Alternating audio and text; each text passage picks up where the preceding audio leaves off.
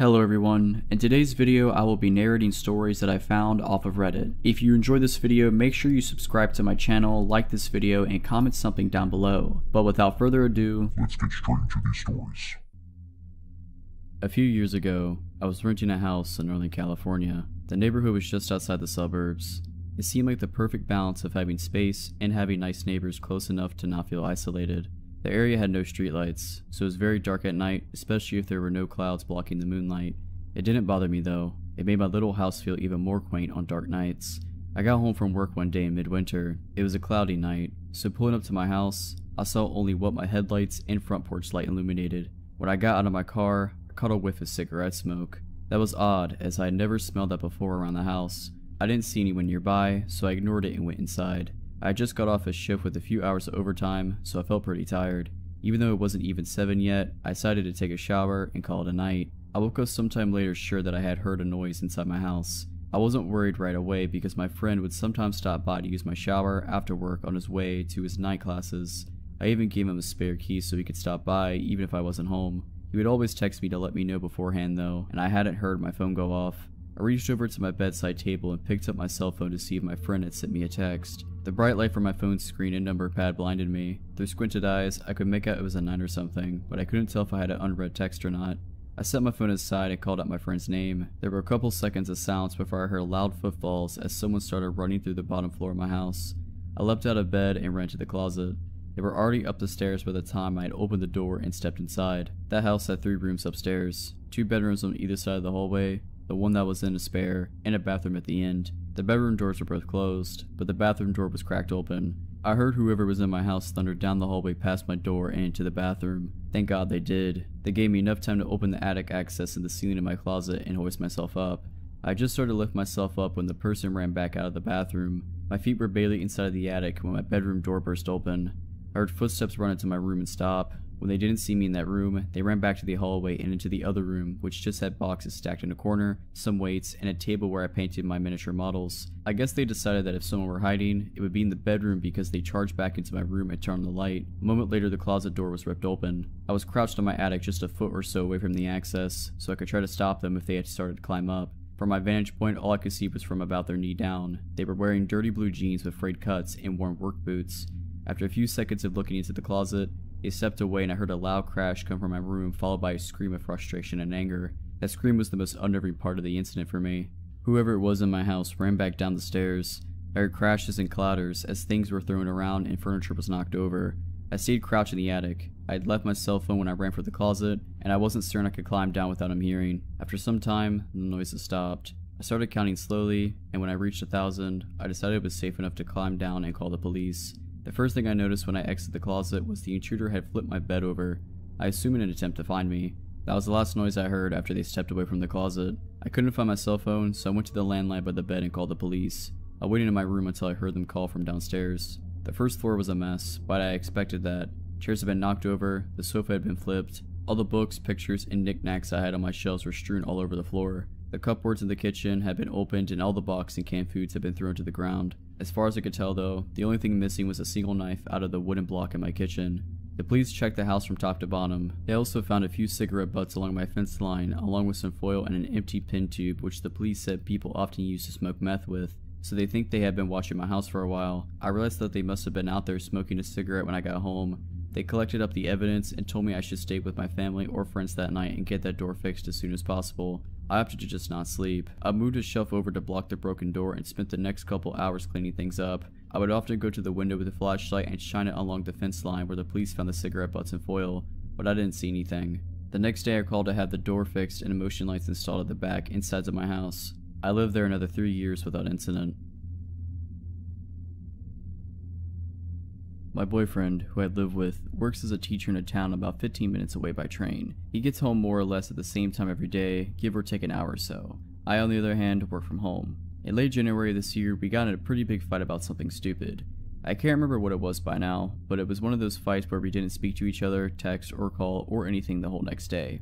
So this afternoon I was lying in bed getting work done. It was a Tuesday and I'm pretty sure his last class finished at 1 PM on Tuesdays, meaning he'd surely be home at 2:30. But around 1 PM I heard the front door open and shut. I thought, I guess he's home an hour early today. It was normal for him to skip his class every once in a while, so I didn't really think anything of it.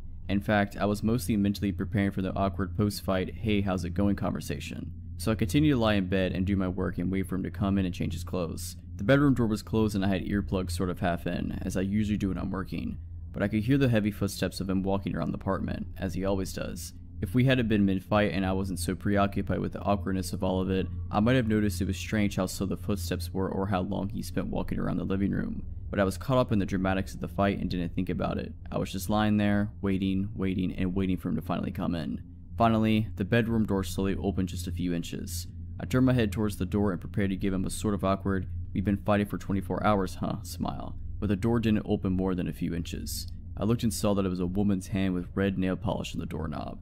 Whoever was there slowly closed the door just as they opened it, without entering the room. I jumped out of bed, ripped out my earplugs, and sort of froze there for a few seconds while thinking rapidly. My first thought, that was not my boyfriend. Then I thought, could that have been his mom? His sister? The landlady? For some reason, I concluded that surely it was his mom or sister. So I opened the bedroom door and walked into the living room. There wasn't anyone there, but the room smelled heavily of women's perfume. Then I came to my senses and realized, his mom and sister don't have keys and have never come before. The landlady has never entered without permission. This was a stranger. I ran back into my bedroom and shut the door, now shaking heavily. There was a balcony connected to the bedroom, so despite the cold January rain, I stood on the balcony and called my boyfriend. He picked up and I asked him if his mom or sister might have come over unannounced. He told me, "No, don't move, I'm calling the police." The police were there in minutes and searched the whole apartment. Of course, nobody was there by this point. It was weird though. Nothing was missing from the apartment despite us keeping a jar full of money right in the entrance. Nothing was even touched. In fact, it seemed like the intruder came straight in the bedroom, saw my legs on the bed, panicked, and left. Plus, you can't open that big wooden front door without a key. Nevertheless, we demanded that the landlady change her locks. When she came to change them with her husband, she made a discovery. There was a square area by the keyhole that had been scratched away with something. The landlady said surely someone used tools to break into the apartment. I never got to meet the person who opened the door that day, and I hope I never do.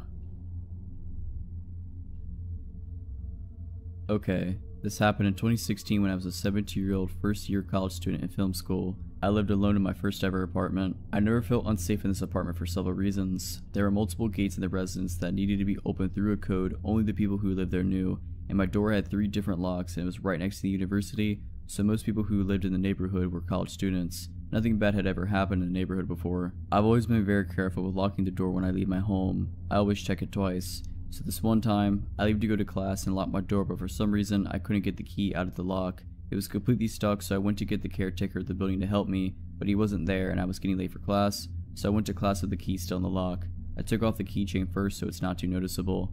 When I got home, the caretaker was back, so he came to help me, and we couldn't get it out for 15 minutes until somehow he did. He told me the lock was damaged, but that I didn't necessarily need to change it if I only locked it once instead of twice. I just said okay and that was the end of it. I really wasn't worried because of how safe I felt in this building. Flash forward to 2 months later, I was taking out the trash one night around 11 p.m. While on the phone with my sister, I remember telling her that I was taking out the trash. Then I would take a shower afterwards before heading to a party. As I previously said, I always locked the door, even just to take out the trash. Because of my lock being damaged, I only locked it once. When I got back to my apartment, I found the door unlocked, which immediately alarmed me. So I went to the apartment and locked the door immediately, with 3 different types of locks. When you walk into my apartment, which is just 215 square feet, you have the main room in front of you and the bathroom door immediately to your left. I left the bathroom door slightly open, enough so I could see a man in my shower, turning his back to me. Naturally, when I saw this, I tried to open the door and leave as fast as possible. Except my main lock was damaged from 2 months earlier and I couldn't open it no matter how hard I tried. In this moment, all I could think of was the fact that I had to leave as fast as possible. I jumped out the window without really thinking. I figured it was the only solution, except I live on the 2nd floor, so I completely smashed my ankles in the landing. I started running in whichever way I could, and when I got a little bit further from the building, I looked back and a man was there, at my window, watching me run away.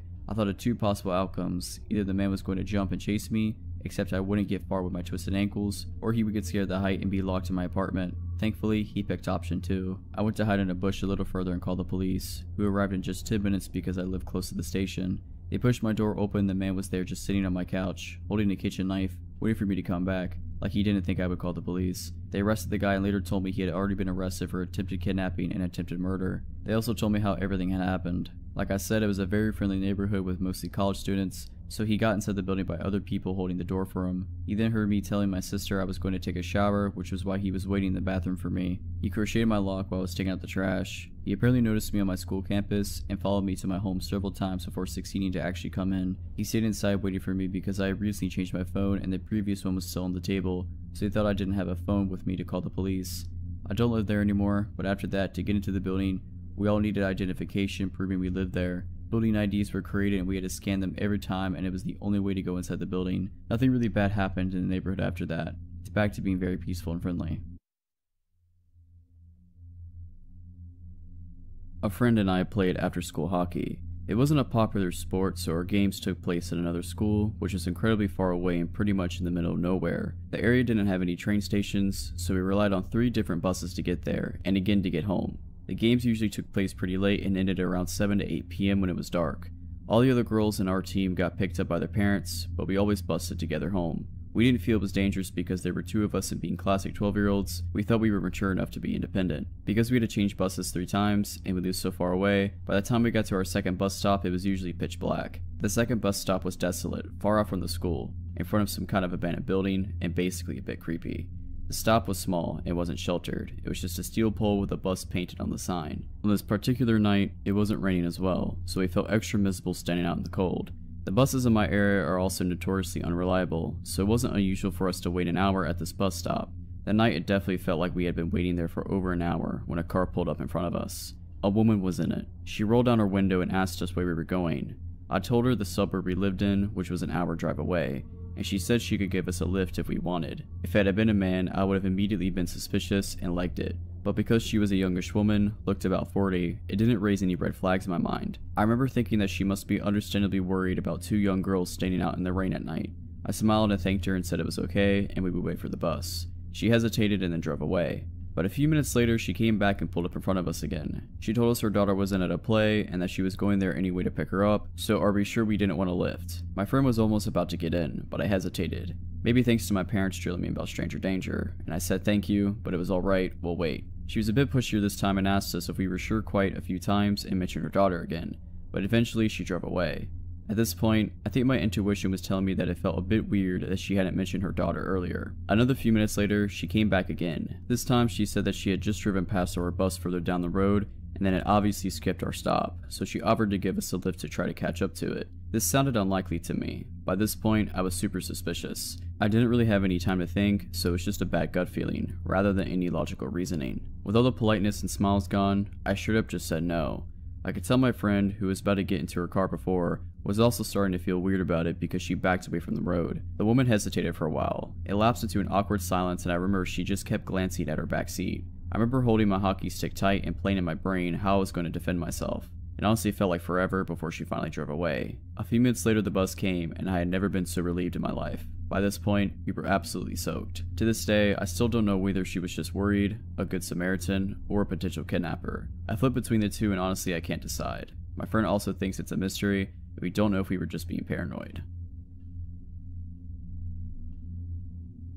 This was around 2015 and I was living in Seattle. I worked in an office that allowed me to bring my dog to work. A 100-pound German Shepherd. He's a big sweetheart but looks quite scary to strangers. After work one day, I got on the bus home, which was around a 45-minute ride. I noticed someone stared at me and didn't think much of it. While it's unsettling to be watched, I've had my fair share of odd conversations on the bus, and it wasn't out of the ordinary to encounter such weird behavior. I honestly don't remember too much about his appearance, but I do remember thinking he looked fairly normal and didn't seem high or drunk. My bus stop was on a busy street in a bit of a sketchier part of town, but it's not frequently trafficked. When we reached the stop, my dog and I set off on the short trek home, only a few blocks away. As I exited the bus, I noticed the man who had been watching me had exited too. Something was off about him. He seemed intent on keeping stride with me, trailing closely behind. I've heard advice somewhere in the past that you shouldn't go straight home if you're being followed. I'm sure that's situation specific and sometimes it's safer to be in your home, but nothing had happened besides having my personal space invaded and didn't feel immediately unsafe.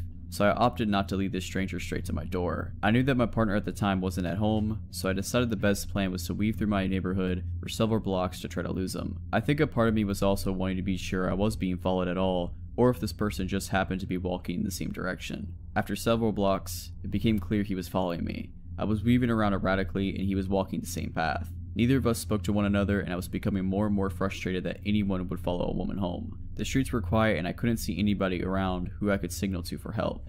I don't think I would have been so surprised this was happening if I was alone and without my dog.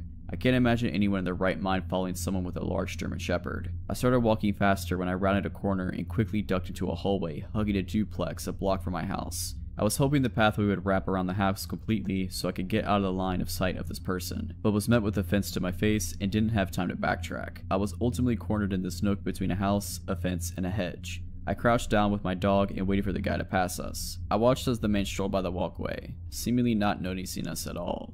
He didn't turn his head or even gaze in our direction. I decided that we'd stay there for a few minutes just to make sure he was gone. About 3 minutes went by. Just as I was thinking it was safe to head home, the man stepped into my line of sight. He didn't make eye contact with me, just as he hadn't the first time he walked by. He was moving calmly and deliberately, and slowly came to a stop as soon as he was right in front of me, just off the curb. He was about 2 yards away, facing me, and not directly looking, with just a sidewalk and a grassy strip between us. I watched him as he started to unload his pockets. He had a number of metal objects he was taking out, placing them in a line. To this day, I'm not sure what they were, but I'm glad I didn't find out. At this point, I called 911 and told them what was happening, that someone was following me and showing erratic behavior. The cops made it there quickly, and as soon as they pulled up, the dispatcher advised me to get out of there. I hightailed it out of my hiding spot and took a non-direct path home since my house was technically in the line of sight of where I was crouched. I don't know what ended up happening with him, but fortunately never saw him again, and I don't know if he had malicious intent. This happened when both me and my friend Jay were 15. I was spending the night at his house, as I often did.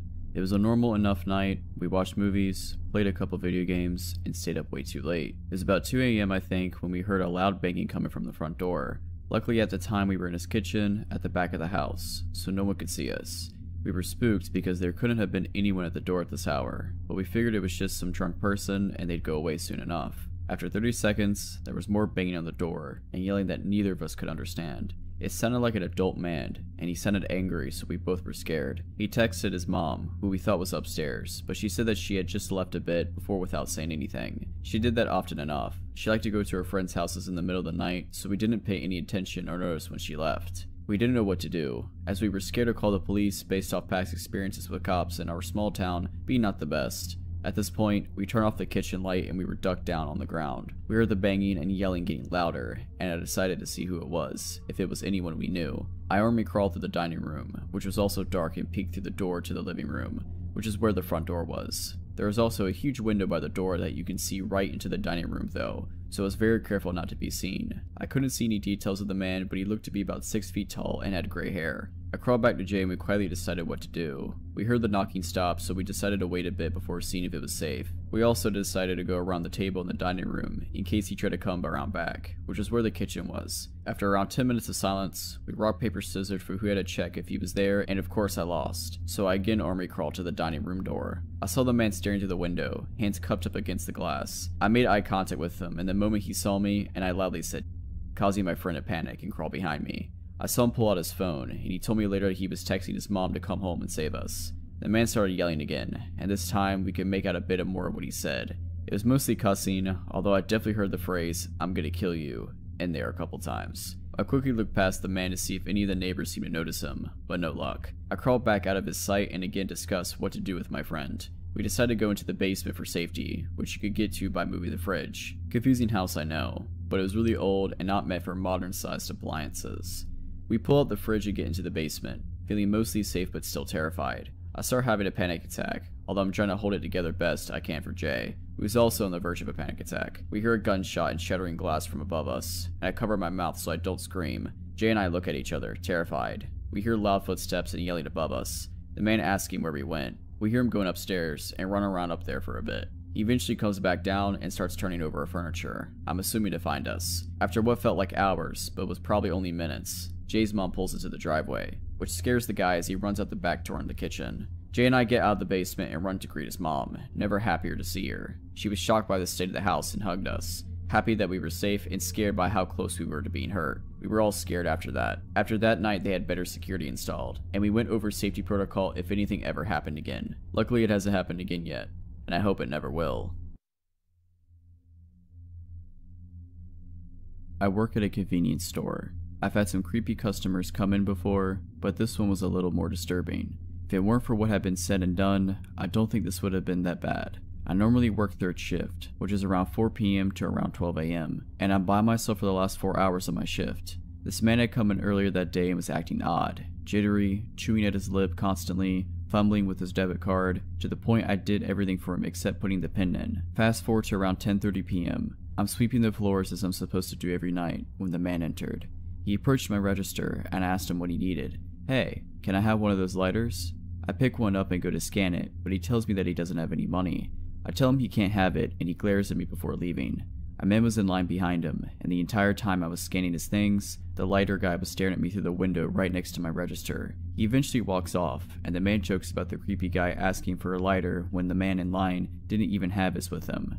He tells me to be safe, then walks out to the gas station pumps. I start sweeping again, but when I turn around to move a small crate out of the way, the creepy guy is staring at me again, just watching me work. I quickly make my way to the back room to make mop water so I could get away from him for a second. He stayed there for a solid 5 minutes before stalking off again. I grabbed a random receipt as a cover and basically bolted to the man at the gas pumps. I got close and asked if he was in a hurry to go anywhere. I told him that the creepy lighter guy was still hanging around and that it was really freaking me out. He promises me that he didn't plan on actually leaving after getting gas. At this point, I thought it wouldn't take up too much of his time, since we both thought the man was already wandering away from the store. Unfortunately, he went back toward the store a few seconds later. Soon, an older woman comes in and I warn her about the creepy guy.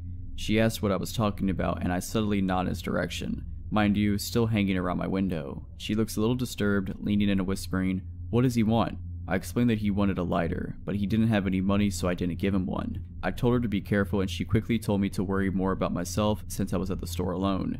She left, and I saw the creepy guy approach the window again. Thankfully he didn't look in, just hung around it like he was waiting for someone. After a while, a daughter of a family friend comes in with her girlfriend, and we quietly make small talk. Like the last woman, I warned them that the lighter guy was still roaming around and he could be dangerous. Before they get to tell me anything, a woman was talking with the guy from the gas pumps, spotted them while scanning family friend's items, and hurried in and told me to call the cops. Obviously, not familiar with the area I worked in and hearing 3 different people telling me what numbers to call, I was shaking and in near tears. My family friend said she would call while I calmed down. Another girl had run out at this point, and I don't blame her. Family friend's girlfriend told me that lighter guy threatened to throw rocks through the window and hurt/rob me. After about 3 minutes of pacing and trying not to cry, I saw my mom's truck pull in. I bolted to her, telling her what was going on. She calmed down and walked me back to the entrance. As this happened, creepy guy had climbed the hill and crossed the street to Bojangles and sat near the front door. The cops arrived. The man from the pumps gave his statement, I gave mine.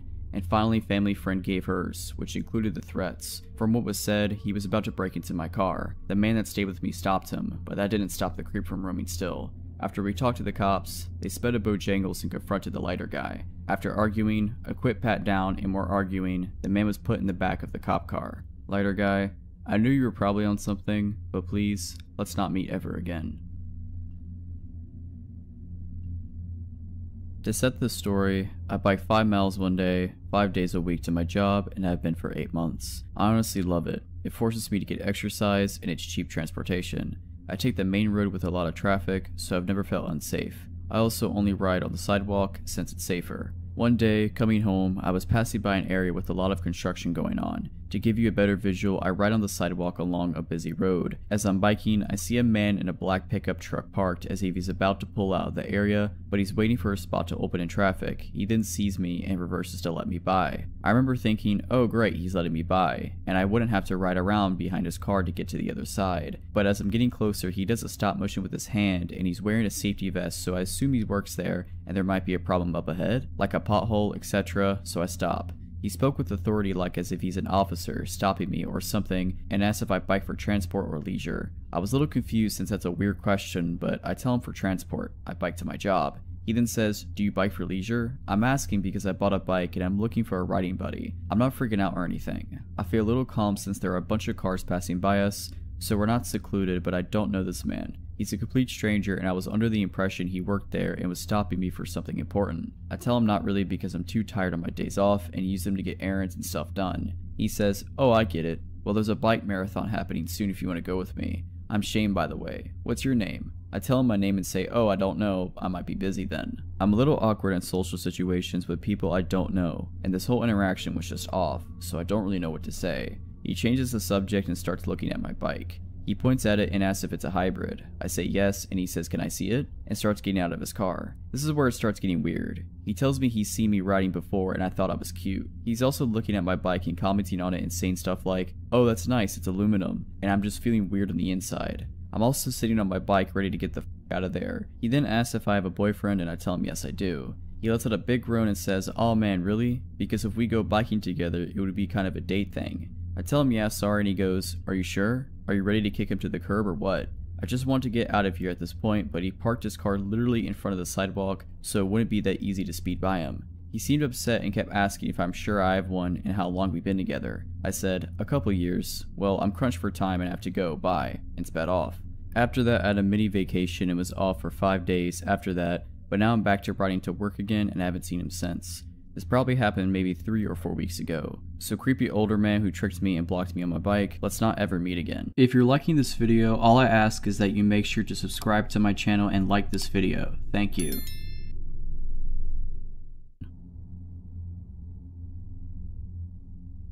This was back in 2014. I had moved off campus and into a really nice part of town. I was a junior in college and this was my first time living on my own. Campus was only 2 miles away, so I would often walk back home from campus. I would take the bus or catch a ride with a friend to campus. I walked home because my schedule ending never quite matched up with the bus schedule and my friend finished 2 hours before my daily schedule did. I was used to walking the 2 miles to my apartment. I never thought anything of it because I walked through the busy area of my town, along the second main road. So there were always people around. My apartment was actually a stone throw from the most popular frozen custard shop in the area. Every night the parking lot would be packed. So I'm walking home like usual. I get to the frozen custard shop and notice there's a lot of people tonight. It was just something I always noticed and paid attention to. All of a sudden this huge red truck pulls up beside me. I'm caught off guard because I have headphones in. It takes about 30 minutes to an hour to walk home, so I'm normally listening to music or talking on the phone.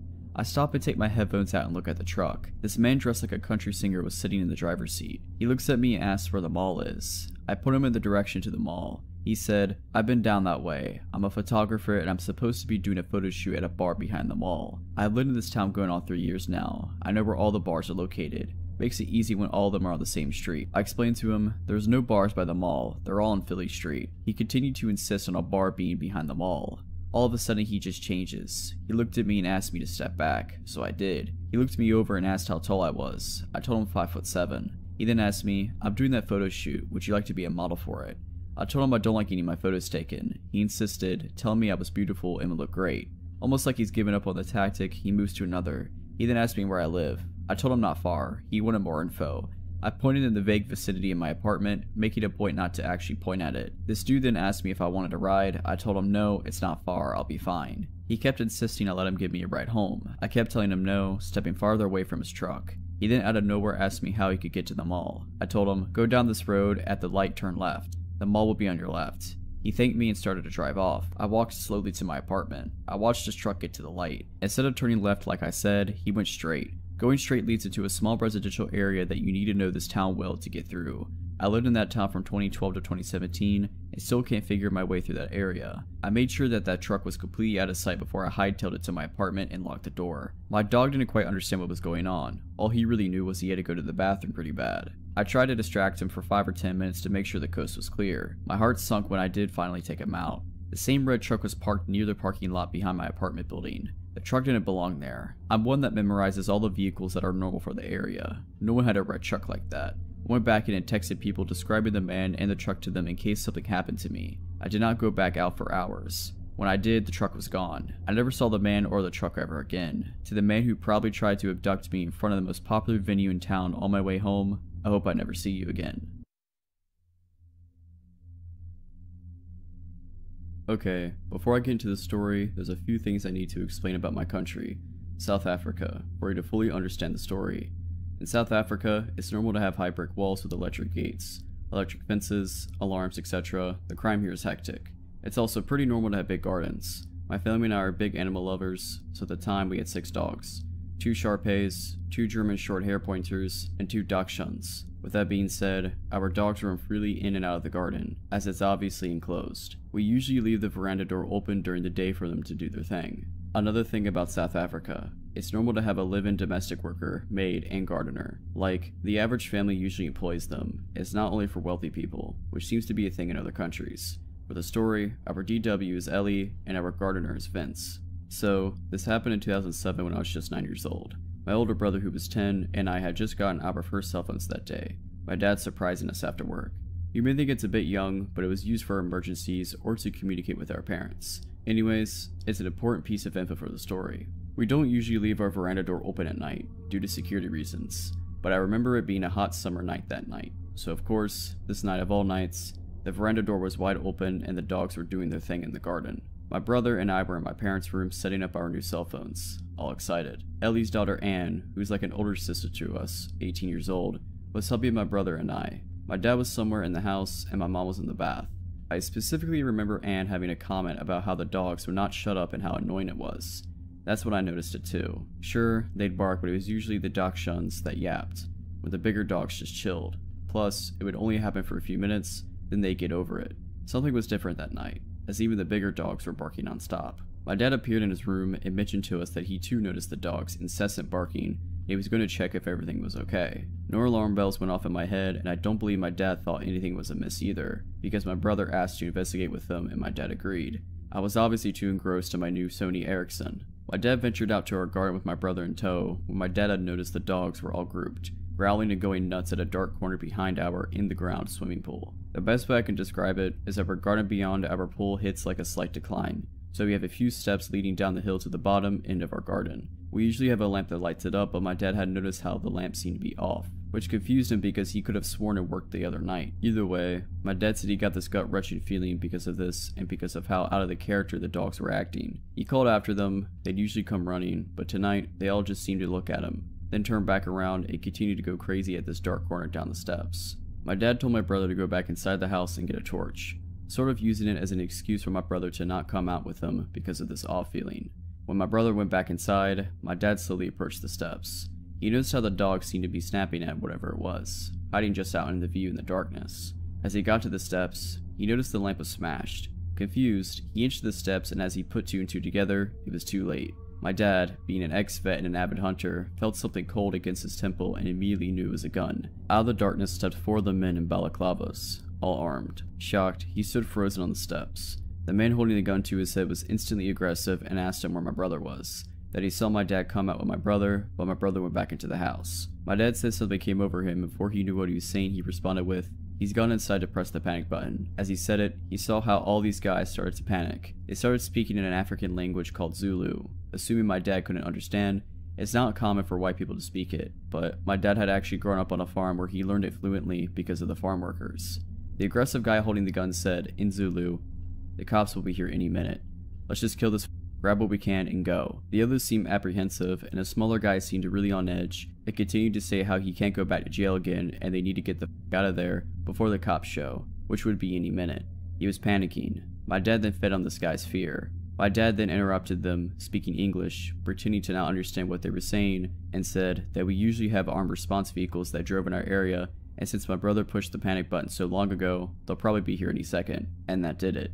My dad watched as their plan unraveled before them. The smaller scared guy started freaking out all the other guys, saying that they need to leave ASAP or else they'd get caught. He seemed to make the others more nervous and lose confidence until they started full-on bickering amongst themselves, their plan slowly turning to, as a third guy had put it. The aggressive one pointing the gun to my dad's head slowly lowered it as they started fighting, losing focus on my dad and shifting his focus onto his crew. My dad then used this as an opportunity to slowly back up the steps and turn to dart to the house. As luck would have it, as my dad ran into the veranda door, my oblivious brother was heading out with a torch. My dad scooped him up under his arm mid-ran and sprinted into the house, not even closing the door behind him. Silly, I know, but I think he just wanted to get my brother inside as quick as possible without even thinking. Anne and I were obviously also oblivious to everything. When my dad rushed to the bedroom door, slammed it shut, and told us to go upstairs into the attic, quote unquote, "There's 5 guys outside with guns. They're here to hurt us. Get upstairs now." My heart sank. I remember my body automatically responding and me sprinting to the stairs with Anne right behind.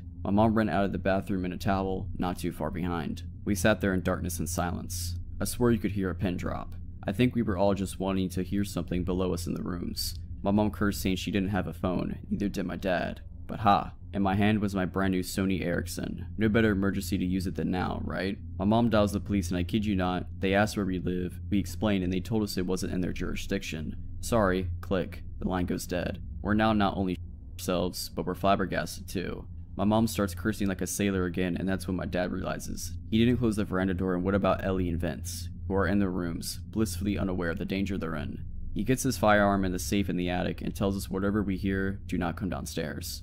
To stay hidden no matter what. Now I'm sobbing, begging my dad to not leave us, but he tells us he has to go get Eli and Vince before something bad happens to them. Now there's even more tears, as reality hits that there's 2 other people still in danger. Anne's understandably in hysterics because she's also fearing for her mom downstairs. My dad disappears and the air is thick with tension. We can still hear the dogs going crazy, indicating that those men were still on our property. My mom then calls another number, the armed security that drives around the area, and they say they'll be over in about 10 to 15 minutes. They say to wait and stay hidden until they ring our bell at the gate. We all wait in silence, fearing that we'll hear a gunshot or anything indicating these men are in our house. But there was just silence. The only sound was the dog's barks outside. After what seemed like hours, most likely a couple minutes, we heard stomping coming up from the stairs and my heart rate quickened. I remember shutting my eyes and praying that it was just my dad with Ellie and Vince. Luckily it was. We all hid for a while, no one dared to speak. The dog seemed to have calmed down considerably, but we were still barking every now and then. The gate intercom rang, and my dad told us to wait while he checked if it was just the security company, and sure enough, it was. He opened up and the nightmare was over. I remember standing up and my knees buckling from the adrenaline my body endured. The armed security somehow notified the Wright police, and everyone investigated the garden. They found that there was actually 7 pairs of footprints and that these guys bent the spikes on our wall and just climbed over. We got an electric fence shortly after, so there must have been 2 other guys hiding in the shadows that my dad hadn't seen, which is actually creepy in its own right. Thank goodness nothing happened to my family, and I'm forever thankful for my dad's quick thinking regarding the panic button. Also, I'm so glad my dad understands Zulu and can manipulate the situation to benefit us. This takes place in the early 80s. I grew up in the suburbs in a very friendly townhouse complex. We all knew our neighbors. My first friends were the kids that lived in other townhouses. To describe my home, all townhomes are attached. They're also very tall and slender. I had 6 flights of stairs to go from the basement to the bedrooms on the top floor. We had a tiny driveway, and then there was the small roadway. On the other side was a raised flower bed that ran the length of the side of the townhouse wall across the street. The most important thing was a very bright street light in the middle of the planter. It shined ominously right into our front windows at night, and it had enough light to illuminate shapes above the kitchen counter on the 3rd floor kitchen, just the top part of bodies. You didn't need to turn on the kitchen lights at night if you needed to get something. One night I had a sleepover with my friend who lived diagonal to me. Us scouts had stayed up late and went to the kitchen for snacks. I peered out into the street to see an unfamiliar guy walking by on the roadway. There was no sidewalks. I noted to my pal that there was a weirdo walking by because he didn't seem right. He was tall and lanky with long 80s hair. With our familiarity with people in the neighborhood, we didn't recognize him. Our complex roadway did lead to a street, but it wasn't used as a shortcut because it was a long way to get around the neighborhood, so you didn't see others often, especially at night. As soon as I commented weirdo, he walked by our house.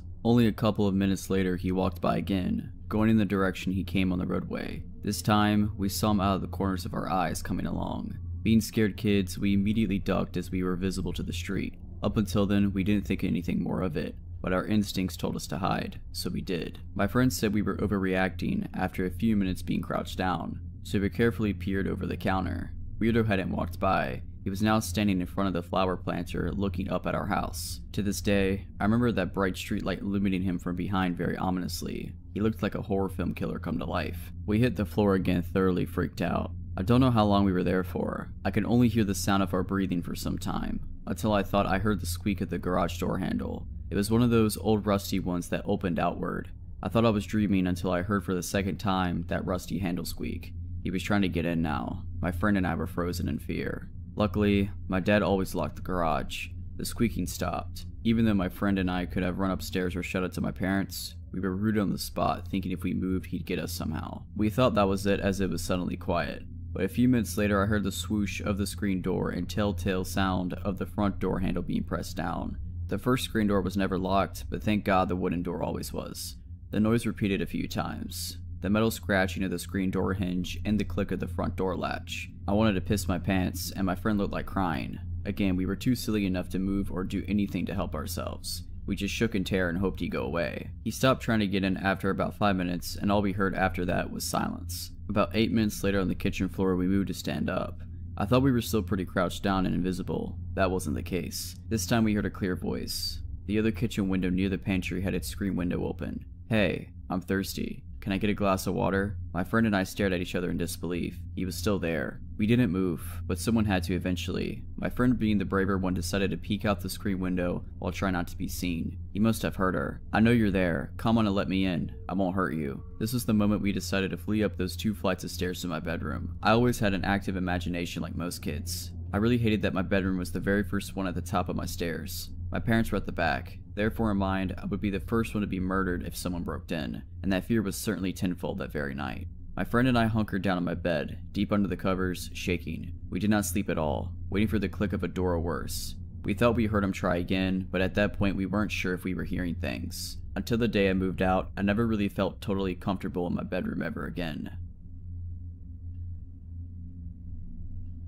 I'm a 21-year-old female, and this story took place when I was around 11. I remember this day clearly because it was the first time I was ever allowed to walk to school and back by myself. Up until the age of 14, I lived in what we thought was a safe place in Chautauqua County, New York. Everyone knew everyone here. If you thought you would get away with something, then be prepared to have your ear chewed off by the time you get home. There was this one day though, it was a cold winter day and school unfortunately was still open, so all the neighborhood kids had to walk through knee-high inches of snow just to get to school. It took me longer to leave the house as I was used to walking with my older sister to school since she knew the routes better than me. I always used to make fun of her for being paranoid and taking a different route every day from school, but after that day, I learned that was what saved my life. As I was waiting by the door to leave, my mom came up to me and told me that I should ride with her to drop me off because my sister was too sick to go today. Being a brat, I made a big deal about walking by myself because I was almost 12 years old and all my friends' parents let them walk alone. She looked at me for a long while, then told me to make sure I pay attention to cars. I got hit by a car and almost died when I was 9, so the worry that showed on her face was well warranted. I hurriedly nodded and headed out the door to go to school. My sister didn't like to dilly-dally, so she was always in a rush to get to school early,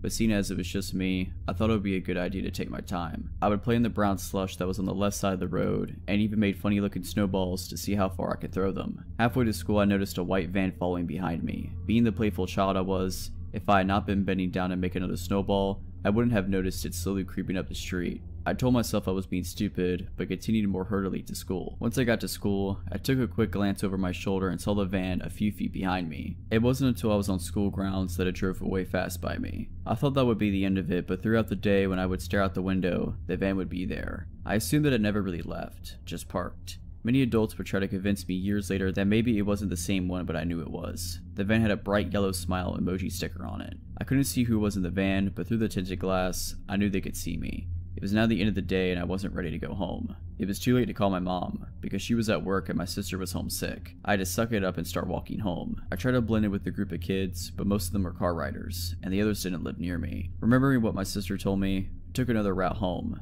I didn't memorize this route clearly, but I decided anything was better than being spotted by that van. I made it to my main street, but realized my mistake too late. The route I took led back to the main street where I walked to school. Hidden behind a row of cars was the white van with a smiley emoji sticker. I tried to stay calm and walk past in, but once I heard the van door slightly click open, I ran. I could hear the rush of 2 pairs of heavy footfalls behind me. They were getting closer, so I did what any normal kid would do. I cut corners. I cut into someone's backyard until I was directly inside of my house and forced myself into the thick snow to make it to the door. My heart was racing, not because I was running, but because I could still hear them behind me. I made it to the door and banged with all my might until someone came to the door. My sister looked confused, but one look at my face and she pulled me inside and locked the doors. The van was still outside. Truthfully, it stayed out there until my brother got home. Me and my sister don't talk about it, but we both knew how close it was to me going missing. Whoever you are that attempted to kidnap me and do God knows what else, let's not ever meet again. When I was 20 years old, so 6 years ago, I worked as a delivery girl for a pretty popular pizzeria in my area. Initially, I worked the late morning to mid-afternoon shift, but when the guy who delivered for the night shift ended up getting fired due to him losing his license because of a DUI, I was placed on the night shift since my boss hired a family friend who could only work my shift for whatever reason. I really didn't want this shift because you never know if people who order late at night actually want a pizza or if they have other intentions in mind. Unfortunately, my boss isn't the nicest of people, and essentially told me if I wasn't willing to work the night shift, I was fired. I wasn't exactly in a position where I could be out of work, albeit temporarily, so I reluctantly worked the shift. The first month of this shift, I went by without any issues, until I had to deliver a pizza to a house that just barely made our delivery radius. I punched it in on my GPS, and the house was located in a pretty suburban part of the city. I arrive and it's about 11 p.m. The block was extremely quiet, decently lit, and mostly littered with modern townhouses, but the house I delivered to was a duplex. I ring the doorbell and wait for about 30 seconds. No answer. I ring it again and wait another 30 seconds. Still no answer. I'm standing there getting pretty nervous that something's about to go down, but thankfully a man opens the door. He looked like he was in his late 40s. He was pretty tall, maybe a little over 6 foot, and he was very skinny. I tell him his pizza is here and he just stands there staring at me. I asked him if he was okay and he responded by saying, "Yeah, I'm fine, sorry. I got off work not too long ago and I'm just zoning out a bit." Fair enough, I suppose. He hands me the money. I hand him the pizza, and as I'm making change he says, "You're really beautiful, you know that?" Not really thinking too much into it, I thanked him for the compliment and gave him his change. I said goodnight and he did too. I walked back to my car and finished my deliveries for the night. A few days later, I get a delivery order to the same place. I head over there around the same time as last time and ring the doorbell. He answers the door very excitedly and says, "Hey, it's you again. How are you?" I told him I was tired and I can't wait to go home, to which he chuckled and said, "I know that feeling pretty well," as he was pulling out his wallet. As he's counting his money, he asked me what my name is. Being kinda tired at this point and not really thinking straight, I stupidly told him my name. As I'm making change, he asked if he could have my number, as he'd love to hang out with someone as gorgeous as I am. I've literally only met this guy like twice to deliver a pizza. I had no idea who this guy was, and I'm positive he barely knew who I was as well. Another thing to mention is I looked way younger than I was at that time. I was told by numerous people that I still looked like I was 15, and I was hoping he thought differently as he wasn't hitting on what he thought was a teenager. I'm just standing there awkwardly for a few seconds before I muster out, "Sorry, I have a boyfriend." He gets upset and says, "Oh, okay, I see."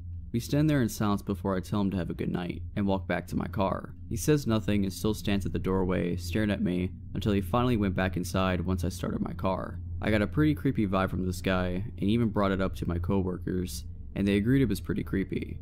Except for my boss, who overheard everything and claimed I was making up stories, and trying to gain sympathy for having to take the shift. A week later, as I'm working the night shift, we get an order from the same guy again, and this is when it finally hits the fan. I arrive at the house at around 10:30 p.m. and keep in mind that from my perspective on the road, it didn't look like a single light in the house was on. I get out of my car and I walk to the front door with the pizza box in my arms. As I'm approaching the door, it quickly swings open to reveal the man, except this time, he was wearing a suit and I jumped back. He laughs and said, "Sorry if I scared you. I saw you out on the window and I figured if I just opened the door now, so you wouldn't have to ring the bell." I was getting scared because, as I mentioned before, there were no lights on in the house, so he was sitting in the dark this whole time. And if so, why? I nervously laugh and say, "It's okay." He asked me if I liked his suit, which I said yes. He then asked me, "Would you like to go on a date with me tonight?" I once again tell him I have a boyfriend, to which he chuckles, gets close to me and says, "There's no way a girl your age is in a serious relationship. You should really go on a date with me." He grabs the pizza box from me and throws it to the side and grabs me by my arms hard. I'm officially sweating bullets at this point and now trying to cry from the fear that was overwhelming me. I start pleading with him, "Dude, please. I just want to go home. I don't want to go on a date tonight." He just stares at me with the most sinister look I've ever seen on someone's face and says, "I don't care. Get inside now. We're gonna have a good time." He starts trying to pull me to the house, and I'm trying to resist as hard as I can. After a bit of struggling, he lets go of one of my arms and starts grabbing something out of his pocket, which I presumed was a knife. I did something to this day that I'm still thankful worked as he was doing that. I used my free arm to punch him as hard as I could in the stomach. This stuns me for a few seconds, and as he loosened his grip on me, allowed me to break free. I quickly run to my car, and as I get in, he runs at me and tries pulling me out of the car, holding the knife in the other arm, and just starts yelling. I grab a half-empty soda bottle I had in the cup holder and throw it, and luckily it hits his head and he lets me go. I slam on the door, and then all of a sudden he jumps right on the hood of my car and starts scratching and banging on my windshield with his knife. I put the car in reverse and quickly back out of the spot and quickly reverse down the road with him desperately trying to hold on. He's banging on my hood screaming, "Stop the car!" I turn onto the next road as swiftly as possible, and luckily, he falls off the hood of my car. I slammed the gas as hard as I could to get away from him as far as I could. In my panicked state, I drove a couple blocks down the street and kept making turn after turn onto other side blocks as I feared I was being followed. Eventually, I reached a red light and I slammed on the brakes and just sat at the intersection frozen from what had just happened. I began crying and violently shaking as I was just sitting there. It dawned on me that I came so close to losing my life, and I couldn't help but feel like I shouldn't have been alive. Once the light turned green, I pulled over to the side and just sat there crying. Eventually, I get the energy to drive back to the pizzeria, and almost immediately after I walk in, my coworker knew something was wrong after seeing me.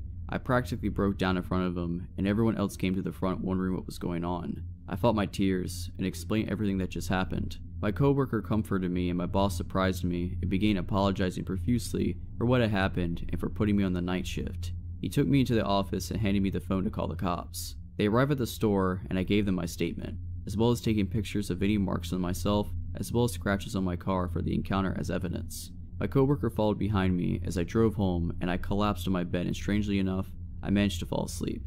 I quit my job the next day, and luckily a friend of mine managed to hook me up with a new job at her clothing store. As far as the psycho goes, 2 days later I received an update from the police. The entire duplex is owned by the guy's brother, who lived on the right side with his wife, and the psycho lived on the left side of the duplex. I learned that he had been in and out of jail constantly at first for robberies and assaults. He had been released from jail about 5 months ago apparently. When they arrived at the house, he was long gone and his family had no idea where he ran off to, but the police insisted they would find him, and indeed they did, albeit not alive. I spent the next 2 months in fear that he would find me and finish what he had in mind, but the police contacted me and updated me on the case. Apparently, he fled to another city nearby and attempted to kidnap a teenager walking alone late at night on the street. Luckily, somebody happened to be looking out the window at the right time, called the cops, and the police caught him by trying to force her into his car. He manages to flee and the police chase after him. He blew a red light near a busy boulevard and a van slammed right into the driver's side of his car. By some sort of miracle, the driver of the van only sustained minor injuries, while the psycho succumbed to his wounds long before the ambulance even arrived. I thank the officers for everything they did and for informing me, so I walked out of the station. I walked down the street and I light up a cigarette as I'm taking in everything that I'd just been told. I don't wish death on people, but after hearing about his death, I felt relieved. I felt relieved that he couldn't hurt anyone anymore. I was relieved that I wouldn't have to ever encounter him again, and that I wouldn't have to go through with charging him and reliving what happened that night. Who knows where I'd be if he managed to pull me into his house. I grew up in Ohio in the 70s, and me and my childhood friend Joe were outside all the time when we could manage it. Joe lived on a farm that bordered a pretty big forest, and my parents would drop me off in the morning and we'd stay in the woods all weekend. We'd only come out for school. We loved pretending that we were frontiersmen. We'd build shelters, traps, practice making fire with sticks, the whole 9 yards. When we got to be in high school, we got this notion to pull a "Stand By Me." This was based on the movie on the same name that just came out. The idea was that we'd walk the railroad tracks out in the country, but instead of looking for a dead body, we'd find cool bridges to fish from and to camp little ways off the tracks. Of course, we knew this was dangerous and we'd likely be trespassing, but we were kids. We had a lot of fun. We did find beautiful rivers. We discovered bridges no one went to, we fished, we hid from trains. At night, we camped in woods just near the tracks and made small hidden fires. Nothing bad ever happened. It was idyllic. In fact, it was so fun we did it multiple times. Never had a problem. After high school, me and Joe went our own ways. We both left home, but always stayed in touch and always tried to coordinate visits, so we would see each other occasionally. Well, one summer in the mid-90s, it worked out that we were both in town for about a week. We would do stuff with family in the day, and at night, we'd either catch drinks at a bar or sit outside Joe's house around a fire and talk about the old days. One night, me and Joe got to talking about our Stand By Me trips. Well, nostalgia and beer are a heck of a mix.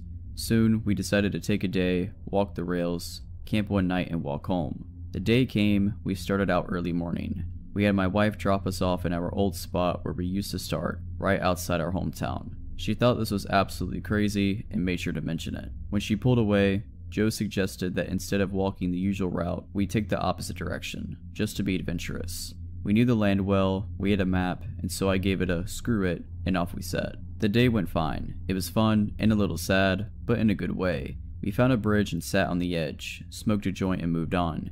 We had no fishing gear, but we brought some canned food and other stuff. Before night started to set in, we picked a spot to camp. It was a thick forested area, trees on every side of the train tracks, so you felt like you were in a tunnel. We had brought small hammocks to sleep on, but before we set them up, we decided to do a little scouting of the perimeter. Now, this is what we used to do in the old days too.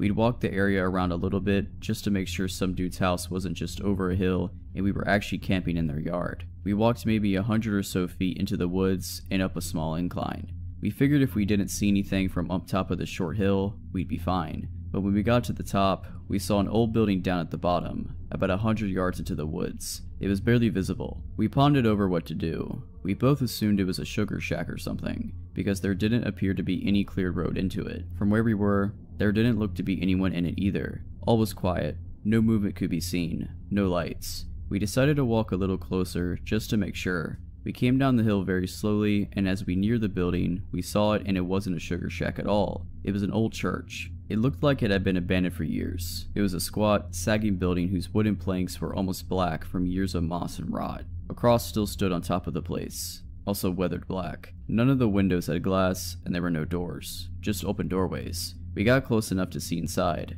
There were rows of pews and a built-up section in front for a preacher to stand. We didn't go all the way in. We didn't want to. Beyond all that, there was no sign of anyone else. No footprints, no paths, no roads. It was an abandoned church. We left immediately and went back up the hill to our spot that we had picked to camp.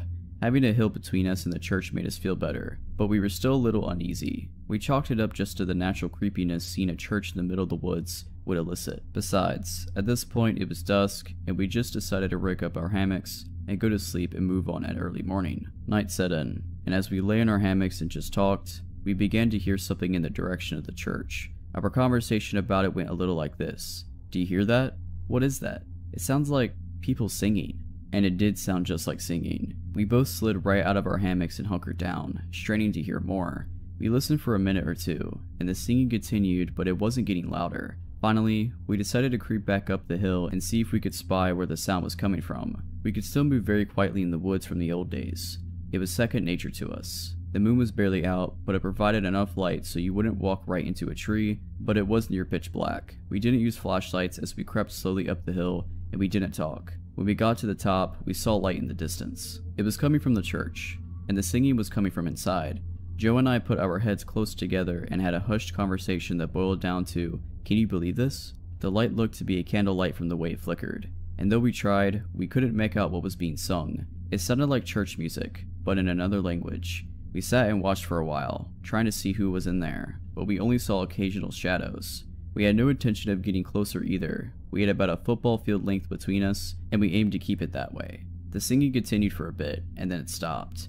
After that, a booming male voice began to chant.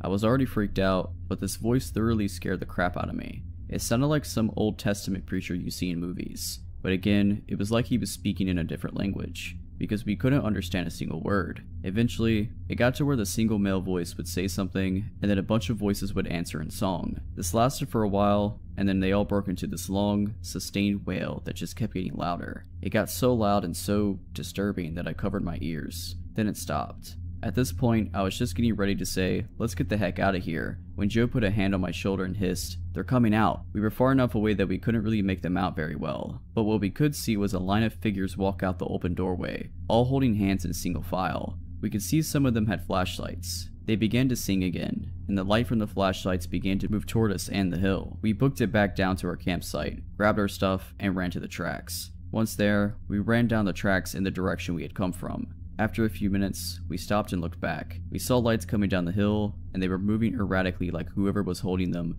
was shaking them. We continued to run in spurts and walk as fast as we could. We eventually stopped seeing the lights and came to a road. By our map, we knew a small town that was about 15 minutes down it, and we walked there, got to a 24-hour gas station, and called my wife to come get us.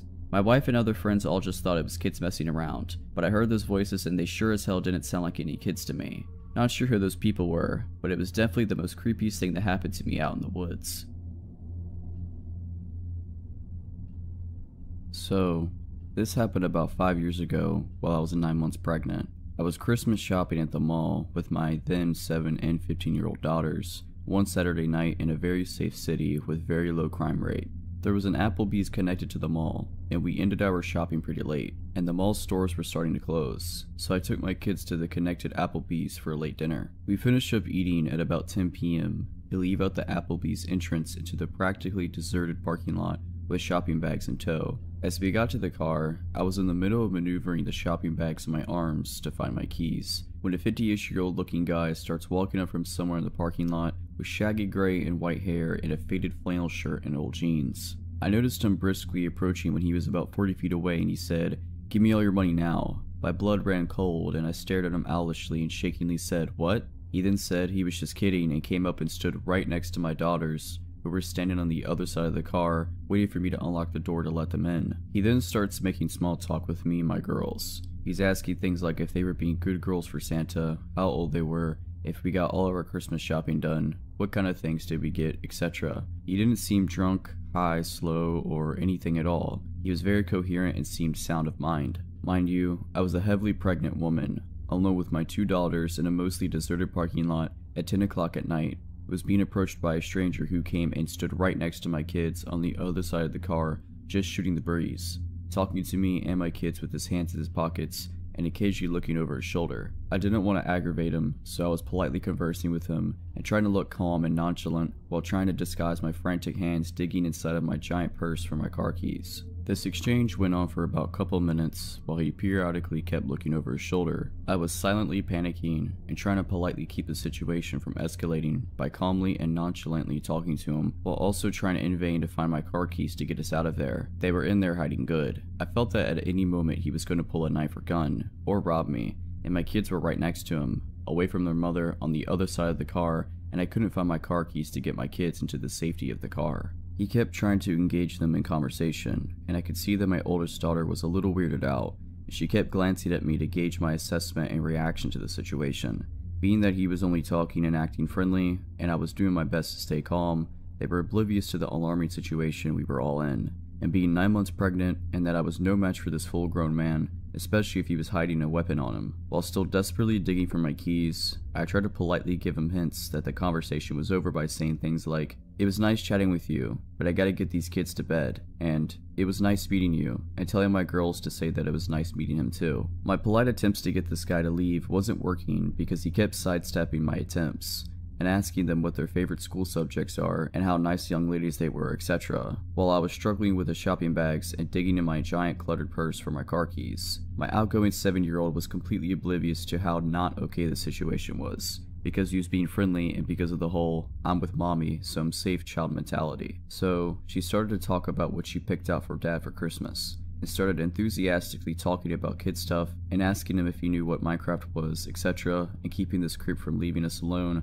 by keeping him engaged in conversation. They didn't realize that I was becoming desperate to get them out of there. Then I suddenly felt this sinking feeling of dread when I realized that I may have lost my car keys in the mall, and that we were stuck outside with this strange man who kept looking over his shoulders and was showing no signs of walking away, and I was thinking that he was waiting for the perfect moment to pounce. All he had to do was grab one of my girls and threaten their life, knowing it would make me do whatever he wanted as long as he wouldn't hurt them. I started to feel my adrenaline start to spike, and my heart and stomach started doing flip-flops, and I felt like at any moment something was about to go down, as the gravity of realizing that there were no other people or witnesses around, and that they were totally alone with him at that moment, the odds were stacked against us and that he has his chance. He all of a sudden was all like, "Okay, it was nice talking to you, see you later," and walked off in the same direction as which he came. It wasn't until then I found my car keys and locked the car and told my kids to get in fast, and I got in too, and locked the doors and started the car and drove out of there. My 15-year-old lightheartedly and jokingly said, "Okay, that was weird," and laughed. I was overwhelmed with relief, and then I was confused over what just happened. I thought to myself, why the heck would a guy of seemingly sound mind think it was totally acceptable to go out of his way just to approach a woman and her kids in a deserted parking lot late at night just to chit-chat? But being that nothing bad happened, I brushed it off and joked about it too. When we got home, my husband greeted us and asked us how shopping went, and I said it went well, and my 15-year-old told him what happened in the parking lot and how weird it was and was kinda joking about it. I started joking too, saying how I was mentally having a panic attack while trying to look calm, and I started making fun of myself by telling my husband how I was attempting to inconspicuously rummage through my purse to find my car keys. My husband went completely white, and I acknowledged his horrified look of alarm, and I assured him that, albeit creepy, the guy was talking and eventually left on his own. Now, my father-in-law is a retired sheriff deputy, and my husband went through police academy training after graduating high school. He decided to go to business school instead of becoming a cop, and being that the knowledge he gained from that, plus growing up with a cop for my dad, I found out why my husband looked absolutely horrified when I told him about the details. What my husband told me completely rattled me to the bone.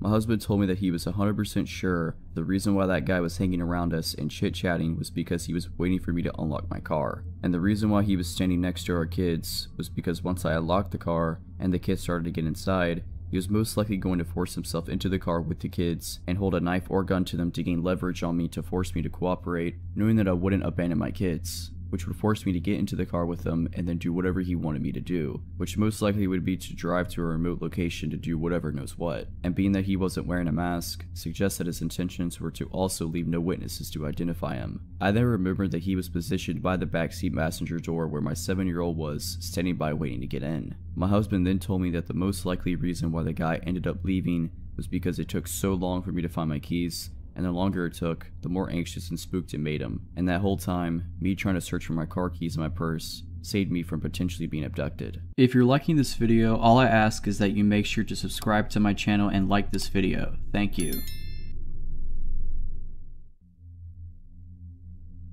I recently discovered this sub and immediately thought of this experience that happened to me 2 summers ago while I was cat sitting and house sitting for an older couple I met in a French class I was taking. This couple lived near a busy corner with a bookshop, coffee shop, a grocery store, and a movie theater in a nice neighborhood of a big city. For all these reasons and more, I was pretty excited to house sit there.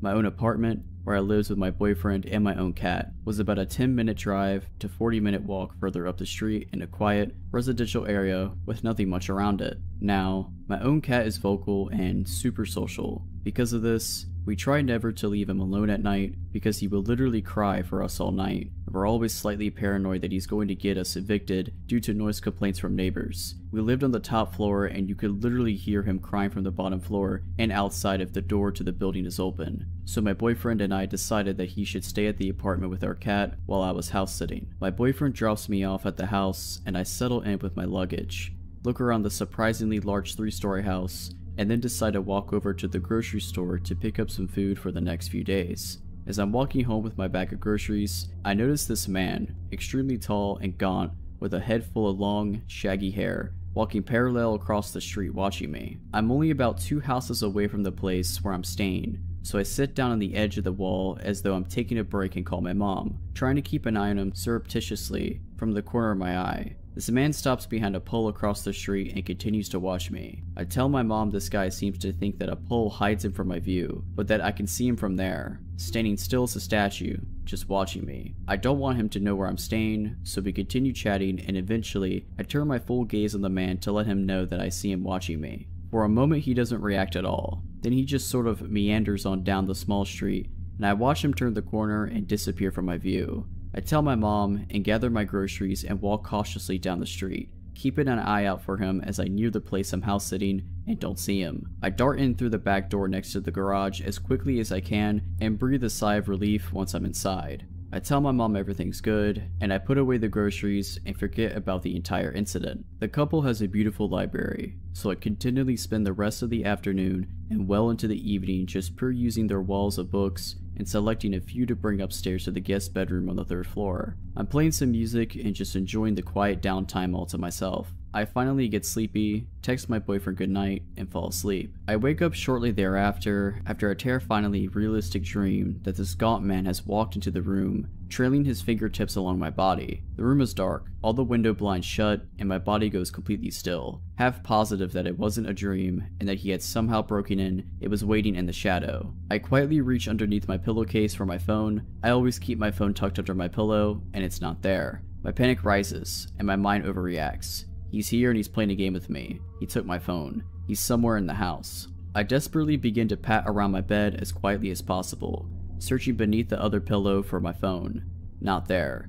I think, surely he'll hear me if I get out of my bed to look. But I suddenly remember that I left my laptop next to me on the bed and I open it, quickly sending text after text to my boyfriend through iMessage until he wakes up. I tell him I can't find my phone, had a bad dream, and I'm super anxious. With him awake and responding, I get the courage to flip on the lamp and get out of bed. I search around the floor, thinking my phone must have fallen while I was sleeping. Nope, not on the floor. Finally, as I search the bed frantically, I find it atop the covers on the other side of the bed. Weird, but I suppose I must have knocked it across the bed or something. I don't sleep well the rest of the night, hearing noises from across the 3 floors of the creaky stairs and house, thinking anyone could break in through the patio door across from my room. All they'd have to do is get to the balcony, and wake up the next morning exhausted. The next day, I'm sitting in the living room at their piano practicing. I'm an opera singer, and I was mostly excited about this house sitting because I'd get the chance to sing without worrying about apartment neighbors complaining, with the blinds open. There are some kids riding their bikes, neighbors with dogs, the usual. I'm enjoying my afternoon when I notice there's an odd, run-down, dilapidated, dark house nearly diagonal to this one, which doesn't fit in at all with the otherwise nice neighborhood. Gaunt man walks out of it and sits on the porch. My stomach drops. I call my boyfriend and tell him that the creepy guy apparently lives across the street. I shut the blinds facing that way so that he can't see me and retreat to the other side of the house with the kitchen. I spend the rest of the day chilling, convincing myself that I'm overreacting, that everything is fine and I don't need to worry. Nonetheless, come nightfall, the house seems just way too large, with too many entrances, and the bottom floor is so far away that I worry the noise wouldn't carry up to the top floor if someone did break in. Naturally, I cannot sleep at all. I end up retrieving a knife from the kitchen and stashing it under my pillow. Noises keep me up. Creaks, odd sounds. Around 11 p.m., I call my boyfriend and beg him to come stay with me, assuring him that our cat could survive one night without us. He drives over and pulls into the garage. I come unlock the hall door from the garage to let him inside. I still don't sleep well, but at least I get some sleep with him here, feeling a little safer. He gets a little weirded out about the knife under the pillow and tells me to put it back where I got it. I stash it in the bedside drawer, just in case. The next day, I pull it together and tell him he doesn't need to stay. I'm clearly overreacting. Then comes nightfall, and the plethora of odd noises. I decide I can't stay in the guest room at the top floor anymore because I feel like I can't hear anything. I go down to the second floor and try to sleep on the couch in their media room. George of the Jungle's on TV, and I try to fall asleep while watching that. Instead, I get more and more paranoid that I won't be able to hear anything over the movie and end up switching the movie off. I try to fall asleep again. Now I'm sure that I can hear noises from both above and below me. Not the cat who, every night, hid in a tote bag in their bedroom on the second floor and never made a sound except to hiss at me when we crossed each other's paths. I get no sleep, patrolling the entire house all night, finally falling asleep as the night sky tinged gray with dawn. The next day was my birthday, and his little sister was flying up from across the country to spend a week with us. He couldn't stay the night with me anymore because she was still quite young and needed adult supervision, and I insisted that she stay at our place rather than have them come to the house I was at. Fortunately, my best friend had just returned from her trip, and we decided to have a birthday sleepover. I feel a little paranoid, but again, I'm able to get some sleep with someone else there and wake up a little more refreshed. She leaves, and I sit in the kitchen, which faces the street where Gaunt Man first saw me. Gaunt Man is across the street, walking and watching. I duck down against the wall below the window, placing my phone at the gap between the blinds with only the top of my head showing. Gaunt Man gets closer, still watching as I hit record on the video. I get several seconds of him watching the house until he suddenly seems to notice the top of my head or the phone and snaps his own gaze back to the sidewalk below him and walks on. My heart is pounding. Now he knows that I've watched him watching me again. Probably saw the phone recording or taking a photo, and he lives right across the street, where he often sat on his porch for hours smoking with a couple of other men, facing my direction. The next few nights were a blur of me wandering around the house, checking closets and other closed spaces upon returning from going out, placing chairs against entrances so that I'd hear them scrape if they got moved, half sleeping in the media room, double checking windows, exhausted until the couple of hours of sleep I would get when the sky would tinge gray, and I'd felt I'd survived the most dangerous part of the night. My best friend found out I wasn't sleeping at all, and offered to stay with me for the last night. Boyfriend's little sister was still there, so he couldn't. I accepted her offer, feeling foolish and overdramatic, but thankful. We stayed back in the guest room on the top floor, watching Parks and Rec quietly with the subtitles on, so that I could still hear the rest of the house. It was around 1 a.m. or so when a shrill, piercing siren suddenly echoed throughout the house. My best friend and I sat up in bed, paralyzed for a moment with fear and confusion. "Did they say anything about an alarm?" she asked me. "No," I responded, hesitantly, wondering if I had missed something in the notes they had left. We stared at each other for another long moment. "What should we do?" she asked. "I don't know," I said. "We should shut the door and lock it, right?" She was the closest to the door. She shut it quickly and locked it. I moved the nightstand in front of it, a pathetic barricade. The siren continued to wail throughout the house. "Should we call the police?" I asked, my heart pounding into my mouth, opening the blinds with my hands and trying to peer through the dark street below. There was a window to the bathroom with the access from the balcony patio. I checked it, just to make sure yet again that it was shut and locked. We should probably call the police. Or should we? She had already begun to call the police, telling them that we were house sitting and an alarm had just gone off. We were concerned about a man who had been watching me over the past few days, and we were alone in the house. The police got our address and said that they would arrive soon. Suddenly, the alarm stopped. With the alarm off, we gathered the courage to remove the nightstand from the door and unlock it. I had pepper mace gripped tightly in my hand as we swung the door open, ready to confront whatever was out there. Nothing. No one. I checked the giant glass door a few steps away that led to the balcony patio. Locked. We made our way down the stairs, cautious, quiet. We finally made it down to the bottom floor when there was pounding at the front door. I hurriedly made it over to the door, removing the chair I had placed in front of it as quickly as I could, letting in 2 policemen. They identified themselves through the door. They came inside, asked me a few questions about this man, and then decided it was probably just a harmless homeless man. I didn't tell them that he lived across the street because I thought they'd accuse me of overreacting. Quote unquote, he was just walking home, not following you or watching you. End quote. They couldn't find a security system, and told us that it was the fire alarm that had gone off, but they couldn't figure out why. After checking the house and finding no one, they left. I emailed the owners the next day to tell them what happened, and that we had called the police to come check it out. They apologized that it happened, and thought it was strange. I left the next day and politely declined house sitting for them when they asked again a few months later. We moved out of the city and across the country last summer. My boyfriend only recently told me that he and my dad, who had come up to help us move, had seen Gottman walking across the street from our apartment, and that last week before we moved. So Gottman, even if you weren't stalking and watching me, let's not ever meet again. A couple years ago, one of my closest friends relocated cross-country with his long-term girlfriend to a work job he couldn't refuse. Only issue he had was that he did not want to fly his dogs out with them when they made the move, since they'd be staying in a hotel for the first month. He was also a bit reticent to fly them out due to health concerns for both pets. By the time he located a home to rent, he was missing his dogs and made the request of his sister, another close friend, and myself to drive them to him in LA. Now we're Chicago folks, so the trip would be a long one. However, with the 3 of us to foot the near 30-hour drive, it would be a piece of cake. We left early and drove long hours. Along the way, it was decided between my friend and I that we'd foot the majority of the drive ourselves, and if we needed to, we'd let our friend's sister do some driving. We were on a bit of a time crunch due to a snafu with the rental agreement, so we didn't have the luxury to stop very often past an 8-hour stay at a Denver LA Quinta Inn. As for the journey itself, it was relatively smooth, barring getting pulled over right before entering Utah for driving for 2 miles in the left lane of an empty highway. Whoops. From that point, we made it through Utah, Arizona, and Nevada without much trouble until we entered California in need of gas. I had been driving for the majority of the first day and tagged my buddy in after being pulled over. I remained in the shotgun seat as navigator, searching through the GPS for a fuel stop. We kept our eyes peeled for road signs and discovered a sign pointing to Yermo Ghost Town or something along those lines, which had a mobile station. How wonderful. It was convenient too, as it was located almost directly off of the interstate. We rolled in on a little more than fumes when we approached the pumps. Normally we let the dogs out at every rest stop, but having stopped not long before then, and with both dogs sleeping snugly in the back, I decided to pump gas without anyone else leaving the vehicle. My buddy pulled us up on the opposite side of a beat-up green sedan with a short, plump gentleman who just turned in to approach the shop.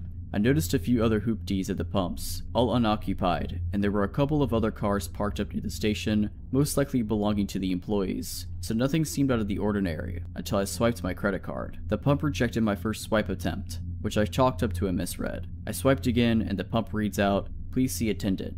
I was annoyed, but we needed gas. I tapped on the window and told my buddy what I was doing and asked if anyone needed anything. After taking their orders for Gatorade and Marlboro Reds, I walked up to the store and made a mental note of how strange this gas station was. Kinda quiet, especially for one right off the interstate, but that's no matter. As I walked in though, more weirdness. First thing I noticed is that there are some boxes of chips just left on the floor, like someone was stocking shelves and just quit. As I veered to my right, I noticed that immediately there is no one milling about in this place. With the 6 cars beside my own out there, I felt like I would see someone. Things got even weirder when I realized that there was no one behind the counter, no customers or workers. And then it dawned on me. What had happened to the gentleman who was at the pump adjacent to mine? Surely they can't all be in the bathroom. This is where I began to feel this gnawing sensation in my stomach. Something isn't right. I have always been a person who felt like I could trust my instincts. and those instincts were screaming at me just to get out of there. I want to run, but I hold back. I would look suspicious booking it out of a gas station that was empty and decide to just play it cool. Natural. Don't let your body language let on to how badly you're freaking out in your head. I was probably inside of this gas station for only a couple minutes when I left, but I stopped just before exiting to listen for something. Anything. A flushing toilet would have been a good sound, but nothing. As I exit the shop and see my car, I begin to feel dread. It's like that moment in a movie where the hero is about to make it to the end of their trial, but the celebratory fanfare disappears, and in that silence, something comes and strikes them down. I am about 25 yards from the car when I see this gentleman come out from around the side of the shop opposite of me. This is not the same man as I saw while pumping gas. He was larger and had a peculiar look on his face. The best way I could describe it, it was like Nick Cage's smile from Face Off, before the titular act had occurred. I continued walking towards my car, but when I turned back to look at him, he was now walking towards me with a purpose. At this point, I noped my way back to the car with increased urgency in my step. And of course my friend has the door to the car locked like a complete douche clown. There is also the 95-pound golden retriever sitting in my seat. Apparently my travel companions did not notice how freaked out I was, or the creepy gentleman still walking in my direction. I punched the window and told him to unlock the door, to which he only half rolls down the window to tell me the dog was in my seat and they were afraid she'd jump out when I opened the door. I reached my hand in and threw the dog towards the back seat as hard as I could, while my friend is just now realizing how freaked out I am. He started the car and drove off quickly. I took one last look back and saw the guy had stopped about a pump away from where we were, still with that same look on his face. We found another gas station further down the road, this time with a ton of people inside and out. After thoroughly creeping out my friends with the story as I pumped gas, we made our way back to the interstate, which meant passing that gas station again. It's been about 15 minutes since we pulled out initially, and we go silent as we notice that those very same cars are still sitting in the same spots where we had left them.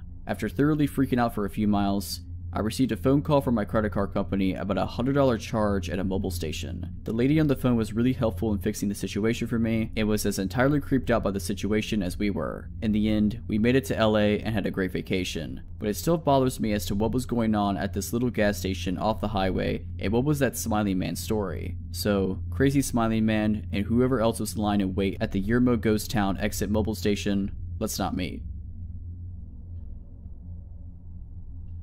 I lived in New Mexico for several years before moving to the Midwest. My friend, Amy, and I, both females, would spend many days exploring the remote corners of the New Mexico, discovering abandoned ghost towns and enjoying the quiet, desolate beauty of the desert. One afternoon in March 2010, we were traveling from Ruidoso to Albuquerque. Always up for exploring, we took a back road rather than traveling the more direct highway. One leg of our journey had us on NM55. It's a remote, teeny tiny 2-lane highway. We love those types of roads, up until that day. This part of New Mexico's flat and desolate desert. You can see for miles, and there's virtually nothing except dirt and rock between towns, and towns could be miles apart. So we were on NM55 going north. After a few minutes, we saw a white pickup truck up ahead of us, going the same direction. Suddenly, he stopped his truck sideways in the middle of the highway, blocking both lanes. We were about a mile away from him, and as we got closer, we began to get uneasy. We could see no reason for him to do this. We were the only other vehicle out there, and we began wondering if we should turn around rather than come up to him and have to stop. We were about a half a mile away from him when he pulled over to the opposite side of the highway, but his truck was still pointed the direction we were going. We tried to relax a little. Surely, this guy was a rancher or something. Maybe he was checking something on his land. As we passed him, we noticed a few things. 1. There was only one person in the truck, a middle-aged guy who never took his eyes off us, and 2. He was talking into a walkie-talkie. A few seconds after we passed him, he pulled back onto the highway and started following us, but he never got too close. He would get to within a few car lengths and then drop back a little and then speed back up again to within a few car lengths. We were getting nervous. We realized how alone we really were. We had seen no other traffic on that road, and we hadn't told anyone about our great idea to take this detour. We checked our cell phones and neither one had signal. Typical for remote New Mexico, but scary given our present situation. Amy was driving and speeding up while I frantically checked the map, hoping to find a road that would have more traffic. There was no other road. We had to travel this one to get to the next town, Mountain Air. Turning around to go back the other way didn't seem like a good option. After a few minutes, we saw another pickup truck coming towards us. He was going very, very slowly, maybe 20 miles per hour, if that. This pickup was old and beat up, whereas the one that was behind us was newer. Amy had us up to 75 miles per hour, which wasn't typical for us on these 55-mile-per-hour highways, and we blew by the old pickup. As we passed it, we saw that it was another middle-aged guy, and he was talking into a walkie-talkie. After the white pickup passed him, he pulled a U-turn and pulled in behind it. As we watched all of this, we could see the white pickup truck guy talking into his walkie-talkie. No doubt these two knew each other. We were being deliberately followed, and for the first and only time in my life, I felt hunted. They stayed right behind us. We watched for obstacles in the road. We truly thought old beat-up pickup guy had set up a trap in the road and our vehicle would be disabled somehow. We talked about driving into the fields. We were in an SUV, but this was obviously their territory, and we were afraid of what would happen if we went off-road and got cornered. So, we stayed on the highway. By now, white pickup truck guy was right on top of us. We could see him talking into the walkie-talkie, and he stayed right on our bumper. And old, beat-up pickup truck guy was right on top of him. The three of us sped down the highway. The white pickup inched closer. His maneuvering and edging closer made it apparent that he was trying to bump us. I watched helplessly as he got to within inches of our back bumper. Amy floored it. We were passing 80 miles per hour and edging up to 90. The road was flat and deserted, but any little thing going wrong would have been catastrophic. We absolutely were not going to slow down or stop if we could help it. The white pickup pulled into the opposite lane and started to gain speed. The only thing we could think of was that he wanted to pass us and get in front of us. If he got in front of us and his buddy was behind us, then we'd be boxed in and trapped. We looked frantically at the rocky desert on both sides of us. Our only option was to off-road it. As we topped a small incline, we saw a sign that said Salinas Pueblo Missions National Monument, and it pointed towards a road on the left. And right at that moment, a blue pickup truck pulled out of the road and onto the highway in front of us. As we came up on the blue pickup, we saw the plate said U.S. Park Service. We looked at each other and then looked behind us. Both pickup trucks did U-turns and went the other way. We followed the blue pickup to Mountain Air and then made our way to Albuquerque. I don't know exactly what those guys' intentions were, but they weren't good. There is something seriously wrong out there. I notified the state police and they said they would keep an eye on things. So, let's not ever meet, or have anyone else ever meet, these guys. This story occurred roughly 14 years ago, when I was 12 years old and living in east side of an Australian rainforest. When I say rainforest, our house was on a 40-acre property surrounded by bush. The house itself was owned by a Swiss man named Hans. Occasionally, he would come down with his tractor and slash the long grass surrounding our house so we could access slightly more of the property in the summer.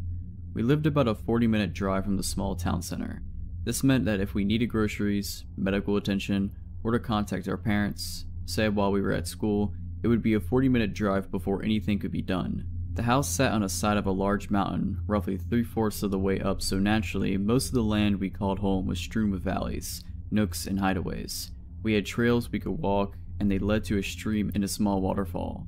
It was a truly beautiful place, but considerably scary to me and my small siblings, one brother and one sister slightly younger than me. We knew our neighbors on both sides of the property, but because of the location of our house was pretty remote, our nearest neighbors were roughly a 10-minute drive away. One was a lovely old lady who used to wave to us when we got off the school bus before we made the trek to our house every day. I think our parents asked for her to keep an eye on us.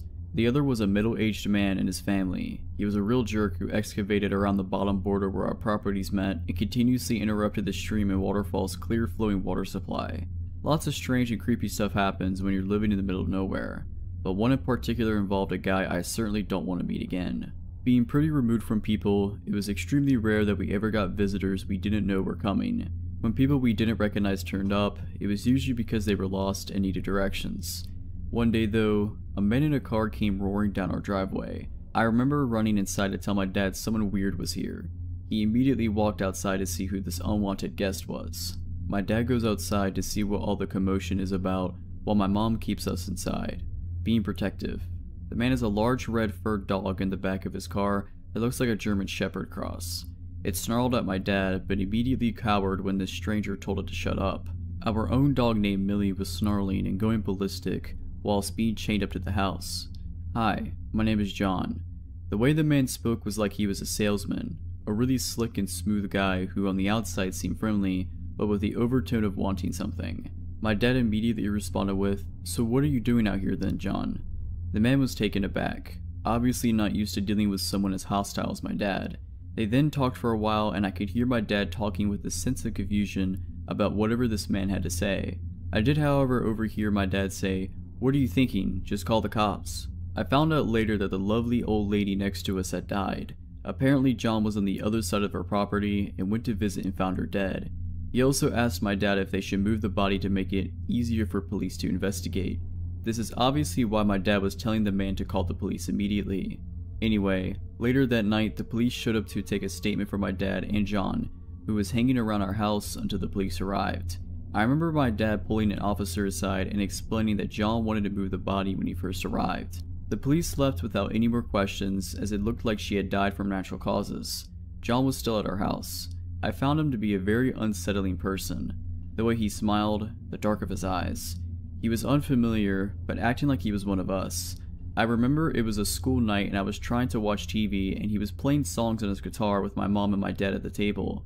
I was angry because he was ruining my shows and I told my mom I wanted him to go and I thought he was weird. She smiled and told me she felt the same and told me I should go to bed. The next day things seemed normal. Went to school, came home. Not seeing the familiar friendly face of the old woman stung a bit on my way past her house. It felt strange and I hoped that she knew her family loved her before she passed. I was a bit sad on the walk home, until halfway down the driveway I noticed John's car again and parked out the front of our house. I walked closer and was greeted by his dog, Rusty. He walked outside with my dad and I heard him call Rusty to his car as he was leaving. Apparently he was borrowing tools from my dad. He left and waved goodbye like he was someone that I was going to miss. Again, that sense of overfamiliarity made me feel uncomfortable. I didn't know this man. I didn't like this man and I was hoping he would never come down to our driveway again. My dad then pulled me aside and asked me what I thought of John. I labeled him a weirdo and told my dad I was hoping he wouldn't come back. For the second night in a row, when John returned Dad's tools, he was sitting in our house playing guitar and annoying everyone. My mom and my dad were visibly unimpressed by the situation. I heard my mom and dad argue about him hanging around until eventually my dad told him he needed to leave, as it was time for us to go to bed. He insisted it was early and tried to make an excuse to stay. I found that very odd. I was polite enough to know when someone didn't want me around, so why didn't this man? Or if he did know, why wouldn't he leave? After ushering him out, my mom and my dad had a big talk in their room and my dad told us all that he didn't like John and that he was going to ask him not to come over anymore, and if we saw John again, immediately to tell him. The next day was a Saturday, so we were going to blow up our cheap inflatable pool and go for a swim as it was getting pretty warm. Around 11 AM, the sound of a car thundering down the driveway alerts me and I go outside. I run back inside to tell my dad that John is back. Just like the first time I ever laid eyes on John, my dad goes outside and we stay inside with my mom, watching and listening through a screen door. John again with his weird, overfamiliar smile and dark eyes greets my dad and is met with, "Look, I don't know who you are, but I don't want you coming around here anymore. You scare my kids and my wife and I don't want you to come back. You understand?" I didn't hear John's reply from his tone, but it sounded like he was confused and tried to reason with my dad. My dad wasn't having it and told him to go or he would call the cops. As he was leaving, my dad said, "Don't come back or you'll be sorry." This is where things truly get weird. As my dad lays this subtle threat on the man, his face completely changes one of rage. He glares at us in the house, sticks up his finger and speeds out of the driveway shouting profanities and churning up gravel, spraying it towards our house. My dad came back and told us we wouldn't be seeing John anymore, and if we did, we were going to call the police. I was relieved. This odd man made me feel uncomfortable in my own home, and the way he reacted when he left confirmed the feeling I got from him when I first saw him. I can't remember if it was the Sunday or the Monday after that day, but John did come back. He tried to reason with my dad and say sorry for whatever caused us to not like him. Before he even got out of his car, my dad said, "If you don't turn around and leave, I'm gonna smash your face in." He did just that. My dad then called the police to inform them of what happened. Apparently they were going to go and talk to John. I didn't hear any more of what happened to that conversation. A few weeks went by with no sightings or happening with John, and we all felt like things were back to normal. This was until our mailbox had been tipped out of the ground and smashed, or possibly run over. I remember asking my dad what happened, but he wasn't about to give me any ideas. He later told me that he knew it was John after the way their last conversation ended. The next weekend after the mailbox incident, we went into town to get groceries and a fast food dinner as a bit of a treat, and when we came home down the driveway, my dad immediately stopped my mom from proceeding and said that something was wrong. Next to the carport where we parked our car, at the back of the house, There was a window that opened to the bathroom. My dad must have spotted the window was missing. As we drove down, he got increasingly more tense until we all noticed the window was missing. I remember being confused in the back seat and not really knowing what was going on, until I saw it. A man, dark eyes, and overfamiliar, coming from the window that led to the shower. My dad was exploding with rage, and he told my mom to rush down the driveway. The man proceeded to escape the window and run down the back of our property into thick shrubbery. My dad, only being on one leg, let Millie loose as she was going ballistic tied up to the house. She raced down the grass-engulfed hill into the darkness. She came back with nothing. My dad went out with his flashlight and couldn't find anything either. I'm not sure if anyone slept that night. None of our possessions had been stolen or even moved. We must have caught this man just as he was entering our house. The police came the next day and searched for fingerprints with no avail. My father was furious and again alerted them to John and his strange behavior. They told us they would look into it once again. That was the last time we heard from John that year. I had almost completely forgotten about him and had the summer off to enjoy myself and get ready for high school. The school I went to was pretty large considering where we were, but everyone seemed to know each other pretty well, including the teaching staff. Within my first week at the school, we were introduced to all the teachers and teacher aides. I was caught completely unaware when that overfamiliar, dark-eyed man from the previous year was introduced as a teacher aide. Except instead of John, he was introduced as Gregory something. I went into a little bit of a spin as I was trying to make sense of all of it. I was 100% sure that this man named Greg something was the same man who had introduced himself to my family as John. At that moment, so many things rushed into my head. What if he killed the old lady? What if he didn't live close by? What if he wanted to move the bodies so he could frame my dad? If he lied about something as critical as his name, what else was he lying about? What if police never even made contact with him? I was sitting there for a good 10 minutes trying to piece it together until the teacher called my name to bring me back to reality. That is when he noticed me. The look on his face when he saw mine was one I'll never forget.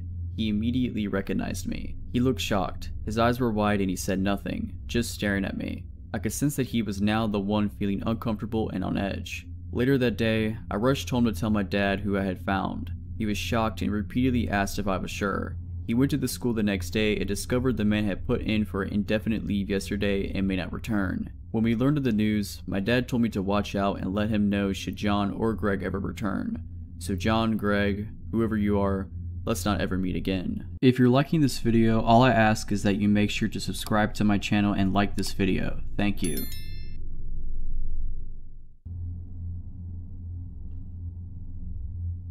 When I was 14, I was asked to babysit my 3 younger cousins, aged 8, 4, and 1, in an extremely rural, mountainous part of Pennsylvania. My aunt and uncle had a wedding to go over to about an hour away and wouldn't be back until very late. Their house was situated on a steep mountainside. Their back deck had a 15-foot drop onto a rocky hill below leading down to a river. Their closest neighbors were about a half a mile away. The closest main road was a mile away, and at night, there were no lights to be seen anywhere around them. Basically, it was in the middle of nowhere and you would have to know where you're going to get there. You don't just accidentally end up there. My aunt and uncle left us with some pizza and their cell phone number next to their landline. This was the early 2000s and I didn't have a cell phone, but even if I did, I wouldn't get reception there anyway, and headed out. The baby was already asleep. The 4-year-old wasn't feeling well and was quietly watching TV in the living room as he dozed off, and the 8-year-old was playing Guitar Hero with me up on the loft. The loft overlooked the living room to the left, where I could keep an eye on the 4-year-old, and there was a huge window that overlooked the driveway to the right. The description of the driveway is an important detail to the story. The road that led to their house ran straight into their forked driveway. It was a dead-end road. The house was as far as you could go. Go to the left driveway, there is a large open carport, and that's where my aunt and uncle and anyone who ever visited parked. The right driveway led down a very short but very steep hill to a large leveled out area and ended against the garage door that opened to the basement of the house. It was never used as a garage, but served as my uncle's man cave, and where he spent most of his time. Right beside the garage door, a normal door with a window so you could see right in, but this driveway was exclusively used by the kids as a play area because it was the only flat, yard-like area on the property, and being on a mountainside, there isn't much room to safely play otherwise. No cars ever drove down there, ever. There are too many toys and bikes in the way, and friends and family knew this. It was about 10 p.m, pitch black outside, no moon to illuminate the area either. My cousin and I were still playing Guitar Hero when headlights caught the corner of my eye, and not my aunt's minivan headlights. Huge truck headlights with those roof lights you often see on Jeeps or other off-road trucks. Not only that, the truck was going down the right driveway, the kids' play area. This was not my aunt and uncle. This was not anyone they knew. Panic and dread filled my body. I was a small teenage girl, alone in an isolated house on a mountain at night, with 3 children in my care. In a terrified voice, I asked my cousin, "Who is that, Jake? Do you know whose truck that is?" And then he looked panicked. "No, I've never seen that truck before," he replied. I quickly ushered him downstairs, still unsure what to do, but the 2 little ones were sleeping down there and I wanted to make sure they were safe. I checked on the baby and then grabbed the phone to call 911, and then I started to hear the metal garage door being shaken violently. No one ever opened that garage door. More panic fills me. I hear them try the door beside it, the metal doorknob jiggling. No one was actually knocking. It's not like they were checking to see if my uncle was down there. Plus, the lights were out. It was dark down there. They knew no one was down there. They were definitely breaking in. The door leading to the basement steps was right next to the phone, so I could clearly hear all this going on. I quickly turned the little lock on the doorknob just in case they did make it into the basement. My heart was practically jumping out of my chest. I'm talking to the 911 dispatcher as my 8-year-old cousin clings to my arm. The operator is calm and trying to call me, but I knew it would be at least 30 minutes until a police officer could get up there, assuming they didn't get totally lost on this mountainside in the pitch dark. I just kept thinking, we are dead. This is how I die. The operator asked for the number my aunt and uncle left me so she could have another dispatcher call them to let them know the situation. I turned around to grab the paper with the number on it, and to my absolute horror, I see a man peering in a large sliding glass door. A huge, burly, but what had to been a 6'4" man with long, scraggly red hair and a big red bushy beard. And what made it worse, he was grinning at me. Grinning in a way that still scares me to this day. Meanwhile, I had to have looked like a terrified deer in the headlights. I was shaking so hard I could barely hold the phone. There was a second man behind him I couldn't see as well. I have no idea what he looked like, but he was equally as tall, but a bit more lanky than the larger man at the sliding glass door. I screamed, "Oh God, they're here." And before the 911 operator could say anything, my 8-year-old cousin goes, "Mr. Jim?" His voice was very confused. It wasn't like my cousin was happy or even relieved to see him. I asked, "Do you know who that is?" But before my cousin could answer, I turned my attention to the man in the door. "I'm on the phone with the police," I shouted. I'm grateful he didn't try that door, because I do not think it was locked. The man stared at me hard for a moment, eyebrows furrowed, like deciding what he wanted to do next, but he then just backed away into the darkness. What seemed like an eternity later, I saw the truck lights back up out of the driveway and then back down the road until they disappeared. I was still really scared, and so was my cousin. He had only met that guy a few times, an acquaintance of his dad. It wasn't like it was a close family friend, and obviously, because again, he went down the wrong driveway. Visitors never go down that way. The 911 operator asked for a description of the man, then told me they'd gotten in touch with my aunt and uncle and they were on their way home. She stayed on the phone with me until the police officer showed up a bit later to make sure that the men were gone, and they stayed with us until my aunt and uncle got home so they could ask them some questions. My uncle was furious, not at me for calling them home early, but at this Mr. Jim guy. My aunt was mad at my uncle and told him to tell Jim to never come back. I didn't know at the time, but my uncle had a drug problem. I don't know what Mr. Jim or his accomplice were doing, or what they would have done if I wasn't on the phone with the police, but that grin was not a friendly one. It was sinister. And again, he also had to have known my uncle was not there, because the basement was dark. He would have seen through the windowed basement door. He had also tried lifting the garage door, something not even my uncle did. He intended to break into the basement. That much is clear to me. There's no other explanation. I never did babysit for them again, and I don't think I ever even went back up there because not long after, my aunt divorced my uncle and moved out. So Mr. Jim, the grinning mountain man who tried to break into the house where I was babysitting, let's not meet again. A few years back, my girlfriend and I, having hiked several other parts of the Appalachian Trail, decided we wanted to give the southern portion of Virginia's trail a shot. It is about 166 miles long. It runs through George Washington and Jefferson National Forest from Roanoke County to Pearisburg in Giles County. This is definitely one of the more remote and less traveled parts of the trail, which is exactly what we were looking for. We gathered our gear and made our way to the start of the Virginia Creeper Trail to begin our journey. We had planned our journey to end at Damascus and figured that by the time we got there, we would be more than ready to get home to our own beds. It was early October and the changing of the leaves and colors were amazing. The air was crisp and cool, perfect hiking weather with beautiful scenery. The majority of the trip was pretty uneventful, just your typical hike, but our last couple of nights is where things got weird. On this portion of the trail, you're supposed to camp on the trail or a designated shelter. We didn't really want to run into other people and didn't want anyone coming up on us in the middle of the night. We decided to ignore those suggestions and find our own little spot off the trail. A little searching around, and we found a spot a little ways off the trail in the middle of a small clearing. It was perfect. We set up camp, cooked some food, talked for a while, then snuggled up and went to sleep for the night. Somewhere around 2 a.m, I was awoke by my girlfriend shaking me awake, telling me, "Get your gun, someone is outside walking around our tent." She informed me that she woke up to what sounded like someone right outside the tent, running a knife or something along the side while circling us. When hiking, I carry a 1911 with me. You never know exactly who or what you might run into when on such a long hike in a remote location. I got the 1911 out of my pack, and then we sat silently, listening for any sounds. A few minutes of nothing but the breeze blowing through the trees, and then I heard branches snapping. It sounded like it was a bipedal, based on the way the steps were paced. I turned on the flashlight and flooded the area with light. I thought I saw someone move behind a tree. I yelled out and told them to go away and that I was armed. I kept the light on the area with my gun drawn and slowly approached towards the area where I thought I saw the figure.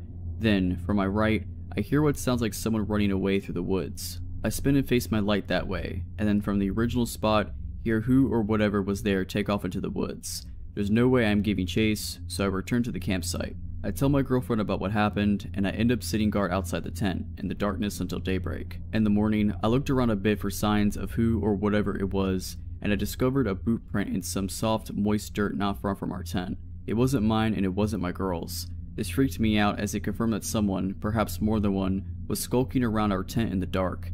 I kept it to myself because I didn't want to freak my girl out any more than she already was.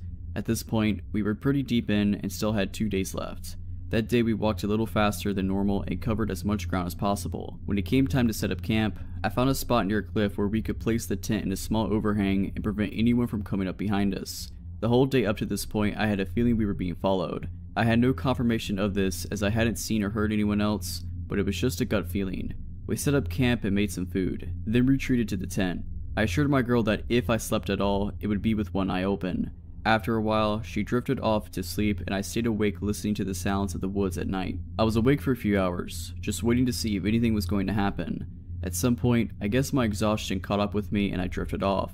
I woke sometime later to what sounded like someone going through our stuff outside the tent. I grabbed my gun and woke my girlfriend, shushing her to be quiet. From that faint glow of the fire, I could see someone's silhouette against the tent. There was really someone out there. I yelled out to them something along the lines of, "We are armed, get out of here." They dropped what they were doing and bolted. I came out of the tent, gun drawn and ready to shoot someone. Our stuff was strewn all about. They had rummaged through quite a bit of our stuff. I walked to the edge of the woods in the direction of whoever was out there had fled. There was a creek nearby and I walked to the edge, where there was a small trail running alongside it. Down the creek I could see a light. It looked like a lantern the way it flickered. Then I saw 3 more emerge from the other side of the woods. I told my girlfriend to start packing up whatever she could and that we are leaving now. We packed up everything of value, left the tent and a few other items and headed back onto the trail, in the middle of the night. I kept hearing people talking off in the woods and hearing branches snap from quite some ways. I kept looking behind us every few seconds to make sure nobody was coming up behind us. It was completely nerve-wracking. If something happened, we were still a long ways from anywhere and quite literally on our own, since we hadn't seen another hiker the entire time we had been out there. I really felt we were in serious danger. We had been walking for quite some time when I heard something in the woods behind us. As we rounded a corner, I turned around and saw someone step out onto the trail and just stand there watching us.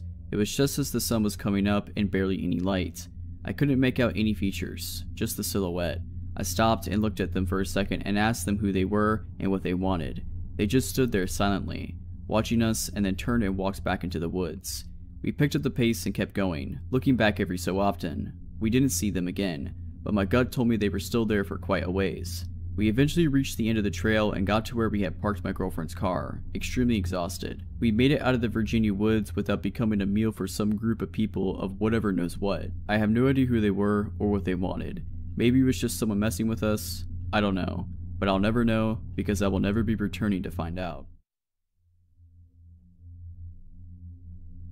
This happened over a decade ago, somewhere in northern Michigan during the summer. My friend Kathy, my boyfriend's half-sister May, and I drove down from our hometown to visit friends, and we were on our way back home in Kathy's bad little car. By bad, I'm talking this thing had engine problems, overheating problems, ignition problems. It was constantly falling apart. More than once, it had stalled or just stopped working in the middle of the street while we were trying to get somewhere, but Kathy thought we'd be fine since we hadn't had any problems with it on the way to our friend's house. It's a little past midnight and we're roughly an hour away from home. There's nobody on the road, dense woods on every side, no street lights, no moon.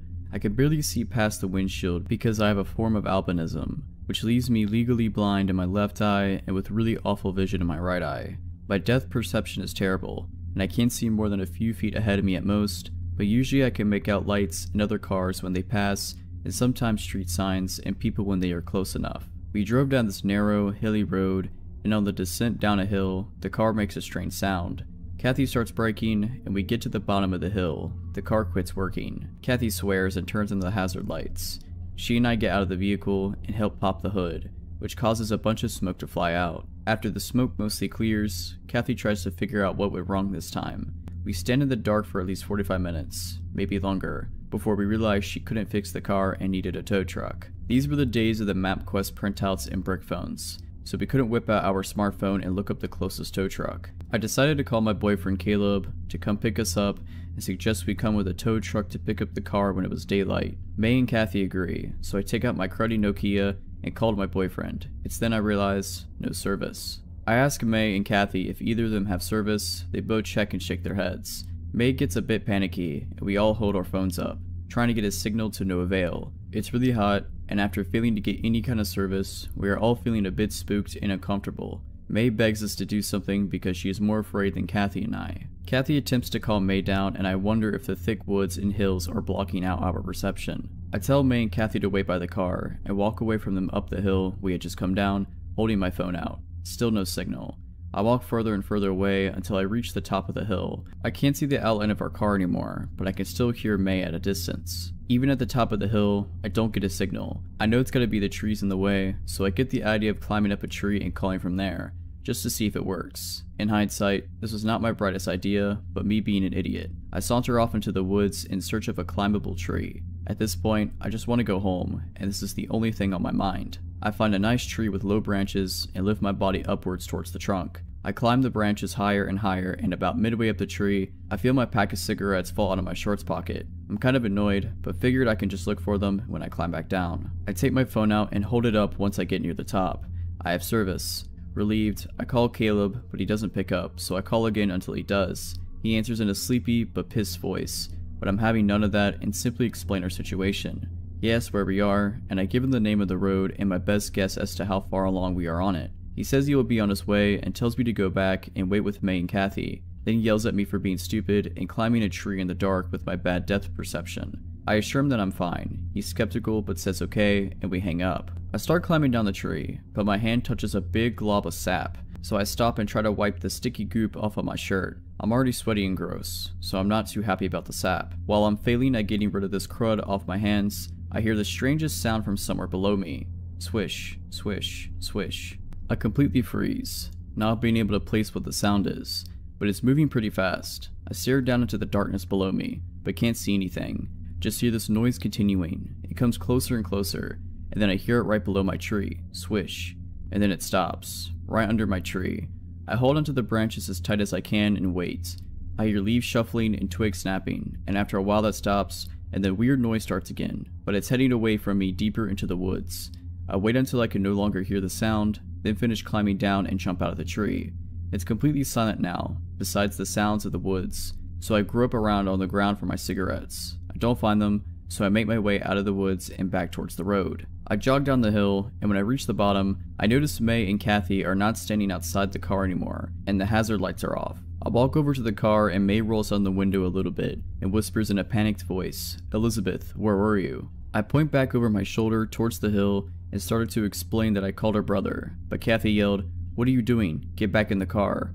I give them a weird look, but Maya unlocks and opens the door and I crawl into the back seat with her, slamming it behind me. Kathy slams the locks and double checks them while May rolls up the window and makes sure the rest are rolled up. One of the windows is never closed all the way, but there's less than a finger space, so it's not too big of a deal, but May's freaking out about it and Kathy has lost her cool as well. I am still confused and ask what the heck is going on. Maya tells me that a bit after I went up the hill, some weird person came out of the woods and ran really funny up the hill in the direction I went. They got freaked out and turned the lights off and got in the car. They thought he had got me. I am honestly scared at this point, because if I hadn't stopped to wipe sap off my hands, I most likely would have got out of the tree at the time I heard the weird noise. I just knew it was that person. I tell them my story, and everybody in the car is super scared, but are relieved that Caleb is on his way. We only have to play the waiting game now. We sit on the road for what seems like forever. The dread we were feeling made time seem like it was going slower than normal. Kathy and May are looking out the windows, surveying the area, and I'm just sitting there hoping Caleb will hurry up and come rescue us. Suddenly, I hear May whine, "What is that?" and she starts crying. Kathy snaps her head to where May is looking and stifles a gasp. I look where they are facing, I see nothing but the dark. But then I hear it through the small opening in the window. Swish, swish, swish. May ducks down, as though doing that will make her invisible, and Kathy hides her head behind the steering wheel. I follow their lead and sort of hunch down at my seat, but the noise comes straight up to the window. I can almost make out the silhouette of a tall, skinny man, and then he presses his face against May's window, and I finally see him. Nobody screams. You'd think we would, but it didn't happen. We all just stared at each other. He looks in at us for a while until Kathy switches her brights on, hoping it would scare him off, but it did nothing. The dude just walked to the front of the car and stood in front of the headlights. Maybe he thought he could block us from leaving? I don't know. I couldn't make out his features very well, but the guy had to be somewhere a bit over 6 feet and no older than 30 years old. He had the face of your average Joe, nothing special. Nothing really sinister or particularly creepy that you notice about him if you ran into this dude in broad daylight. Dark shaved hair, pale skin, long face.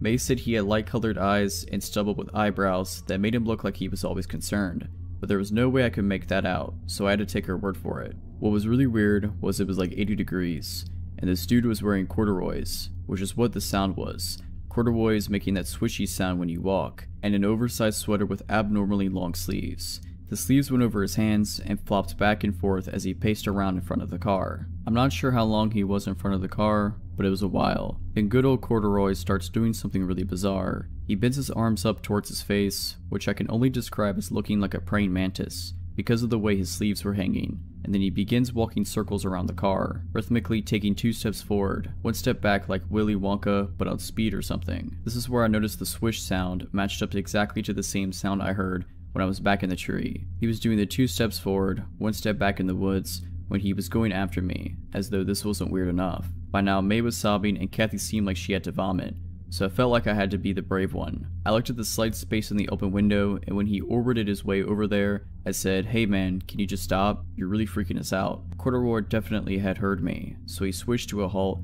and looked back into the car through the windshield, straight at me. I asked him very firmly to leave, and he took an extended pause, smiled, then Willy Wonka'd his way out of my line of vision into the darkness. After a while, Kathy said he disappeared into the woods, and May was like, "I can't believe that worked."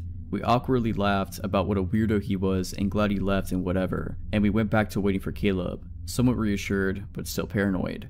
But after some time, Kathy said, "Oh no, he's back." I couldn't see, but apparently he was doing this 2 steps forward, 1 step back parallel to us on the side of the road, and this time he had a big tree branch he was holding with his sweater-covered hands. May got scared again, and I held her hand so she'd feel better about it, even though I was ready to piss myself. It was awful, because I didn't know if he was coming towards us, or if he was moving away, or whatever he was up to. It was kinda like when you knew there was going to be a jump scare in a horror movie. Then I hear Corduroy switch back towards the Geo and out my window. He smacks it with the tree branch. May and I panic, and I scoot as close to her as possible. They see the dude back up into the woods, then come running back and slamming the branch back into my window, like he's jousting with no horse. Thankfully, the window didn't break, but it got terrifying hearing swish, swish, swish, clunk after a while, and he did this repetitively. Kathy perks up in her seat and starts pointing at the road ahead. I see headlights. She blares the horn and flashes the lights. Lo and behold, it's our savior, Caleb. He brought his older brother Alex, and they both get out of his car and head over to us. May's sobs turn into joyous laughter as their brothers approach. Now Caleb and Alex have always been tall guys. Walking around with them was like walking around with high elves. It felt very safe. Caleb was 6'8" and Alex is around 6'5", so I thought 2 dudes taller than the Corduroy jouster would make him leave. But nope. Caleb walks towards Corduroy, trying to assess the situation, and Alex comes over to the car and taps on the window, tells Kathy to get out. She does, and he walks over to his car. Then he comes back and puts the car in neutral so he can push it off to the side of the road. May and I slowly get out, and May makes a bolt for her brother's car. I help Alex push the car to the side, while Caleb distracts the Corduroy jouster by holding the end of his stick and telling him to go away. Corduroy yanks the branch away from Caleb and starts backing up by going 2 steps backward, 1 step forward, and disappears into the darkness down the street. I can't see him, but Caleb can. The dude backs up pretty far and then comes launching at Caleb, who sprints the other way down the road, cause that stick could have really hurt him. He bumps past Alex, who had already got out of the car and was opening his car door, leaving me behind the car alone. Corduroy apparently changed directions and aimed the stick at me, but I couldn't really tell. I just hear everybody shout, "Elizabeth." This startles me, and I jump to the side of the car, hearing Corduroy smash the stick into the back window with a loud thud and a swish. I take the long way around the car and sprint off into the road and feel Caleb grab my arm and tug me over Alex's car. I feel the wind has been knocked out of me and my legs don't seem to work, but Caleb manages to shove me in the back seat and scrambles into the passenger side. By now we are all safely in the car and Corduroy is standing like a mantis in front of the headlights again. He'd abandoned his stick and just stood there with no intention to move. Alex puts the car into reverse and slams on the gas, making me knock my head against the door, then makes the sloppiest U-turn ever and nearly drives us into the woods, but gets us back onto the road. Everybody was in 100% panic mode as Alex tore away, far over whatever the speed limit was. May and Kathy swear they saw Corduroy chasing behind us after Alex made the U-turn, but there was no way he was catching up. The next day, I went back there with Caleb, Kathy, and the dude from the tow truck place. There was no sign of Corduroy anymore, but when we approached the car, we saw that in the space where the window didn't close all the way were my cigarettes. The box was missing, but they were all neatly jammed in a row along the window space. I have no doubt it was the work of the Corduroy jouster. To this day, I wonder if he knew I was up the tree and took my cigarettes, or if he thought I dropped them and went further into the woods to look for me, or if he just found them later and decided to stick them through the window, because he was weird. I also still wonder what his intentions were. I still have so many unanswered questions on that night. Several years ago, I was in a bit of a financial pickle. I was 21 with a bad job history, a bad job, and bad credit. My living situation went sideways, and I had temporarily moved back home with my folks. As anyone who has ever had to move back home as an adult will tell you, this was a terrible situation.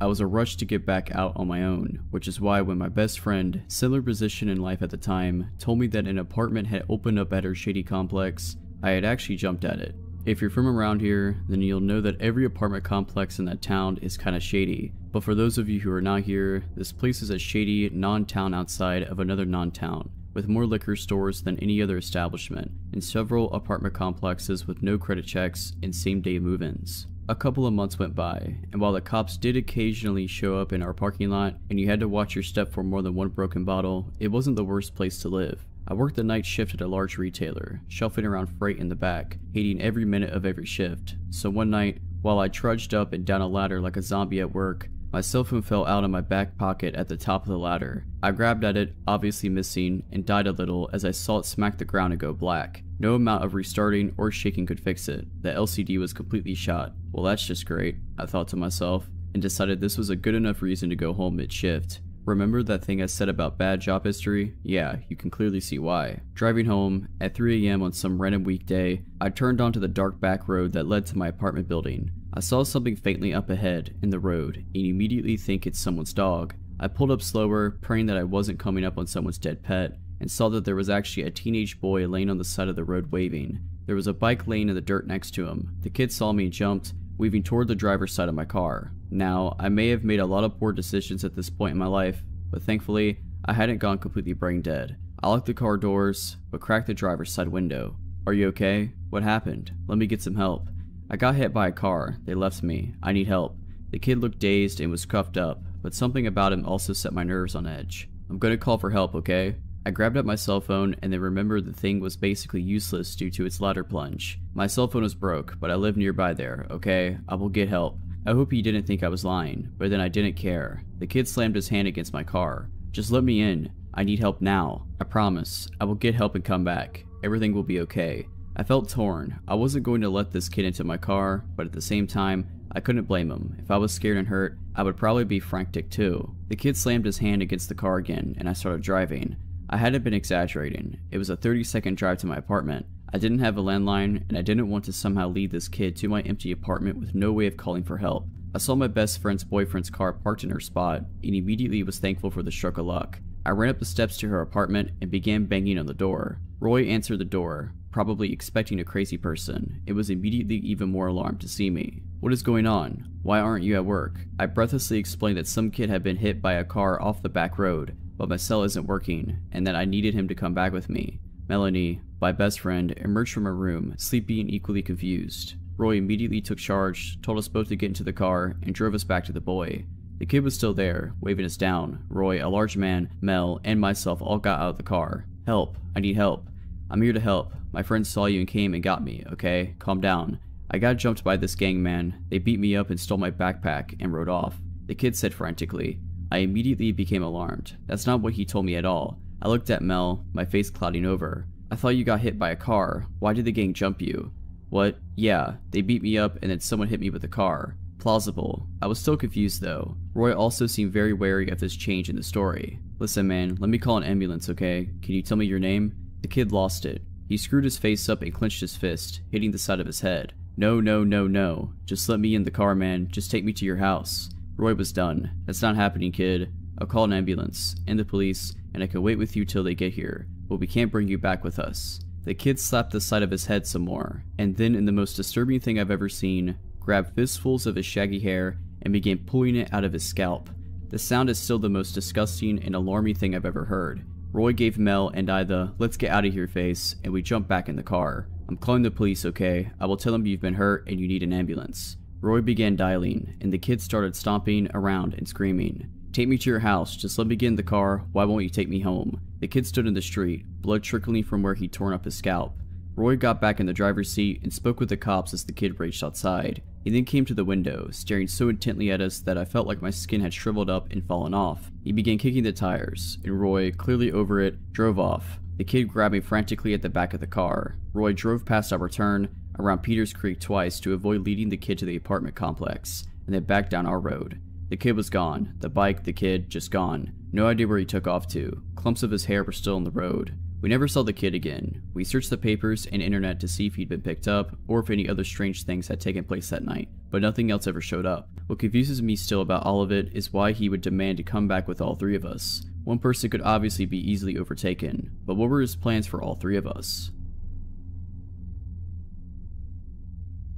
In the early 80s, when I was 8, my family was visiting my uncle who lived in backwoods Missouri. He lived on a lot of land, and the only other people who really even lived on the street were relatives, so no one else ever just happened to be there. This meant no one ever really locked their doors, because random family members were always coming by for this or that. One night, while we were all there, my parents and aunt and uncle decided to go to a nearby town to go bowling, because bowling. My brothers, who were 11 and 12, my female cousins, 6 and 14, and I'm female, stayed home. It was still daylight when the adults left, but it started raining pretty hard and got dark quickly. We used to play this game that was essentially hide and seek in the dark house, but we called it Vampire. There was a thin little mattress on the living room floor that some of the kids would sleep on at night, so the person who was it would lie on the mattress and fold it over themselves like a coffin and count down to midnight. When they got to midnight, they were looking for you. Again, all the lights are off, and you try to make it back to the coffin before you got caught. Because the house was in the country, it was pitch black at night. You couldn't see your hand in front of your face. What this meant for the game was that 1, you couldn't tell where the vampire was looking, so you just had to make a break for it, and 2, if you were extremely lazy, and I'm sure by now you can guess which one of us met those standards, you could hide in the living room with the coffin and get to base quickly. Ben, my 11-year-old brother, was it and was doing the normal countdown. I was hiding maybe 6 feet from him. As he's counting, there was a flash of lightning. I don't know if I was already looking at the living room window or if the lightning made me look, but with the backlight of the lightning, I see a man with his face against the window. He had his hands on each side of his face as if he's trying to peer in and looks exactly like the stereotypical creepster. Heavy set, scraggly beard, etc. I could feel every hair on my body standing on end. Immediately, I began trying to convince myself that I didn't see what I saw, but then Ben sternly whispered, "If anyone is hiding in here, stay still." I sort of croaked out a "I'm here," right as there was another flash of lightning. Creepster was still there, but was no longer trying to look in the window. Instead, he was now looking toward the front door. Ben and I immediately knew what was coming next. From where he was standing, Creepster was probably only 5 feet from the front door. Ben was the same distance, but there was a couch between him and the door. Ben leapt over the couch and locked the door right as Creepster started trying the handle. At this point, I guess Ben decided that it was best to let the Creepster know that people were home and that we knew he was there, because he flipped on the porch light and then started turning on the lights in the house. This is going to sound weird, but I was too terrified to panic. Having said that, I was relying completely on Ben to know and tell me what to do. He told me to go lock the other doors and was yelling for everyone else to come out and to lock all the windows. Honestly, the next few minutes are hazy in my mind. I remember everything up until this point extremely clearly. Then I remember the end very clearly, but I'm less clear about the middle. I know that I locked the side door and then the sliding glass door in the back of the house. When we talked about it over the years, some people remember us seeing him out the back door as well. I don't think I remember that. What I clearly recall is locking the sliding glass door and standing there frozen and hearing Ben in a very calm but firm voice say, "Close the curtain, listen to me, okay? Close the curtain." So I did. Ben can't remember that part, and I just remember my fear in Ben's voice, so I'm not sure if I saw the creepster in the backyard or not. We tried to call the police, but my aunt and uncle had a stupid party line and it wouldn't work, either from the storm or from a neighbor leaving it off the hook or whatever. For the second, they are the only people I've ever known with a party line, so this wasn't normal to me either. But for those of you who don't know what that is, in really rural areas, multiple people on the street would actually share a phone line. Would have different rings for different households, but you could pick up on the phone and listen to your neighbor's conversation. We also tried to summon help on my uncle's CB radio, but couldn't reach anyone. My uncle was a hunter, so he had a gun rack full of rifles in his room, but my older cousin was on an out-of-town hunting trip and took them with him. All we could find was a BB gun that looked like a real rifle. I vividly remember Ben putting me on phone duty and Scott, my older brother, on CB duty, while he stood watch at the little square window on the front door with a BB gun. Maybe 30 minutes later, Ben said, "He's back. He's coming up the driveway." The rest of us froze in fear, but Ben opened the front door and stepped out on the porch, pointed the gun and said, "Get out of here right now." Then we hear our cousin Kyle, who lived on the road a bit, say, "You know that's a BB gun, right?" Even though Kyle was only 15, I remember that we felt like we had been saved when he showed up. Kyle seemed really skeptical of our story, like we were playing a trick on him, even though we had no idea that he was coming, but he stayed with us until our parents came home. Honestly, I don't remember if we even told our parents what happened when they got home. There was definitely no police involvement though. We just went on with our trip, but we never played Vampire again without some mention of that night. If you're liking this video, all I ask is that you make sure to subscribe to my channel and like this video. Thank you.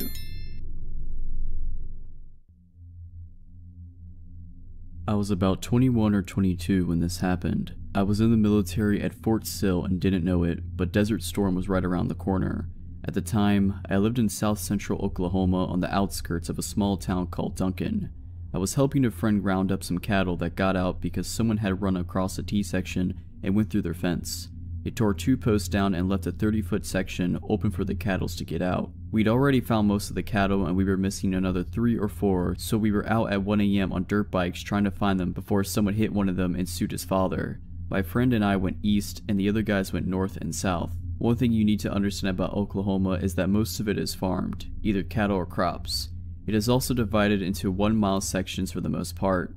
In other words, the roads all run north and south or east and west and intersect at 1-mile intervals. If you ask directions for something out in the country, you're more likely than not to get instructions that include go 3-mile sections north and then 2-mile sections west. The area at this time was sparse and there weren't many homes. We didn't know how long the hole had been in the fence. My friend's father only checked the fence because he was missing livestock. They owned the entire mile section and a good portion of the adjoining mile section.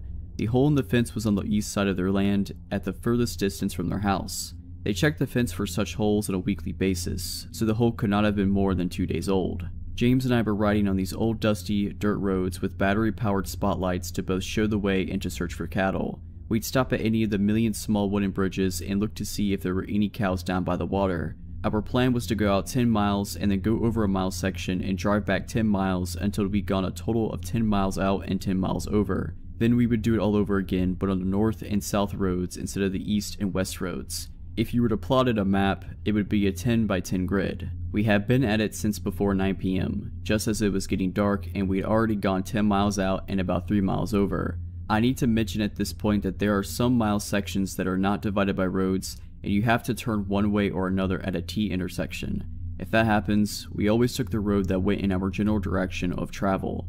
If we were traveling east and came to a T and we'd already checked the road north of us, then we head to the south a mile and then head east again. Occasionally, an old farmer would pass away and leave his land to relatives who had no interest in farming, and the land would be up for sale or just left alone for years. When this happens, and the roads aren't used as much, nature reclaims them and you're usually left with a dirt road with weeds and grass growing on it, or you're left with little more than an improved trail, usually 2 ruts with overgrown weeds and Johnson grass and occasionally a tree. We were on one of those rutted roads. headed south to the next intersection where we turned east again. The land here was too hilly for cultivation and had been left alone for at least the last 30 years. We were both familiar with it and we hunted and fished there. This mile section and the next two were basically wild. At the end of the dirt trail would be a T intersection, but the west side was fenced and the only option was to turn east again. At the end of this mile section, the road was a dead end, but we had to check it and then double back. We just made the turn back to the east when we saw something burning over the next rise. Grass fires are extremely dangerous and can get out of control in minutes. As we topped the rise, we saw the fire was actually in the middle of the dirt road. When we got to it, we found that it was a recliner that was burning,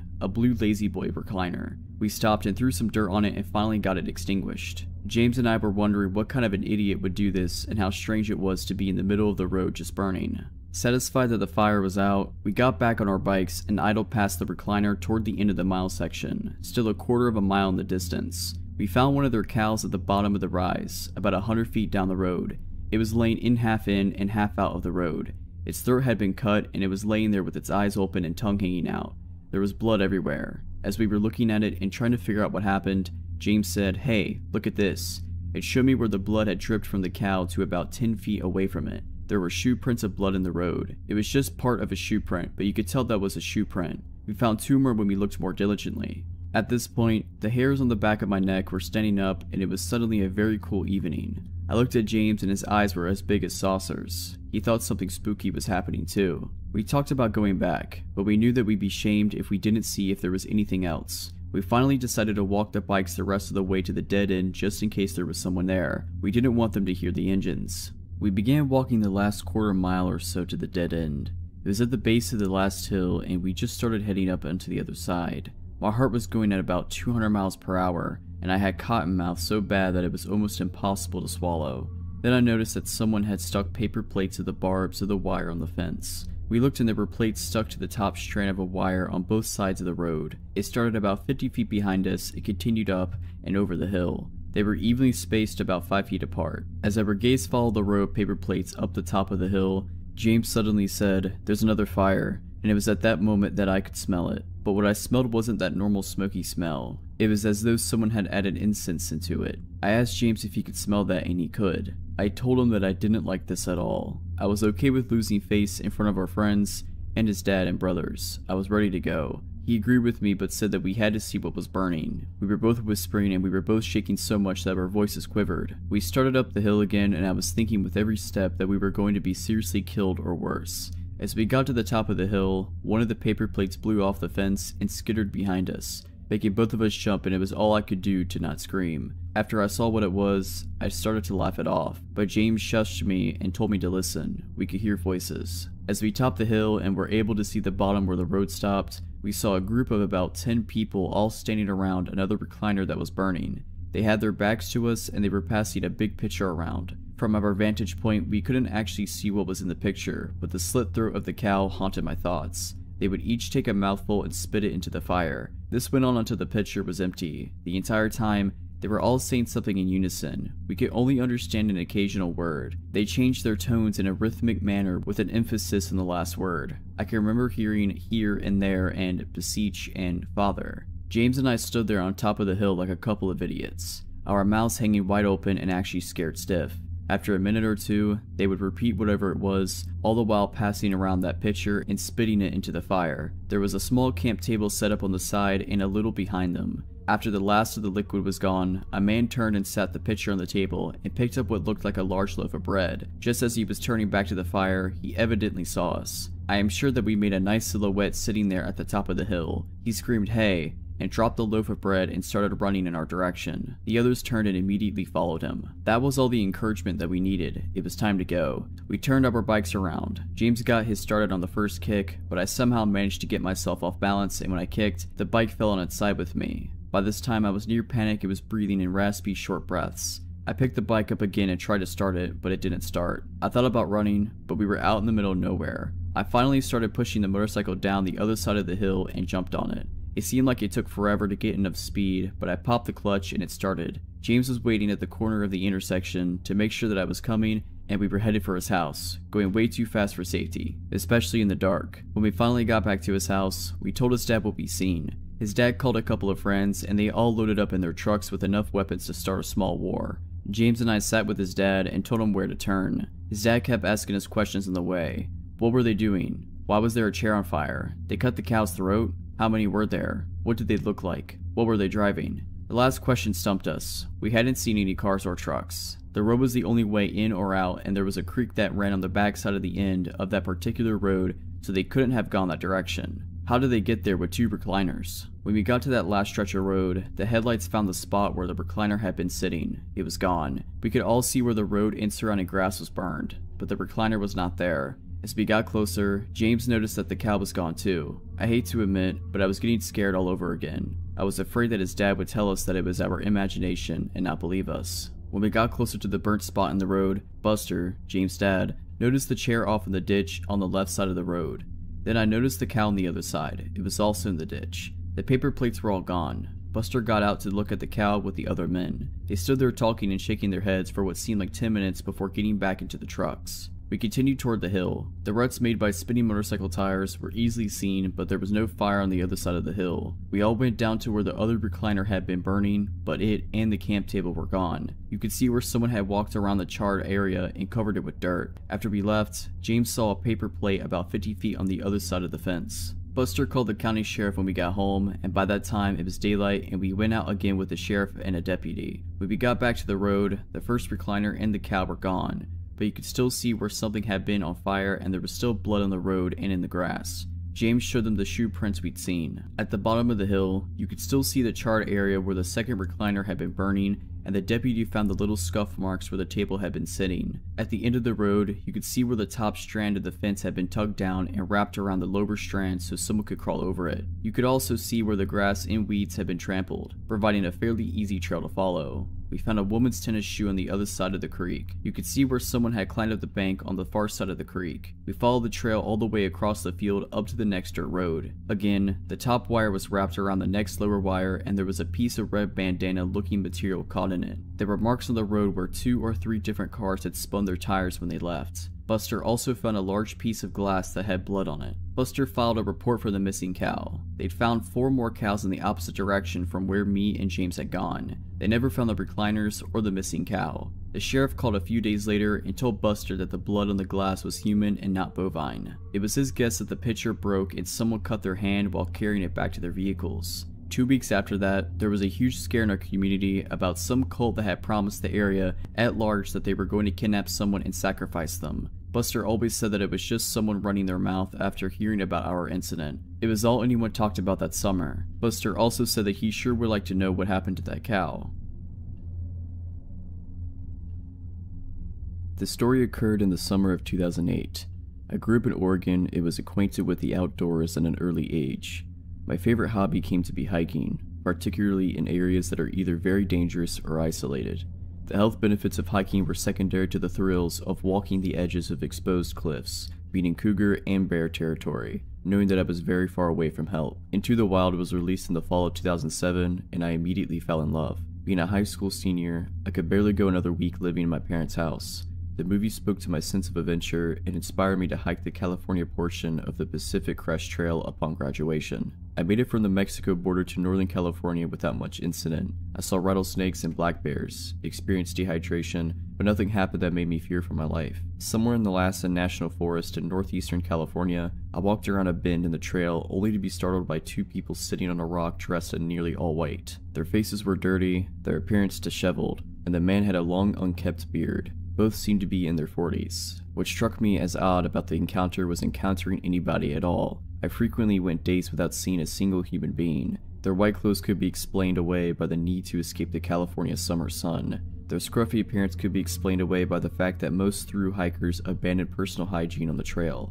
After I said hello, they said nothing and simply watched me as I passed. Even that I didn't find odd. I chalked it up to them being foreign and not knowing what to say. I camped a few hundred yards off the trail that night, as I always did. Following bare precautions, I hung the leftover food I had cooked that night from a tree approximately 5 feet off the ground. Packing up camp in the morning, I noticed the food wasn't there. I immediately thought a bear had entered my campsite, and so I began to look for paw prints. I didn't find paw prints, but I did find boot prints circling the campsite, 2 pairs of them. One of those prints led right up to the rope from which the food was hanging. I thought of the couple I had passed earlier and everything clicked. I quickly packed up and left. My mind was racing the entire day, but I figured the couple was simply hungry. If they had nefarious intentions, they would have come for more than food. Several days passed and my mind was at ease again. I had begun to circle my campsite with sticks to wake me in the event of an intruder, animal or otherwise. I awoke in my tent one night to the sound of those sticks crunching. I grabbed my hunting knife. I tried to relax by telling myself that in the middle of nowhere, the source of that noise is much more likely an animal than a person. Then I heard frantic whispering. It was impossible to tell which direction the voices were coming from. Being in the dark, surrounded by trees, 100 miles from the nearest city plays tricks on your senses. I debated yelling out claiming to have a gun, but instead decided to be silent and retain the benefit of surprise. I heard footsteps circling my tent and was ready to slash at whatever opened it. But just like that, it was over. No more footsteps, no more whispering. I lied frozen awake in my tent until sunrise and opened my tent to find nobody there. The only evidence something had actually happened were the boot prints, the same as before. Several more days passed and I was now in Shasta National Forest, probably 50 to 70 miles from where I first encountered the couple. The trail became more or less a goat trail, being on the side of a mountain and above the tree line. I could see the trail winding for miles in front of me and behind me. I stopped for water in the rare shade and noticed 2 hikers miles behind me. All I could see were 2 white dots moving along the mountainside. I immediately said out loud, "Screw this trip is over." I pulled out my map and looked for the nearest town, which appeared to be Castella, located off I-5. The only problem was that it was 25 miles away. I hiked well into the night trying to gain as much ground as possible. I kept losing the trail and decided to set up camp, this time far off the trail and into the forest. I got in my tent and tried to sleep, but every little noise kept me awake. After a few hours in my tent, I heard the telltale signs of another bad night. The footsteps, the whispering, the sticks breaking. Sounds travel far in the absence of other sound. I knew they were close, but wasn't sure how close. All I could think was, this is screwed up. This is so screwed up. Finally, a flashlight hits my tent, lights up the entire thing, and goes dark. I unzipped my tent and climbed out carrying my knife, yelling nonsense into the dark. Then I heard footsteps running towards the tent and barely made out a figure moving in my peripheral vision. I turned and ran deep into the forest. I tripped several times and ran into several trees. After running for approximately 5 minutes, I tripped, rolled, and came to rest next to a downed tree. I got under the tree trunk and laid still. I saw the flashlight moving around in the distance. I laid under that tree for hours. I was certain they were gone, but I didn't move. Eventually, birds started chirping and I knew sunrise would come soon. Once it did, I made my way back to the trail, abandoned my campsite, and walked the rest of the distance to Castella, where the Pacific Crest Trail crosses I-5. I hitchhiked my way to the town of Mount Shasta, and spoke with the police and Forest Service. They put me in a motel for the night, and my parents drove from Oregon to pick me up the next day. I followed up with the police and Forest Service months later, who told me there had been similar reports of items disappearing from campsites throughout the surrounding national forest. However, there have been no other reports of the terrorizing that I experienced. As far as I know, nothing ever came of the couple. This happened in the fall of 1993, when I was 20 years old. In the interest of context, this was before I started college, and I was working in the material prep department of a plastics factory on the night shift. I was the only woman in the department, and my male coworkers were initially skeptical that I could handle the job, but I proved myself and earned their respect. It was hard work, but on the plus side, it also put me in the best shape of my life. I had just gotten off work, and it was about 1:30 a.m. My car was running on fumes, so I stopped at a local gas station to fill up. While I was pumping gas, a woman about my age approached me looking nervous and scared. She said that she had been at her boyfriend's house and they had a fight. She'd walk up to the gas station to use the payphone and call her to pick her up. On her way to the station, our car pulled up as she was walking and the guys inside started catcalling and harassing her. With a slight moving of her head, she indicated a car that was parked off to the side by the gas station dumpsters. I saw a large light green car, like a Caddy or a Lincoln, with at least 2 or 3 shadowy figures inside. She said they threatened her, and she was too scared to call her friend and wait. The woman was neat, well-dressed, and didn't seem high or drunk or anything like that. She just seemed really nervous and freaked out, so I didn't even hesitate. I finished pumping my gas and told her to hop in the car, then I'd take her home. At that time on a weeknight, there was little traffic, so I booked it right out of the gas station and asked her where she lived. She kept twisting around in the seat to see if the car was behind us, and when I asked her to put her seatbelt on, she ignored me and kept looking for the car. I assumed she was just scared. A few blocks down the road, however, I noticed she was looking around the car, and she started asking me about the money. "Where's your purse? Where's your bag? I need money. You need to give me some money." My stomach sank. I have this woman in my car and now she's gonna rob me. But when I thought about it, robbery just didn't make much sense. I was driving a 1985 Chevette and was wearing my work clothes, a ratty t-shirt and jeans with combat boots. I did not look like a person with a lot of cash, primarily because I wasn't a person with a lot of cash. She twisted around in the seat again and started yelling, "There they are, there they are." She didn't sound scared anymore. I checked the rear view and sure enough, the light green car is right behind me. She started cackling and bouncing up and down in the seat. "My boys are gonna screw you up. They're gonna screw you up." She's laughing like crazy, opening the glove box, looking in the back for a bag or purse, telling me all the messed up things these guys are planning to do to me. Now, if I had been smart, I would have just driven to the police station. Actually, if I had been very smart, I would have just called the cops from the gas station and waited with her until they arrived. That would have been the intelligent thing to do. Unfortunately, none of this crossed my mind until later. In the moment, I just got really angry. I realized three key things all at once. There was an intersection up ahead, with cars on either side waiting to cross, and the light had just turned yellow. I had a spare box cutter that I kept for work in the driver's side door compartment. The lady still had it put on her seatbelt. I didn't think. I floored it and passed under the yellow light just as it turned red. I glanced back to see if the green car was still behind me, but the cross traffic at the intersection had started to move, and they had it caught up. The woman started yelling. I slammed on the brakes and she hit the dash and windshield with a solid and viciously satisfying crack. When she rebounded to the passenger seat, I had the box cutter in her face and was screaming some serious stuff.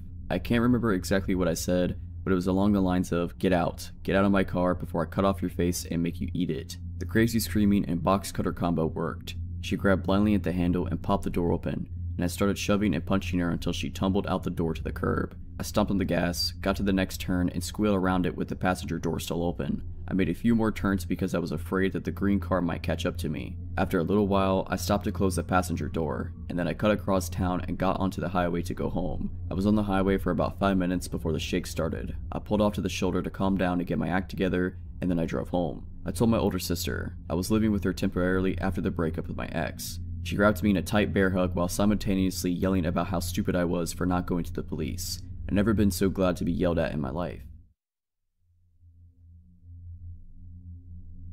I've lived most of my life way out in the valley countryside of Ontario. Given it's not a whole lot for an 18-year-old, but for me it's the only place I can call home. And I like to think that I know the entire area, as far as sprawling that is, like the back of my hand. Adventures across the long, cross-crossing roads, pastures, and woods that made up the skeleton of my village were a common venture in my childhood. As a young kid, I had a habit of biking extremely far out in hopes of finding new places, and sometimes my dad or one of my friends' parents would toss out bikes in their pickup and take us way out into a back road and let us explore for a few hours. This was how a lot of us first found that on one of these bad gravel roads, surrounded by thin woods, was a worn down old shack sitting just about 20 meters off of the path. Honestly, I never thought anything of it, except for the fact that it was creepy. It had no windows to see inside, and I never went anywhere near it. But one of my friends at the time said that her older sister had tried to go in it and that the door was always locked. We all had better things to do than to be curious about that at the time anyway, so I quickly moved on and became nothing more than a mundane landmark of that area. Honestly, I had completely forgotten about it for a few years now. Except last Tuesday. I was coming home from one of my very late classes at my university, and I usually take the back routes I used many years ago, as they're more straightforward and never have any sort of traffic. As I drove down the gravel path that would wind along the side of the country and eventually take me to the next street I needed to turn onto, I noticed a faint glinting coming from within the trees up ahead, maybe about 100 meters from my car. A flashlight? I thought, but as my car came closer, I realized what I was really seeing. The light inside of the shack was on. I should mention now that in all of the nearly 13 years I've spent living in my area, I have never seen that door open, and I've never seen a light on inside of that shack, ever. Not even once. I must have driven past that shack probably almost 100 times in my life, but this was the first time I'd ever seen any sign of a person's presence having been anywhere near that thing. That, coupled with the fact that it was 10 o'clock at night and pitch black outside aside from my own headlights, and the faint glow lighting up the door frame up ahead, immediately filled me with what I can only describe as a weird sense of dread. Fortunately, while my car approached the light, I was curious enough that despite the feeling in my stomach, I slowed down as I was about to pass, hoping that I could see what was going on inside, and this is probably the only reason I managed to spot the dark shape that burst out of the foliage on the side of the road, directly into my path. I wasn't going very fast at that point, but I still pounded the brakes rather hard in alarm, so my car came to a crunching stop on the gravel. For a moment, I was just really confused and freaked out. What was that? Had I almost hit a deer or something? This far out in the country, a deer would have been the most likely and most reasonable assumption, but in the beams of my car, I could see what had stopped me. A very tall, a very lanky old man with scraggly and balding gray hair. He looked dirty and unkempt, and as his clothes hung off of him, I felt extremely unsettled over what this guy could be doing way out here, and why he had walked out in front of my car. As I sat there confused, the old man came around to my window and knocked on the glass. I rolled down the window just a crack, only enough for someone to be able to hear me and for me to hear them. I was already creeped out enough as it was. Immediately, I had to say what I was thinking. What are you doing out here? In my peripheral vision, I could still see the light from the shack, but in my mind's eye, I wasn't really registering it anymore. Stupid, I know. I should have made the connection immediately, but I was still kind of shaken by the fact that I could have run this guy over if I hadn't been able to stop in time. And being a new driver and all, the thought of that was terrifying. After a small pause, the man started talking to me. He had a thick, croaky sort of voice, and he spoke very slowly. "My truck, it's broken," he explained. Oh, okay.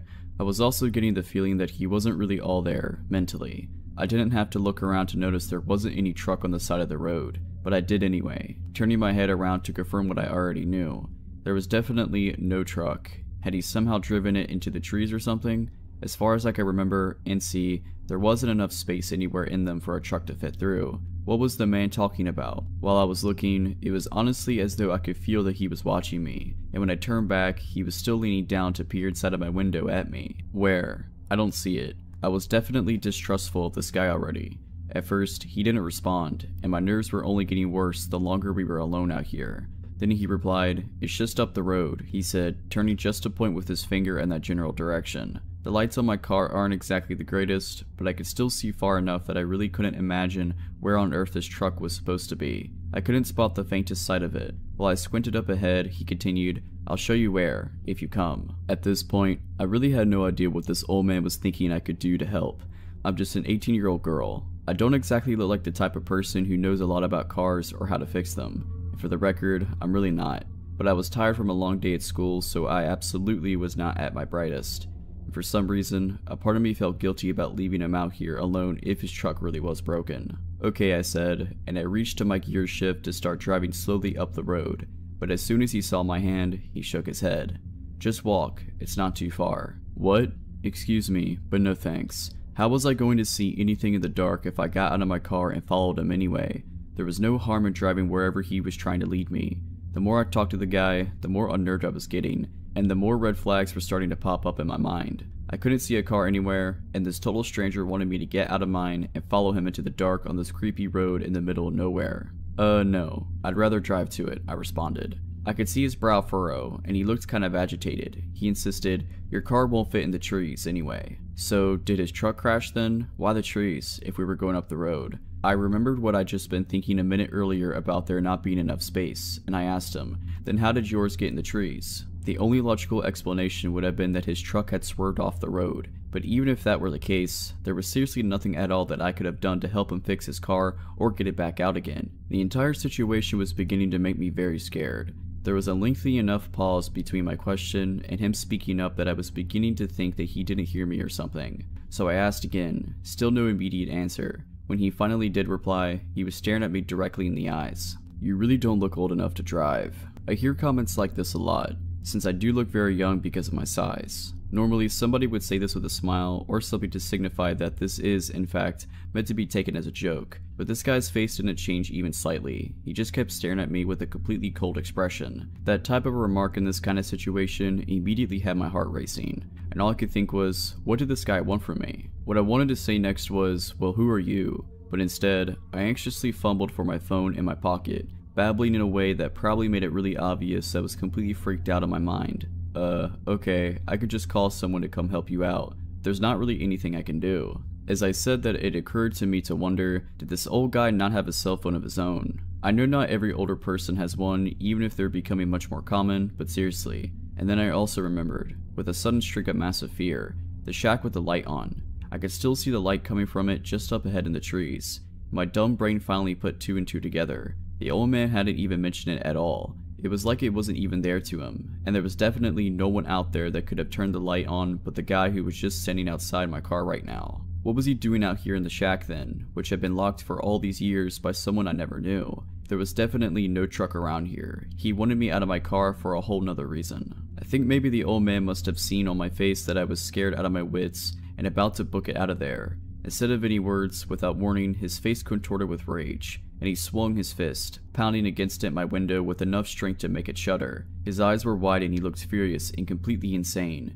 Even though I was panicking more than I ever had in my life, and I was sure he was about to smash the window in if he tried again, I screamed, threw my phone onto the floor, switched gears, and slammed my foot down on the gas pedal. I hurtled down the road, and when I glanced into my rearview mirror, I saw his dark shape turn from standing in the road, and I watched as he turned, and he walked off the road, directly back towards the light of the shack. I didn't slow down at all until I was nearly home, and absolutely sure that there was no way that he could have followed me. When I got home that night, I spent a long time crying about what had happened with my mom. And though I don't think she believed all of what I told her, we don't have the greatest relationship, she called up everyone she knew to ask if anyone knew the old man, or if they knew who owned that shack. In a town like ours, just about everyone knows each other, but no one had any clue who he was. One of our family friends even swore that he was sure it's been abandoned for at least 4 years now. And since most people don't usually take that road, no one said that they've ever seen a light on or the door open but me. I've been taking a different route home from school since, and I really don't think I ever want to head back down that road. Creepy guy in the shack, please, let's not meet again. If you're liking this video, all I ask is that you make sure to subscribe to my channel and like this video. Thank you.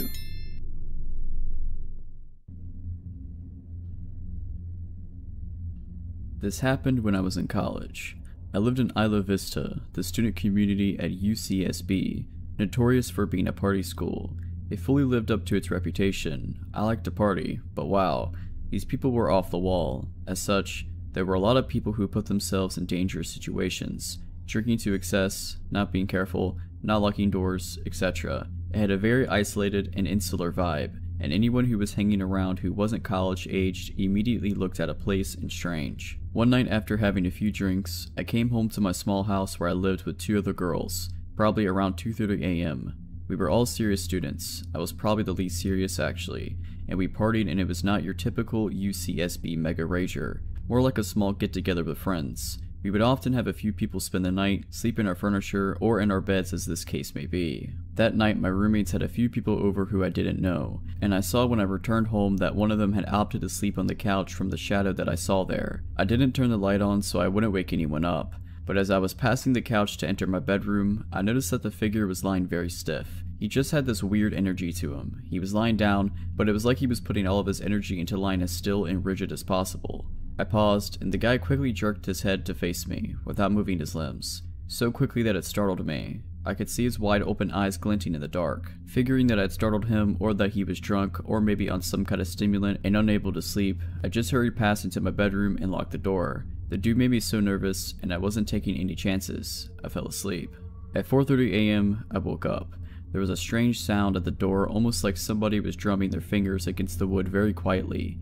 I lay still and listened. There were more quiet sounds like someone scratching the door with their fingers, which got louder and louder until it was clear that he was using both hands and scratching as fast and as hard as possible. It created an extremely loud and intimidating sound that filled me with fear. I got my cell phone and texted my roommate because I was afraid to make a sound. "Your friend is freaking me out. Is he coked out? Can you talk to him? He's banging and scratching on my door." She didn't text me back, probably because she was asleep.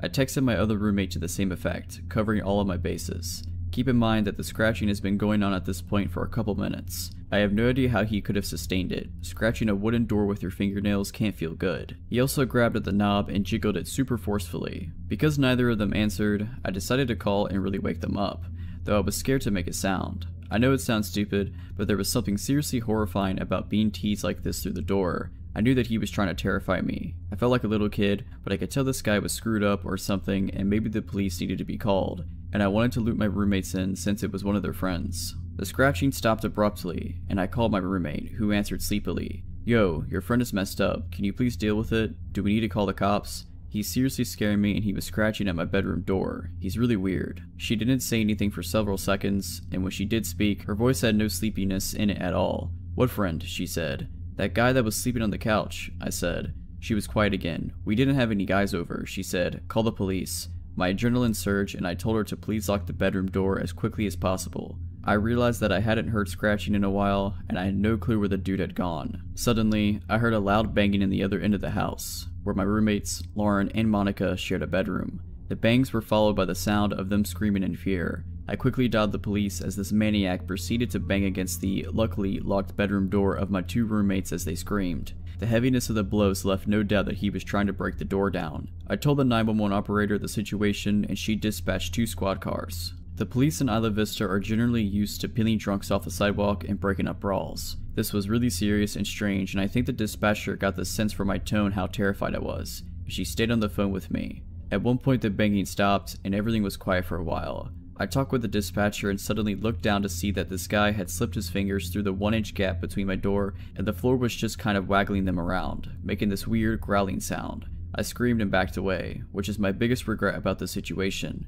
Since when I look back at it, it would have been so awesome to just stomp his fingers and hear the guy howl in pain. When the cops rolled up, I heard running and the sound of our sliding glass door opening and closing, and then he was gone. The cops never caught him. He had broken in through our side door by jimmying the lock somehow. My door was covered in what turned out to be huge gashes he'd made using a pair of scissors, which he discarded on the ground before he left.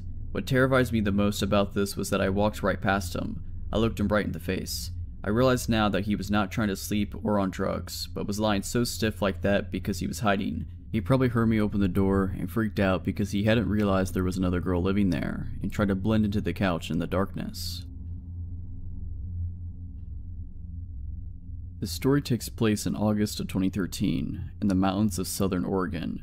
I'm a USAF Security Forces Airman, military police. My girlfriend was at work, and as a sweltering hot day began to turn into thunderstorms, my buddy Nick, another military cop, and I decided to go explore some back roads and get out of the heat in town. Southern Oregon is crisscrossed with logging roads, some actively used, and many totally forgotten and grown over. Nick and I spent many of our days off starting on roads that we knew, finding roads we didn't know, driving for hours into the mountains, eventually navigating back to paved roads. On this particular day, with storm clouds building over the mountains, we set off on a road we had never been on, and began the drive into the mountains. After driving for around an hour, we hadn't seen nor heard any signs of other people in the woods. We rounded a bend in the thick fir woods, and emerged in a meadow that was totally surrounded by thick aspen groves. The meadow was perfectly flat, and eerily still. We both noticed the strange stillness almost immediately. No birds, hardly any insect noise, no squirrels, and certainly no other people. On the far side of the meadow, right at the edge of the tree line, there was a picnic table. The table was very odd, however. It was painted a bright orange. It was much larger than a typical picnic table in a park. Remarking on this, Nick drove through the meadow to get a closer look. I remember being apprehensive as we approached. The whole scenario was exceptionally strange. The overall silence of the aspen grove was unsettling. Also, it was nearly impossible to see far into the trees as aspens grow extremely close together. When we parked by the table, I hopped out of the passenger seat of the truck to check it out. I'm not very tall, only about 5'5". Regardless, the table was ridiculously oversized and practically unusable. The seats were nearly at chest level, meaning I would not have to climb up to even sit on them. As I was looking at the table, Nick called me over to the truck, and I noticed he was looking back into the aspens. At first, I couldn't see what he was looking at, but then I noticed a splash of color that was completely out of place in the thick trees. A small one-man tent was set back in the trees, about 50 feet from the strange table. I had an initial feeling of dread, and felt certain that there was someone in the tent, and if we could see the tent, they could see us. There were no campgrounds in this area, no people, no main roads for miles. Surely someone camping so remotely would be, at the very least, a strange person. However, as we observed the tent, we didn't see any movement or hear any sounds coming from it. Nick suggested I call out. I didn't want to, but I did. "Hey, anyone in there?" I yelled. No reply. Feeling completely on edge, Nick and I thought about driving away and leaving this strange area, but we began to fear the worst. What if there was a body in the tent? What if somebody had gotten kidnapped? Foolish, I know, but we thought it, all the same. After some debate, we decided to have Nick turn the truck around to drive away from the camp, should we need to leave in a hurry. He would be waiting behind the wheel. With my heart pounding, I started walking through the trees towards the tent. I was totally keyed up with my senses on full alert. When I reached the campsite, several things struck me as odd. Backpacks were scattered all over. No fire had been built, no wood collected. The tent was literally full of backpacks and women's clothing. Full of dread, I turned to leave and tell Nick what I had seen. As I left, I heard Nick start yelling, "Let's go, let's get out of here." Not knowing why he was yelling, I ran back to the truck. When I broke out of the trees, I saw a beat up old Ford Taurus on the road, blocking us from leaving the meadow. I immediately leapt into the passenger seat and Nick floored the gas pedal. The car was occupied by 2 men. A third person was laying against the window in the back. As we drove across the meadow, the driver attempted to block us from the road, but Nick drove around them and accelerated the way we had come from. I looked back and saw the car attempting to turn around on the narrow road. Nick drove like a madman, and though I was honestly terrified that they would catch up, we hit the highway without seeing the car again. I called the state police, and they promised to send a trooper out to check out the scene. However, I received a call the next day from a trooper stating that the campsite, the backpacks, and the women's clothing were all gone, though he could tell people had been in the area. The strange table was still by the thick aspen grove. I have not returned to the area and do not intend to. Okay, so I've had a few issues with my next door neighbors since I moved in, but nothing creepy until just recently.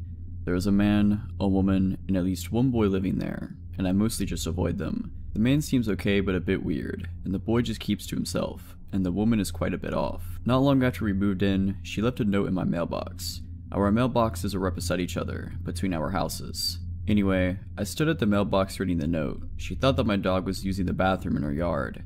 It was possible, as our fence had some holes in it, that our dog had gotten out then, but those holes had been fixed a long time ago. Still, no big deal, except I noticed her standing in her driveway, just staring at me, and the note was very long. I just kept reading it. The more I read it, the crazier it got, and the weirder her behavior in my peripheral vision became. Apparently I was entitled. She seemed to think I was somehow instructing my dog to use the bathroom in their yard.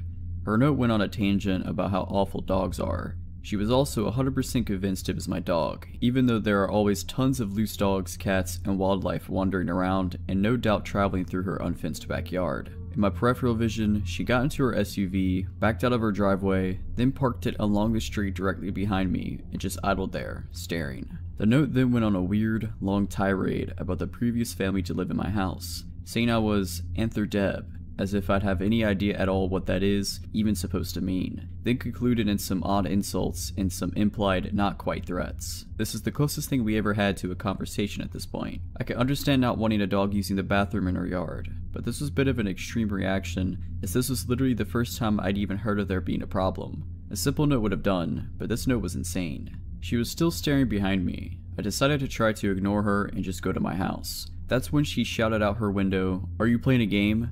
That reaction made no sense. "Are you nuts?" I replied, as I officially ran out of patience. She shouted more nonsense and insults at me while blocking my driveway, which was right next to the mailboxes, with her vehicle, while I repeatedly told her to leave before I called the cops. This went back and forth like this for a while, but she eventually sped off when I pulled my cell phone out. Later, my boyfriend, who had not been home at this time this happened, had a chat with the neighbors. He said they seemed agreeable and reasonable and basically dismissed me of just being dramatic. The woman told a very different version of events, of course. I was annoyed that my boyfriend wasn't taking me seriously, but let it go. I think he just wanted to keep getting along with the man next door, as they sometimes borrow tools. They speak to him a lot differently than how they speak to me. They don't do anything rude to me while he's around. In fact, they don't speak to me when he's around at all. They always wait for him to be away. Anyway, I mostly just avoid them. Sometimes, the woman stares at me, but I just ignore her. Until recently, I've been mostly successful. Here's the creepy story. I don't sleep well at night when I'm home alone, and I'm always home alone now because my boyfriend is out of the country on business for months at a time. I often feel like there's someone just outside my house or at my door. Sometimes, my dogs act up at odd hours, but I never see anyone. I keep my house alarm armed and my pistol on my nightstand. The other night was one such night. I didn't sleep well and kept having a sinking feeling that something was wrong. Anyway, I got out of bed at about 2 AM because I thought I was scheduled to work at 3 AM. I had mostly given up on getting a restful sleep then anyway. As I left my house, I heard something to my left, the direction of my neighbor's house, but didn't see anything. I was always nervous in my driveway because the motion sensor light was broken, but there was always a lot of darkness between my door and my truck, so I always moved quickly to my driveway. I got in my truck and went to work. It turned out that I misread my schedule and didn't work at 3 that morning after all. Annoyed at the mistake, but grateful I'd get to go home and sleep a little more before the actual start of my shift at 7, I went home. I pulled into my driveway and didn't see anything in the beam of my truck's headlights. I always look around my truck before getting out. I turned the headlight off and got out. I took a few steps ahead of my truck, and then all of a sudden a large man called out to me, shouted really, from the shadows at the corner of my house. He scared me so bad that I screamed, reached for my pepper spray, and fell down. Not useful. He apologized in a tone that didn't sound sorry at all. It was my neighbor, and that wasn't much of a relief. Apparently it was my fault that he occasionally found trash in his yard, in windy Colorado. Complaining about this seemed to be a lot more important issue than scaring the heck out of me while I'm alone at night. He showed no real concern or realization that was even wrong at all. Again, I have no problem with neighbors bringing issues to my attention, but seriously, hey, can you make sure trash from your bins isn't blown into my yard? Is not a question that takes 10 minutes. Nor is it one that needs to be addressed at 3 in the morning. I'm not in agreement to keep the peace, but I know the trash isn't mine. We live in a windy area. Trash gets blown around in people's yards all the time. No big deal. But he would just not stop going on about it. He kept needlessly repeating himself and made some not quite but kinda threat about getting along. Think about the lines of, "It would be a shame if something were to happen," type sort of threats. He was keeping me busy. I didn't even notice his wife flank me.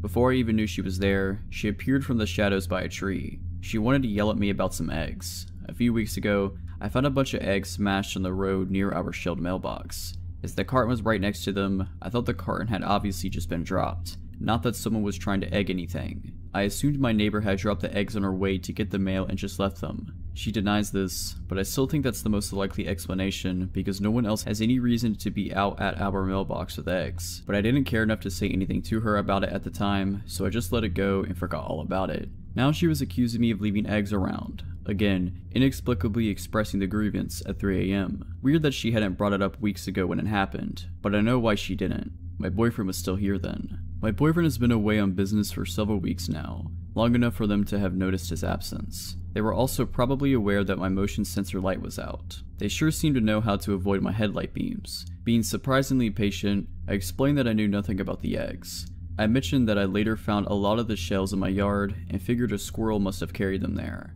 She proudly informed me that she tossed them onto my yard herself. Apparently she thought that was okay, but someone dropping them in the first place isn't. Anyway, this is where I started to get over my shock a bit and started getting pissed. Initially, I had been somewhat relieved that the man in the shadows had been my neighbor, not some random crazy person, but now I was pissed. I had now been outside with them for like 20 minutes, while they accused me about stupid stuff. While I tried to be polite and agreeable even though I had nothing to do with it, but now everything wrong with the situation had just kicked in. I eventually remembered that I don't actually have to put up with any of this and cut her off mid-rant and said, "It's 3 AM, I'm going home, good night," and turned on my heel. I heard her say something in an unkind tone as I left, but didn't catch what it was. They had staked out my house, waited for my boyfriend to leave, and long enough to be sure he was gone, all to complain about some insane stuff long after it supposedly even happened. If they have concerns, surely there are better times to address them than at 3 AM. What were they doing out at 3 AM anyway? And that man had totally purposely hidden a shadow at the corner of my house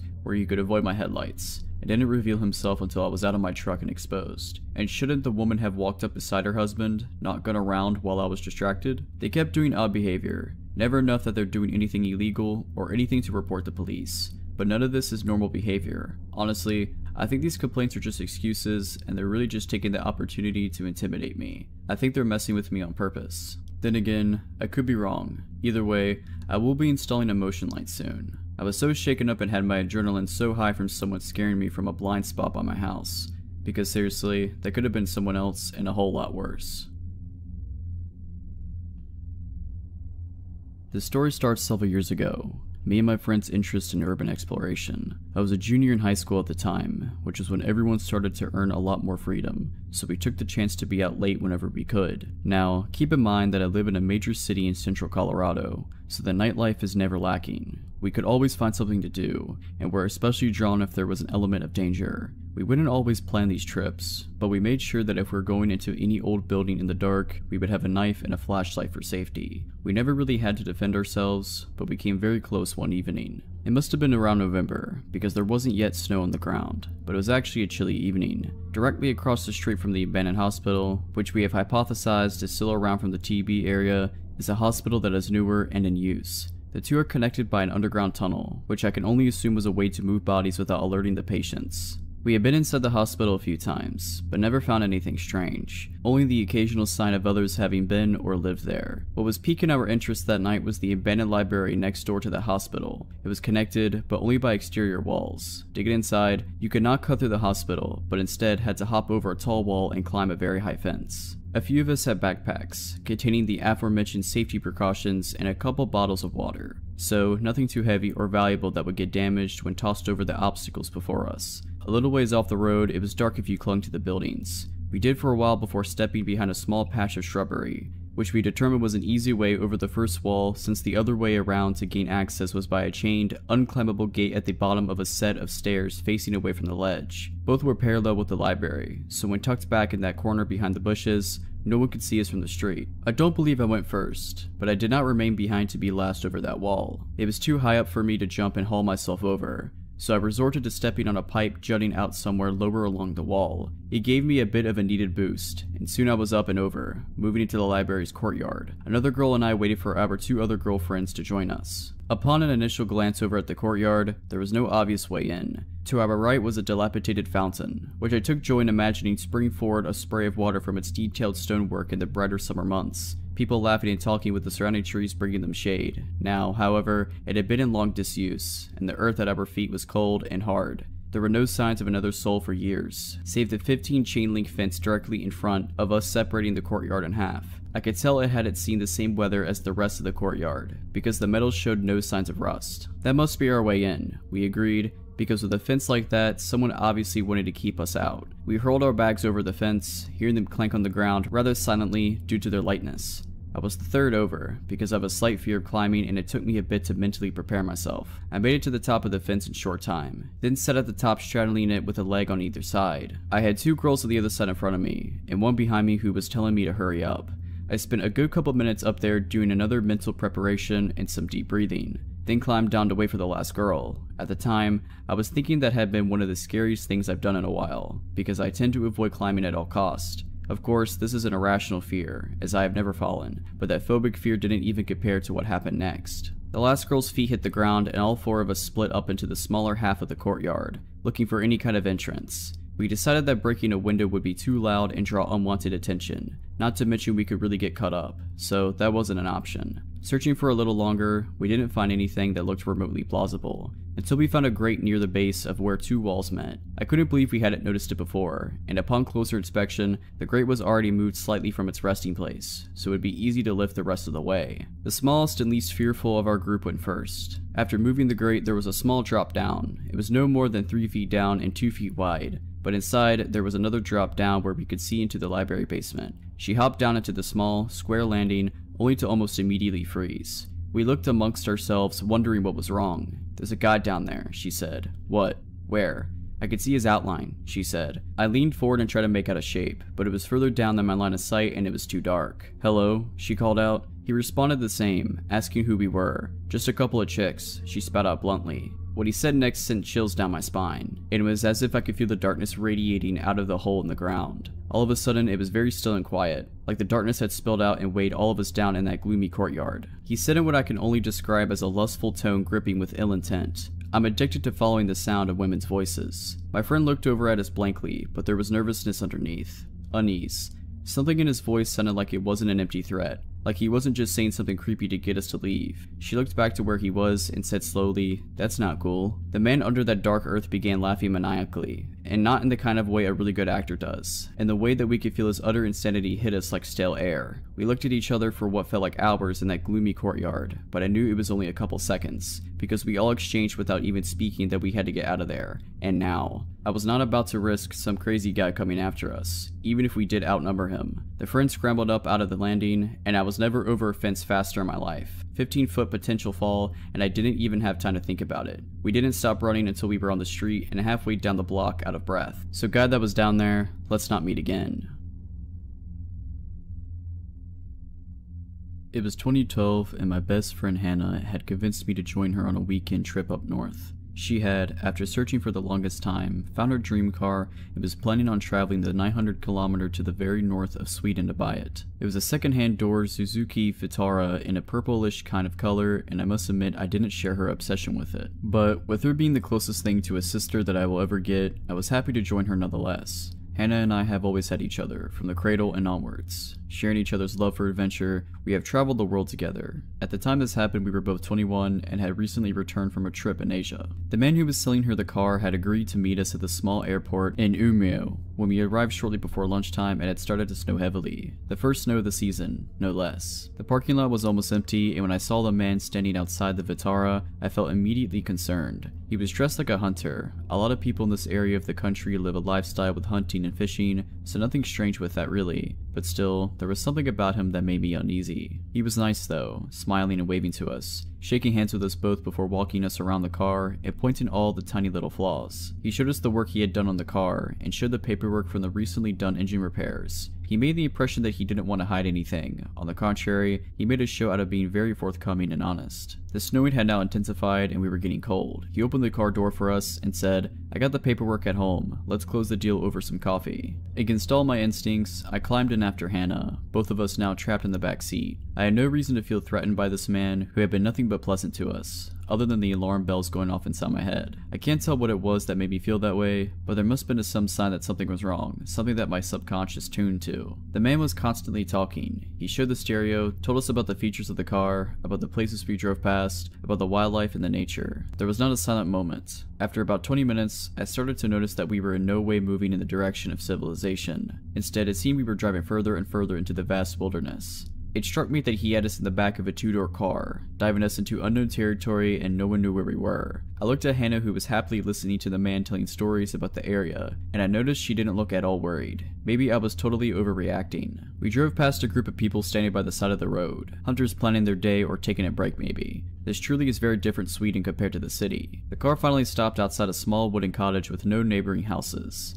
apart from a small cabin that we drove past a few hundred meters down the road, but it had looked empty. We followed the man inside. He was still talking non-stop and continued to do so until the moment the door closed behind us. Hannah kept asking things about the car, and I could sense that her voice had a new undertone now, a thin, sharp tenseness that made me wonder if she too had started to feel that something wasn't right. "I'll put the kettle on," he said, and as he passed us to go into the kitchen, he let his hand touch Hannah's hair and he smiled smugly. "May I use the bathroom?" I asked politely and made my way to the door with a little red heart on. I was washing my hands when I saw something in the stained bathroom mirror. Something was behind the water cistern. I pulled out a rolled up plastic folder, and as I turned the pages, I felt my blood run cold. It was very violent pictures that looked like had been cut out from magazines, and they were glued to the paper, surrounded by cut up pieces of handwritten text. Put it together made a horrifying story about how a woman was lured into a car with the promise of getting to buy the car cheaply, and then it quickly turned into a horror story. I know this will sound silly, but when we traveled together, Hannah and I had a code word for whenever we felt it was time to get out of a situation.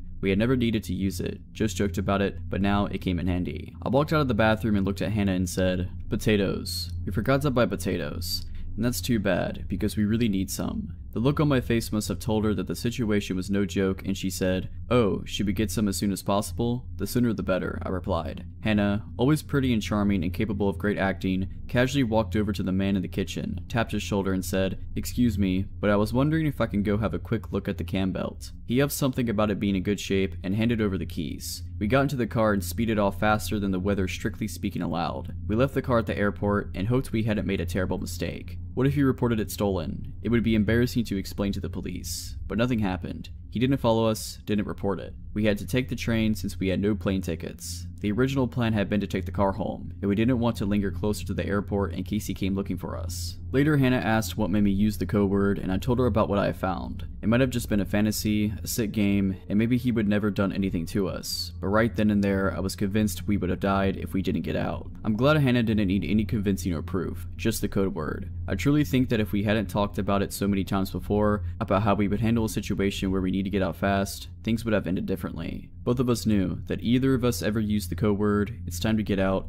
no questions asked, just move. If you're liking this video, all I ask is that you make sure to subscribe to my channel and like this video. Thank you. Okay, so I've had a few issues with my next door neighbors since I moved in, but nothing creepy until just recently. There is a man, a woman, and at least one boy living there, and I mostly just avoid them. The man seems okay but a bit weird, and the boy just keeps to himself, and the woman is quite a bit off. Not long after we moved in, she left a note in my mailbox. Our mailboxes are right beside each other, between our houses. Anyway, I stood at the mailbox reading the note. She thought that my dog was using the bathroom in her yard. It was possible, as our fence had some holes in it, that our dog had gotten out then, but those holes had been fixed a long time ago. Still, no big deal, except I noticed her standing in her driveway, just staring at me, and the note was very long. I just kept reading it. The more I read it, the crazier it got, and the weirder her behavior in my peripheral vision became. Apparently I was entitled. She seemed to think I was somehow instructing my dog to use the bathroom in their yard.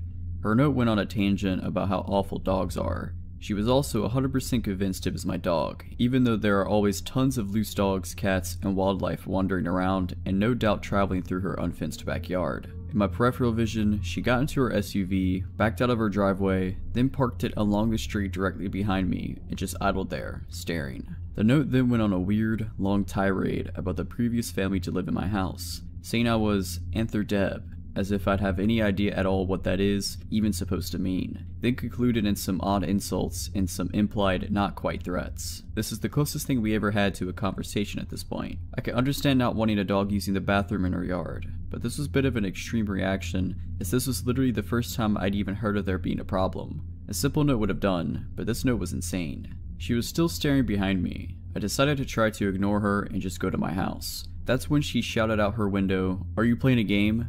The reaction made no sense. "Are you nuts?" I replied, as I officially ran out of patience. She shouted more nonsense and insults at me while blocking my driveway, which is right next to the mailboxes, with her vehicle, while I repeatedly told her to leave before I called the cops. This went back and forth like this for a while, but she eventually sped off when I pulled my cell phone out. Later, my boyfriend, who had not been home at this time this happened, had a chat with the neighbors. He said they seemed agreeable and reasonable and basically dismissed me of just being dramatic. The woman told a very different version of events, of course. I was annoyed that my boyfriend wasn't taking me seriously, but let it go. I think he just wanted to keep getting along with the man next door, as they sometimes borrow tools. They speak to him a lot differently than how they speak to me. They don't do anything rude to me while he's around. In fact, they don't speak to me when he's around at all. They always wait for him to be away. Anyway, I mostly just avoid them. Sometimes, the woman stares at me, but I just ignore her.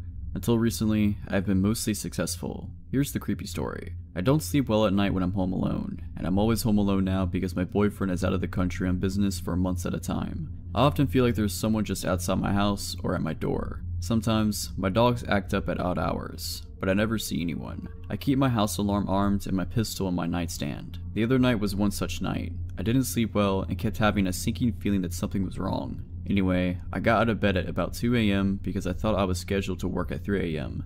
I had mostly given up on getting a restful sleep then anyway. As I left my house, I heard something to my left, the direction of my neighbor's house, but didn't see anything. I was always nervous in my driveway because the motion sensor light was broken, but there was always a lot of darkness between my door and my truck, so I always moved quickly to my driveway. I got in my truck and went to work. It turned out that I misread my schedule and didn't work at 3 that morning after all. Annoyed at the mistake, but grateful I'd get to go home and sleep a little more before the actual start of my shift at 7, I went home. I pulled into my driveway and didn't see anything in the beam of my truck's headlights. I always look around my truck before getting out. I turned the headlight off and got out. I took a few steps ahead of my truck, and then all of a sudden a large man called out to me, shouted really, from the shadows at the corner of my house. He scared me so bad that I screamed, reached for my pepper spray, and fell down. Not useful. He apologized in a tone that didn't sound sorry at all. It was my neighbor, and that wasn't much of a relief. Apparently it was my fault that he occasionally found trash in his yard, in Windy, Colorado. Complaining about this seemed to be a lot more important issue than scaring the heck out of me while I'm alone at night. He showed no real concern or realization that was even wrong at all.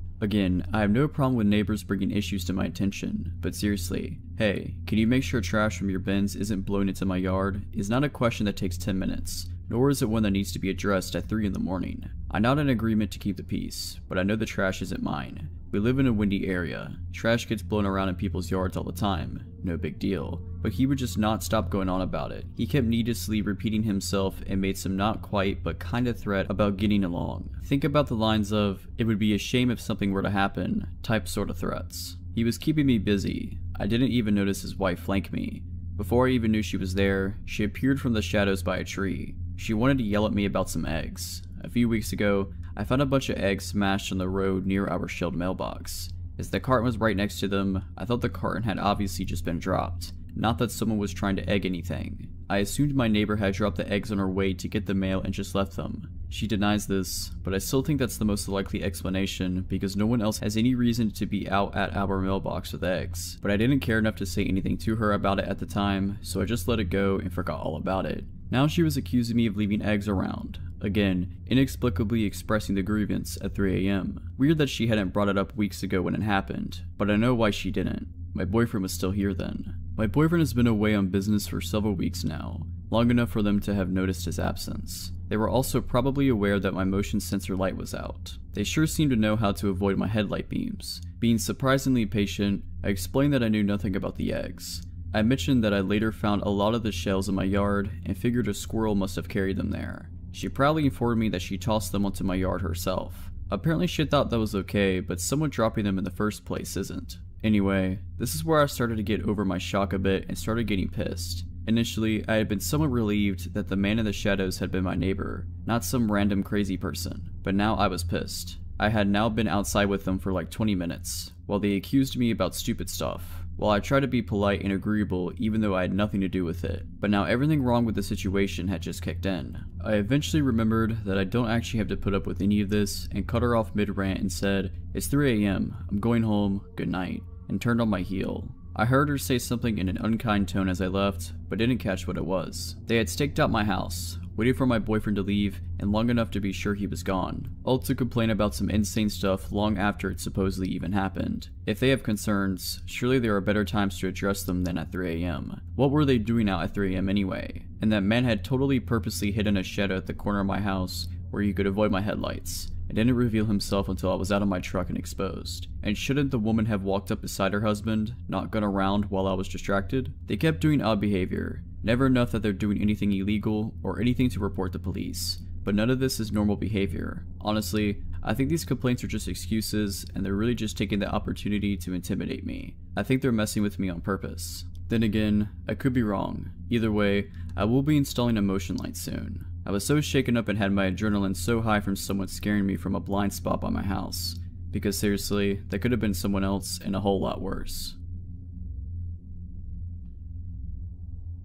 The story starts several years ago. Me and my friend's interest in urban exploration. I was a junior in high school at the time, which was when everyone started to earn a lot more freedom, so we took the chance to be out late whenever we could. Now, keep in mind that I live in a major city in central Colorado, so the nightlife is never lacking. We could always find something to do, and were especially drawn if there was an element of danger. We wouldn't always plan these trips, but we made sure that if we're going into any old building in the dark, we would have a knife and a flashlight for safety. We never really had to defend ourselves, but we came very close one evening. It must have been around November, because there wasn't yet snow on the ground, but it was actually a chilly evening. Directly across the street from the abandoned hospital, which we have hypothesized is still around from the TB area, is a hospital that is newer and in use. The two are connected by an underground tunnel, which I can only assume was a way to move bodies without alerting the patients. We had been inside the hospital a few times, but never found anything strange, only the occasional sign of others having been or lived there. What was piquing our interest that night was the abandoned library next door to the hospital. It was connected, but only by exterior walls. To get inside, you could not cut through the hospital, but instead had to hop over a tall wall and climb a very high fence. A few of us had backpacks, containing the aforementioned safety precautions and a couple bottles of water, so nothing too heavy or valuable that would get damaged when tossed over the obstacles before us.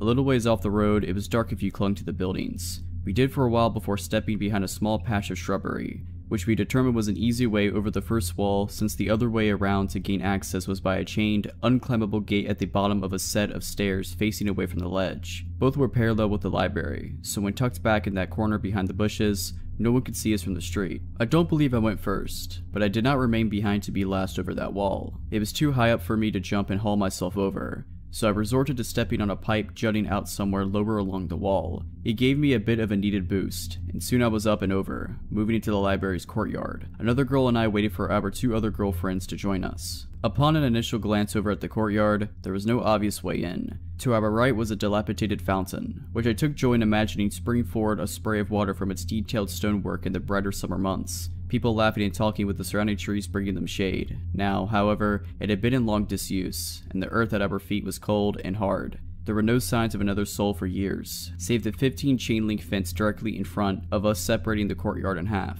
I could tell it hadn't seen the same weather as the rest of the courtyard, because the metal showed no signs of rust. That must be our way in, we agreed, because with a fence like that, someone obviously wanted to keep us out. We hurled our bags over the fence, hearing them clank on the ground rather silently due to their lightness. I was the third over, because I have a slight fear of climbing and it took me a bit to mentally prepare myself. I made it to the top of the fence in short time, then sat at the top straddling it with a leg on either side. I had two girls on the other side in front of me, and one behind me who was telling me to hurry up.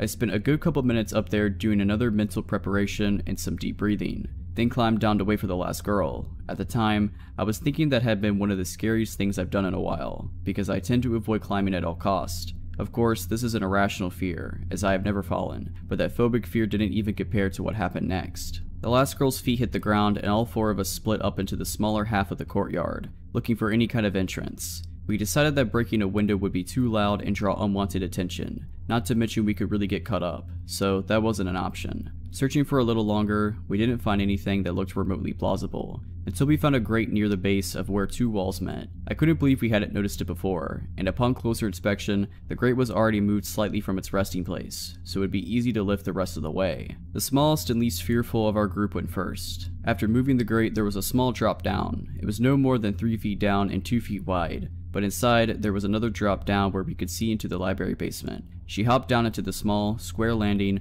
only to almost immediately freeze. We looked amongst ourselves, wondering what was wrong. "There's a guy down there," she said. "What? Where?"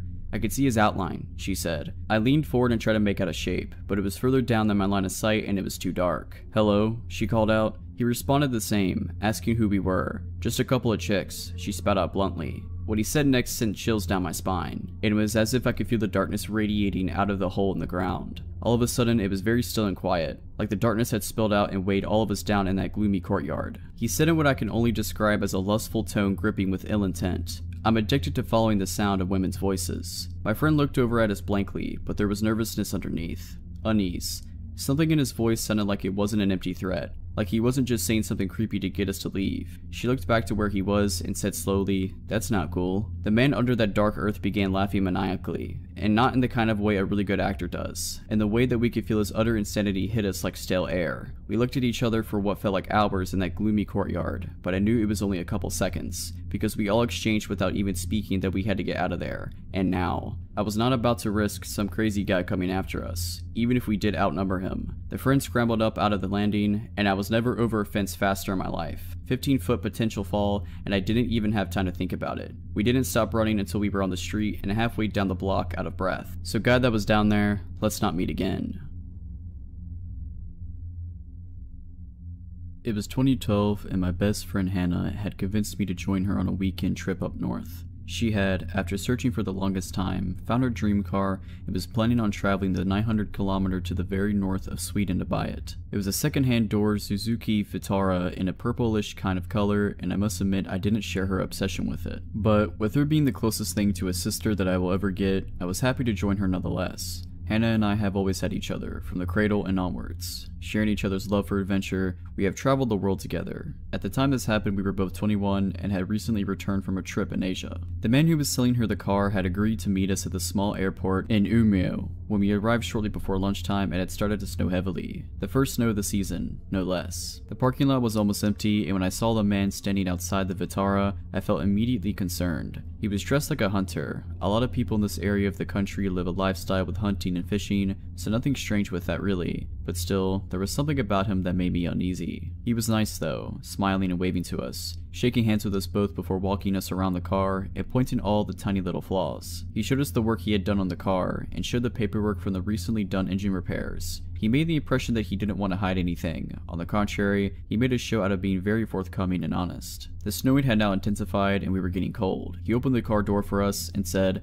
"I got the paperwork at home. Let's close the deal over some coffee." Against all my instincts, I climbed in after Hannah, both of us now trapped in the back seat. I had no reason to feel threatened by this man who had been nothing but pleasant to us. other than the alarm bells going off inside my head. I can't tell what it was that made me feel that way, but there must have been some sign that something was wrong, something that my subconscious tuned to. The man was constantly talking. He showed the stereo, told us about the features of the car, about the places we drove past, about the wildlife and the nature. There was not a silent moment. After about 20 minutes, I started to notice that we were in no way moving in the direction of civilization. Instead, it seemed we were driving further and further into the vast wilderness. It struck me that he had us in the back of a two-door car, diving us into unknown territory, and no one knew where we were. I looked at Hannah, who was happily listening to the man telling stories about the area, and I noticed she didn't look at all worried. Maybe I was totally overreacting. We drove past a group of people standing by the side of the road, hunters planning their day or taking a break maybe. This truly is very different Sweden compared to the city. The car finally stopped outside a small wooden cottage with no neighboring houses,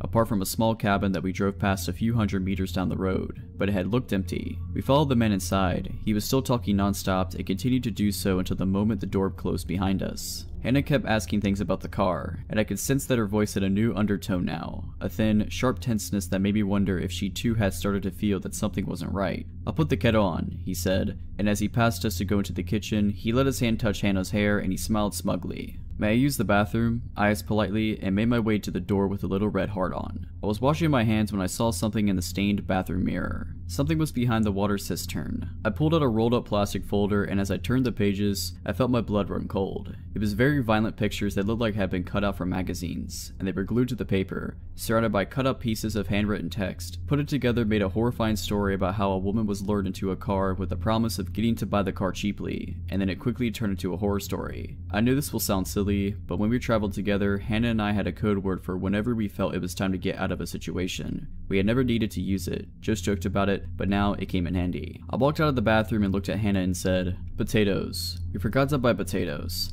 And that's too bad, because we really need some." The look on my face must have told her that the situation was no joke, and she said, "Oh, should we get some as soon as possible?" "The sooner the better," I replied. Hannah, always pretty and charming and capable of great acting, casually walked over to the man in the kitchen, tapped his shoulder and said, "Excuse me, but I was wondering if I can go have a quick look at the cam belt." He huffed something about it being in good shape and handed over the keys. We got into the car and speeded off faster than the weather strictly speaking allowed. We left the car at the airport and hoped we hadn't made a terrible mistake. What if he reported it stolen? It would be embarrassing to explain to the police. But nothing happened. He didn't follow us, didn't report it. We had to take the train since we had no plane tickets. The original plan had been to take the car home, and we didn't want to linger closer to the airport in case he came looking for us. Later, Hannah asked what made me use the code word, and I told her about what I had found. It might have just been a fantasy, a sick game, and maybe he would never done anything to us. But right then and there, I was convinced we would have died if we didn't get out. I'm glad Hannah didn't need any convincing or proof, just the code word. I truly think that if we hadn't talked about it so many times before, about how we would handle a situation where we need to get out fast, things would have ended differently. Both of us knew that either of us ever used the code word, it's time to get out,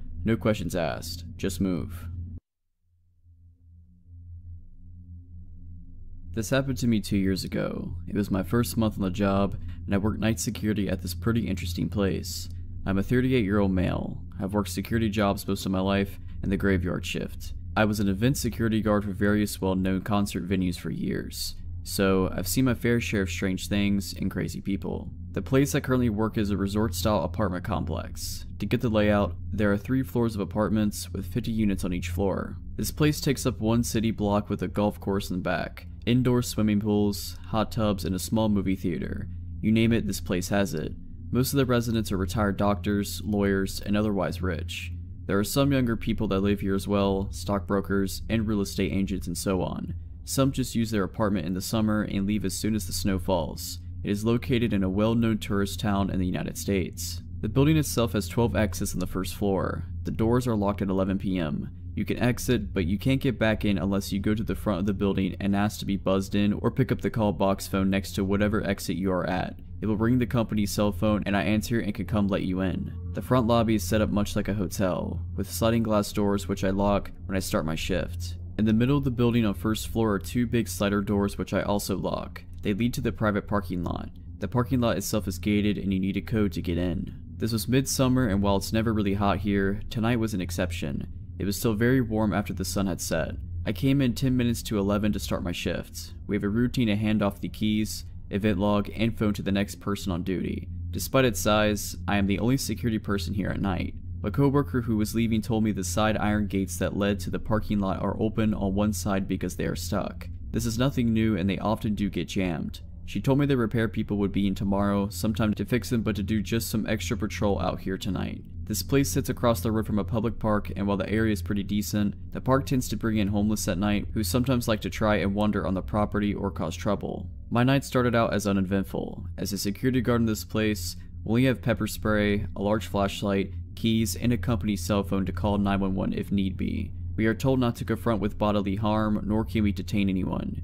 We are simply eyes and ears and to call the police if something comes up. Of course, you can defend yourself if you need to, but in all cases if you are in danger, call the police is the company policy. Basically, I am to walk the grounds and floors for anyone suspicious, watch the cameras in the security office, which is in the lobby, and otherwise try to stay alert. If a resident calls for a maintenance request, I would take the information down in the computer for a day shift, or if a resident called with a security issue, I would attend to it. Pretty easy enough job, I thought. I locked the doors to the parking lot and the lobby doors. I did a sweep of all the floors and then found myself back at the desk. It was really quiet and it rolled around to 3 AM. I had just sat down to eat my food when the company's cell phone rang. The caller ID let me know it was from one of our outside call box phones. I picked it up and said, "Thanks for calling. Resort name here. This is Security Officer James. How can I help you?" All I heard was someone breathing heavy. I glanced at the cameras and could see the shadow of a figure standing just out of reach from the door in camera view. All I could see is the open call box and the metal cord from the phone. I again asked, "How can I help?" The man started to breathe heavier and laughed in silence. I got up from my chair and started to walk out of the office into the door he was at when it rang again, this time from call box number 2, which was further down. I quickly looked at the camera and saw this large figure in a hooded jacket. I knew this was strange as it was very warm outside. He was holding a black bag in his hands but had his back to the camera. "I'm coming for you," they said in this raspy, deep tone. He hung up before I had the chance to say anything. Then the phone rang again. This time I picked up and before he could speak, I let him know the cops are on their way and to leave the property now as he is on camera. He tried the doors and both were locked. This time he was at yet another call box. The guy had to be running at top speed to make it to the next and the next call box as they were a good distance between doors on the outside. "I can see you. The cops won't make it much here in time," they said. I spoke loud and pretended like I was talking to another security officer and asked him to send 3 other security guards to such and such location and that police are dispatched. The guy slammed the phone down loud against the call box receiver and I watched him on camera take off into the darkness to the park area. I figured it scared him off. I was going to call the police, but honestly the location of this place, it would take them at least 15 minutes to get here and I figured this guy was just some homeless guy from the park. I scanned the cameras and walked the back lot just to be sure no one was there. I had my pepper spray in my hands just in case, but no one was out there. I returned to my desk and wrote what happened in the incident log. But a half hour passed, I had finished my food and was just about to do rounds when the phone rang again. This time it was from an unknown number. I thought it would be a resident calling for a repair issue or something. I picked up and said my normal line, then I heard, "Where are the cops? I don't see them, but I see you," the voice said. It was that guy again. I scanned the cameras and did not see anything. I went to the front door to look out there. There was nothing but darkness and a few front floodlights on. "I know you're alone," he said. I basically told him to get screwed and hung up.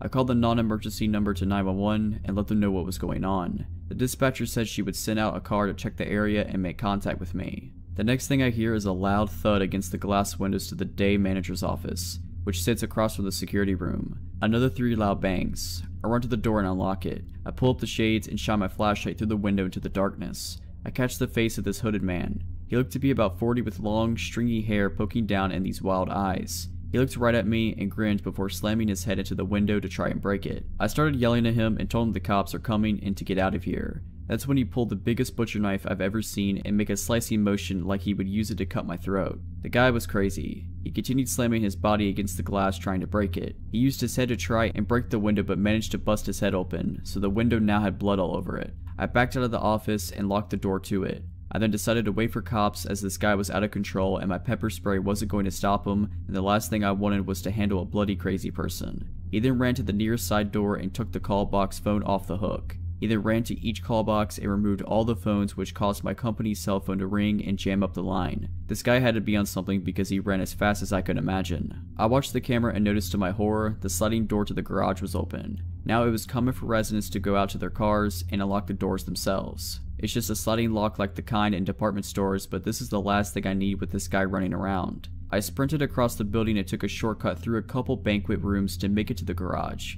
As I was doing so, I saw that crazy guy running up the garage pathway. I slid that door as fast as I could and locked it before he got to the entryway. He then slammed his body into the glass, over and over, but the door did not move. I locked the second set of doors in case he got through the outside ones, he would at least be trapped or slow him down. I reached for my pepper spray, thinking maybe he would just leave and yell the cops are here. He started to laugh and howl and then held that knife up again before running to the darkness of the parking garages. I called the cops on my personal cell phone to let them know that the man has a knife. The dispatcher told me the cops will be there shortly, and I let her know what happened. I made my way to the front again and locked myself in the security office. At least this place had no windows and I could watch on camera. I heard another loud thud and bang and realized he was at the front lobby doors trying to get in. I was hoping the cops would roll up any minute, but they didn't, and while it probably didn't take them long, it felt like forever at this point. The guy was standing at the lobby doors with a knife in hand. He faced the camera, and by this time his hood had fallen back. He was bald-headed with wild, long, stringy hair on the sides of his head. His eyes were huge, and I will never forget that grin on his face as he mouthed to the camera, "Die, die," while making stabbing motions with that knife. Blood running across his face from slamming it into the glass, he then ran out into the darkness. About 5 minutes later, the cops show up. They sent one officer. He asked me what the guy looked like, and I told him I have camera footage. He drove through the area first and shined a spotlight. The cop returned to tell me he couldn't find anyone and he had driven around the entire block and back area behind the golf course. I showed him the footage and printed out a picture from the camera. The cop said he didn't see any sign of the guy and that he would patrol the area and to call back if he came again. It was now nearly 5 AM when the cop left. I waited until 6 AM when it was daylight and the people were starting to get out and about before I walked around and hung up all the phones from the call boxes. This guy literally took all the 12 phones off the hook. When my manager came in during the morning shift at 8 AM, I told her what happened, and she said that they would keep an eye out and have a meeting to let everyone know who worked here know and to be aware. They had an extra security guard on my shift for 2 weeks after, but the guy never returned. The cops never found the guy or who he was. So crazy bloody guy with a knife, let's not meet again. If you're liking this video, all I ask is that you make sure to subscribe to my channel and like this video. Thank you.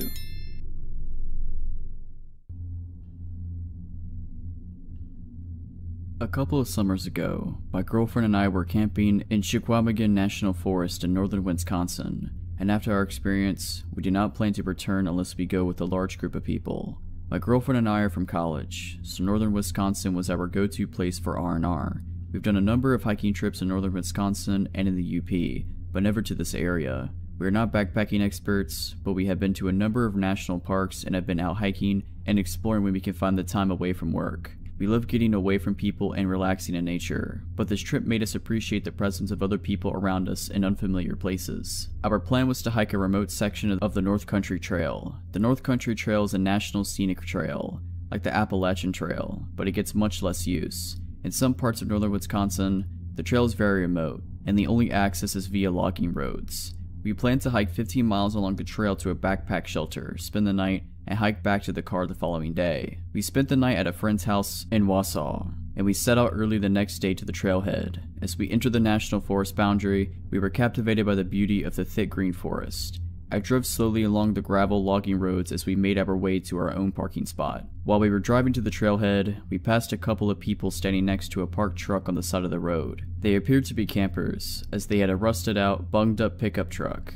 As we drove past, I waved, and they stared back without returning the greeting. Friendly people, I thought to myself. After we passed them, I looked in the rearview mirror and noticed they were still staring at us. And before we rounded a bend, I glanced back into the mirror again, and saw them watching us through the haze of road dust. My girlfriend and I joked about the up north people, but we did not think anything of the encounter. Aside from those people, we did not encounter anyone else on the remote logging roads within the national forest boundary. We found the trailhead about 15 minutes later, after winding our way on the narrow logging road. There was no one else parked at the trailhead, a perfect chance to get some needed solitude, fresh air, and relaxation. After parking and making sure the car was locked, we hoisted our packs and set off on the trail. The weather was relatively cool, which thankfully kept the mosquitoes and biting flies at bay. We took pictures along the way, and we marveled at the lushness of the forest and the topography of the glacial moraine.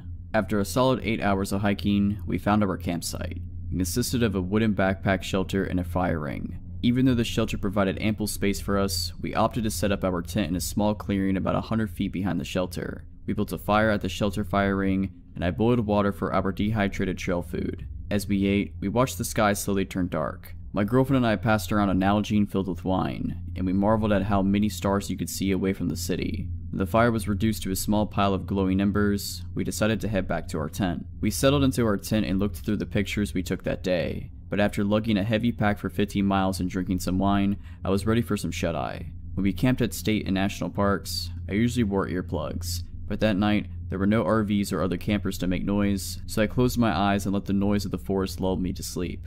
My girlfriend was very uneasy that night, but she normally had some apprehension whenever we were sleeping away from home. I'm not sure when we drifted to sleep, but we awoke to a bone-chilling noise. It was pitch dark outside, and over the insects in the forest, I heard a dull thud. It sounded like someone was hitting two logs together. My girlfriend and I were wide awake at this point, and we lay silently in our tent, hearing the noise again. Our old tent had mesh windows, but the backpacking tent we were using had no window. We could only guess at what was making the sound outside our tent. We initially thought that an animal had got our food and garbage bag, which we left in the shelter, but the noise was too distinct, and it did not sound like rustling through food wrappers or our camp equipment. Our hearts were pounding as we heard the persistent knock in the darkness. Unarmed and scared, we did not know what to do.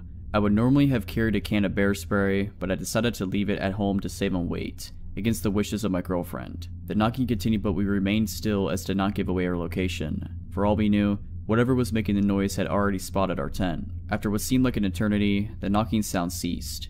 We lay in complete silence with only the dull buzz of the insects in the background. Then we heard it, leaves rustling, a branch breaking, voices.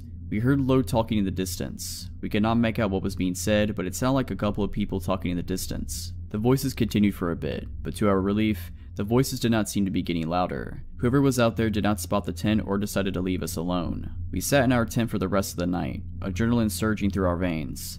At the first light, we slowly got out of our tent. I looked around in all directions to see if anyone was out there, but I only saw the forest and the backpack shelter. We quickly rolled up our sleeping bags and camp pads and put our tent away. When we got to the shelter, my girlfriend screamed in horror. On the entrance to the shelter, the wood was freshly cut. The word "kill" was cut into the shelter wall, and there were a number of axe and knife cuts where someone was chopping at the wall. I looked at the ground and saw a scattering of fresh wood splinters. After grabbing our food supply and garbage bag, we got out of there. We were nearly jogging with our gear as we made our way back to the car. I kept glancing back over my shoulder and gazing out through the woods to see if anyone was following us. We traversed the glacial eskers that we saw the day before, and we knew we were getting closer to our car. We were quietly rejoicing as we neared the trailhead. We made it back to the trailhead in near record time, but something was wrong. The windshield wiper on my car was sticking straight up and there was something stuck in the wiper. As we inched closer to the car, I saw there was blood smeared on the windshield and a squirrel carcass was impaled on the wiper blade. Hair and blood still stuck to the wiper and on the hood of the car. I didn't bother cleaning off the car. We threw our gear in the trunk and I sped off without removing the animal from the wiper blade. As I sped down the gravel logging road, I kept glancing in the rearview mirror, but I could not see anything through the cloud of road dust behind the car. When we got to a gas station by the nearest town, I removed the carcass with a wad of newspaper, and I tried to remove as much dried blood as I could. I filled up on gas and we didn't stop until we made it to Milwaukee. This was the last trip I took to the woods of northern Wisconsin. A few years ago, my friend Tez and I set out on the Great American Road Trip.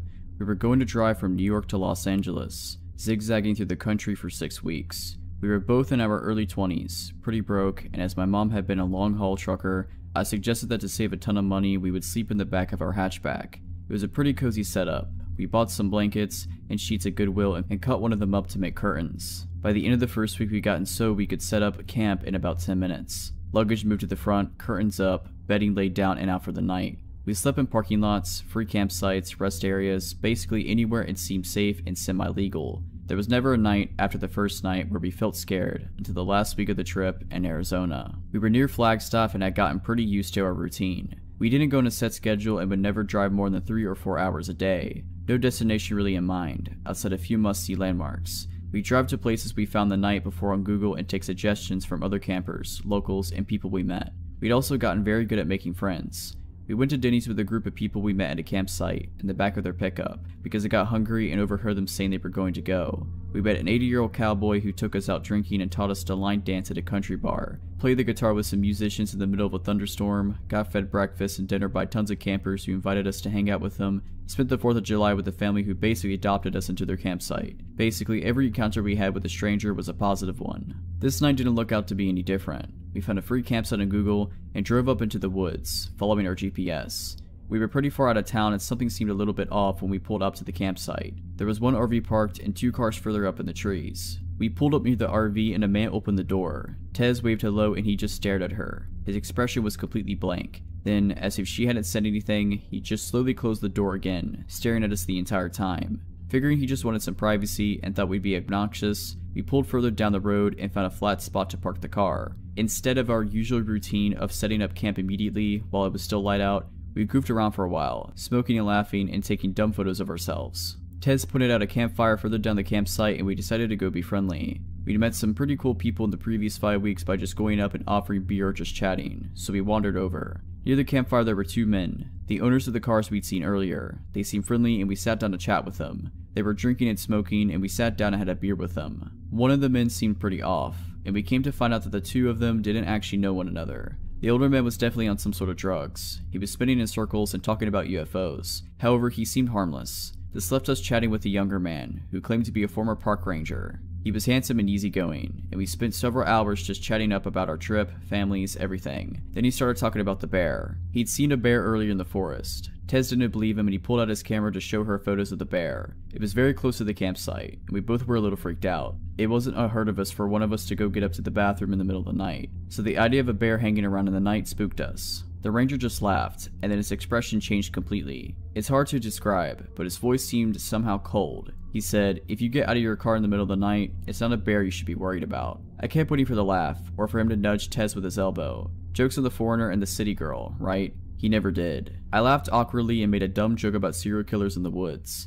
My friend laughed as well and joked about Texas Chainsaw Massacre. We moved on to another subject, but within 5 minutes, the ranger had come back to it and was talking about how something grabbing us from our car in the middle of the night. No matter how we tried to steer the conversation away from serial killers, he kept latching back on. The older man was high as a kite at this point and was staring at the stars, not talking. We would just awkwardly laugh and sip our beer and try to get the conversation going somewhere else. Then the ranger stood up and walked towards the cooler to get another beer. At this point, it's pitch black out, and I can't see anything outside the circle of light from the campfire. The beer cooler was outside of that circle. Suddenly, there's a red dot in the darkness, and it took a moment for me to realize that it's a camera. The ranger is holding a camera. He had taken a photo of us. I could see the screen of the digital camera lit up.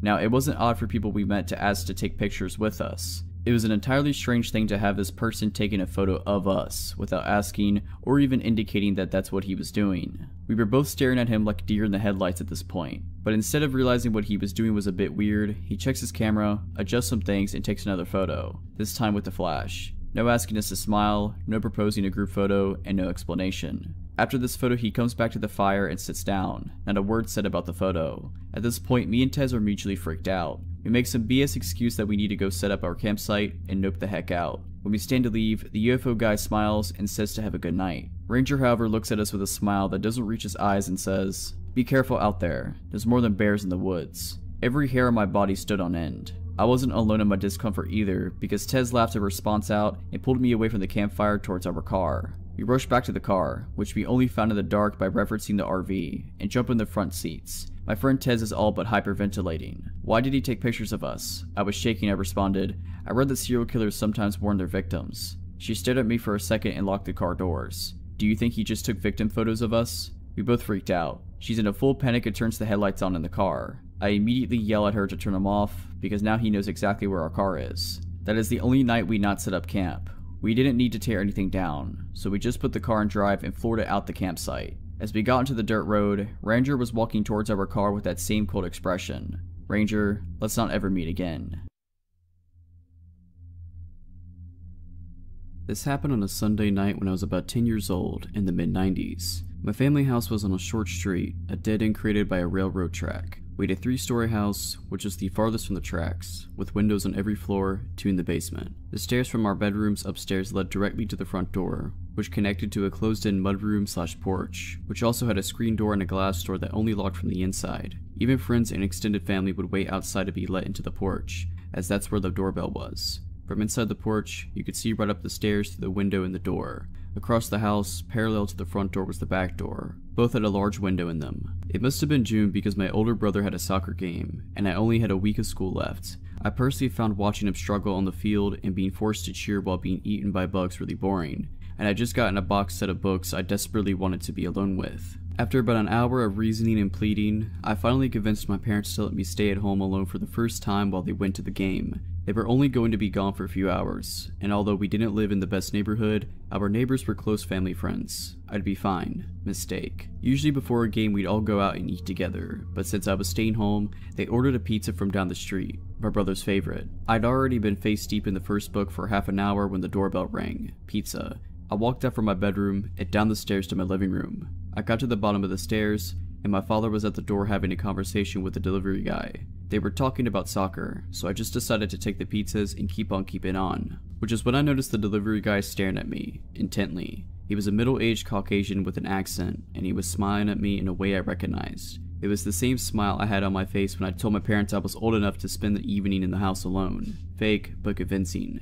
I walked past him through the living room to the kitchen and threw the pizzas on the counter and shoved my face into my book. My father talked to him for a few more minutes about sports, and then closed the door. My family sat down to eat and chat while I forgot all about them, the food, and the delivery guy. Before they left, around 6:30 p.m., my parents wrote down all the emergency numbers, gave me instructions not to open the door, and headed out with my brother, and I waved them off, excited to finally have the house to myself, if only to read in silence. I locked the main door and headed up to my room to read. It was blissfully quiet, save for the sound of my dog's occasional barking in the backyard. I had just finished the first book, and immediately started on the next when the doorbell rang, and my dog lost it in the backyard. I was up in my bed immediately. I looked at my alarm clock for the first time since they left. It read 8 p.m. My whole family was at the game, and any extended family in the province was as well. No one would be coming over without calling, especially on a Sunday night. The doorbell rang again, and again. I remained frozen in place, my book crumpling in my shaking hands. I, for the first time,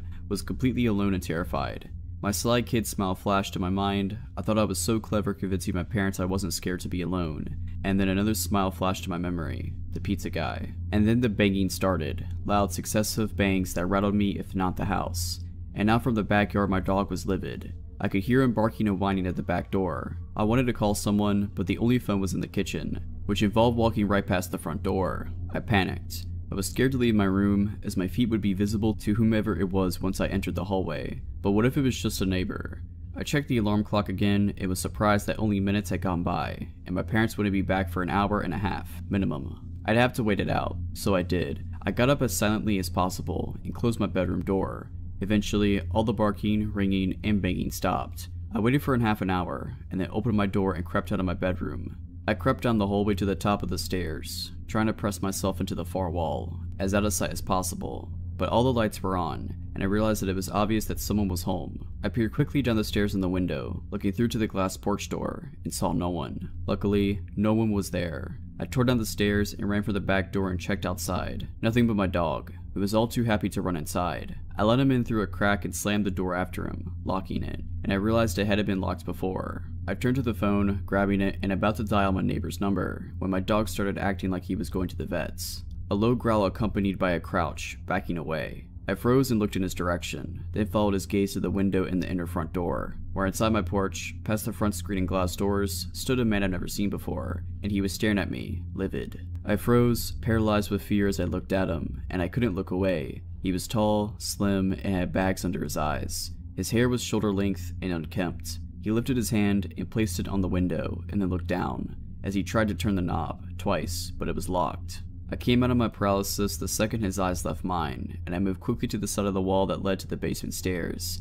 It blocked us from being able to see each other. Hiding felt good. My dog, still in the corner, inched towards me, low to the ground and still growling. I couldn't breathe, my heart was pounding. This couldn't get any worse. Wrong. I saw you, boy. I saw you. Open the door. My stomach nestled in my throat. I started crying. I've never really had a flight or fight moment. Only flight or flight. But there was nowhere to go. Back upstairs led right past him, and going down into the basement seemed even more terrifying, as I'd have to walk past the window in the middle of the staircase that looked out into the alley leading to my backyard. I saw you. You can't hide forever. You have to pay. You have to pay. He screamed through the door window, shaking the door as he pulled on it. I thought he would just break the window and unlock the door, so I descended slowly down to the steps to the basement, going just halfway to put some distance between us. I stood still, waiting, and then silence. For a minute, nothing, and then the sound of the glass door and screen door to the outside opening and slamming. More silence. My dog straightened out, walked over to the top of the stairs, and then looked right past me, and started growling. I can still see you. I see you. I see you, boy, and you have to pay. I jumped and turned my head, and through the window to the alley, I saw his face.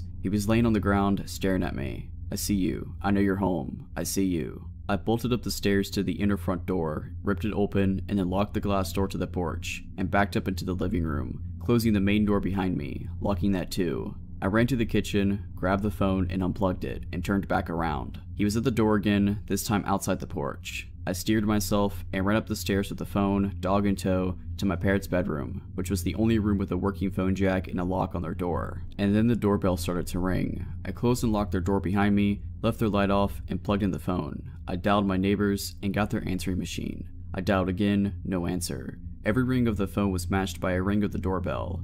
I called them over and over, finally whispering a message. "Tom, it's Kevin.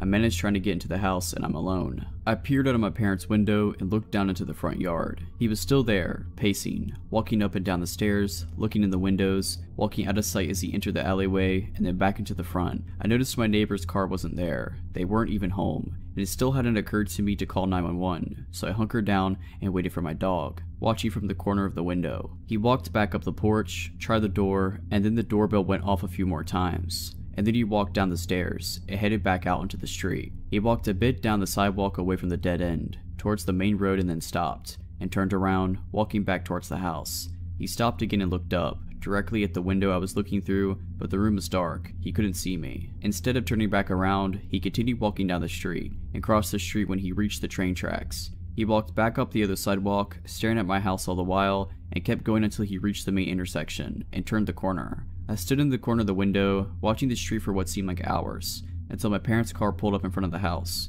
along with the neighbor's car. They all got out and my mother headed towards the house while my father started chatting with the neighbor's husband. I unlocked the door and booked it downstairs, instantly crying with relief as I unlocked the inner door, and then the glass porch door. I recounted the night's events to my parents in the kitchen through tears, and they had just started to calm me down. And that's when the doorbell rang. I started to shake and cry again, and my father burst out of his seat and barreled towards the door and swung it open. And there he was, the man. He stood there smiling a disgusting smile, and I immediately took off down into the basement. My mother was right behind me. I heard my father and him arguing loudly for a few minutes, and then my father slamming the door. My father called my mother and I back upstairs, and then after I made him promise the man was gone, I walked up into the kitchen. My father sat me down and explained the situation. Earlier, my father hadn't had enough cash on him for the pizzas.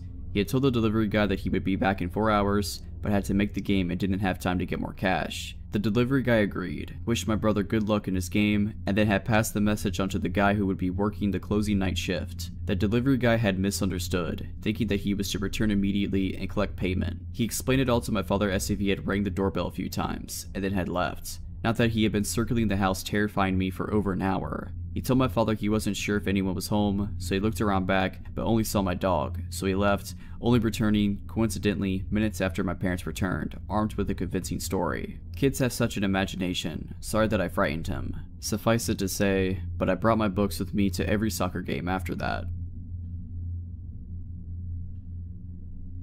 This happened a couple weeks ago.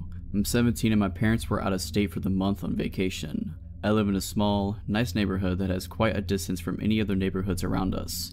My neighborhood likes to be involved with each other, so there's always neighborhood summer barbecues and neighborhood parties now and then. Everyone always attends to these, so I'm very familiar with who lives in the neighborhood as I can name off a majority of them.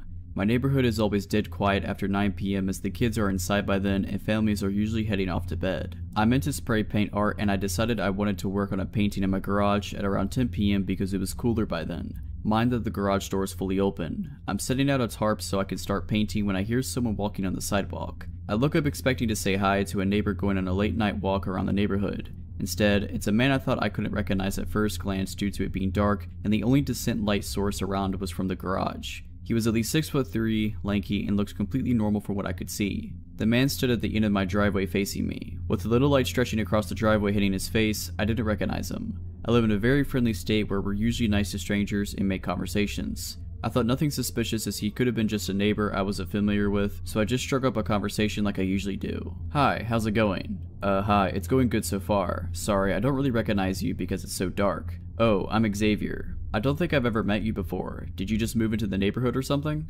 Yeah, I moved into the corner house up the street." "You moved in with the Millers?" "Yeah, the Millers. I moved in with them. They're my cousins and they're letting me stay with them until I figure some things out. I thought nothing of this, as this seemed normal for a family to let a member of theirs stay with them for a while, and the Millers are just those kind of people. Well, I better get going. I need to finish something. It was nice meeting you, Lainey. I never introduced myself, I think? Oh, the Millers told me all about you. I thought nothing of this as well because I would babysit the Millers' kids frequently, and my family is close with them. Xavier kept walking and I thought nothing of what just happened and started painting. The next morning I went on a run to my high school that was about 3 miles away. My high school is on a common road that always has cars on it. As I was nearing the school, I heard a car pull up behind me. I stopped running and turned around to see a beat-up car with the windows rolled down. A smiling man was sitting in the driver's seat. He looked to me in his mid to late 20s, and he had a fairly handsome face. Hi. I probably had a confused look on my face as I didn't recognize the man, but I knew his voice from somewhere.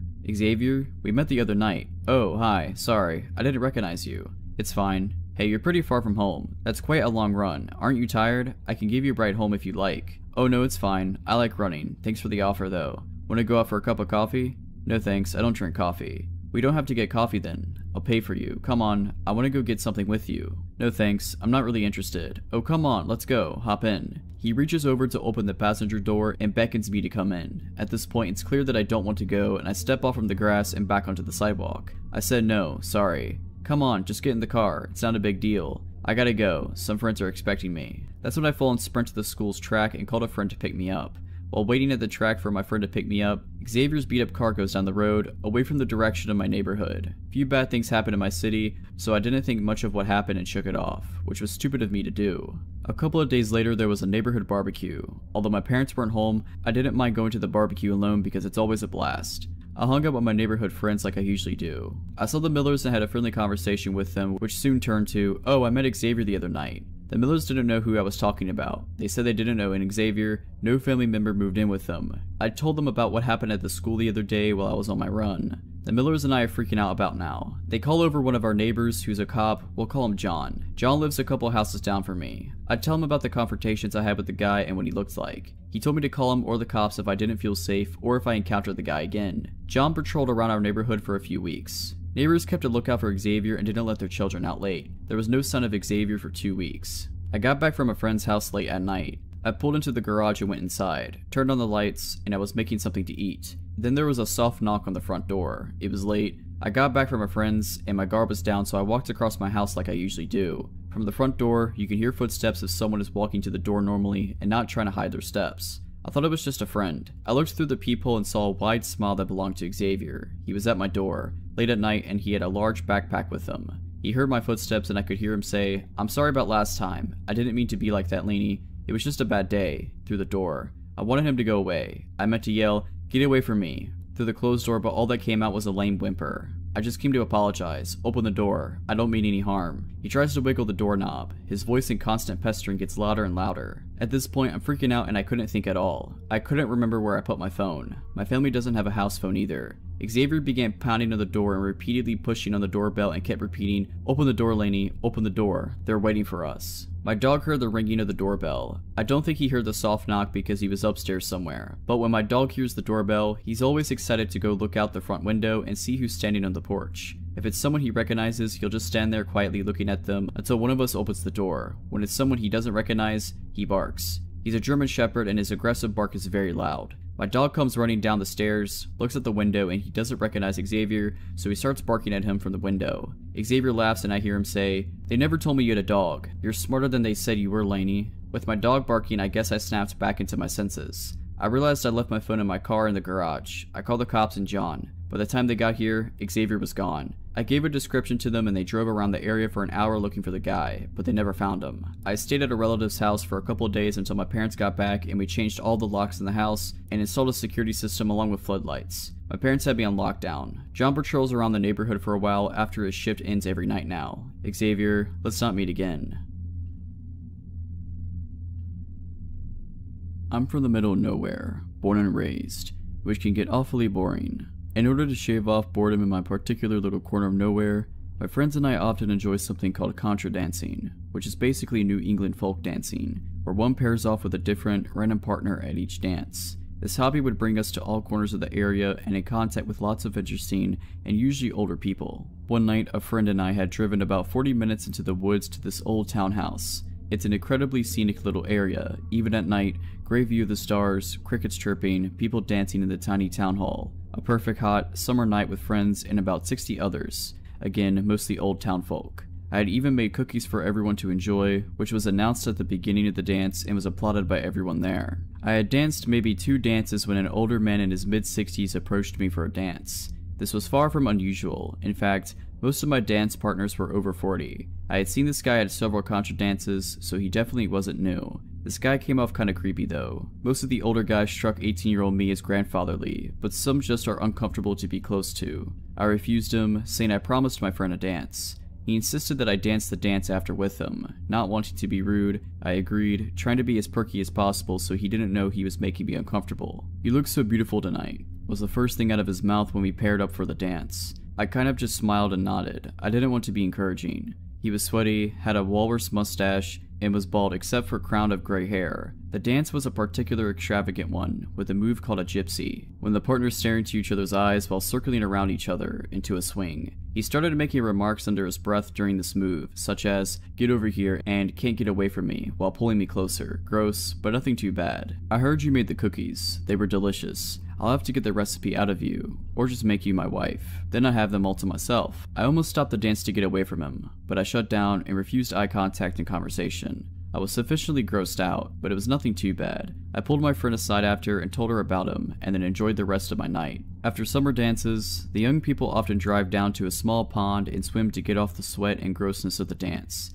Skinny dipping is encouraged, as this spot is really in the middle of nowhere, no houses around, and an absolute amazing view of the stars. My friend and I spent about 20 minutes hanging out in the water, with people slowly leaving until we were the only ones left. That's what I thought at least. Until I saw a figure standing at the bank of the pond staring out at us.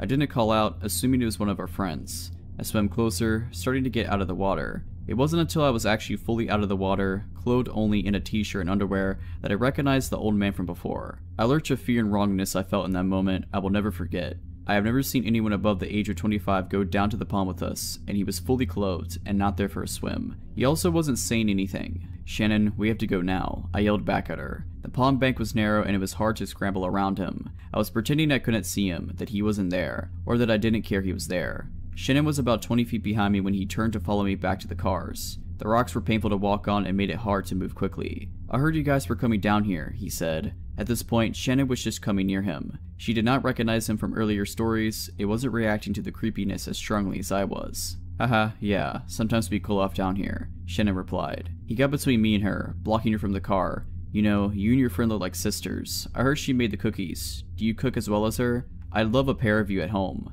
This is when the situation really hits Shannon. We're alone, with this guy who's apparently followed us to the middle of nowhere, with unknown intentions. "It was nice talking to you, but we have to go now. Come on, Shannon." I was practically running to the car, throwing the words over my shoulders. He put a hand on Shannon's bare shoulder, which spurred her after me. "Come on, you two. I'm just trying to have some fun." I was already in reverse by the time Shannon got in the car with me. We tore out of the dirt road at about 50 miles per hour. It hit pavement at around 70. I almost puked when I saw headlights turn out from the road, following us. Since I was about 40 minutes from home through all the back roads, I took a gamble and headed towards the nearest gas station, followed the whole way. We stopped at the station, right in front of those huge windows in front. He slowed down, looked at us, and then sped away. I haven't seen him at a contra dance since, which is the scariest thing to me, as he used to be a regular. In my experience, contra dancers are a loyal bunch, but this guy just sort of drifted in for a couple months and disappeared just as quickly. Still makes me uncomfortable to think about.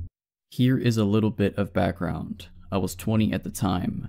I moved in with my uncle in San Antonio, Texas, with the agreement that I didn't have to pay rent as long as I helped him out with chores and my cousins. I got a job at a super known coffee chain downtown close to the touristy part of the area.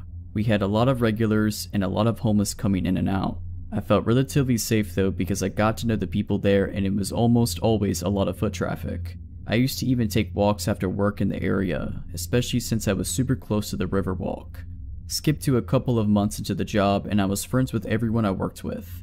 We were all super close. On this particular day, it was one of my co-workers' last day. There was about 3 guys who had been in there almost all morning. They hadn't bought anything and were just hanging out, which was not unusual for my location. On my break, I decided to walk down to a nearby drugstore so I can get a farewells card and maybe a small gift for said co-worker. I walked out and put my earphones in, and before I could press play, I hear the door open behind me and footsteps following behind. Whoever it was caught up to me and started walking beside me, matching my pace exactly. I turned to look and it was one of the guys that had been there all morning. He was a bit taller than me. He tried to ask for my number and I kindly told him no. He persisted and I with a short temper told him to screw off. He stopped and stared at me in surprise. He stood there as I walked away and by the time I went back they were gone. I proceeded to tell my coworkers about the encounter and we laughed it off. I thought that would be the end of it. I was wrong. Every shift after that he would already be there just hanging out or would walk in mid-shift. Sometimes with somebody else and sometimes by himself. I assumed he was just another homeless person because how else was he always able to be around? My shifts were sporadic. Some days I opened, some days I closed, some days I worked mid but it didn't matter, he was always there. At that point I started feeling paranoid. I would always catch him staring in my direction. He never ordered anything, never talked to me, and luckily wouldn't follow me. He would just sit there, watching me. I started mentioning it to my coworkers and they started noticing it too. One of my team leaders would help me out by sending me to wash dishes in the back or organize the cooler. My coworkers would also try and place themselves to try and block me from his view. I started feeling uncomfortable at work. Sometimes when I closed, a coworker would walk me to my car before heading home themselves. Or if I didn't close, they would walk me to my car and turn around and head back to work. Then one day of him just staring, I was working the register that day. He walked up and ordered a water. I asked for his name for his order. I now had his first name just in case. He took his water and sat down. I had mentioned him before to my manager, but because he hadn't really done anything, we couldn't do anything beside note it in the manager book. The next day I worked with my manager. It was him, 2 other coworkers, and me. I told him I had to go to the bathroom real quick. There were 2 bathrooms right next to each other, but sort of hidden from the coffee bar and register, and they weren't gender specific. I walked around the bar to the lobby area. I had to pass his table and walk down the lobby to get to the bathrooms. I noticed him get up before going inside the bathroom. I sat down to do my business when someone rattled the knob. I shouted out that it was occupied, but whoever it was kept rattling the door until I finished. When I opened the door, no one was there, and walking back I noticed him adjusting back into his chair. I was super freaked out and told my boss. He couldn't tell him anything because we had no proof that it was him. Later that shift he got up and picked up a coffee from the pickup area. My boss assumed that he had ordered it and let him take it. I told him it wasn't and that it wasn't even his name. My boss used this as an opportunity to tell him if he does something like that he can't come back. The man apologized and actually stuck to the rules every day after that. He went back to just watching me. Cut to Valentine's Day. One of my team leaders and I would be scheduled to work certain Thursdays after close to deep clean the store. We would stay until 1 AM. This was one of those Thursdays. We were almost done and I had to clean the bathrooms as one of the last chores. I finished and as I walk out the bathroom I see him peeking in with both his hands pressed to the window, eyes wide, just staring at me with this super intense look. I froze for a second just staring back. I notice on one of his palms that is pressed to the window a purple foam heart. He doesn't move at all. I freak out and run back into the bathroom. I shout, "Hannah, Hannah, he's here, he's back." She barely hears me through the music we were blasting. Hannah was the team lead who would help me hide me from him, so she knew the huge fear I had towards him. She walks towards the bathroom shouting back, "What are you saying? What's going on?" As soon as she gets close she sees him. I told her again, "He's here, he's watching me." She started shouting through the window, "You need to leave. If you don't leave, we're calling the police." I step out a little to see if he'll leave and he's ignoring her and his eyes were fixated in my direction. I step back into the bathroom and my lead continues to shout at him to leave and threatens him with the police. About 5 minutes pass and he realizes that I'm not stepping out until he leaves, so he does. The next day my lead and I told my manager I want to file a police report and he tells me to wait until he talks to his boss. He shows up again that day and I was only there to talk to my manager and leave right after. When I got home, a friend convinced me to call the cops. So I text my boss that I don't care what he or his boss says, I'm scared and I'm gonna file that report. I dial 911 and tell them a summarized version. They tell me they're going to send someone to where I live to take the official report. The 2 officers were nice and supportive. I told them my whole story and how my boss didn't feel the need to get cops involved since I wasn't harmed. The officers told me that I should have called right away and defend me, saying they could get him for harassment. I thank them and they tell me that if he shows up to dial 911 so they can take him in for trespassing and harassing. I think that day my manager banned him and warned him because he never showed up to the coffee shop again. A few months later when I was comfortable again with downtown, I went out with some friends to walk around. We were close to where I worked at and as we round a corner I see him and so I ducked into a little corner store and my friends follow. I told them I saw him and they kept an eye out. Once he was out of view we left the store and that was the last time I saw him. I just hope that he never comes back. I'm in a school still and work for my family member on certain weekends at a local college selling concessions at the stadium. It's about once, twice a month, and the stadium is off towards the edge of town. It's Friday night and I just gotten out of school and I had to go straight to work. I get to work for 4 hours, half shift tonight, and my boss, my aunt, tells me we need more spoons for tomorrow's event. We sell ice cream, and these events have like 5,000 plus people at them. I say okay, and I'll go grab them on my way home. The only store open with heavy duty spoons is all the way on the other side of town, and I still wanted to go meet up with some of my friends and mess around. I decided to take the faster but more sketchy way around the outskirts of town. I live in a weather bipolar state. It snowed last night, but I figured the roads would be fine enough even if they weren't plowed. I take off to the store and the first 5 minutes go by and nothing's wrong. I haven't seen a single car or any buildings the entire time, but keep in mind it's approaching 9 PM and I'm on the outskirts of town, and no one really takes this way in case they really have to. All of a sudden I see something in the corner of my eye, and it looks like a man, roughly 5'8" I'd say, wearing shorts, t-shirt, and a backwards hat. He's in the ditch, walking in snow when it's 10 degrees out. My first thought is to pull over, but I'm on the phone with my mom at the time and she warns me not to as some things have happened before in this town. I consider stopping, but for some reason I tell myself not to. I wasn't really worried about anything. I pass the man, going about 40 miles per hour. Like I said, roads aren't the best. I drive not even 500 feet past him, and immediately, a car that I did not see at all before turns on and pulls out of a field entrance off the road and starts to follow me. At first I thought I just was focused on the man in the ditch and didn't see a road and that's where they come from, but I later found out there was not a road there. I start to approach the town again and have to take some turns to get to where I'm going. I turn left, the car turns left. I turn right, the car turns right. I go around a roundabout and skip my turn and go twice as no one else was there. Car follows. At this point I start to worry a little, but maybe they just need to go to the store also. I then pull up to a stop sign and I turn without my turn signal. The car follows. Now at this point I should have went straight to the police station, but I still didn't think much of it.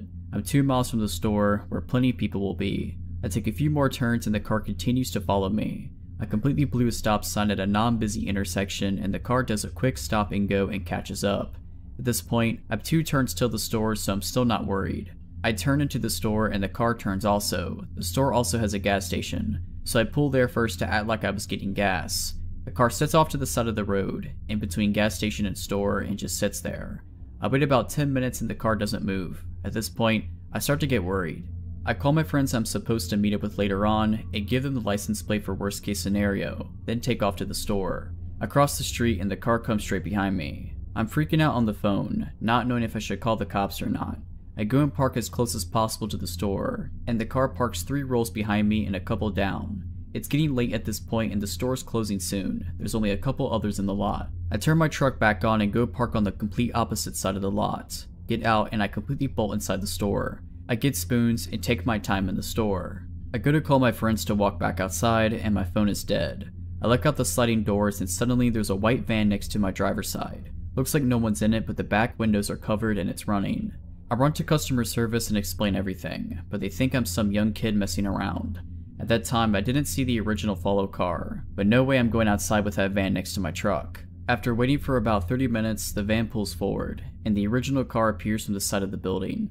I wait another 10 minutes and dash outside. I speed to my friend's house, and when I get there I park at his garage. My one buddy asked why there's a big orange mark on my tire, and my heart sinks. When I was inside, the follow car must have marked my tire. After inspecting the rest of my truck, we find a small pipe dropped in the bed of my truck surrounded by snow. It was wrapped in duct tape. It was not mine. I was alone, no phone, scared, in a part of town I'm not familiar with. I can't help but think what would have happened if I walked outside. Last December, I was visiting my family down in Florida and we spent some time in Treasure Island. My brother and I took my dog down to the beach at about 2 AM to play some fetch and drink and have a good time. If you walk along the water, you can reach a few restaurants and bars and hotels that line the beach. Out of nowhere, we see someone walking pretty quickly in our direction from over there, and a few minutes later, we can make out that they're being followed. My dog is arguably pretty well trained. We work search and rescue, and I've never once had her run off without permission, and never once has she not instantly returned when called, but that changed that night. She was about 5 feet from me and I saw her hackles shoot up and I went to grab her collar, but she took off in a full sprint, making some truly terrifying barking and growling sounds.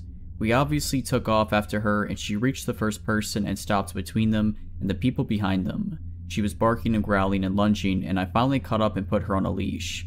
She's never reacted in that manner, so it was scary. The group following her ended up being 3 men that were probably in their early 30s. They started booking it in the other direction. I turned around and the person being followed was a young woman around my age. We asked if she was okay and she just broke down in tears and collapsed into my brother. So she got into her phone and rang her friend's number to have us talk to her. We were able to figure out where she was staying and walk her back to her hotel where we met up with her friends and we all exchanged numbers to talk a later time. The next day we all got together where we learned she had gone out for a walk on the beach, stopped for a drink at the bar, drank a bit, and then just wasn't feeling right. So she left the bar and soon noticed 3 men left after her. She had been walking for about a mile at that point, terrified and slowly getting more and more screwed up.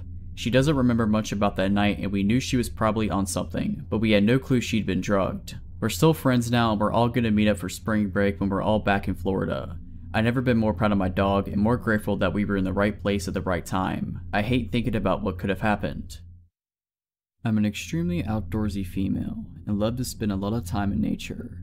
I spent the better part of my early 20s living in remote northern locations and exploring a lot of Alaska, Yukon, and British Columbia. I have many odd, frightening, and bizarre stories that came up from my time in the north, and this is one of them.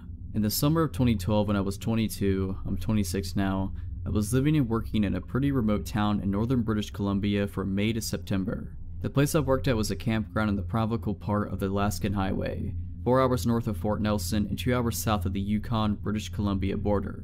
The best part about this park was the fact that it had beautiful natural hot springs, which attracts tourists from all over North America every summer. I lived in an old trailer on a separate part of the campground where the rest of the staff lived. I quickly got used to living in a place where I had no running water, no electricity, no cell phone service, and no internet, and driving 4 hours to Fort Nelson every 2 weeks to get groceries and do my laundry. Life was pretty sweet. I got to hike, go for late night dips in the springs, make some traveling friends, and spend quality time in nature getting to know the flora and fauna of the landscape. My job at the campground was being a park facility operator, gatehouse attendant, wildlife interpreter, and sometimes had a few security shifts here and there.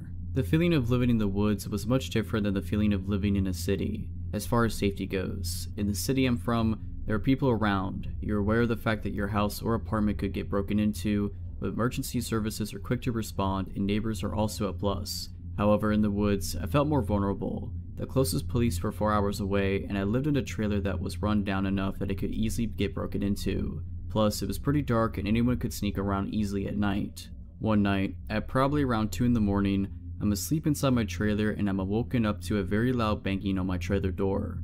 Reasonably shaken, I look outside the window next to my bed and see a car with its lights on, and 2 men standing at my door. I can feel the blood drain from my face. Through the door I say, "How can I help you?" and one of the guys, clearly hammered out of his mind, starts rambling on about something. No matter how hard I try, I cannot understand what he is saying. I say, "Sorry, I don't understand what you're trying to tell me," and the other guy starts frantically trying to explain something in the same drunken state as the first guy. I decide at this point that they don't mean any harm and I open the door to talk to them. They look visibly shaken and I can tell they are desperate for my help but don't have the mental capacity of a person sober enough to coherently tell me what's wrong. One of the dudes starts telling me a very long story that I managed to piece together through all of his slurring and hiccuping. Basically he says that him and his friend are on vacation, came up from Fort Nelson to party, they had a really long drive, were at the hot springs, they were having beers, and they were sorry about having beers. And then he drops the bomb that somebody's running around the campground, stabbing people. I look at the guy telling me the story and notice he has blood all over his clothing. I say, "Someone is going around stabbing people?" And he replies, "Yes, someone's running around stabbing everybody." Then the other guy yells, "Come on, let's go," and they hop into the aforementioned car and speed off before I can question them any further. Now I'm standing at my trailer door, in the darkness, alone, thinking there's a maniac running around wielding a knife. I have no phone and I know that the only person who has a phone is the ranger, and his cabin is about a 5-minute walk away from my trailer. I remember that I have a radio, so I run inside my trailer, lock the door, and try to get the ranger on the radio. His radio is off, of course. The only thing I can do at this point is go to the ranger's cabin and notify him of the situation. I get to the ranger's cabin and pound on his door. He answers within a few minutes, visibly sleep deprived. And I tell him the whole story. While I'm there, he calls the police and they tell him that they are on the way and they will be there in 4 hours. The ranger grabs my gun, walks me back to my trailer and says, "Don't let anybody in." I stay up the rest of the night, listening for any sort of disturbance around me, the intense kind of listening where you're concentrating so hard on any external sounds that might be made that you almost feel deaf from the silence. After about 2 hours of doing this, my trailer starts rocking back and forth. I freeze. My heart drops. I can hear the sound of someone breathing extremely heavily, and I'm thinking, this is it. I'm just sitting there on my bed in my trailer as it's rocking, waiting for the maniac to stop tormenting me and just break the window and stab me. I'm still listening intently to the heavy breathing, and that's when I hear a grunt, a very non-human sounding grunt. I get a feeling that it's not what I think it is, and I peer out the window of my trailer, and a bison is scratching its back on the side of my trailer, causing it to rock back and forth. The RCPM get there at around 6:30 a.m. and proceed with their investigation for 10 hours. They close off the springs in the entire campground. We don't hear anything about what took place during the night until the investigation is over. Apparently there was a guy at the springs who made a lewd comment about one of the females in another group, which resulted in an argument. The guy disappeared and returned an hour later with a knife, stabbed 2 of the guys in the group, and booked it back to Fort Nelson, not before stopping at my trailer with his buddy to tell me about the incident, of course. Yeah, one of the guys at my trailer, he was the dude stabbing people. My guess is that him and his friends stopped by my trailer to try to make it seem like they were innocent. Drunken logic. The 2 guys that were stabbed survived, which is good. I just hope that I never have to wake up to someone like that at my door again. A couple of years ago, I was still adjusting to the adult dating scene. I was using Tinder, and though I had been on a few dates and had a few hookups, it was mostly just situations where I either wasn't that interested in the guys, or it was strictly a one-night stand. It was a college town, not where I went to school, about 45 minutes from my parents' house, and I went on a few dates there. It's a cool city to hang out in, so it was always worth the journey even if a date didn't work out. I started chatting with this guy who I matched with on Tinder. He wasn't exactly my usual type, but he was charming enough. He was a little bit of the stoner/alternative type. He was funny and confident over the phone as well. I usually made it a rule for myself to chat on the phone at least once or twice before meeting up with guys, even just to gauge if we would be able to carry a conversation. It's not the same when you're only texting. We hit it off over the phone well enough to the point where I felt we should give hanging out a shot. We talked about how I went to karaoke night often at a local bar close to where I attended school.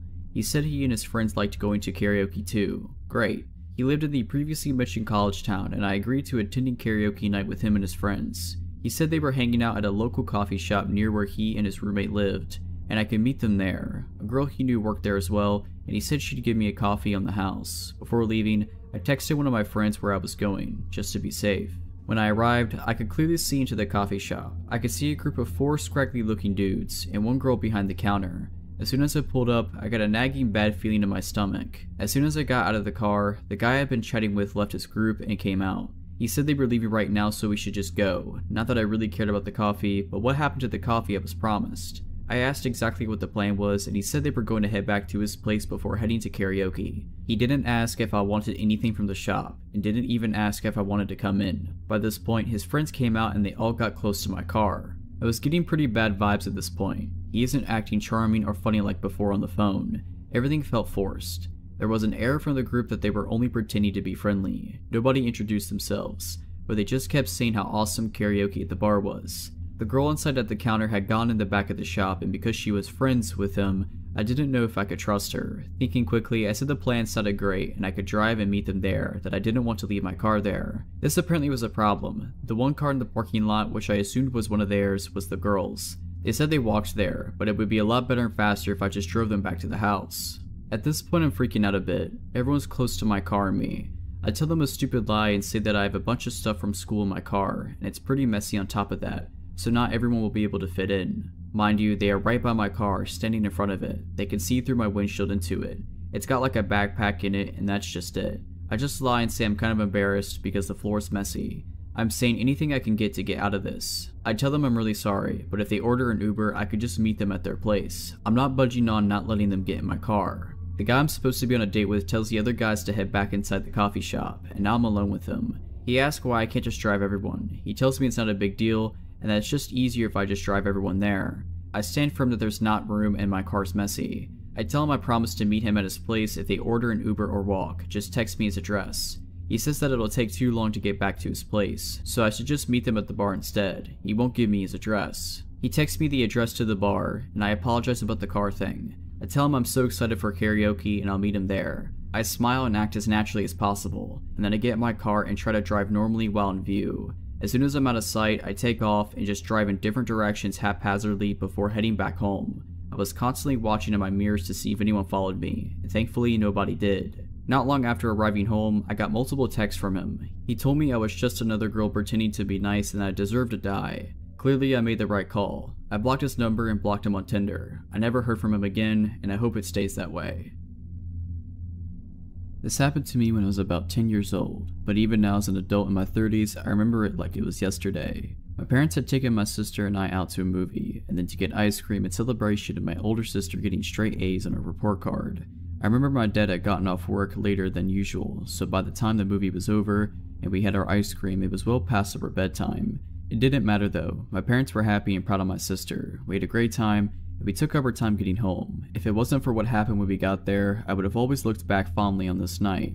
We got home at around 10:30. Bedtime was usually 10, so I went straight to my room to put my pajamas on while my sister went to brush her teeth. I remember thinking that it seemed a little more chilly in the house that night, but that's the only thing out of the ordinary I can recall from when we first walked in. I barely had a chance to change when I heard my dad yell our names from what I thought was the kitchen.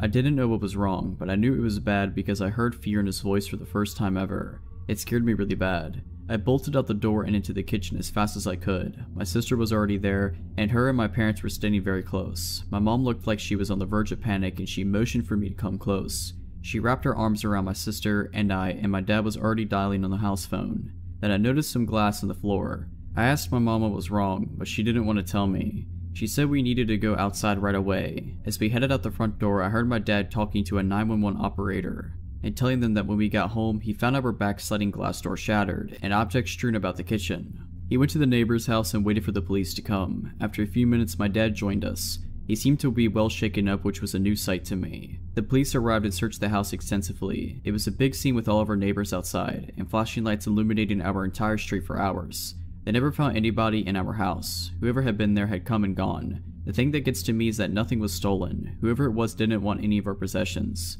What they did take was our canned food out the pantry and stacked them into small pyramids on our kitchen counter. They also turned on the TV in the basement and moved a few random objects to different parts of the house. It was like someone had been in our home and did things for reasons that only made sense to them. As the police were finishing up and ready to leave, I heard one of them ask my mom a question. They talked quietly, and I'm sure they thought I didn't hear. I pretended not to be listening, but I heard everything. We kept magnetized letters on our fridge, and we used them to leave each other messages for fun sometimes. The cop was asking my mom if the message on there that night was done by any of us. It wasn't. I watched my mom turn pale when we told her what it said. It still makes my skin crawl to this very day. It said, "Always watching." The police didn't find any fingerprints. They said the intruder had to be wearing gloves. For the next few days, the entire family was extremely uneasy. Within a few months, we decided to move. It was all just too scary for us to stay in that area. We moved to a house several miles away. We were never bothered again, but I do still think about it. This happened many years ago, but the hairs on my neck still stand up sometimes to this day. I just wish that we never experienced something like that again.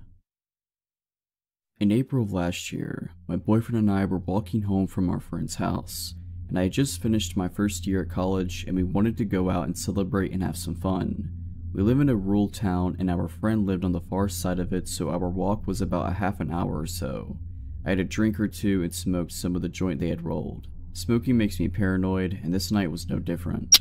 Anyway, we left at maybe 10 or 11 p.m. and everything was perfectly normal until we got to the end of the long street that would eventually lead to my house. This street always feels so long to walk on, like hours can pass and you can barely make a dent in the amount of steps made.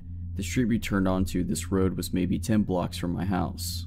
A few minutes after we turned onto this road, I felt like something was off, but my boyfriend said that I was stoned and reassured me that it was just that. This white pickup truck that was parked in front of some house turns on and begins to drive slowly away and would then park. I watched it to see if it was just me being paranoid or not, but it proceeded to stop a couple houses down and sat there with the car still on. As soon as we get close, it would drive away, parking a little further away. This continued on until we got to the end of my street. At this point, I kept telling my boyfriend that I'm not paranoid and that this truck was screwing with us and he had gone quiet. A couple houses down from mine, this truck drives to the end of the street, my house on the corner. There's a dead end by my house because we live near a river. It stops for a moment at the dead end and proceeds to turn on their high beams and begin to slowly drive towards us. My boyfriend sticks his arm out in front of me, stopping me from walking any further as this truck continues to approach. My house is so close, yet so far. This truck slowly drives by us. The windows are tinted, but we can see two silhouettes. And because they had blinded us, we didn't think to look at the license plates or even the model of the truck. My boyfriend, being pretty quick on his feet, waited until the truck disappeared from sight and took my hand before racing to my house and locking the door. He had thought about turning down one of the other streets so we could try to lose them, but he figured he'd wait until they were out of sight to book it to my house so they wouldn't see which house we went in. We looked out one of the front windows very carefully and saw this truck come back into view and began to drive around the block. I'm assuming looking for us. This went on for about 10 minutes. I called the police to inform them that we had been followed, but without the license plates or model, they could only keep their eyes open for suspicious white trucks. I was adamant that these people had to know one of us, if not me, because they drove until they were beside my house. Whether they actually knew it was my house or not, I don't know. My boyfriend tries to insist that it was probably a bunch of kids trying to mess with us, but I don't believe that. A few days later, we heard that someone was picked up and was last seen in a white truck. Since this night, there have been stories in the paper and online that people have been grabbing people and these people were trafficked in the area. I'm still seeing reports even today. If you're liking this video, all I ask is that you make sure to subscribe to my channel and like this video. Thank you.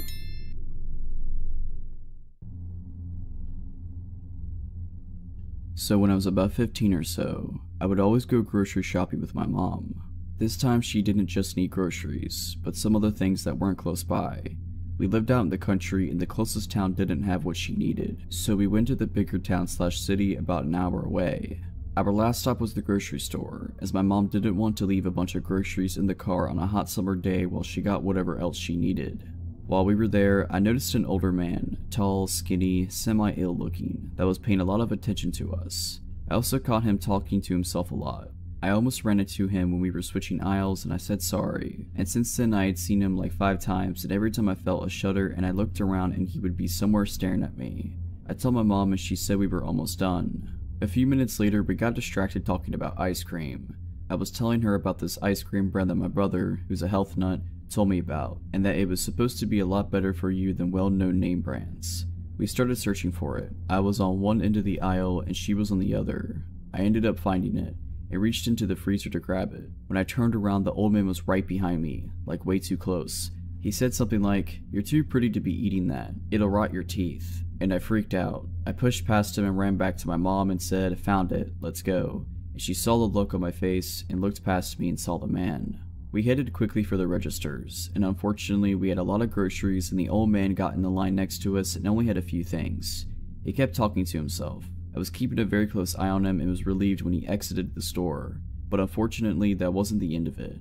When we left the store, I noticed him sitting in his car outside the doors. He sat there and watched us put the groceries in the car and got behind us as we went to go leave the parking lot. I was freaking out. My mom told me it would be okay and that she was right there with me.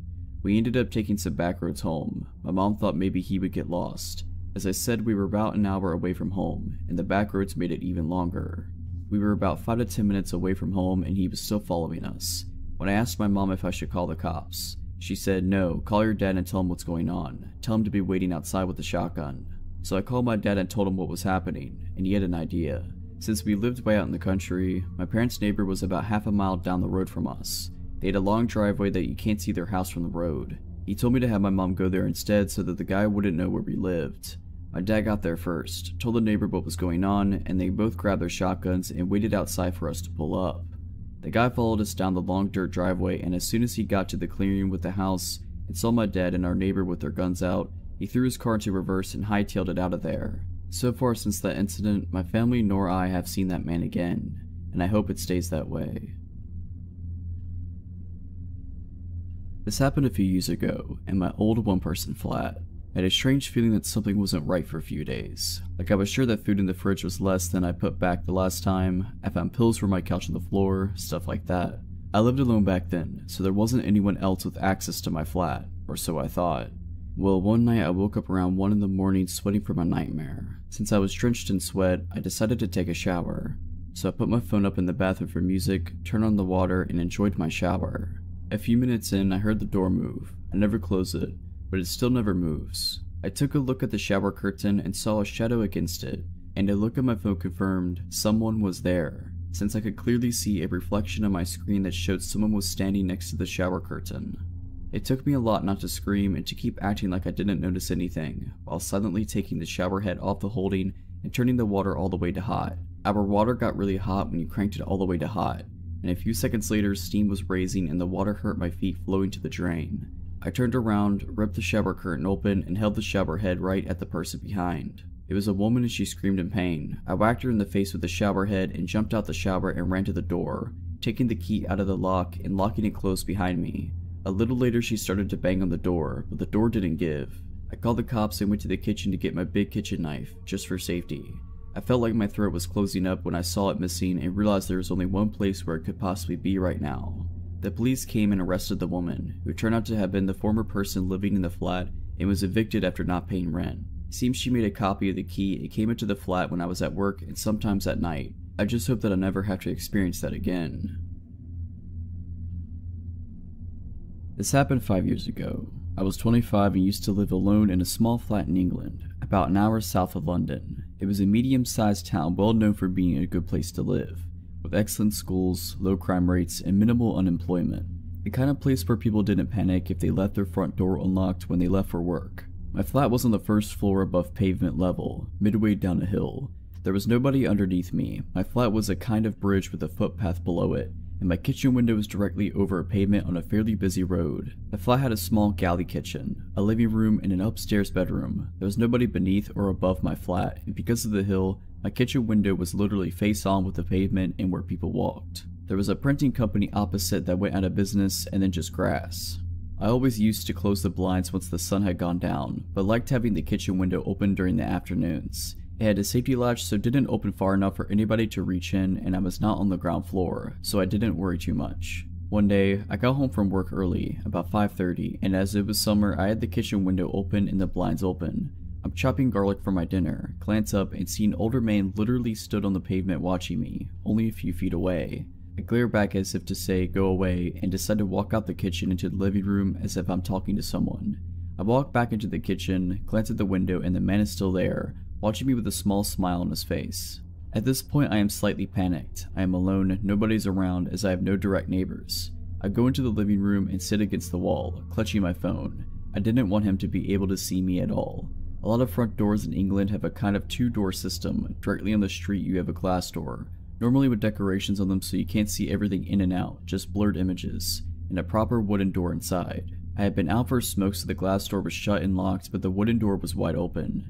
From where I'm sitting, I can see the glass door, and I see a figure walking towards it. Sure enough, as it gets closer, I can see that it's the man from the pavement, standing at my front door and trying to look in. He tries opening the door, but luckily, I locked the outside door after my smoke, and it was a strong door. He drops a cigarette, says, "Screw it," and after about 15 to 20 seconds, he turns around and walks away.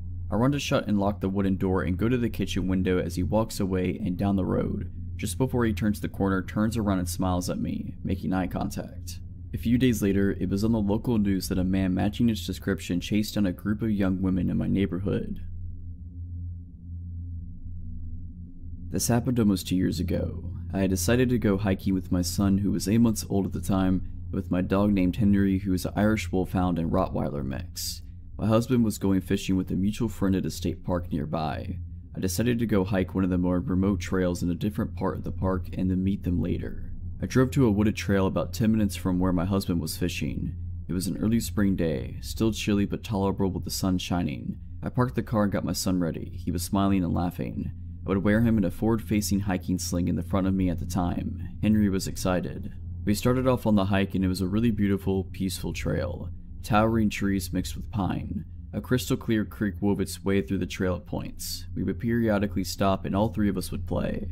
About an hour and a half into the hike, we had gone about 3 miles and rounded a narrow bend in the trail when we nearly collided with a gentleman in his late 40s or early 50s. Henry was snarling and lunging for the man. Before I even completely registered what was going on, I quickly backed up and pulled Henry back the best I could. My bumps were goosed at this point. Henry would not calm down. This is very unusual behavior for him, but none of he was trying to protect us. Trying to talk over Henry, I loudly said, "I'm sorry, Henry's just very protective of my son. If you move off to the side, we can pass you." My son was very quiet during this entire exchange, which I found a bit odd. The guy was staring very intently at my son. He then laughed slightly and said, "Oh, he should be. It's a good thing he's with you." Then he motioned to something around his neck and said, "I'm just out here taking pictures. It's a hobby of mine." Except he wasn't wearing any kind of camera around his neck or anywhere that I could see. He had a canteen around his neck. I politely asked him again to step aside so that we could pass. At this point, Henry was sitting down but growling still. Henry would not take his eyes off this guy. I have no doubt that Henry would have eviscerated this man if he had tried anything. I am positive this guy felt that. The guy looked at Henry for a few seconds, then at my son again. He took a few steps off trail so there was room to get by and so that Henry couldn't reach him when we went by. As I warily walked by him, he was like 10 feet to my left. He muttered something about how he used to be able to see his kids. I kept looking back as we walked away to make sure he wasn't turning around to walk our way. He did continue to stare after us for several minutes though until I could no longer see him. We kept hiking and eventually came to an opening point where cars would park. There was no one there and luckily I still had cell phone reception. I called my husband. He and his friend came to pick us up right away and they took us back to my car. There was no sign of the guy we encountered. We went home after that. Henry has since passed away and I am sad that my son doesn't get to grow up with him. He was really the best dog ever. So thanks Henry for being gentle yet fierce. I hope I never have to see that photographer ever again. This story happened about 2 years ago when I was 19 and my foster sister, Kira, was 16.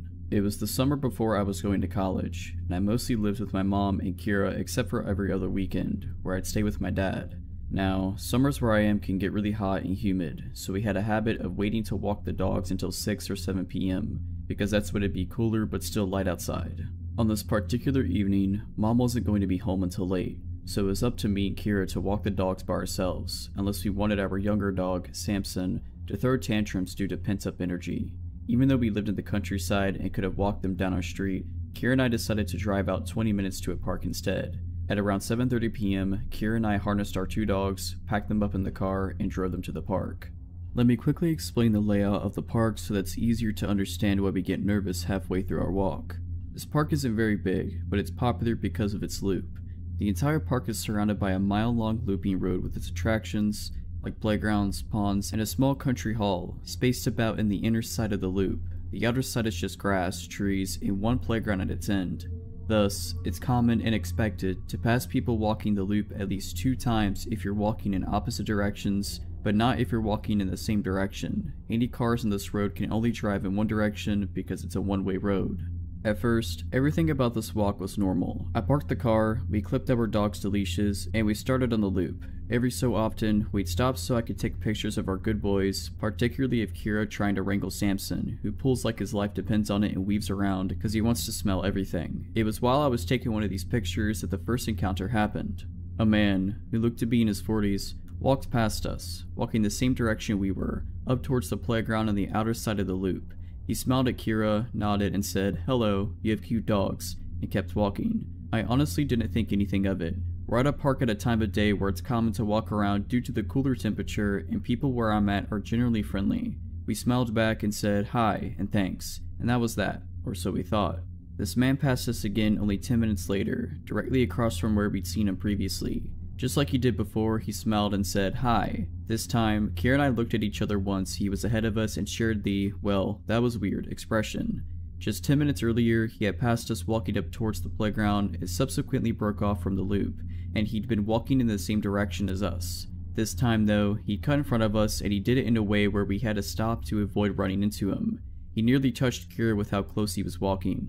That was already weird in and of itself. The other weird part was him cutting past us in the opposite direction. It came off almost like he wanted to walk by us again, but just like before, Kira and I brushed this weirdness off. The guy could have been enjoying a rambling stroll and doing his own thing for all we knew. Not even 5 minutes later, the same man passed us again, once again cutting so close past us that he nearly brushed shoulders with Kira. Again, this time he walked up behind us, then did this weird directionally slant walk to cross the street and go in the opposite direction, cutting us off again. I told Kira to hustle so we could get to our car and get out instead of doing a second loop. When we were almost to our car, we noticed a car creeping along behind us. We pulled to the side and stopped to let it pass, but for a second it stopped too. We figured whoever was in the car was getting ready to park, so we started walking again. The car started creeping along behind us soon after we did, so we stopped again and the car stopped with us. This was when Kira got nervous. We hadn't seen the middle-aged guy since the third cutoff, so we figured I had overthought the whole thing, but here we were, with this tinted-windowed car acting weird. Was it the same guy, back with his car? A different guy? We couldn't tell. Before anything could happen though, another car idled up to the one next to us, and whoever it was sped up to the expected 5 miles per hour. We got to our car pretty fast after that and practically picked up the dogs to get them inside of it. We got in and got out of there. My mistake, however, was neglecting my rearview mirror and the well-advised rule not to drive straight home if you're worried a stranger's taken too much interest in you. We got home at around 8 something. The sun had finally disappeared behind the horizon. Mom wasn't home yet, so we got the dogs some water, locked the doors, ate a late dinner, chilled in the living room, and talked about things that didn't really matter. It was almost 9:30 when the scariest part of this whole ordeal happened. There Kira and I were, sitting on different couches, talking about something, when we noticed the ceiling briefly light up over where Kira was sitting. Due to our long, slightly curvy driveway, it's common to see headlights stream through the window, light up the ceiling, fade, then intensify. It means someone's just come home, so when the ceiling above Kira lit up, we thought nothing of it, assuming Mom was finally coming back from wherever she went that night. Mom has a habit of pulling in then checking her phone for whatever knows how long before coming inside. After a couple of minutes, I noticed the small, motion sensor light Mom set up on a table on the porch light up. Right after the light went off, we both heard the storm door open, but we didn't hear anyone pressing the code keys of our lock or jiggling the door handle, like Mom usually does right away. The moment the storm door creaked open, our 2 dogs jumped up and ran to the door, barking like mad. Our golden greyhound mix, Calvin, has a deep and scary bark. Samson, who is a big dog, jumps up on his hind legs and scrabbles to one of the small windows in a desperate attempt to see who's outside. Immediately, the storm door slammed shut, and we heard heavy footsteps on the cement of our porch. Calvin started going nuts and jumped up on Kira's couch, standing on its back instead of the cushions to look out the window. Samson ran out the room and went out the doggy door that leads to the back porch, which is a ramp going down into a fenced-off portion of our yard. I sat there, my mind steadily going blank as my heart sped up and my limbs refused to move. Kira gets up and spins around and looks out the window but can't see anything because, besides the motion light on the porch, it's too dark. So, naturally, she gets up, grabs a stray dog toy which just so happens to be a tug-of-war rope with a ball on one end, and opens the door. I tell her very calmly to shut the door and stay inside. She ignored me and stepped out onto the porch. She comes back inside after not seeing anything, but, to my utter disbelief, she disappears into the kitchen, comes back with a knife, and goes outside again. This time, she's gone for a handful of seconds before running back inside and slamming the door shut. Breathless, she tells me she went out a bit into the yard and saw the outline of a man by the run-down dog kennel we don't use anymore. When she saw him and froze, he moved. This time, she listened to me when I told her to lock the door. I managed to call Mom and she convinced me to get up and make sure all the doors were locked, including the basement and making sure the dogs were inside. After Mom got home and looked around, finding nothing, we called the non-emergency number for the police, not wanting to bother them in case we were overreacting. 2 cops came by and walked around our yard and found nothing. We got the sense they didn't believe us, but instead saw us as 2 overexcited girls with exaggerated imaginations. Still, they humored us and told us, after we told them about the park, that if we think anyone might be following us, or if someone's acting a little too creepy, not to drive straight home and to check if anyone's following us. Then, they left. But when we heard those footsteps and Kira went outside, she swears she saw someone. The dogs don't run up to the door like that and bark their heads off if no one's there. I don't know if whoever was at our house was the same guy that ran into us at the park. If it was, I don't know the reason why he cut in front of us multiple times. I don't know if he was in the car that inched behind us and stopped when we stopped. I don't know what would have happened if Calvin didn't have a scary and manic bark. I don't know much of anything, but what I do know is, if you're out and about, minding your own business, and a stranger is taking a lot of notice of you, following you, frequently running into you, or whatever, trust your gut. Don't drive or walk straight home, meander, get to a public space, or just take your time. Pay attention to your surroundings. You never know who is watching you. This happened a few years ago when I was an 18-year-old girl in high school. I worked at a store in the mall of my mid-sized Midwestern city, and that evening, I worked a closing shift. I was walking back to my car in the snowy darkness when a black SUV pulled up beside me. A woman opened the window and yelled, "Hey, excuse me, I need your help." She was a round-faced woman in her 30s or 40s and spoke with a very heavy Spanish accent. She went into a story about how her sister got into a car accident and the woman needed to get gas in her car before she could help the sister. However, she could not find a gas station and had no money, and she even said she had driven around to several churches to ask for help, but no one would help her. She was difficult to understand and did not tell the story super clearly, but I understood that she needed to find a gas station and she needed me to pay for it. She told the story between sobs and she seemed so desperate that I was moved to help her. I told her that she could follow my car to a gas station that was just across the highway and that I would buy her some gas. At the gas station, I parked in front of the store and was surprised when she did not pull up to a gas pump, as I had expected. I got out of my car and said, "Okay, don't you want me to buy and pump gas for you?" She then said something like I had misunderstood her first story. She didn't need gas. she needed money to give to her sister, and added a bunch of other facts I don't remember to continue the story. Her accent and changing story was difficult to understand. I said, well, I don't have cash on me, only my card. I mean, I suppose I could see if there's an ATM inside? She immediately replied that she knew there was, which definitely is suspicious in hindsight, but I didn't pick up on it at the time. I agreed to go in and get her some money from the ATM, and as I turned to go inside, she said, wait, but if you give me money, I will have to repay you somehow. I said, no, that's okay, you don't have to. She said, no, give me your phone number so I can contact you to meet up later so I can repay you, or give me your address and I will send the money to you. I refused both, and she tried again several more times, begging me to meet up with her later to give me the money. This probably lasted 5 minutes or so. Finally, as I refused her last time, she said in a very chilling way, don't be so nice. Despite all of this, I for some reason was still convinced she needed my help, and I went into the gas station to use the ATM. However, in my teenage wisdom, I could not remember my PIN number, and was unable to withdraw money. I went back outside to tell the woman, and she rolled her eyes, huffed something under her breath, and very quickly got into her car and sped off. I never saw her again after that. As I drove home, I became suspicious about the scenario. I figured out after a while that the woman was definitely trying to scam me for my money, but it disturbed me more that she tried so hard to get me to meet up with her later and give her contact information. I just hope that I never have to meet someone like that in the future. When I was young, I used to live in rural Pennsylvania. Where I lived wasn't quite suburbs, but the houses were all within walking distance of each other, and we knew nearly all of our neighbors. My small neighborhood was blocked off from the ones on either side by decent-sized creeks, and to get to them you needed to climb down a fairly steep slope. This is an important detail later. My friend Rachel was a bit younger than me, by 2 or 3 years. I was 11 at the time. We had decided to go on a bike ride and ended up dropping our bikes and helmets at the top of the hill leading down to one of the creeks, and we went exploring. We were making a racket, I'm sure, squealing as we jumped around trying not to get wet. We noticed bubbles in the water and became concerned for the swans that lived down at the other end of the creek in the pond. Out of nowhere we heard a man chuckling, and he was standing at the top of the hill above near where we were standing. I said nothing. He asked what we were doing and slowly started making his way down the rough terrain of the slope.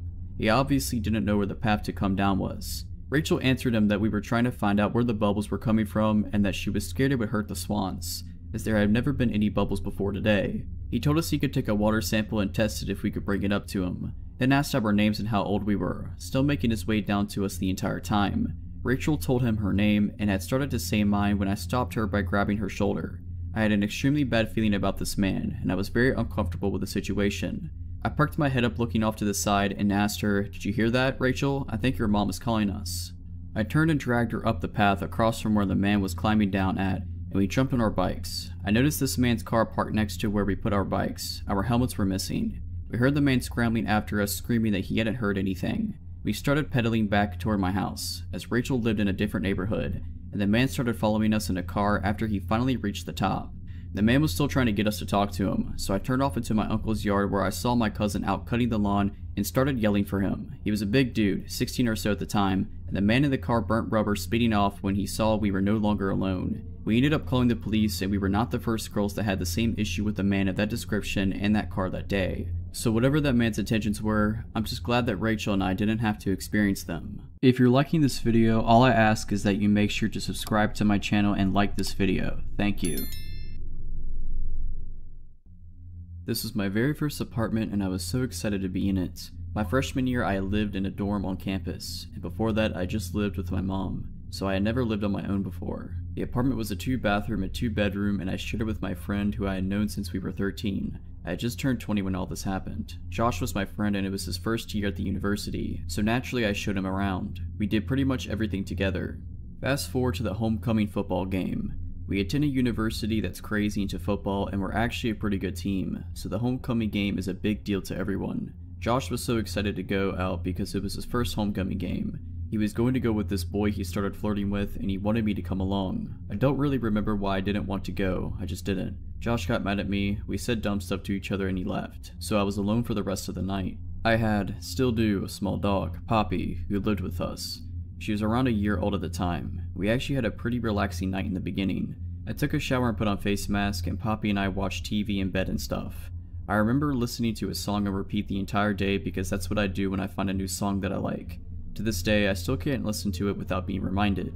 We went to sleep around 10 PM I think. I wasn't keeping up with what was going on with the football game. so I really have no idea if it was just ending or whatever. But I knew not to expect Josh home early because he was going out with the guy he was seeing, Dylan, afterwards. There is a strip of bars along one of the main roads running towards campus, and that's where they would be. That's where everyone would be after the game ended.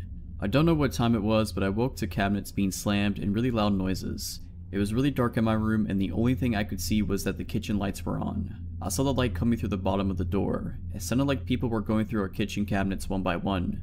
Poppy was at the edge of the bed barking like a crazy dog. I had never seen her act this way. I was struggling to keep myself awake because I'm a really heavy sleeper, not anymore, and I just knew it wasn't Josh or Dylan, but some stupid part of me decided to call out, "Hello?" But it was weak sounding and I really don't know if they heard me or not. Suddenly, my bedroom door opened. I shot up. Poppy was snarling and trying to lunge at the stranger in my bedroom. I couldn't see anything because the light from the open door was kind of blinding. I just saw his figure. He was wearing a hoodie and he stood there for maybe 15 seconds and I was just staring at him. The whole time Poppy was trying to screw him up. He quickly closed my door and I don't know why, I just didn't move. Then my door flings open a second time and we're staring face to face again, for the same painfully long amount of time. My heart was racing and I remember thinking, he's gonna hurt me. Now that I look back, I should have screamed or something. Poppy was at the very edge of the bed now, vicious and snarling. She sounded like a big dog, honestly. And then he slammed my door shut. As soon as he did, I jumped out of my bed and locked my door. I heard them take my car keys. I was terrified they would find my car and steal it since I had just parked directly outside. I frantically called 911 and was sobbing the whole time.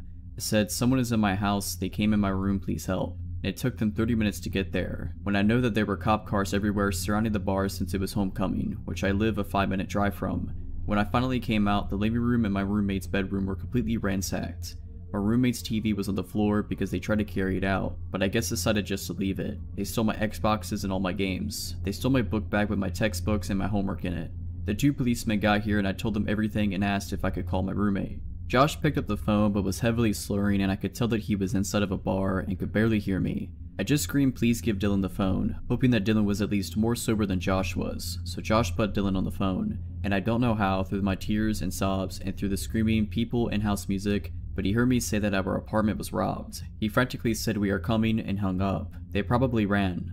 While I was waiting for them, one of the policemen asked if he could try to take the prints from my roommate's TV and I agreed. He proceeds to then drop his flashlight directly on the screen, and as it shattered, he just looked at me. So then Josh and Dylan get back and the policemen totally change their tone. They get aggressive and say that they were targeted for a reason. I'm pretty sure that since it was homecoming, the robbers were not expecting me to be there, and were trying to just rob apartments blindly. We also lived on the ground floor, so it's easier to get in those than in the 2-story and 3-story apartments.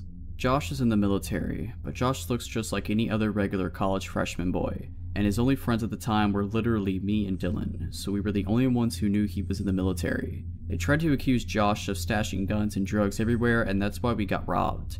I literally was like, "Are you kidding me?" They then tried to pull me to the side and say that Josh hired people to come rob his own apartment while I was inside. They asked me, "How do you know these guys?" I said, "Sir, I have known Josh since we were 13. We moved here together to attend university together. He just gave me a look." When they left, we got our locks immediately changed, and then I had to take the next day off of school to drive to the nearest Nissan dealership, 30 minutes away, and then wait 7 hours for them to rewire a key fob for me. To the men who robbed me, and to the cops who accused my roommate of robbing his own apartment, I hope I don't have to meet you again.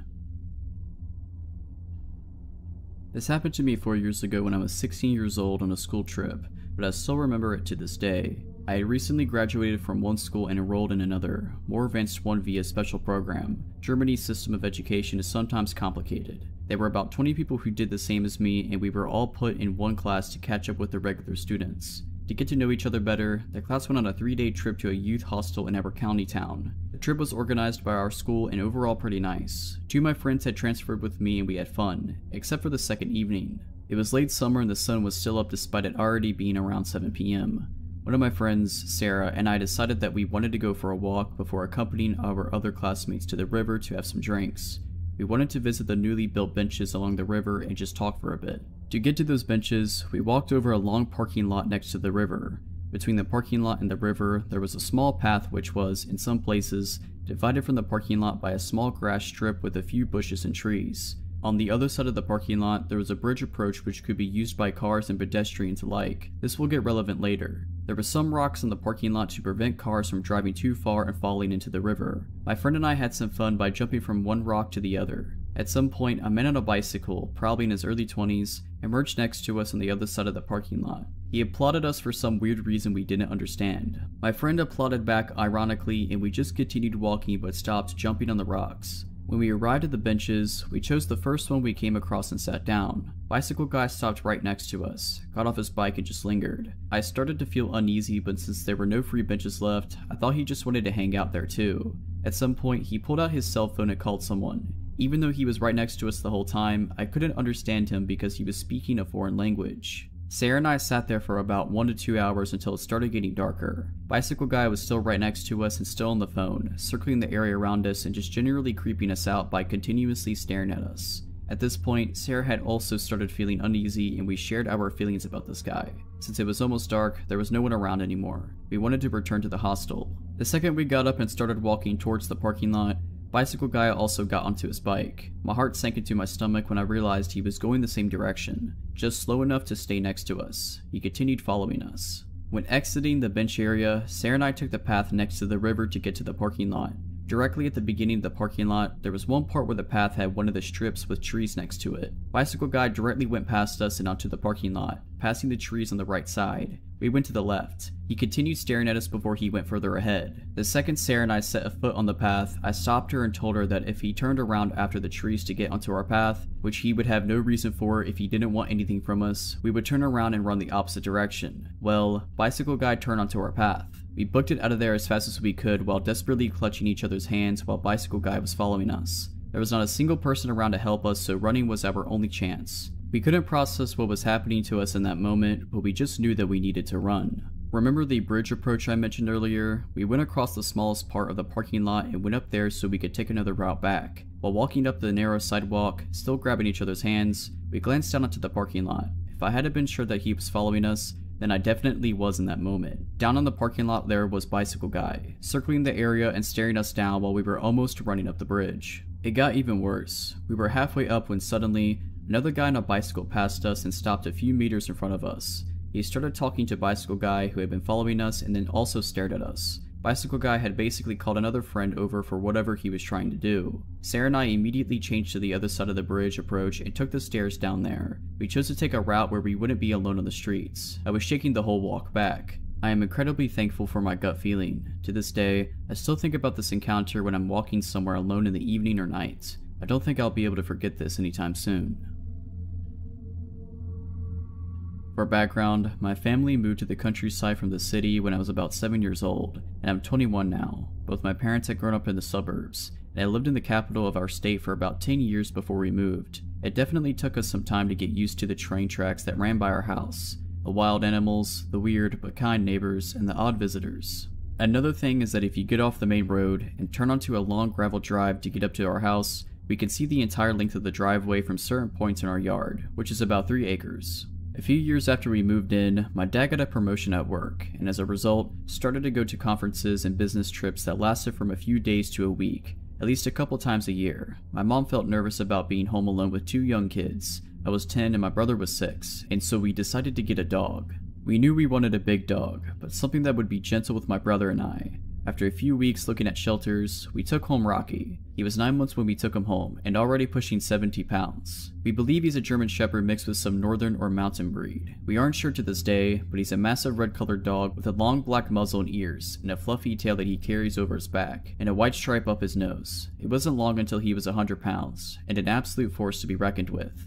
Even though he was very gentle with both my brother and I, loved our cats, it was a big ball of joy around anyone we brought into our house. He tended to be very territorial and aggressive with other dogs, and very protective of us, especially of my mom and I. Once, the electric company came to do work on the telephone poles on our property without telling us first, and after 20 minutes they finally had to call us because Rocky had them trapped in their truck. It was jumping up and barking at their windows. I doubt he would really have attacked them if they'd gotten out of their trucks, but it was more than enough to make them think twice. This protective instinct came in very, very handy one day. It was summertime, my dad was at work, and my mom was home with my brother and I, since she was a teacher and off for the summer with us. My mom was working in our garden, and my brother and I were playing close by, with Rocky watching over all of us. Rocky all of a sudden sounded the alarm, throwing his head up in the air and barking and howling. He makes a deep woo-woo noise. I looked up to see a dirty white pickup truck pull off from the main road and into our driveway. This wasn't necessarily alarming at first, as people sometimes used our driveway to turn around when they got lost. But the white pickup truck slowly ambled up our drive, and I could see something strange in the bed. It was lumpy and discolored, but I couldn't really tell what it was until he pulled all the way up to our house, where our other cars were, and honked the horn to get our attention. It was meat. Giant, red chunks of meat with some of the limbs of various animals still attached. It was the creepiest thing I'd ever seen in my life. Just a weird man who looked to be in his early 50s, driving a pickup truck full of meat in the southern July heat. I immediately just got a really bad vibe from the guy, and I remember my mom telling my brother and I to go inside, and we did, but watched out the glass door. Rocky had surprisingly been quiet at that point, but was now next to my mom, and she had her hand around his collar. The guy rolled down his window and asked my mom if she wanted to purchase some meat. My mom said no and to please leave our property. Instead, he went on about the different types of meat and asking how much we wanted: beef, venison, pork, etc. My mom asked him to leave again, but instead, he decided to get out of the nasty white pickup. As soon as his feet were on the ground, Rocky went ballistic, barking and snarling. This finally made the guy stop. He looked at Rocky, looked at my mom, and asked, "Does your dog bite?" And my mom, deathly serious, replied, "Only if I tell him to." The guy took one more look at Rocky, and I'm guessing decided not to mess with the giant, snarling beast. He got back in his truck, backed up, and headed back down our driveway. I don't know if he was really selling the meat or not, but apparently he'd been around to our neighbors, who also had gotten a really bad vibe from him. We'll never know what he was really up to with his giant slabs of meat in the bed of his pickup truck. Maybe he was just a weird guy trying to sell some sketchy meat. Maybe he was looking for something else. We never saw that guy again. Rocky's still kicking it, by the way. He's almost 15 and completely deaf, but he's still out in the yard on summer days, watching over us.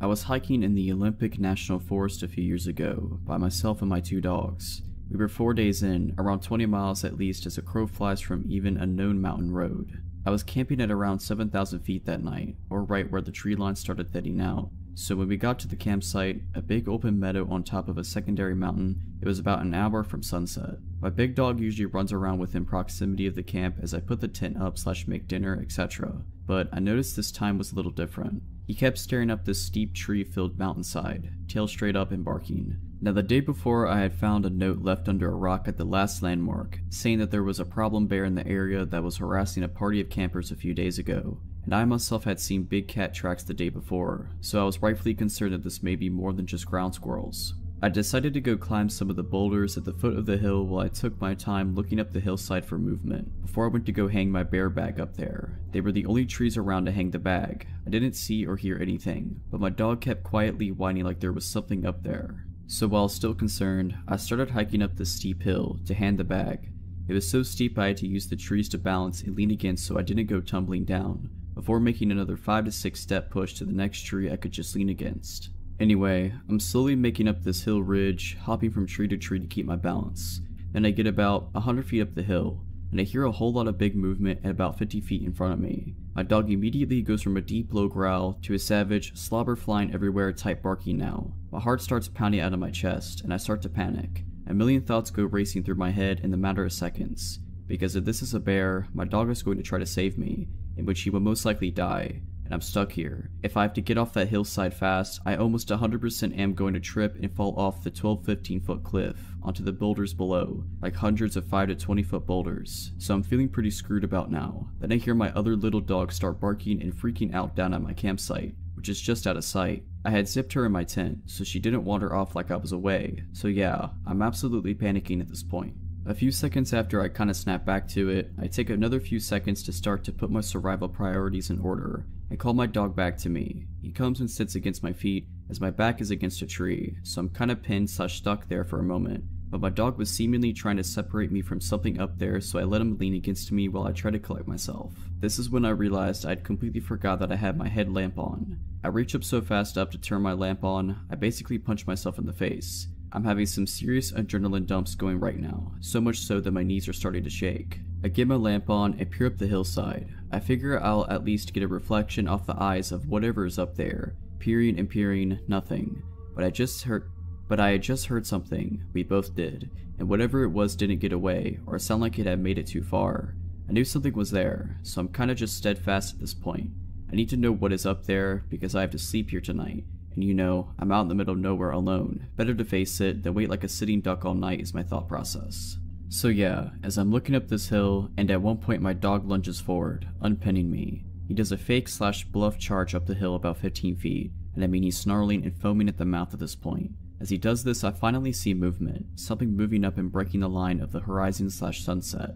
My dog's bluff made whatever it was blow its cover, so I'm zeroed in. I call my dog back and silently watch, and what I make out made my heart completely drop. There was a man crouched about 75 feet directly in front of me, wearing not camo clothes, but some raggedy stuff with a hood that blended into the environment perfectly. Actually, almost like a makeshift ghillie suit, but with his face exposed. I couldn't see his eyes, and his face was covered in dirt or something, but I knew we were staring right at each other at that moment, so I stare for what seems like minutes. No words. I felt like I was trying to subconsciously convey that I was going to stand my ground. I wanted him to know I saw him, but I guess I was just too shaken to speak. As I'm staring, my little dog back at the campsite started to bark her head off again, like she was scared, and I also had to get off that hill before total dark, or I could be seriously hurt/risk dying trying to get back down. So carefully, I start heading down the hill with my dog, who doesn't want to leave but listens. Periodically, I would stop with my back against a tree holding me up, and look in that direction again, just to make it even more clear I saw him, and eventually, I make it down to the boulders at the bottom. By the time I finally jumped down and hit the boulders, my little dog had stopped barking. I could only see the top of my tent from the bottom of the boulders. I thought she was barking just to bark back, or at my dog, but when I get there, my little dog had somehow got out of the tent and was walking around the camp growling, with her tail sticking straight out. Still trying to hold it together, I thought okay, maybe she just got her nose between the zippers and worked her way out, but I was positive I had zipped it so the zipper tab/openings was at the very top of the tent door, out of reach. So, in a mixture of being terrified, pissed off, and the feeling of needing to do something, I reached into my day bag and pulled out my pistol. I fired a single shot into the air as the sun was setting, climbed into my tent without eating, and lay with my gun next to me until first light. As soon as the sun came up, I was packing up my stuff and leaving, heading back down the mountain.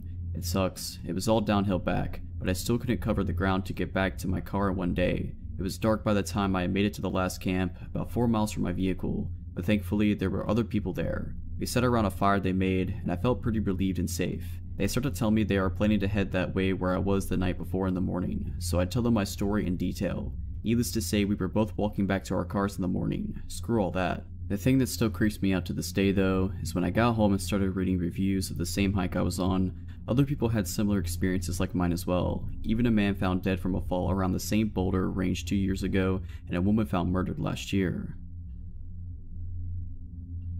This happened when I was growing up, around 2004 or 2005 when I was about 13 years old. It took place in a rural area, a good ways outside the town of Uvalde, Texas. The town itself was really small back then and not much to look at. It's just one of those towns that really isn't on the way to anywhere important. My father knew someone who owned a deer lease that was about 1,000 acres, down outside of that area, and was complaining about a ton of hogs that were tearing up their land. Being open season on hogs in the south, my dad thought he would surprise me that summer and take me down for a week to go hunting for them. Not only did that help him with networking for his job, but also gave us some quality father and son time. I remember the drive down there from Dallas was torture. It was about 7 hours in my dad's hardtop Jeep Wrangler. That car was so uncomfy, I hated it. All I had to do was either stare out the window or try and beat Super Mario Land 2 on my Game Boy Pocket, something I was never able to accomplish in my youth. The drive, obviously, took most of the day, so we got there in the early evening. The owner of the land had told my dad that he hadn't had anyone else lease it that year yet, and the cabin and the property might be a little rough and dusty.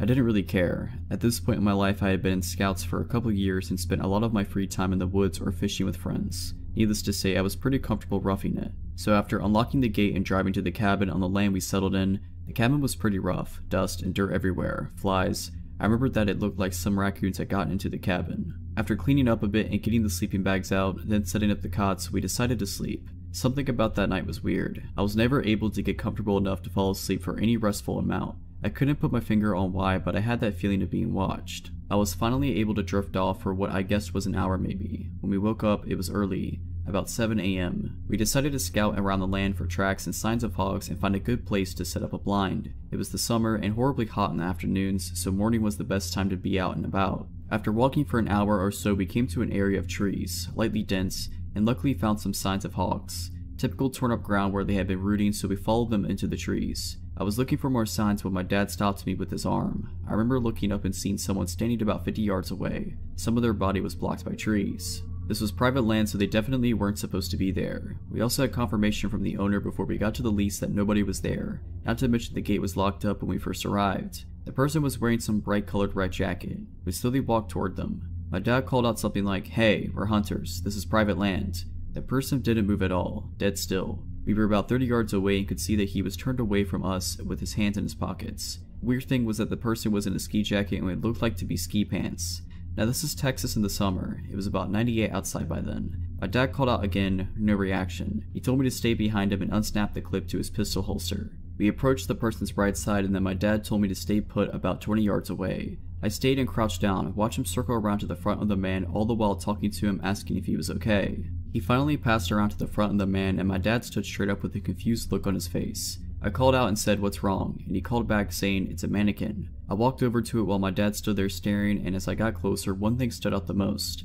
The clothes it was wearing were brand new, no dust, sap, bird droppings, or signs of being outside for more than a day at most. At that moment I looked at my dad and could see him get worried. Almost immediately after I felt that feeling again, like we were being watched, and I knew my dad felt it too. My dad whispered, "We're leaving right now." He grabbed my hand and drew his pistol. He scanned the area the whole way back while I was trying to hold back panicked tears. We got back as fast as we could. I was terrified so it felt like an eternity, but in reality it was only about 45 minutes. After returning we packed up and beat feet. We drove back home that day and didn't talk much on the way back. I remember right after we left, my dad called his buddy, the owner of the land, and he was confused. He said that he would go check it out the next week when he was in the area. He also said that he never had an issue with people because his property was high fenced. My dad normally isn't a paranoid person, but me being young and the least possibly having someone there we didn't know about, he decided to be cautious and just get out of there. After we got back home, we talked and my dad wasn't able to sleep the night before as well. He had the same feeling but didn't want to wake me up because he thought I was sleeping too. Turns out that next week he got a call from his buddy and he checked the whole property and never found any trace of anyone, no mannequin or anything. That story still makes my hair stand on end. I honestly have no idea what that mannequin was. So this happened to me a couple of years ago when my now husband and I were living in a townhouse in a pretty decent area. My husband was working third shift as a corrections officer at our local corrections facility and I was working as a waitress/bartender. It was an unusually warm night for mid-March, so I took advantage and decided to take my husband's 80-pound Alaskan Malamute Siberian Husky mixed dog on a quick walk around the neighborhood near our complex. We get to the end of the street that leads into the complex we live in and across the street is a Marathon gas station. I notice as the dog, Luke, stops to relieve himself that there's a guy across the street at the gas station with a case of beer in his hands. I have my phone out texting a friend and looked back up to notice the guy was near the stop sign, also relieving himself on the sign. I felt really awkward and instantly put my phone away and led Luke down the street on our path. At this point I think this guy noticed us and he crossed the street to where Luke and I had just been. I hear him walking a few feet behind me and just keep my head down staring at my phone with Luke glued to my hip. After about 10 seconds, I hear this guy's steps getting closer. Luke realizes there is someone behind us and he stops in his tracks. Mind you, he's a big dog compared to my 5'2" self, but I can handle him pretty easily and he's a very well trained dog by my husband. But I noticed his ears were perked up and his tail was straight up. I was glad that he was aware of our surroundings, but I still wanted to keep moving and away from this guy. This guy finally catches up, so I tighten my grip on Luke's leash and pull him closer to me and step into the grass to allow this guy to pass us and keep Luke out of his way. Does this guy keep going on and pass? Nope. When I thought he was about to pass us, I stuttered out a small apology because Luke was pulling on his leash a little to investigate this guy, and most people did get intimidated by him just by his size. The guy stops and just stares at me for a minute, long enough for me to smell the cigarettes and booze rolling off of him and to notice he is probably in his mid to late 20s, dark hair, scruffy looking, and just dirty. He smiles and then finally seems to notice Luke trying to get at him and asks, "Cute dog, what's his name?" Instead of making up a name, I just say Luke. He then proceeds to ask me if he can pet my dog, and before I can even give him an answer, he leans down to start petting Luke's head. Luke did not like that. Luke jumped at him as a warning and the guy backed up chuckling. I apologized and mentioned that he was very protective and made up a lie that he was trained as my dad's former K9 unit. My dad is a software developer. Instantly, I saw this guy's face change. He asked me what my name was and I gave him a fake name. He then asked me if I lived around here and I said I was visiting a friend of mine for the weekend. He then made a sudden step towards me and I'm not lying when I say I have never heard my husband's dog growl in the 5 years I have been with him, but the sound that came from my dog sounded like something coming from nightmares. Luke's hair was spiking on his spine and he was throwing himself up on his back legs and kicking his from legs at this guy. He had put himself completely between myself and the guy and snapping at him. This freaked the dude out so much he stumbled backward, nearly dropping his beer. He quickly said, "We'll have a nice night, cutie," and stumbled off down the road.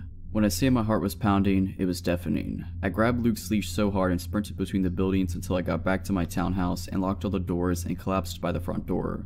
Luke was in my face the whole time, kissing me and whining. This dog is the sweetest and most gentle creature I have ever met, and hearing him growl and seeing him react the way he did made me realize that I needed to get out of the situation and fast. If you're liking this video, all I ask is that you make sure to subscribe to my channel and like this video. Thank you. Often, I enjoy walking my dog at nighttime. This is due to the fact that my dog is harder to walk when people are around with their own dogs. So, we tend to walk around parks in the area when they've become somewhat secluded. My 120-pound black boxer / lab named Loki could be somewhat considered threatening to most from what I hear. I figured his size would be used as a deterrent for anyone looking to cause nightly troubles. I was dead wrong. On one specific night in the fall of 2016, I could recall of an encounter that reminds me of why I am so reluctant to walk around once daylight falls. This specific park is one I have been to a couple times, and from what I remember, this park is usually secluded around 6:30 and later. Aside from a couple of joggers or very few other dog walkers, not many people walk the same path I take. I also like to put on my headphones and listen to music while I walk, but on this specific night I chose not to wear them since my phone was on low battery and I wanted to preserve it as long as I could. Anyway, the walk was going as usual. Loki did his business and we continued on our usual path. About midway on our walk, I realized that it had started to get really dark.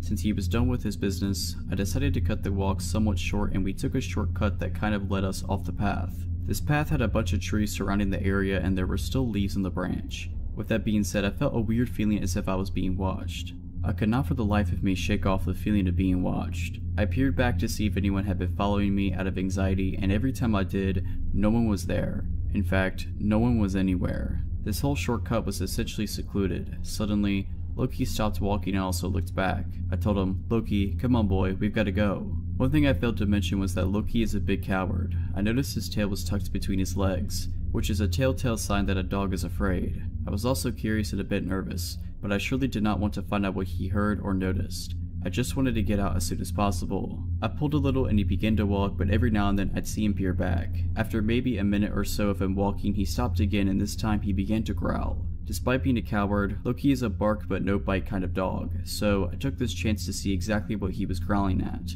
It was quite dark, so I could not see well, so I used my phone's flashlight to see what was up. Trees, just trees. What he heard was probably some kind of small animal. Once again, I turned around and kept walking. He continued to peer back once in a while still, but this time I noticed it was a lot more frequent. I just said to myself, just squirrels, maybe a bird, and I ignored it. Then, I heard what appeared to be actual footsteps and branches breaking. There is absolutely no way a small animal could have produced a sound like that. Loki turned around quick and still with his tail tucked, he began to growl and bark at a figure that I could only describe as a man in his early 50s, possibly late 40s, appear from out the woods. He was dressed in dirty clothing, his hair was long and was graying. He had one hand in his pocket and he said to me, "Nice dog you have there, kid. What breed is he?" "He's a boxer / lab," I replied. "Oh, I love dogs. Mind if I pet him?" he wondered. The man got closer and emerged from the trees. As he got closer, I realized that he was quite tall. Loki instantly got bad vibes. He ran behind me and started to bark at him. Actually, I do kinda mind. My dog here doesn't like strangers.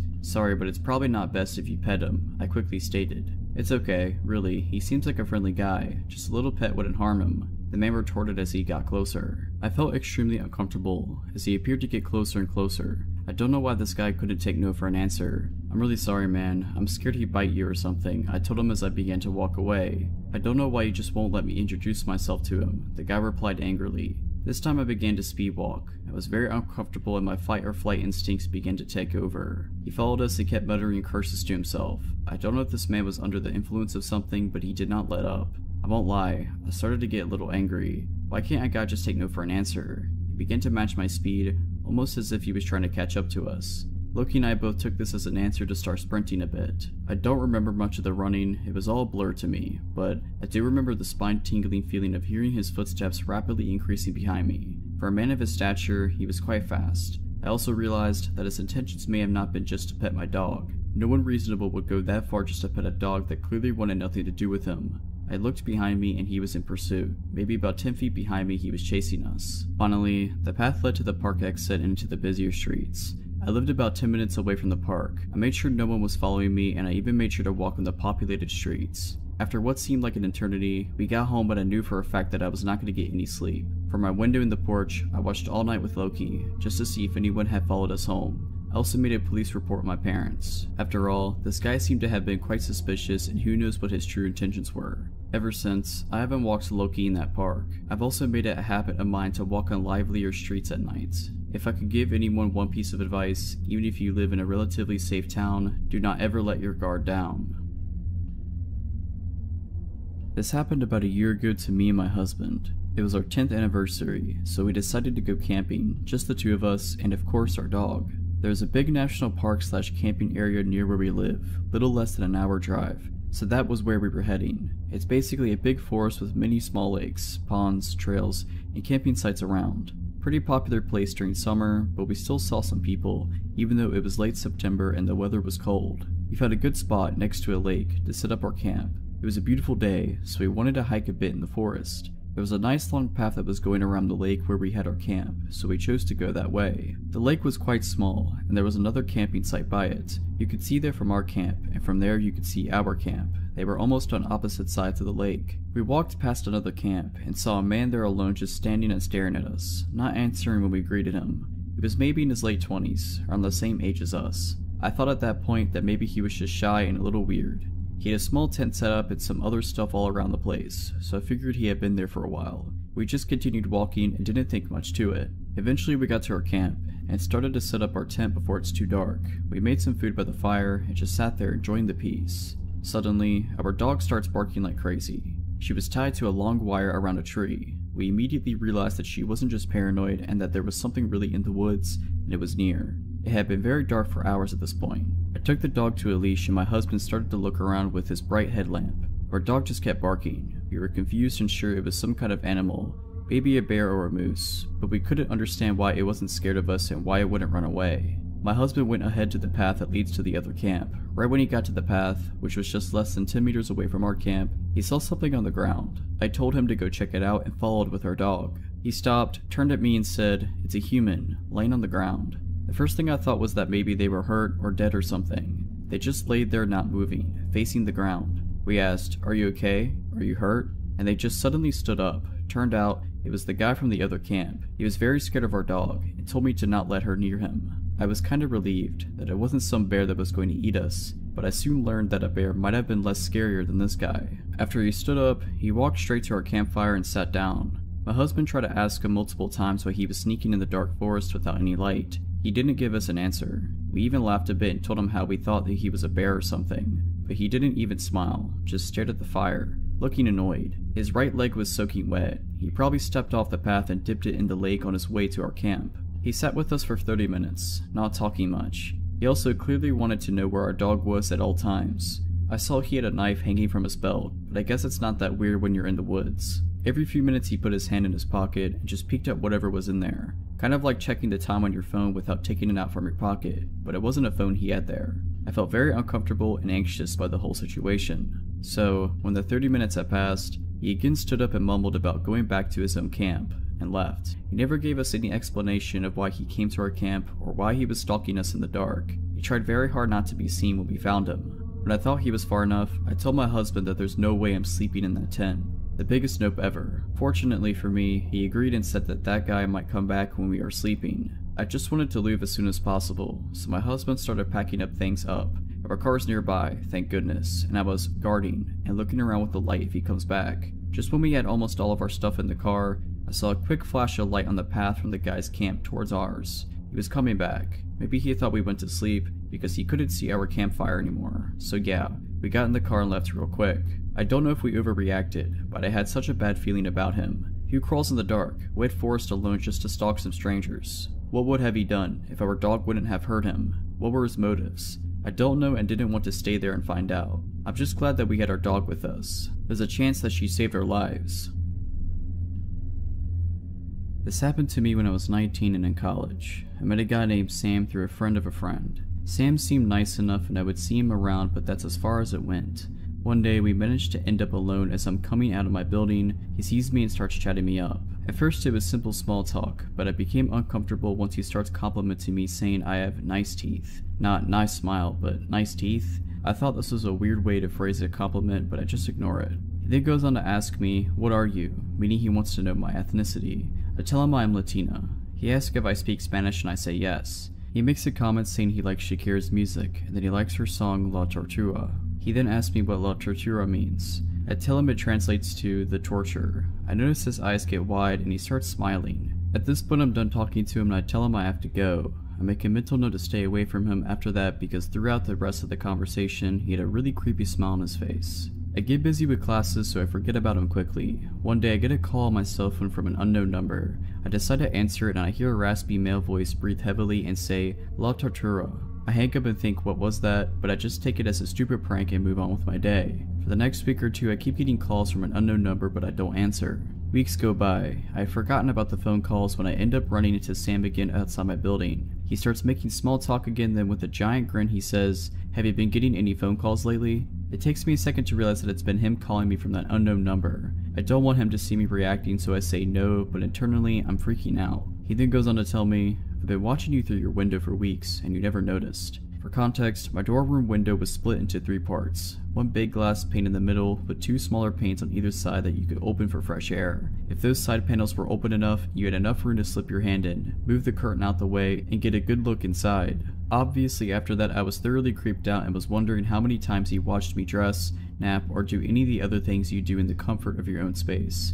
I ended the conversation somehow and wondered what I should do. After I calmed down, I decided to report what he said to me to my residential advisor and then reported it to the director of housing at our school. Luckily the director took the situation seriously and encouraged me to report him to campus police. A report was made. They would have to speak to him to get his response to my allegations, and I was told that in the meantime if he approaches me again I should come back and make another report. A couple of days later, the director of housing comes to my dorm to tell me that campus police spoke to Sam and he admitted to them that he told me he had been watching me but that it was all a joke. He was told to stay away from me and I was told to report him again if he kept harassing me, but it never went further than that. Over the next few days, I end up telling the girls in my dorm what happened with Sam. They obviously think it's gross, so we make plans to go out on campus as a group for the time being and to keep our curtains closed. Going out as a group definitely made me feel safer and everything was fine for a little while until, one day, we are coming out of the dorm dining hall and we run into Sam and some of his friends. He sees me, gets visibly upset, and starts approaching me yelling, "Why did you tell him what I said?" I got scared thinking he might do something, but luckily my dorm mates rallied around me and rushed me out of there. I knew he was mad about reporting him because before this happened our mutual friend, a male, had told me, "He's mad that you reported him." Thankfully, this is the last time I was ever near that guy. The school year ended soon after this happened. I moved off campus, got a new friend group, and moved on. Who knows what would have happened if I hadn't made a report and ignored him. When I was 16, I used to attend English classes that were for people of all ages, so I was used to having colleagues older than me that also wanted to improve their language skills. I was really close to another girl my age back then, Jasmine. She was much more popular than me, so she would always introduce me to new people. One day I noticed this guy in her group. He was 32 and very talkative, always smiling. For some reason though, he made me feel uncomfortable from the get-go. I think it's because he would stare at me for no apparent reason. While everyone was talking as a group, he seemed to address me specifically every time, but I didn't give it much thought. As the days passed, he started waiting around before my classroom door and started conversations about my friendship with Jasmine, my high school, my family, etc. I thought it was weird that he was so interested, given that he was much older, but I felt guilty for feeling bad, like he was just being nice and I was being mean to think he was weird. I should have listened to my instinct. Instead, I forced myself to answer, to make small talk. He told me how close he was with Jasmine and that made me feel a bit safer. When I asked her about him though, she said she didn't know him that well, but that he seemed nice enough. One day I got a call from a number I didn't recognize.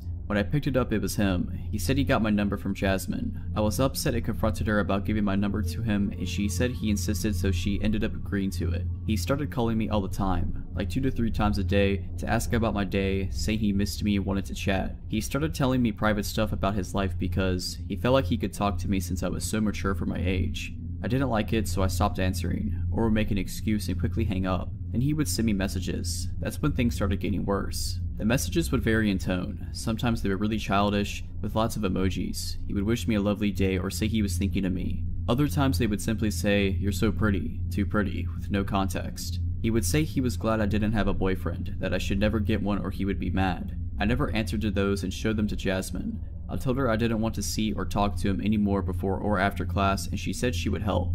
I started going to class late so I wouldn't meet him in the corridors. I'd leave class immediately after the end, but I saw him watching me. I could feel he knew what I was doing but actually sort of enjoyed it. I felt like it was a game to him, making me feel uncomfortable. He stopped talking to Jasmine and everyone else, but continued to message me saying, "I miss you," or "Why are you so busy?" I blocked his number. I thought that would be the end of it, and started relaxing a bit, but one day I was talking to another girl outside the school and he showed up, with a big smile and said that it's been too long, and why I wasn't answering his messages. He acted like he was worried about me, that I was studying too much, etc.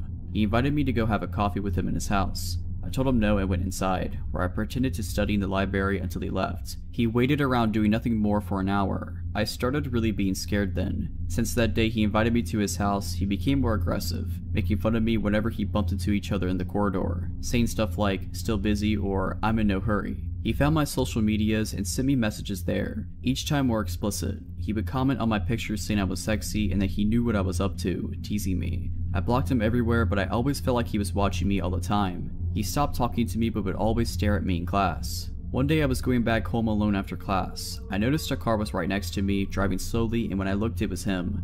He talked to me through the window and invited me in, said he would give me a ride home. It was a residential street, not many people around. I said no and continued walking. He kept insisting and saying he knew where I lived, he could drop me there. I started walking fast then, stopped interacting with him at all. I just wanted to get to the main road so there would be more people around. He got angry then, said, "Get in a voice I almost didn't recognize. I looked at him in shock and his facial expression had changed completely. He had a dark look in his eyes, no smile at all. He looked like he wanted to hurt me. So I ran and got into the first shop I saw, a mini market. I waited until his car left and then sped home. After that I didn't want to go back to class. I asked my mom to change classes. I never told her why. For some reason I felt ashamed, like I somehow caused the situation. I finished the semester without incidents and thought it was all over, but after 2 years, yes, 2 whole years, he came back. By then I was starting university, and any thoughts of him were out of my mind. Until he created a new account on Facebook and started messaging me again, like nothing happened, like no time had gone by. He said he was hurt I cut him out of my life, that he wanted to be my friend. I blocked every account he made without ever answering. One day to my panic he showed up in my campus. I went to a university that was close from home, but still, it couldn't have been a coincidence. He was just across the street, watching me. I hurried and got into a bus before he could talk to me. The next week I wasn't so lucky. I was eating a snack at the cafeteria with a group of friends and he just suddenly came by and introduced himself to everyone, like we were old friends. I could barely breathe. My friends noticed I wasn't feeling well and he seemed to enjoy the confusion and my fear. I pulled him aside and asked him what he was doing, asked him to leave me alone. He said he wouldn't and again had that dark look he had in the car, years before. The creepiest part was just how different it was from the expression he had around everyone else. He looked like a different person. I told him I would tell everyone, and he said he knew I wanted him. He knew I was just a dirty little tease, but that he would get me. My body and mind just shut down when I heard that and I ran back to my friends and started crying. When I finished telling them everything, he had gone away and I never saw him again. When I was 16, what feels like eons ago, I started going to high school that had a public library in it. Upon entering the front doors of the school, there was a wide hallway with the entrance to the library being a straight walk from the school entrance. So it wasn't like outsiders had to walk through the halls to get to it. But it really bothered me that anyone with a library card could be in our school at any given moment that it was open, even if they were only supposed to check out books or use a computer. Having said that, I rarely saw adults that weren't school employees in the library during school hours. My family didn't always have the electricity on, much less the internet, so I would often stay after school to do my homework in the library where I could use the computers. The librarian's desk was in the middle of the library and there were maybe 24 computers off to one side, in 4 or 5 rows. Other than that, there were a few small rooms where the book club would meet or someone could study privately, which were locked up when not in use. One afternoon I had a research essay to do. I think it was about Homer's Odyssey, so I had asked my dad to pick me up 2 hours after school ended. I went to the library immediately after my last class and chose a computer close to the librarian's desk. Blissfully, only the librarian and I were in the room. I was really pleased to be able to work quietly, and started plugging it away at my assignment. 30 minutes into writing, I heard the doors of the library open. I didn't look up, but I could hear a man speaking boisterously to the librarian, with her responding in a very chummy way. They were talking like they knew each other very well. After a few minutes of chatting, the librarian excused herself. I can't remember if I heard her say why, but she bustled out of the room and did not return before I left. more than an hour later, which hadn't happened before. I can't say for sure, but I'm almost positive that she was supposed to not leave the library unattended while it was open. They actually closed it when she took lunch sometimes because I'd seen the "back in X minutes" sign on the door previously. Almost as soon as the librarian left, this adult man decided to use a computer. Being that we were the only two people using computers, you would think he sat nowhere near me, right? He sat one chair away from my right. I could see from the corner of my eye that he was a very large man in every sense of the word, but otherwise, he looked like your average guy with generic black frame glasses. After the first peripheral glance, I tried to avoid looking over at this guy. I also told myself that the librarian knew him, so he's probably okay. Just subdue checking his email. Nothing to be paranoid about. As I'm continuing to research for my essay and make notes, I start hearing this guy giggle in between clicking the mouse. At first quietly, but he starts chuckling within a minute. I didn't want to, but I felt my whole head turn to look at this guy's computer. His monitor was showing what appeared to be a photo covered by colorful jigsaw puzzle pieces. As the guy clicked on the puzzle piece outlines, they disappeared, revealing the picture underneath. When I first looked at it, the picture was completely visible except for two pieces. The image was a naked man posing with his arms over his head. The creep looked over at me, still chuckling. I had the feeling he was canvassing for my reaction, which was unmasked disgust. I logged off and moved to a different computer, which I thought sent the message that he may be uncomfortable. I logged into my new computer, and as soon as I started typing, the guy got up, walked over, and sat down next to me. I promptly stood up, kicking over my chair, unplugged the computer. I wanted to log out really fast, and ran out. My dad wasn't going to be there for another 30 minutes, at least. So I waited in the bathroom. Whenever it was about time for me to get picked up, I walked toward the front doors to leave the school, and I decided to peek in the library. The creep was sitting at the computer still, but his body was turned to face the doors and he was looking straight at me, with a big grin on his face. I dropped out of school that year, and this honestly played a part in that decision. I felt so vulnerable, and looking back I think that librarian might have been secretly creeped out by this guy and was playing nice in front of him. She might have made a lame excuse to leave the room so that she didn't have to entertain him, which I would understand if she wasn't leaving him alone with an underage student. I didn't trust the school to take it seriously, especially the librarian, so I didn't tell anyone. I just hope that guy isn't prowling around the high school still. Last year I, a 20-year-old female, had taken the morning off from work so I could pick up my friend from a pretty serious medical procedure. It had been a tense time and I really just wanted her to get through it okay so she could begin to heal and feel better. I live in New York and her appointment was right off of 42nd Street by Grand Central Station, which is arguably one of the most well-populated, busy areas of the city. I had just gotten off the subway and was walking east past Grand Central Station when I made eye contact with this dude walking towards me, and half a block away. He was a thin, looking guy with really creepy eyes, and he was looking basically directly into my soul. It was incredibly unsettling. We were far enough away that I tried to play it off, looked down, and casually strafed to the right a bit so that our paths wouldn't cross. When I looked up, I noticed he mirrored my movements so our paths were directly aligned again. I strafed again to the left, and he again moved to be in line with me, eyes still locked on me. I felt a sick feeling in my stomach and started to freak out a little. He was getting much closer now and we were basically trapped in a group of people, so I didn't really have space or time to cross the street.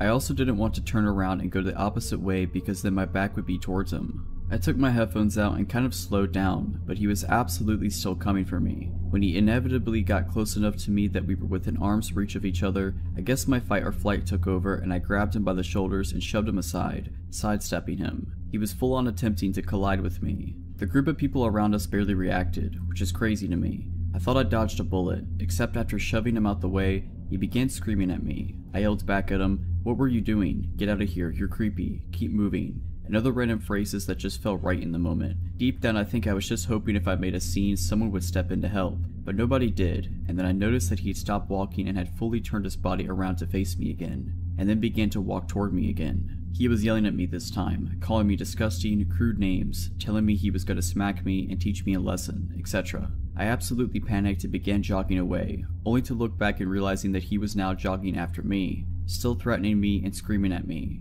He was getting closer and all I could think was find a cop. You're at Grand Central, where are the cops? Not one stranger noticed or intervened. He was literally 10 feet away from me when I finally just ran up to the biggest, burliest dude I could find and yelled help at him. He was a little surprised and didn't do much, but this younger couple next to us stepped in. The guy got in between us and started telling the creepy dude to get lost, that he's making a scene, and that he needs to go, etc., while the girlfriend consoled me. The guy glared at me one last time until he finally turned and started walking away, still cursing. I thanked the couple and continued along my way, making it about 5 paces before absolutely breaking down in tears and calling a friend. Thank God for the coffee place nearby that let me loiter while I collected myself before going in to pick up my friend. I thank the universe for that brave couple that stepped in to protect me. To this day I wonder what the man would have done to me if I hadn't shoved him aside or if that couple hadn't stopped him from chasing me. Just goes to show, no matter how many people are around you, if you're having a bad feeling, listen to it, and don't be afraid to yell for help. If you're liking this video, all I ask is that you make sure to subscribe to my channel and like this video. Thank you. To give you a little background about myself, I'm a female from a South Asian country. That being said, there are some states which are relatively safe. 2019 had been a rough year for me, but by October I started feeling rather better and decided to take a solo trip for my birthday. I spoke to some friends and decided to head to the small village down south. My brother helped convince my overprotective mother as he'd already been there. To put her mind at ease, I decided to get pepper spray. Unfortunately, we couldn't find one, so I kept a bottle of deodorant and a knife handy. I decided to stay there for 5 days and booked a room at a guest house only for 2 days, thinking I'll check out this guest house that my friend had suggested and hopefully move there. To tell you a little bit more about this village, everyone is extremely friendly and warm, and they have tourists coming from all over the globe. Once I got to the room, I was a little paranoid because it seemed a bit dingy. Forget about a security system, the latch on the door was barely functional. The first night was a bit unsettling, but nothing happened. The next day was my birthday, so I rented a bike and went on exploring the village. Sometime after lunch, I decided to check out the guest house that my friend had recommended, which was a little secluded but extremely peaceful. As I reached there, I was greeted by the owner, who showed me around. This place had big huts on one side and a row of small rooms on the opposite side. I decided to take the latter as it was cheaper and I didn't plan on being in the room much anyway. We exchanged numbers and I told him I'll move in the next day. The next day, I got there and had lunch with the owner and he told me about the history of the place, and a bit about himself. I realized that he wasn't around when my friend had been there. I was trying to read him, seeing if I was getting any creepy vibes from him since I was going to spend 2 nights there. I didn't see any red flags in particular. After lunch, I went to a restaurant that was right behind the guest house. I met some of the locals whom I was already acquainted with. Along with them were 2 new guys, one of whom was from my city. The 3 of us instantly clicked and started hanging out. Once it got dark, we came back to my guest house to chill, when the owner told us that he's planning a bonfire with some of his guests/friends who were sitting at another table. An hour passed as we ate and played cards, but those guys didn't seem like they were in the mood for a bonfire and soon left the place. Since the owner had already set things up, we decided to spend some time by the fire with him. We were all sitting and talking up until midnight, when the other 2 boys decided to take off as they weren't staying there. I told the owner that I head back to my room too. He tried to convince me to stay a bit longer, but I didn't want to be alone with him. My room's door had around 4 to 5 locks, but only 2 of them were functional. So I locked them and realized that the windows facing each other did not have any panes and the curtains were made with scraps of thin cloth, which meant anyone could peep inside and see everything. So I went into the bathroom to change and clean up. As soon as I stepped down and started taking my stuff from my bag, I heard someone whisper my name, twice. My heart skipped a beat and I froze for a few seconds. I decided to ignore it and quickly shut all the lights. Before going to bed, I decided to keep the bin right in front of the door, so in case someone tries to open it, it would make some noise. I took out my deodorant and knife and kept it right next to my pillow before laying in bed. I kept looking at both the windows on the side to see if anyone's outside. After about half an hour, the metallic door started rattling violently, as if someone was trying to force it open. Instantly, I stood up and got hold of the knife and deodorant. My mouth went dry and my heart started beating fast. I didn't know if I should scream because I only knew of one other girl who was staying in the opposite hut. After what felt like forever, the door stopped shaking and I collapsed into the bed. I checked the windows to see if anyone was walking by, but no one did. I tried to think of what it could have been. Maybe it was just the wind, but the curtains hadn't moved one bit. It had to be a person. I don't know when, but I passed out soon after. I woke up around 6 AM to see that it was almost bright outside. I closed my eyes and tried to go back to sleep, when it started happening again. Frantically, I shut up in bed again, ready to attack. But once again, it stopped after a few minutes. I didn't understand what was happening. I went closer to the door and got a look at the bin that I had kept by the door. It had moved away from its original position. Yes, something definitely happened. Not knowing what to do, I decided to go back to sleep. When I got out of the room later, I tried to read the owner's face, but it was just as hard to read as the day before. What worried me the most was that I had to spend another night in that room. I decided to not let that thought spoil the day and went out with the 2 friends I'd made for a trek and then to watch the sunset from a hilltop, where all the locals gathered to play music in the evening, including that owner. My new friends and I went somewhere else after that and then around 10 decided to head back to my guest house for dinner. As I was nearing the hotel, I got a text from the owner asking where I was. I didn't think much of it because it was late and he was probably wondering if I was safe. I didn't reply as we were almost there. When we sat down on the futon, the owner said I was just about to text you and show me the message he typed on his phone. I was just thinking about you. I'm not sure what that meant, so I looked at his face trying to read him and realized he was trying to do the same. Quickly I decided to act normal and told him where we were. We all sat, met a couple more people, ate, smoked, and around 11, the guys decided to head to their guest houses. At that point I got up and told him I'd head to my room too. He looked at the time and asked me why I was ending the night so early. I told him that I was really tired from all that walking and that I wanted to be up early. He didn't push any further as there were other people around. I went back to the room filled with anticipation and dread, but thankfully nothing happened that night. The next day I checked out, but my bus wasn't until 5 p.m. I didn't want to be left alone with the owner, so I met up with the guys, leaving my luggage at the reception, which was also the eating area. When I came back, I picked up my bag and thanked him and left in a hurry. I still have no idea if it was the owner or the only helper that I saw around. Whoever it was trying to forcefully get through my door, let's not meet.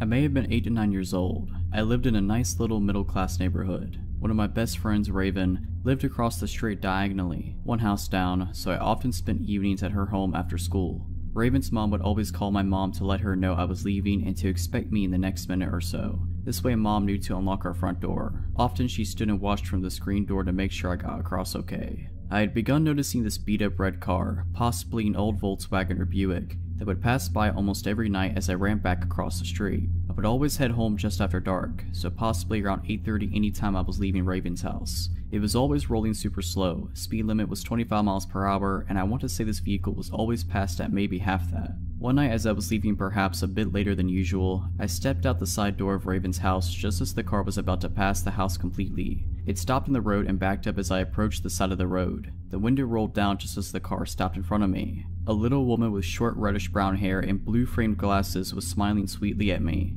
"Hi sweetheart, it's a little late for you to be out right now, isn't it?" she asked me. Her voice was low and pleasant. "No, mom lets me. I'm just walking home," I replied stupidly. "Oh gosh, how silly of your mom. There's all kinds of bad people out late at night. Where do you live, sugar? I'll give you a ride." Just then, my mom came bursting out the front door and screamed, "Leave her alone," as she began running to me. The woman's pleasant demeanor dropped and I heard her mutter a word, possibly as she slammed her foot on the gas and took off at well over the speed limit. She didn't stop at the nearby stop sign, just blasted through it to make her escape.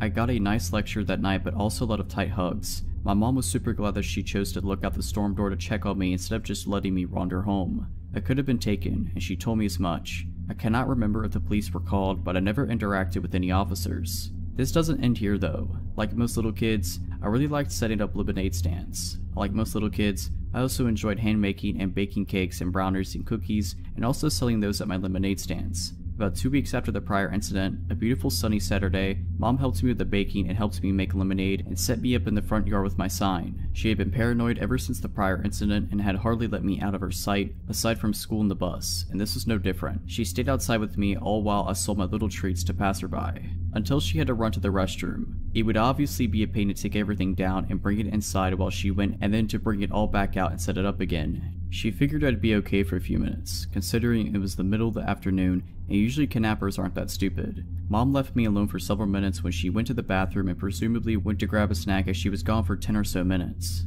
A familiar face walked up, about 8 minutes in. She appeared from around some bushes down the street. I didn't see her in the distance walking up. I honestly saw her stand up from behind some bushes and brush herself off and begin walking towards me. Her clothes were smart and sophisticated looking, almost like a pantsuit. It was a real clash with how ratty her car had been, but that same placating smile was on her face and her eyes glinted behind the same glasses. "Aw cute, a lemonade stand. Hi again, sweetie. Sorry for bothering you the other night. I didn't realize how close to home you were. Mama told me to not talk to you. Go away." I said it as meanly as I could muster, but mom had rightfully made me so frightened of this woman that I'm sure I just sounded like the scared little girl I was. "Come on now, Mary." She spoke my real name, first and last, and my eyes got big. "I'm a friend of your parents. I live down the street. Remember, we met at the pool this past summer. I had no recollection of her. If you're their friend, why did you leave so quick?" "Mom," I began shouting for my mother. This made her crouch down in front of my table, eye to eye with me. "We don't need to do that. I just want to talk to you. You like to bake, right? I have a really fancy kitchen with a nice baker's oven. All sorts of cool gadgets to make baking cupcakes and stuff like this super fun."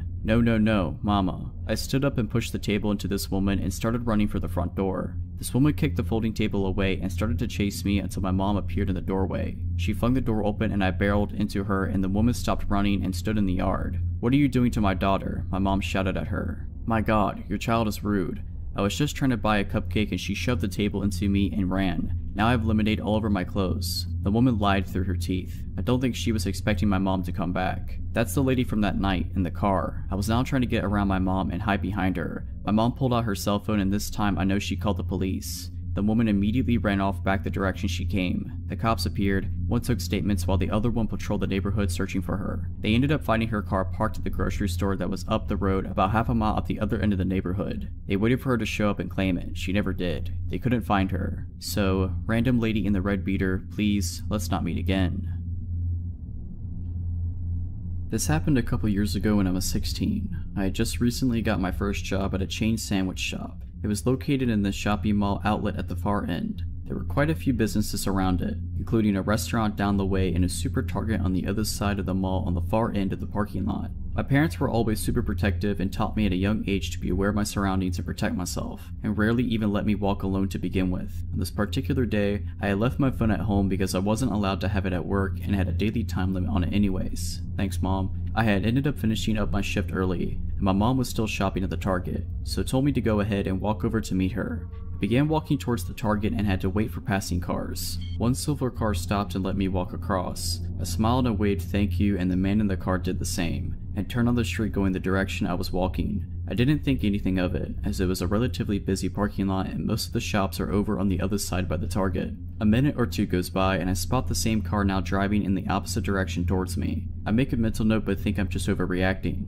That is, until he turns back around. At this point I'm concerned and notice I'm now a part of the mall that's a little less crowded with a more empty parking lot. I get this uneasy feeling in my stomach that he's following me, and to test my hypothesis, I switch my direction. Instead of heading towards the Target, I walk towards the restaurant. The car immediately turns into the parking lot. I switch into freak out mode and speed walk to the front doors. In my time of panic, I didn't realize that the parking spots for the restaurant were completely empty. I pull on the doors and they're locked. They were apparently closed on Sundays. At this point, the man in the gray car was parked in the lot in front of the restaurant watching me. The way he was parked, I would have to pass this car to go back on the path I originally was on. I stand there a moment pretending not to notice and think about what to do next. I obviously don't want to walk any closer to the car than I already was. I decide to cut through the side shrubbery of the restaurant and head towards the closest shop I could find. The gray car comes out of the parking lot still following me, and I bolt into the dollar store across from the restaurant. I see the gray car park and I walk up to one of the cashiers and explain what happened, and I ask if I could use her phone to speak to my mother. She says of course and tells me to stay in here until my mom comes to get me. I call my mom and tell her about the car, and she of course freaks out. By this time, I think the man in the car caught on because he eventually backs out and leaves. My mom shows up and thanks the cashier lady, and we drive to the Target. Aside from us both being shaken up, we were okay. It definitely ruined me for walking alone again. Now that I'm an adult and live on my own, I carry pepper spray and a pocket knife anywhere I go just in case. I rarely walk anywhere unless I'm with someone or it's only a few minutes away. It still scares me today to think of what could have happened, or what that man's intentions were. So, to the man in the gray car, let's not meet again. This all happened last summer when me and my childhood best friend, we were both 15, decided to go camping for her birthday.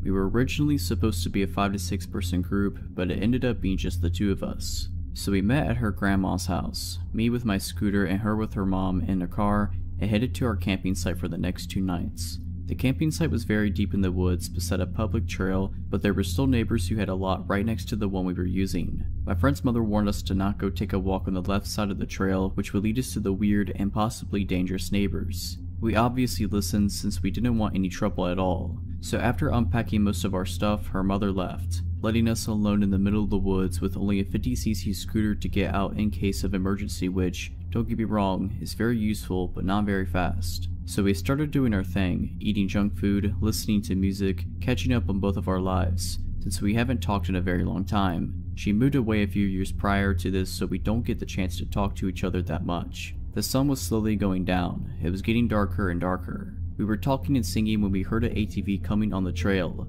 It was coming from the left side. Me and my friend freaked out a little, so we basically just locked the door and ran to the back of the camper. The ATV stopped on our camping site. We could hear 2 adult males talking to each other about whatever knows what. It took something like 5 minutes, but they finally left. At this point, we weren't that worried because we thought it was just some curious people who wanted to know if there was anyone in the camper, which had already been robbed in the past, so we just continued our stuff, listening to music and all. By this time, it was already dark outside and the moon wasn't out yet, leaving us with no other lights than our candle. There was no water and no electricity in the camper, which also meant we had to go outside to use the bathroom. Fortunately, it was a full moon night, so eventually the moon would come out and we will be able to see outside pretty well. So again we were talking, everything else was quiet, no music, no animal noises either, and then we heard an ATV coming our way once again, so we turned out all the candles and stopped talking, waiting in silence. We quickly sat on the ground of the camper to make sure no one could see us from outside because the curtains were still opened, and then we listened.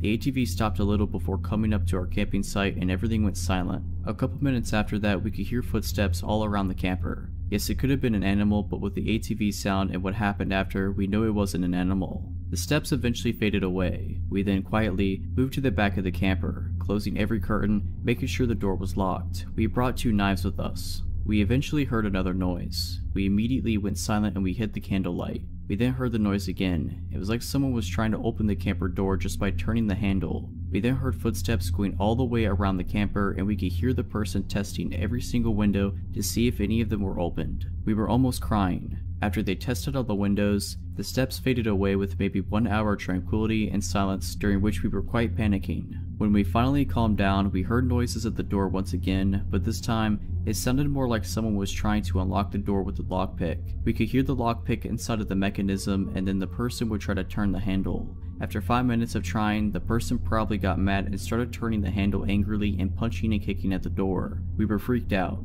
I had my brand new iPhone in one hand, hesitating on calling the cops or no. No service was available at this location, but 911 can still work most of the time. The noise was still going on at the door and all around the camper. This lasted for at least 30 minutes. The person was trying every window and then at some point gave up once again. We then started to make up a plan. The noise at the door happened a couple more times. We acted as if we were more than 2 people in the camper, so we started acting like my friend's mother and sister were there, as if one of our guy friends was there, and we acted like the noise woke us up and we screamed at the people to go away and we got mad. Our plan worked, I guess, since we heard multiple people running away. The next morning, after making sure everything was okay, we got out of the camper and we saw that a bunch of the plants next to the camper had been stepped on. There were footsteps everywhere in the mud and everywhere around the camper. Since it was daytime and my friend's mother was supposed to come back to see us, to make sure we were okay, we decided to sit outside waiting for her. We were walking around waiting when a car slowed down in front of our campsite. It never stopped, but we saw the driver staring at us. Then maybe 10 minutes later it went by again and again and again, always giving us that menacing stare. When my friend's mother finally arrived, we asked her if anyone tried to prank us or make a joke, and she went on and asked every possible suspect, and no, it was not a prank. Everyone promised that if it was them, they would have told us, but it really wasn't them. We didn't sleep alone this time. We had someone else come sleep with us for the second night. I'm just glad they weren't able to open the door to the camper.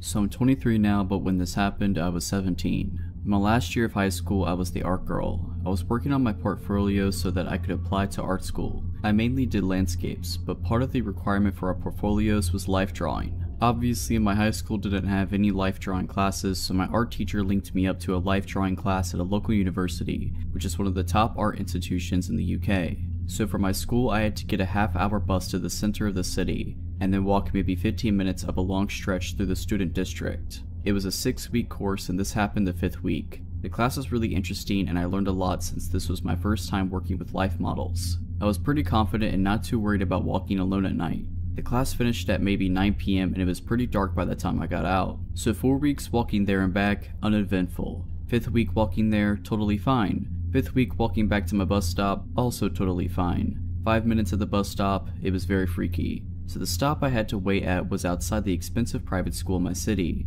There's a strip with about 4 bus stops and it's also pretty busy. So busy that people don't even see what's happening right in front of them. So I must have been one of the first people there, so I'm standing just outside the shelter because I'm smoking, and obviously I don't want to be a jerk and make other people breathe in my smoke. So there's only about a few minutes left to my bus and I'm minding my business when this guy comes and stands super close to me. Like, not as in infringing a bit of my personal space here close, like literally I can feel him standing against me. He must have been in his 40s and just had that general creepy vibe and looked really grubby. so obviously I'm a bit freaked out and sidestep away. So does he. I look at him and he has the creepiest smug grin. But at this point I'm like, okay, he's trying to freak me out and he knows I know. I step away again, like fairly far away this time. He follows me again and is literally standing with the front of his body dead up against the back of mine. Honestly, I do not know how nobody noticed this or called him out. We were outside the shelter and it was dark. People are on their phones or their own conversations. I guess it must have been just that. I literally just froze in the moment, even though there were people around who would have helped.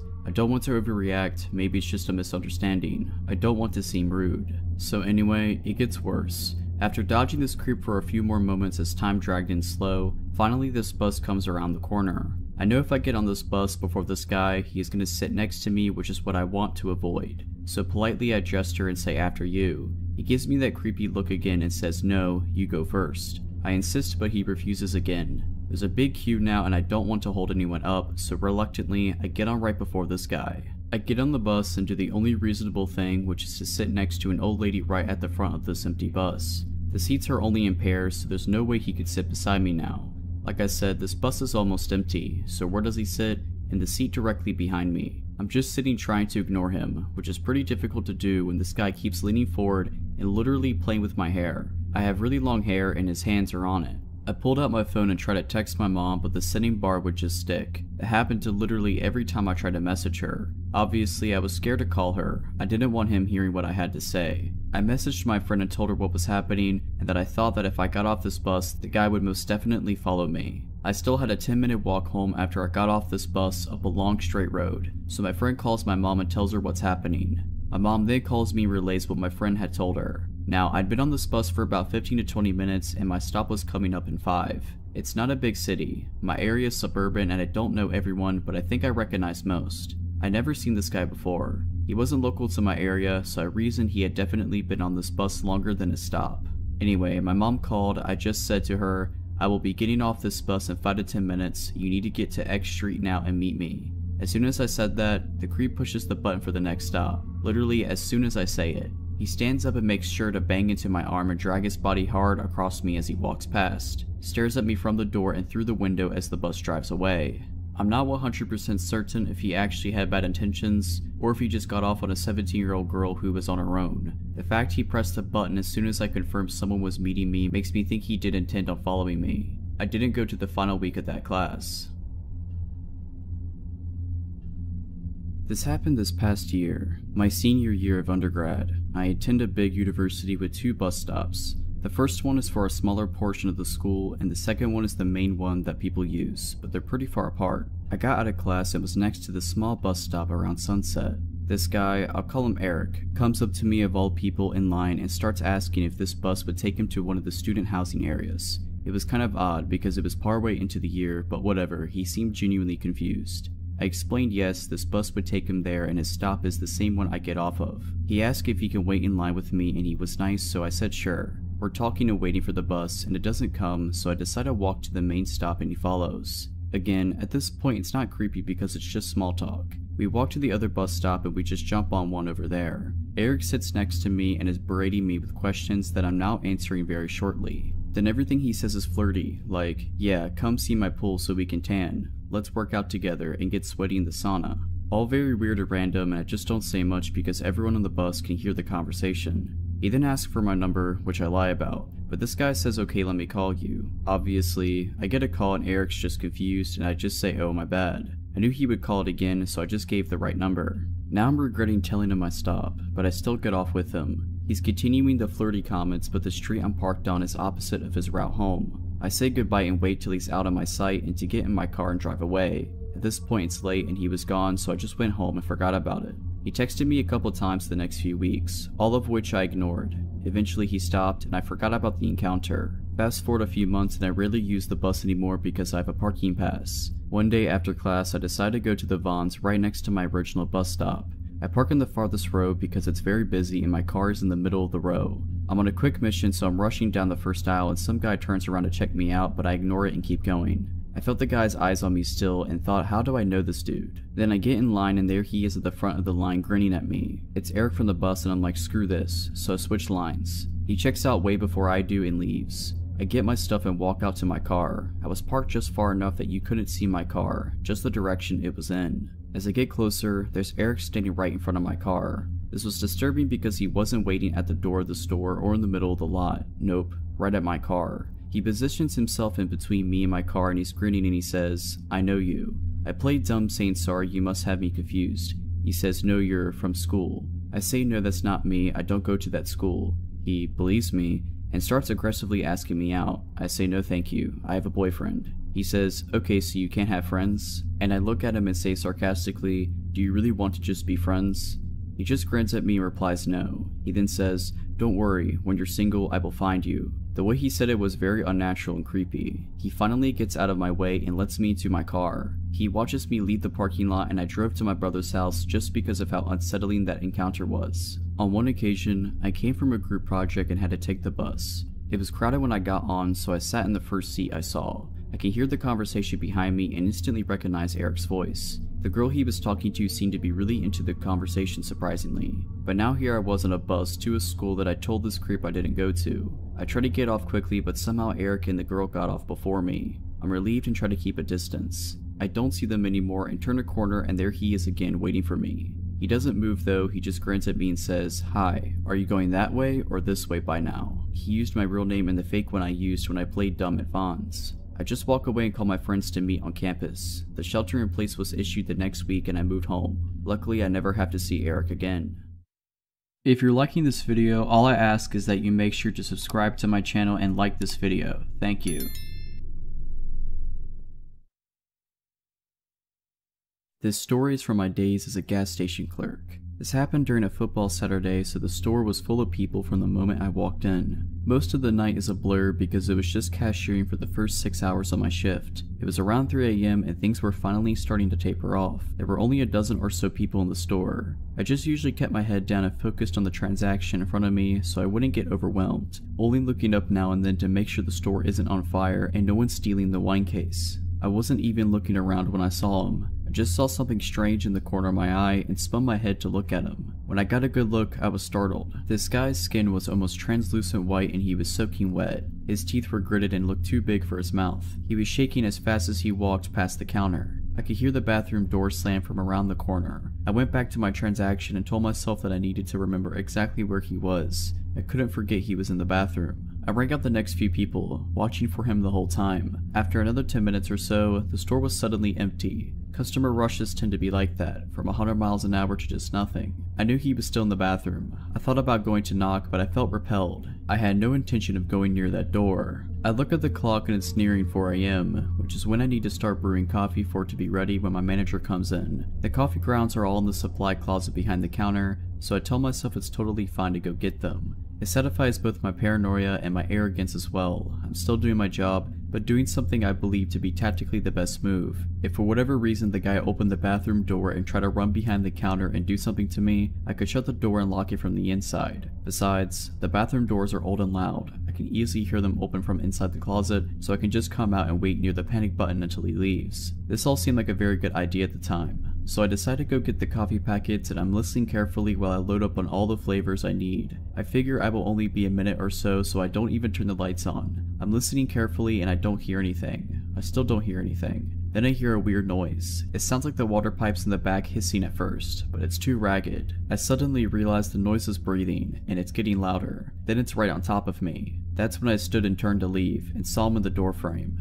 We just stood there both staring back at each other. Later when my manager reviewed the footage, she saw him leave the bathroom by slowly pushing the door open. Without making a sound, he had wandered behind the counter and peeked into her office, stepping in far enough to trigger the automatic light. After that, he had wandered behind the food service counter before making his way to the open supply closet door. The next thing she saw on camera was me flipping out. I stepped backwards, my body shaking so hard my knees almost buckled. At this point, I think he realized how absolutely horrifying this entire scenario was to me. He put up his hands and started apologizing awkwardly. He was really twitchy and still gritting his teeth. I basically went on autopilot for a moment and said I wouldn't talk to him until he got out from behind the counter area. He walked backwards until he was barely on the other side of the employees only entrance, standing next to the soda machine. He began asking for an iPhone charger, telling me he was lost. He said he had no money and just needed to charge his phone here until he could call for help, I told him I don't have an iPhone charger and I couldn't help him. He sighed and looked down for a moment, seeming to think about what to do. Then he flipped his head back and screamed as loud as he could. He then punched the soda machine hard. I backed up and ran around the counter, up to where the panic button was under the register. I watched him as he walked around the store, punching the walls and kicking the counters and screaming.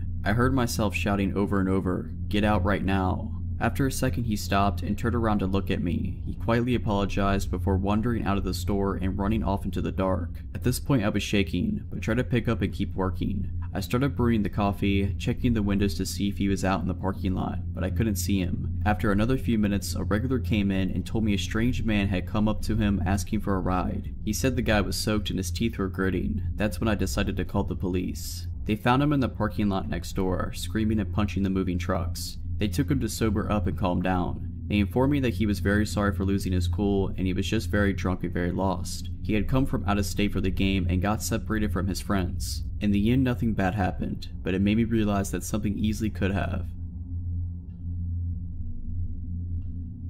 My skin still crawls thinking about this guy. He saw me shopping for school supplies and things for my new apartment one evening during my first week of grad school and decided I was his mark. I had just moved to my new college town, didn't even have a cell phone yet after leaving the one my folks paid for during undergrad behind. As I left the parking lot with my purchases, I noticed this truck pull up behind me at the exit. It was late and there weren't too many people out. I pulled out and so did he. It was a few miles down a long retail street with lots of stoplights before my turn. As I drove, I realized the guy in the truck was trying to get my attention. Over the next few miles, he kept trying to get me to look at him. Some red lights he would end up ahead of me, some behind or beside. At every light he positioned himself so he could stare at me, either directly or in one of his mirrors. His gaze was unwavering and my anxiety rose. He was driving oddly, speeding up close to my bumper, hitting his brakes when he was in front of me, swerving close to my car a couple of times. Finally, at a red light where he was beside me, I glanced over and absolutely started to panic when I was met with an unbelievably empty, unwavering stare. He saw that I was terrified and he was following me, and he was trying to force me to pull over. At one point I scooted through an intersection on a hard yellow a couple of cars ahead of him thinking I could shake him.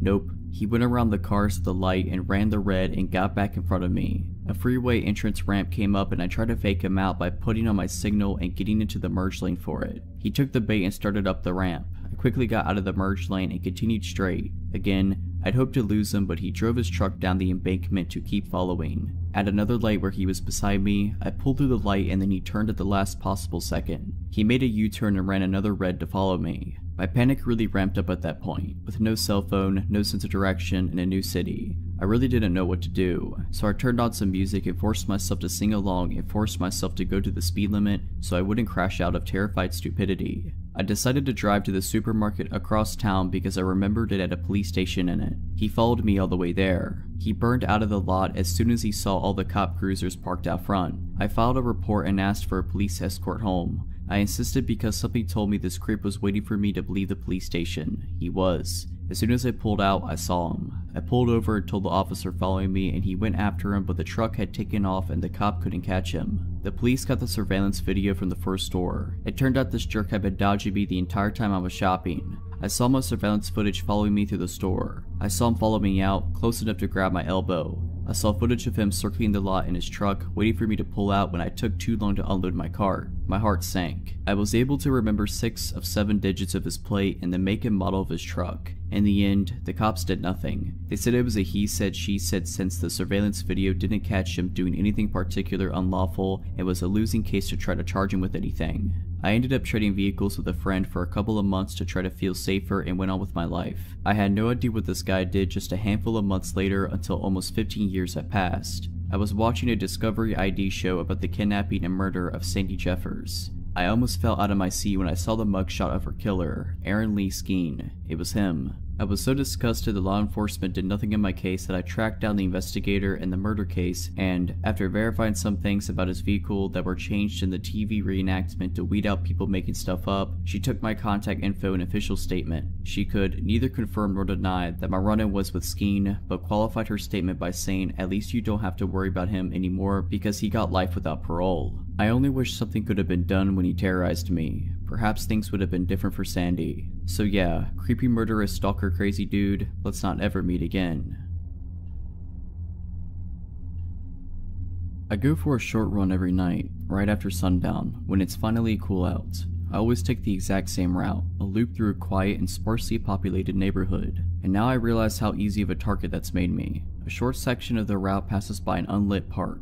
A couple of weeks ago, I'd seen a guy hanging out behind a truck that was parked next to the entrance, and it was so unusual to see someone else up there that I decided to be extra cautious, turn around, and head back home. I didn't get close enough to get a good look at his face. A few days later, I saw what looked like the same guy by the park again. I figured I was probably just being paranoid, but I decided to turn around again just in case. I hadn't noticed any activity by the park in the last several days, so I resumed my normal route and didn't even think about the guy I'd seen up there. Then last night, as I was passing by the park, I had this inexplicable feeling that I was being watched. I couldn't spot anyone nearby, but the park extends into pitch black darkness, so someone could easily hide there unseen. I decided to just keep running, look confident, and try to hurry past the park as quickly as I could. Suddenly, I smelled a strong wave of cologne in the air that immediately put me on edge, and I'm pretty grateful he was wearing it so it tipped me off.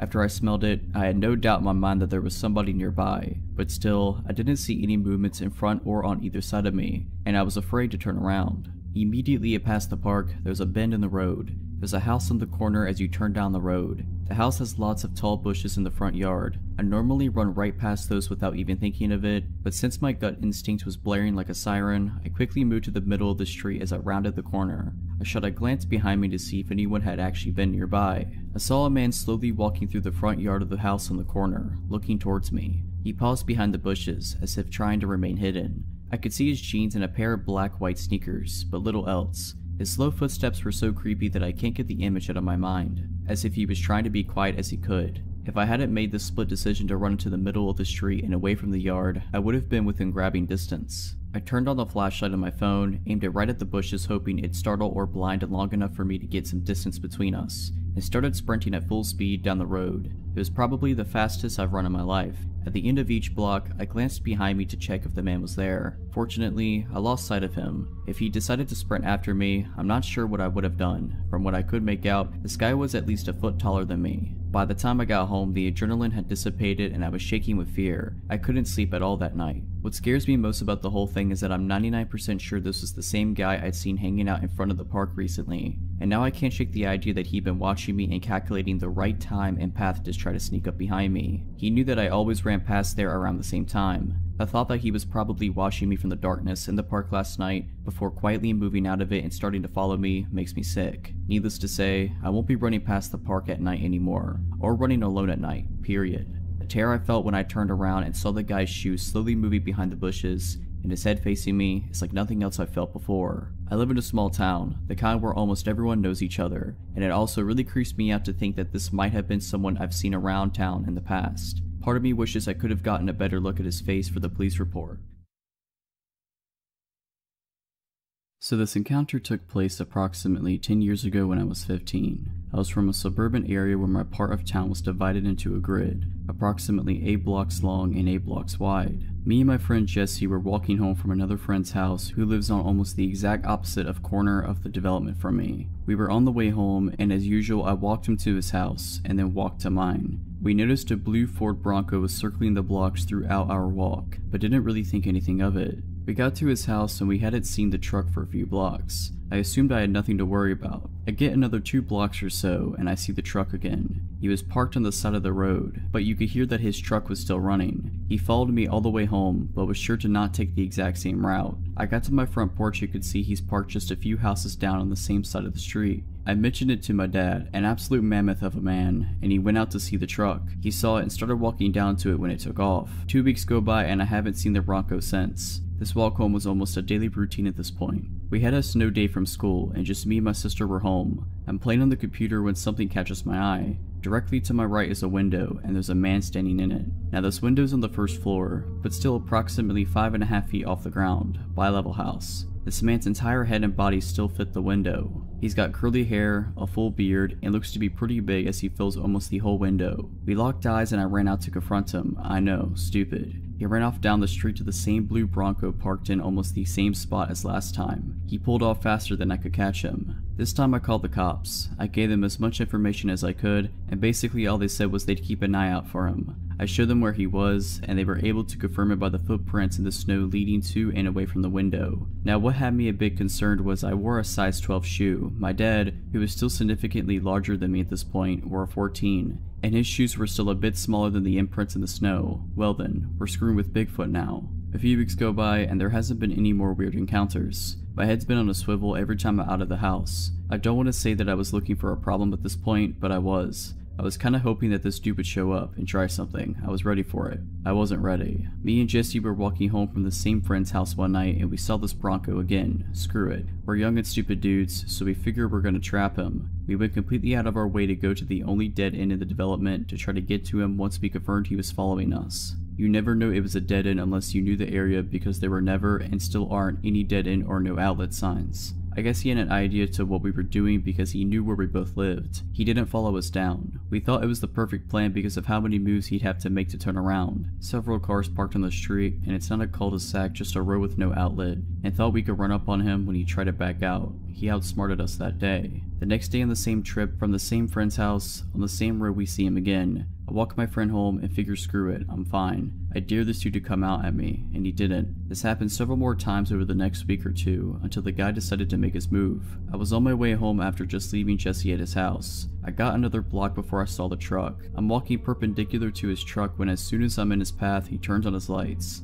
I ran up the few blocks to my house and waited on the porch to see where he was and what he was doing. This time he stayed put just a few houses down. I told my dad again and he went out to see. Truck's still there. Me and my dad start walking down to the truck and it's still not moving. This ballsy dude had the audacity to get out of his truck to confront us. Terrible idea. He gets out when my dad is still 25 feet from the truck. I guess my dad is about 6'4" and under 300 pounds with a body built by Bud Light and manual labor. This guy though had some size on him. What I saw next was one of the most impressive things I've ever seen in my life. So my dad's not much of a talker, and at this point he's already got a problem with this guy. The guy gets out of his truck with the most sadistic smile on his face. My first thought is the guy has a gun. I yelled to my dad that he might have a gun, and all he yelled back was, "I got it." Well, he definitely had it. They walked up to each other, and before a word was even said, my dad swung. The dude was done in. Before he even started to crumple, my dad hit him again. He hit his truck and hit the ground. I never saw the guy again, and after just moving back into my parents' old house with my young son, I hope I never do. So big dude with the blue Ford Bronco, I hope you never come back to my window.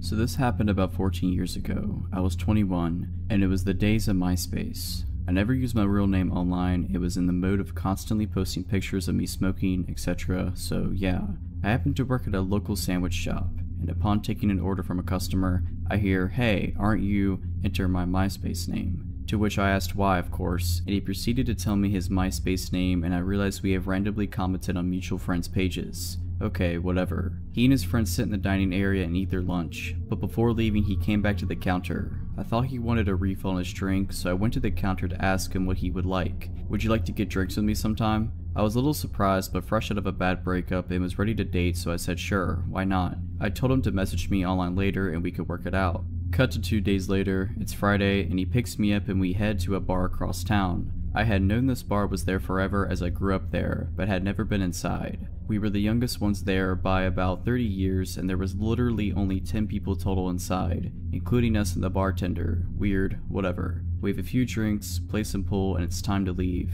I kept my pace and only had 2 cocktails because I didn't want to get drunk with someone I didn't know. He, unbeknownst to me, was about to be pretty tossed, so we leave. Not wanting to go home, I agreed to go to his house and hang out some more. He lived with his grandmother at the time and had a pool table. We wandered the house for a bit, him showing me random pictures of him growing up, awards won, etc. We play a game and I let him know I need to be getting home. I lived about 20 minutes away by car. He says he's too drunk to drive and that I should stay. Now, I lived with my mom and we didn't always see eye to eye, so calling her 2 to 3 a.m. and waking her up to ask for a ride was not in my list of plans. I told him fine, I would walk. It would have taken me over an hour to walk home, but I was not about to sleep at this guy's house and would have rather taken my chances. The route home didn't go through any bad areas, and I had been a pedestrian for years at that point, so I was used to walking everywhere and was fine with it. All of a sudden, he can drive and doesn't want me walking home alone. Again, whatever. We get to my house and I thank him for the ride, and now he tells me he is too drunk to drive and can't drive home. The place my mom and I lived in was 3 stories, and I had the whole bottom floor to myself and a makeshift living room with couches, so I figured screw it,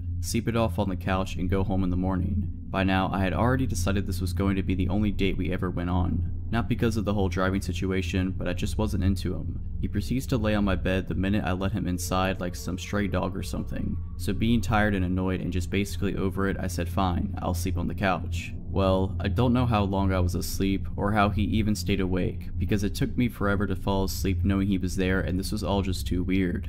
I wake up to this guy's hands around my throat. Well, kinda woke up. I remember laying there with my eyes closed and my mind thinking, what's going on? So I pretended to roll over to basically let him know I wasn't unconscious, and he stopped. 20 minutes later, same thing. This time I sat up, pushed him away, and started yelling at him. What are you doing? Get out, now. And the strangest thing was, it was like he wasn't even fully there. His eyes were open, but it's like he was in a trance and wasn't even fully aware of what was happening. I grabbed his keys and wallet off the table, opened the door, shoved him outside, threw his keys and wallet at him, and slammed the door. He never knocked or anything, and I kept the lights off so he couldn't see me watching him through the window, phone in hand ready to call 911. My mom was 2 floors above asleep. He kind of staggered off where I couldn't see him, so I just sat on my bed listening. 30 minutes later, I heard his car start and drive off. I logged onto MySpace right away, blocked him, and blocked his number in my phone. I showed my boss his picture the next day, explained the situation, and just let him know that if I ever saw him walking again, that I was walking to the back until he left, and to just tell him I quit. Never heard from him again. I, a 23-year-old female, grew up in a rural area in Ontario. It was the kind of place where you never lock the doors because you know everyone in town. The all too trusting small town mentality stayed with me once I moved to a big city for university. I got an apartment in a student area with a college nearby and plenty of bars within walking distance. I lived with a guy friend, Roddy, who was a few years older than me from the same small town. I would go to the bars with friends on the weekends and stumble home by myself around 2 AM. One night on my way home, my neighbor, Kyle, and I met in the hallway, both headed to our own places. He was also drunk and good looking. He said hello and invited me inside. I ended up staying the night with him. He was nice, and it was a fun night, if not a little awkward. We didn't exchange numbers, and it didn't seem like we cared for anything to come out of it, so I went home in the morning and that was that. Fast forward to 2 days later. I was asleep in my bed, and my roommate was half asleep on the couch with the TV on. He heard a sound that might have been the door creaking open, but he ignored it in his tired state. A few minutes later, he opened his eyes to see a naked man standing in front of him, lifeless and staring into his eyes. It was Kyle. Roddy tried to talk to him and ask him what he was doing here, but he didn't respond. Roddy ran to my room and said, I think Kyle's here to see you. So I followed him out into the living room and saw completely naked Kyle, staring at us with the most serious and concentrated eyes I had ever seen. Roddy tried to talk to him and asked him to leave, but once again he didn't respond. Instead, he went into our kitchen and opened the fridge. He proceeded to take our butter out and start smearing it all over his face and chest, saying nothing, and still with a completely serious look on his face. Roddy and I ran to my bedroom to talk about what to do. While we were in my room, Kyle walked down the dark hallway that led to us and stood in the dark right before the light of my room could reach him. All you could see was his silhouette, and he started whispering, "Hi, hi," repeatedly. Roddy and I ended up calling the police and staying in my room until they came and took him back to his house. They said he must have been on drugs, but probably wasn't a threat. I agreed I didn't think he was a threat, but I didn't sleep well that night knowing he was a thin wall away from us in that apartment. My family decided to fly across the country to visit me in LA, where I live. We thought it would be nice to visit Catalina Island. When we arrived, it became apparent to us that it was off season. It was late November, the weather was cold, and as a result, the island was nearly empty besides locals and a few straggling tourists such as ourselves. Our first priority was to ditch our luggage so we could explore the island, so we immediately checked into our motel, though that word hardly does the place justice. I called a motel because all the doors to the rooms exited to the outside, but in actuality our room was one of the 20 to 30 quaint guest house looking buildings arranged in sort of a horseshoe shape around a walkway, with rooms on either side of the path. The entrance to the motel was essentially one of the points of the horseshoe, and if you walked dead straight, you'd reach the room we were given, essentially on the corner before you have to go right to go further into the horseshoe. So from our room, one path led back to the street, the other further into the secluded maze of rooms. After a day of exploring and having just finished dinner, it was time for the cold, dark walk back to the room. Catalina Island is a decent distance from the mainland, and it gets dark. I pulled my black hoodie tighter over my freezing ears and walked ahead of my parents to the hotel room, telling them I just wanted to go to sleep. And I did immediately. I was already losing consciousness as they entered after me, drifting off without so much as a good night. I then woke up to my mom saying my name, a harsh whisper. The room had 2 beds, my parents' bed closer to the door and mine further in the room. My mom's voice cut through the silence again. She sounded concerned for me. I didn't blame her, considering my mental state at the time. Groggy, I rolled over. "What?" I asked. As my eyes adjusted to the dim moonlight coming in through the curtains, I saw her turn to face me. She was surprised to see me in my bed. Her eyes got wide. If I'm in my bed, who was she talking to? We both looked back to where she was previously looking to see a hooded figure in all black standing over their bed. This was horrifically startling as it was on an island in the middle of the ocean and wake up to see a hooded stranger looming over you. This moment seemed to last forever. My mom's words became low and severe as she said my dad's name in a dire voice I've never heard her use before. Then the hooded figure did something so bizarre and unsettling. It didn't advance towards us, but instead crouched in the corner near where it stood. The way it crouched was so absolutely unexpected, even in regards to this already unexpected situation, that it terrified me.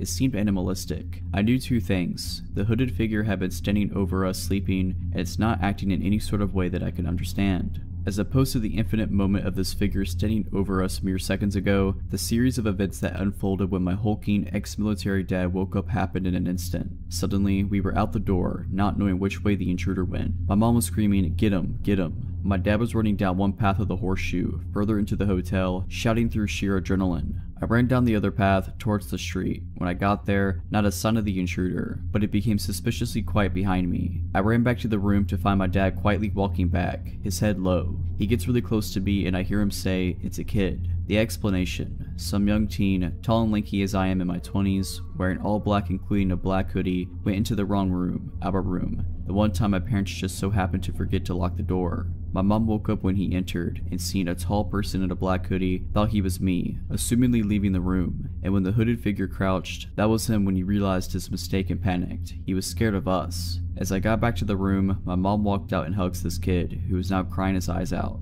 I would be too if a massive ex-soldier was sprinting after me with murder in his eyes. So, to the now traumatized kid from Catalina Island, sorry for the misunderstanding.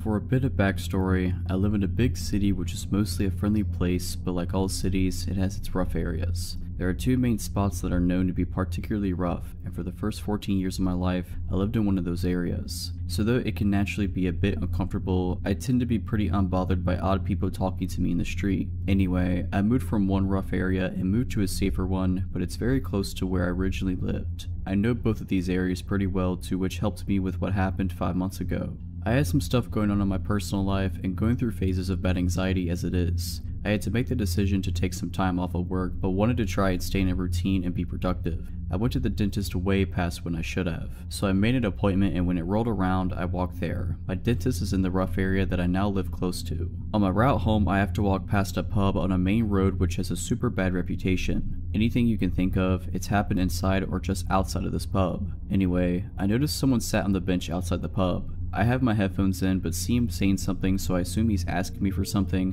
and take an earplug out. He asked me if I want to join him for a drink. This was around 11:30 AM by the way. I just said no thanks. Now as soon as I got a few steps away, I had this bad feeling like something was just not right. As I mentioned though, I was going through a phase of bad anxiety, so I chalked it up to just being that. After about 2 minutes, I go to turn left and see the man walking in my direction in the corner of my eye. I told myself it was nothing, but took my headphones out anyway just in case. as I was about to walk through a narrow road that leads to a car park and is always very empty. All of a sudden I hear him shouting at me, "Hey miss, I'm talking to you, wait." He catches up to me and tells me, "I'm not a creep, but you're too beautiful to let go." I try and stay polite, but also make it clear I'm not interested. He asked if I was single. I said yes. When he asked what I was doing that night, I said I had no plans. I 100% know I should have lied, and as the truth came out, I was really annoyed with myself, but whatever. He seems to get the message, and I say I really have to go, so I carry on walking thinking that it's the end of it. So I make my way across this big car park. At the end of the car park is a cycle/pedestrian lane that has a massive wall on one side with 2 lots of steps that lead to a car park to a retail park,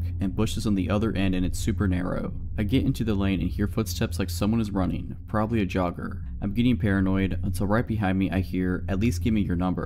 I finally start to panic and realize actually it's not my anxiety and this is super shady. I give him my number but change the last digit, and this guy proceeds to attempt to drop call me. Clearly my phone doesn't ring, and then he starts getting annoyed saying I need to give him the right number. He then has his hand basically on my phone, standing way too close to me, and orders me to type his number in and drop call him. Creep now has my number. Still not enough for him, I reiterate that I'm on my way somewhere and seriously need to get going. He then grabbed me by my elbow and I had a massive adrenaline rush. Next thing I knew, I was at the top of one of those sets of steps that lead to a much busier and open space. I ran as fast as I could. Luckily, one of my friends works in one of the stores in the retail park, so I ran over to it practically looking over my shoulder the whole time. I find my friend, visibly shaking, can barely speak. She asks if I'm okay and I just burst into tears. I gather my thoughts and tell my friend what just happened. He's been calling my phone this whole time. She takes my phone and notes his number and then blocks him. She takes me to the staff room and convinces me to file a police report, which I do. Unfortunately though, I found out street harassment is not actually illegal where I live, but because he made physical contact, it might not be a complete lost cause. The police tell me they will be in touch. Now fast forward until around 2 weeks later. A mom's friend who knew about what happened sent her an article and asked her to show me. I genuinely couldn't believe my eyes. It was about a man who had followed a girl and then assaulted her in the same rough area. At the end of the article is a picture. It's him. I haven't heard anything from the police, and since he had already been charged, I figured there wasn't any need for me to contact them again. My heart goes out to the girl, and although currently in jail, I really hope neither of us ever have to face him again. His charge was pretty serious, so he will be there for a long time, thankfully.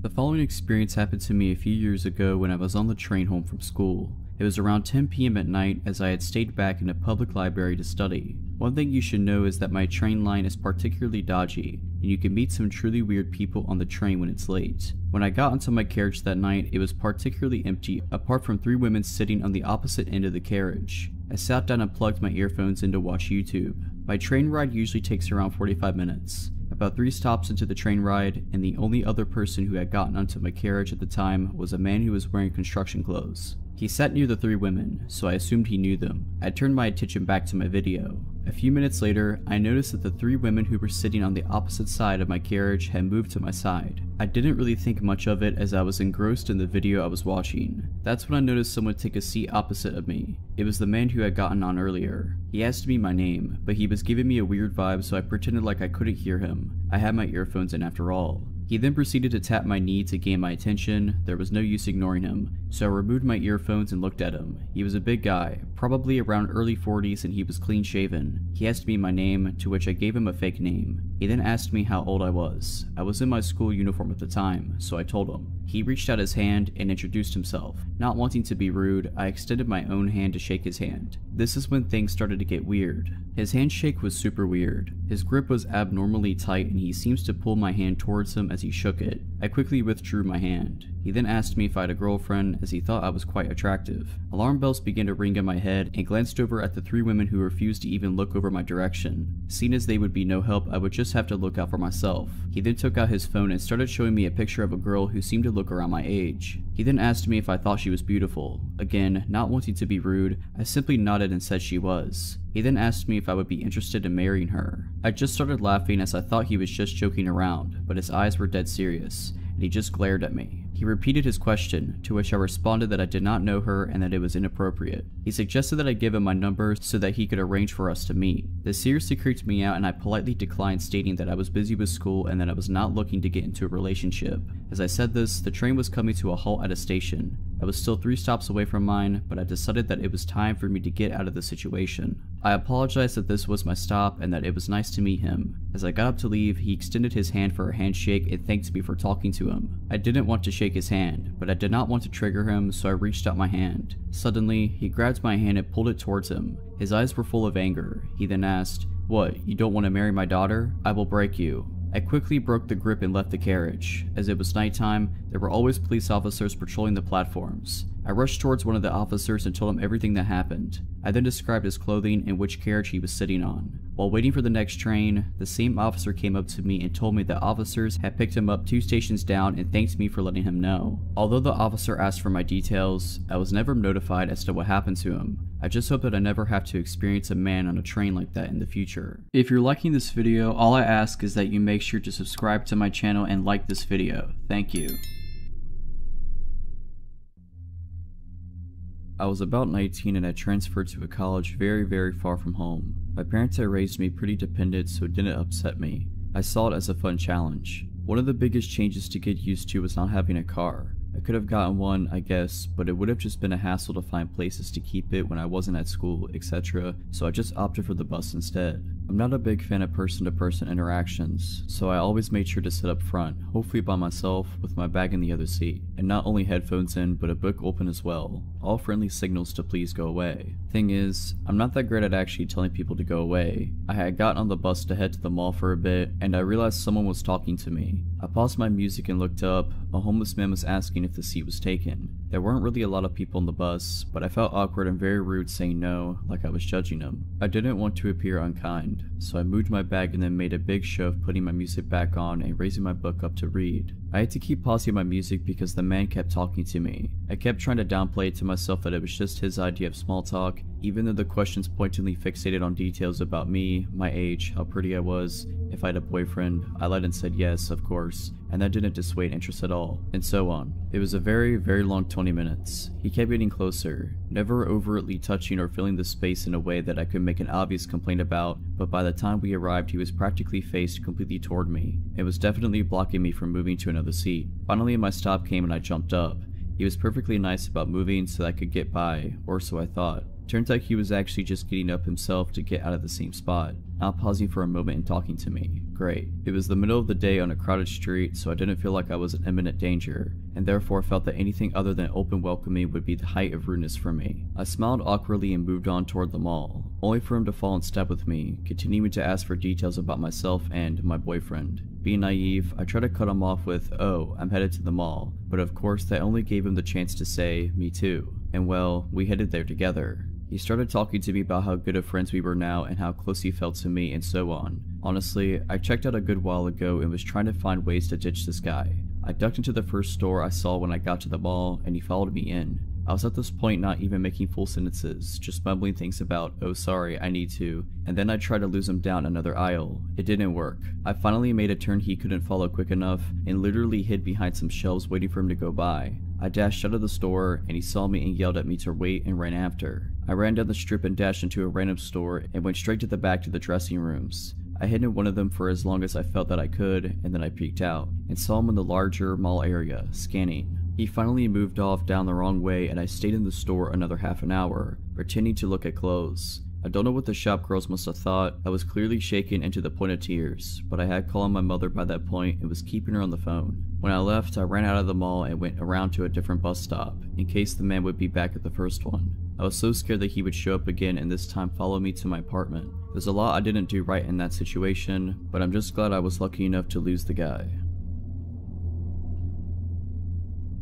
I can't say what my job was, because what I did was literally the name of the company, but it had something to do with law in a small basement office. This office had 2 main rooms and a bathroom. The boss worked in the room in the back, while the rest of us, 3 in total, worked in the front. This wasn't a place where clients came and met with us. It was just where we got work done on computers and packages sent before leaving. Oftentimes I worked alone the last 3 hours, which in reality was great. I got to listen to whatever music I want, sing and get stuff done on the computer. On occasion my boss would come to pick something up or just get a bit more work done. And on this day he did, but he came in with an older gentleman that I didn't recognize. My boss explained that the man was a customer from one of the companies on the top floor and he left only to realize he really needed to go to the bathroom and asked to use ours. My boss stuck around near my desk until the man left and then got to work. As I continued to work, I began to cough and wheeze a bit. Breathing became painful and, at first, I didn't know why until I gradually got a whiff of smoke, cigarette smoke. None of my coworkers smoked and I don't know if I'm allergic or intolerant to cigarette smoke, but I instantly feel ill whenever I begin breathing it in. I shrugged it off and watched my breathing, being sure nothing bad was happening to me, and not soon after my boss grabbed his coat and began to leave. He said, "Your coworker will be coming in a bit just to pick some stuff up,"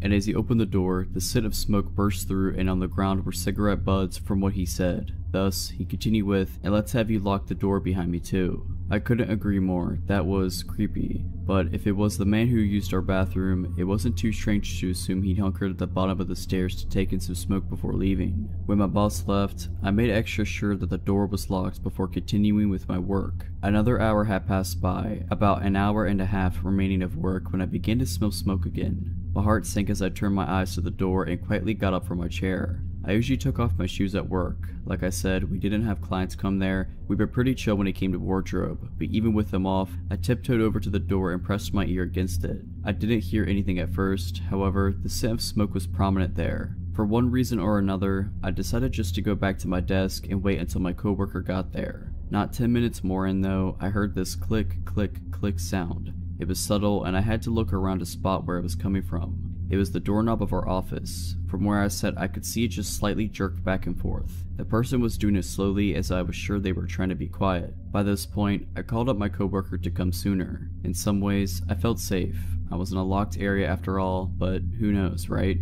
After calling him though, the scent began to diminish and the doorknob stopped moving. I tried to listen for someone going up the stairs. I didn't hear anything for a long while until I heard someone coming down them. It was my coworker. He came in and said, "There are like 10 cigarette butts out here." I explained further what had happened as he came in and locked the door himself. I also explained the man who'd come in to use our bathroom prior. Like I said, I couldn't be sure if they were the same person. There wasn't much to take from the offices. The computers were fairly old, wouldn't at all get a good chunk of money from them, and everything else was paper. We weren't at all at a place that kept money around. So if it was him, I can't fathom what he saw that he'd feel the need to come back in to steal. My coworker somewhat brushed it off. He figured that the person was gone, all was fine, and went to pick up what he needed to. He ended up staying for a while, I'm not sure why, perhaps he felt like he needed to, because as I began finally finishing up my work, the smell of smoke came back. My coworker and I looked at each other, almost as a way to confirm that we both smelled it. The click-clacking of our computer stopped and we just waited and waited and waited. We didn't take our eyes off each other as the click, click, click came back. I just didn't want to deal with this and go home as soon as possible, but I shirked the thought of walking out there. My coworker was far more fed up.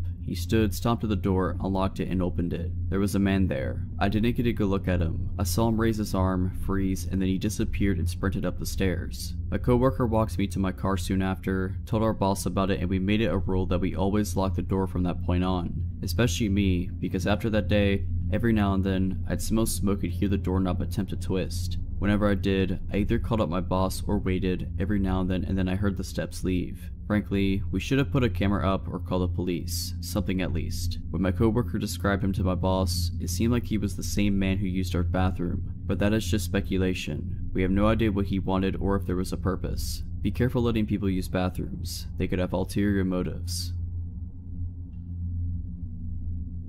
When I was about 8 or 9, my family took a trip skiing to a small resort a couple of hours from where we lived in Spain. The resort itself was a sleepy little town of about 400 to 500 people max, with a few small supermarkets and hotels and not much else. Typically, we picked the worst time possible to embark on the trip, which we had been planning for a good few years. The night after we arrived there was a blizzard, and so we spent the first half of the week locked in the hotel. Although we were able to go outside for the remaining few days, we had little to do given that the slopes were shut. The story I want to tell comes from those first few days locked in the hotel. Despite my parents' annoyance at the timing of the trip being a nightmare, myself and my sister, who was 11 months older, were having a fantastic time. Locked up in the mountains with nothing to do, we were able to spend our days running around the hotel, eating sweets and watching the TV in the lobby. I should probably mention at this point that the hotel was somewhat of a maze. The large bar restaurant area where my parents sat each day reading was at the center of the hotel. The myriad of smaller rooms then connected to the bar area at random points, shooting off in different directions. These rooms often had no discernible function. Each one had the same mahogany interior, and they were full of couches, fireplaces, and antiques that allowed for great games of hide and seek. The rooms would often have offshoots themselves, connecting to new rooms which would then connect to yet more useless wooden caves. As such, it was possible to be 4 or 5 rooms away from the main hotel area at any one time, without knowing exactly where you were or how to get back.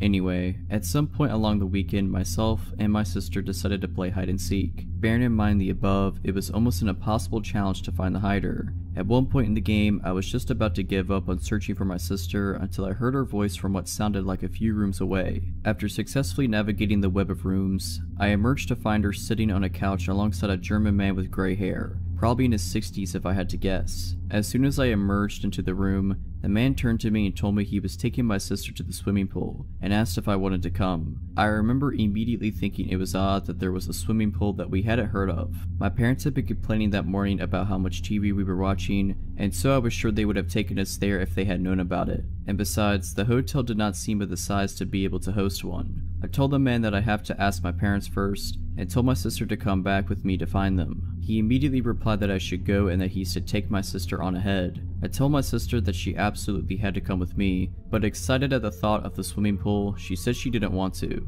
We began to argue, with the man taking my sister's side and encouraging me to go ask my parents' permission whilst he waited with my sister. I dug my foot in, telling my sister that our parents would be very cross if we went somewhere on our own. And after a few minutes bickering, she eventually gave in and came back with me, giving her assurance to the man that we'd come back. Of course, when we told our parents, they were livid. My dad went back to the room to try and find the man, but with all the offshoots and given that all the random rooms looked the same, it was almost impossible to be sure that we were in the right one. In any case, there was no sign of him. I remember my dad screaming at the hotel lobby that he needed a list of all male guests and their room numbers, but of course they wouldn't give it to him. We spent the rest of the trip by our parents' side, terrified at the thought of being locked up in a blizzard with him. Thankfully, we never saw the man again.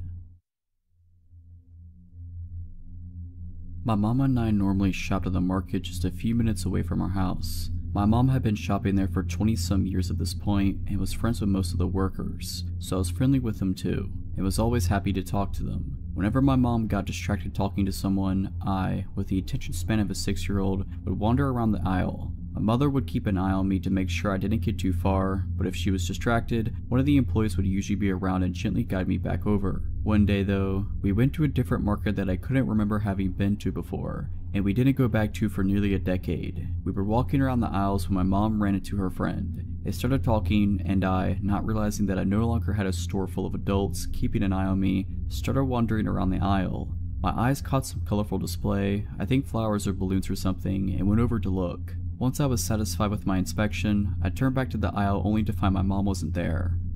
That had never happened before. I looked around a little, though not moving from my spot near the colorful displays. Since it was right near the registers, there was a decent amount of people nearby, which I'm thankful for now. As I was looking around, an employee came up to me. He was older than my sister, she was 12 or 13 at the time, and younger than my dad, in his mid-40s, which was about the only way I could gauge age. Now, I would say he was probably in his early to mid-20s if I remember right. "Hi there," he said sweetly, in that tone you normally speak to kids in. I cheerfully said hello, actually stepping a little closer. "Are you looking for mommy?" I say yes, happily explaining that I had last seen her talking to her friend and that I could normally find her easily when I wandered away, so I wasn't sure where she could have gone. "Does she leave you alone often?" "Not really. My older sister was normally with me if my mom wasn't. She was 12 or 13 and she was super mature, so if my mom had to leave her for a little bit, she knew I'd be okay. But she never left us alone in public, just at home if she needed to run somewhere, never for very long, and my dad was at work a lot and didn't come back until late usually." "Where do you live?" "Well, you wouldn't know it, I just learned my address.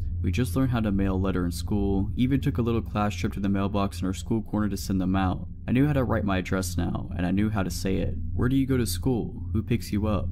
"Well, I go to the local elementary school. I don't know the address though, sorry, but I know which street it's on because I wait on the sidewalk for my mom or daycare sitter, depending on the day, so I see the street sign a lot since I'm usually waiting for a while to be grabbed." It had only been a few minutes since I last saw my mom. Even with how much information I was dumping, I was a very fast talker, but I was starting to get a little antsy.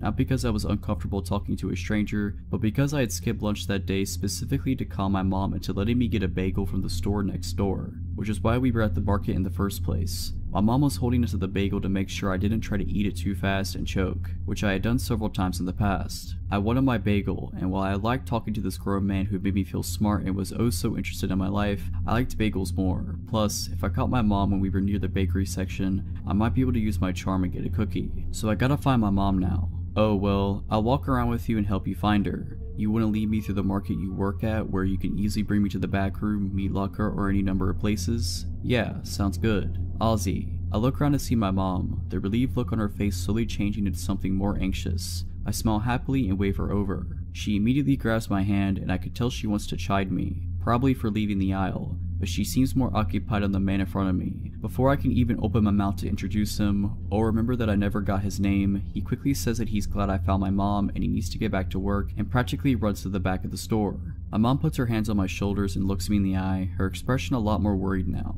What was he talking to you about? She asked, her voice more serious than I'd ever heard her. Can I have my bagel? My mom opens her mouth, pauses, and goes into her purse to hand me my bagel. Between bites, I happily tell her about the conversation and everything I remembered. My age and grade, pickup schedule, likes and dislikes, my literal address. My mom gradually became paler, then became red with anger. She brought me over to the manager, and I don't remember much about the conversation. The police weren't called. We went home, and my mom told me I wasn't allowed to walk around the store anymore. No more talking to any stranger, even if they worked at the store we were at, unless she was with me. If I ever saw that man ever again, I was to run away, find someone I know, and ask for help. If all else fails, scream at the top of my lungs. If my mom had found me, something bad might have happened. If not in the store, then in front of my school, and if not in front of my school, then my house. A little over a decade later, I've never seen the guy again. Let's keep it that way. I had started hanging out with a very nasty crowd. They loved to party, never had their own cash, destructive, impulsive, you get the drill. An ex-friend of mine, we'll call him Bob, started hanging out with me quite a bit more and more as the weeks passed by. Bob worked as a pizza delivery driver. He never washed his clothes, to which he owned maybe 3 outfits, including his work uniform and only women's clothes. The women's clothes he wore to be punky. I saw no shame in that. Even thought it was kinda cool how he didn't care what others thought about it. But that also means he liked my clothes, so like a little sister might do, he constantly took my clothes. Keep in mind, he also barely showered. Often, he even woke up before 5 PM in time for work. He jumped off my couch, took a pack of my cigarettes without asking, and sped off. Within the 4-month period he stayed in my home, I literally saw him go to take a shower about 5 times. Long after the situation was dealt with and he was gone, I left that home with a stench. He paid nothing, not a single bill, never contributed to groceries, cleaning, nothing, nor was he on my lease. Yet, he established residency in my home legally. It didn't bother me so much at the time. I was at my rock bottom and was basically just happy to have someone be there with me. I considered him to be my goofy and annoying best friend, until that wasn't enough for him. He began to become obsessed with me. Very quickly he went from basically having everything he needed in life for free, while he kept any money or tips he made, but decided on his own accord that we were to be together. If I'd return home from work, friend's house, etc., he'd cry and follow me room to room, asking repeatedly why we can't just be together. That we were best friends already, we should date. I was not attracted to him. Going through a divorce at the time, I did not want to ruin our friendship. It got to the point where I avoided going home. I'd stay with my mother or friends because he'd cry and follow me, desperately trying to convince me to be with him. I'd almost often find him in my bed at this point, and he quit his job to have a better chance of seeing me. I had told him if this continued, I would no longer allow him to crash there. At one point, after avoiding him for a few days, Bob really started to come out of his shell. He cornered me screaming, "I'm sick and tired of being rejected by you. It's not happening anymore." Now I was scared. I never saw him as a threatening individual before, just a goofy character. I asked him to leave and he was no longer welcome. He refused. He said by law, he was required a 30 days notice to be evicted. When I spoke with the police, they understood my situation, but explained he'd either have to be evicted or I'd have to get a restraining order. I filed the restraining order, which they immediately granted me, but he chose to ignore it. Once he left my home, I locked all doors and windows. When he returned, I showed him the order, to which he replied, "I'm not leaving." I tried calling the police every time he showed up, but by the time they'd get there, he was gone. There were shoe prints on that door, and cracks from all the attempts he made to force it open. It never shut correctly after those attempts, and they were never able to officially serve him because they supposedly couldn't find him. I honestly believe they tried once, then gave up.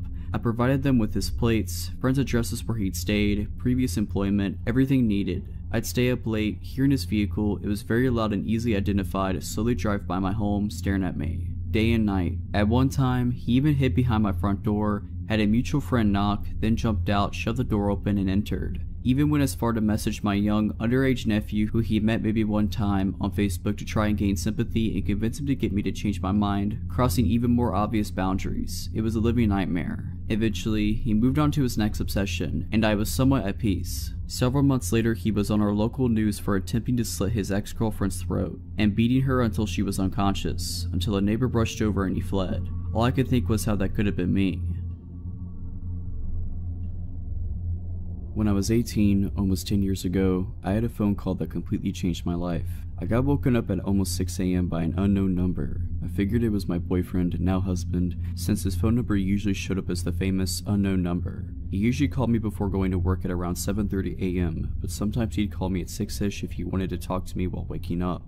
I answer, he says what's up, and I'm still half asleep but start talking. He tells me he has a little problem and that he wants to see me. Being 18 and the fact that I started dating him recently, I also was down for this. He tells me how he absolutely loved seeing me last weekend and how good I looked. He basically described what we had done during the weekend. If I remember properly, his parents weren't home for the weekend and we had the house and the car to drive around. And we had lots of fun obviously, and how much he loved some of the things I did to him.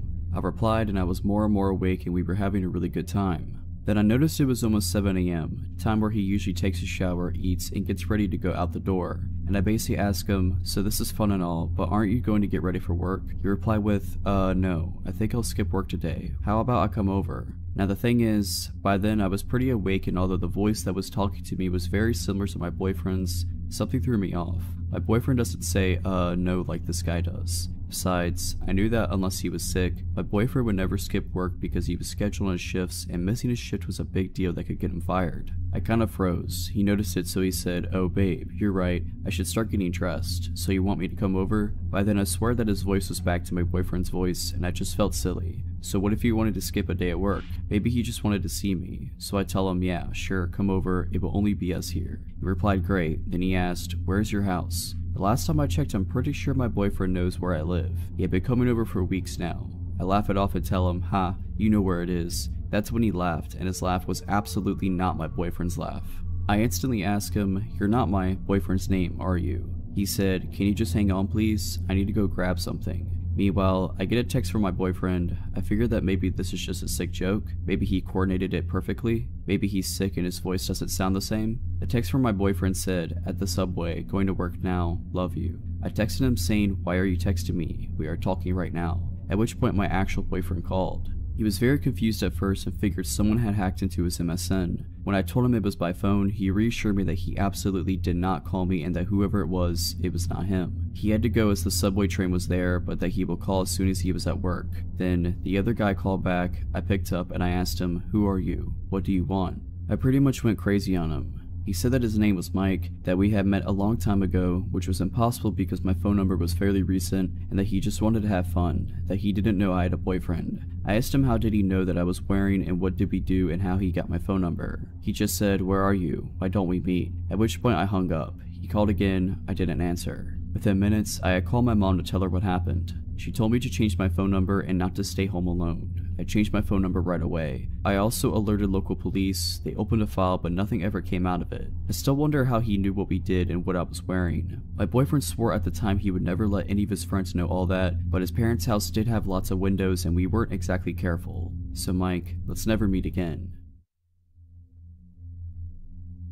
This happened while I was in college 5 years ago. I was a transfer student and was 21 at the time. I was set up to be living in a building that was for students 21 or older and moved in a week and a half before classes began. This school was in northern Michigan, so when I first arrived, campus was dead.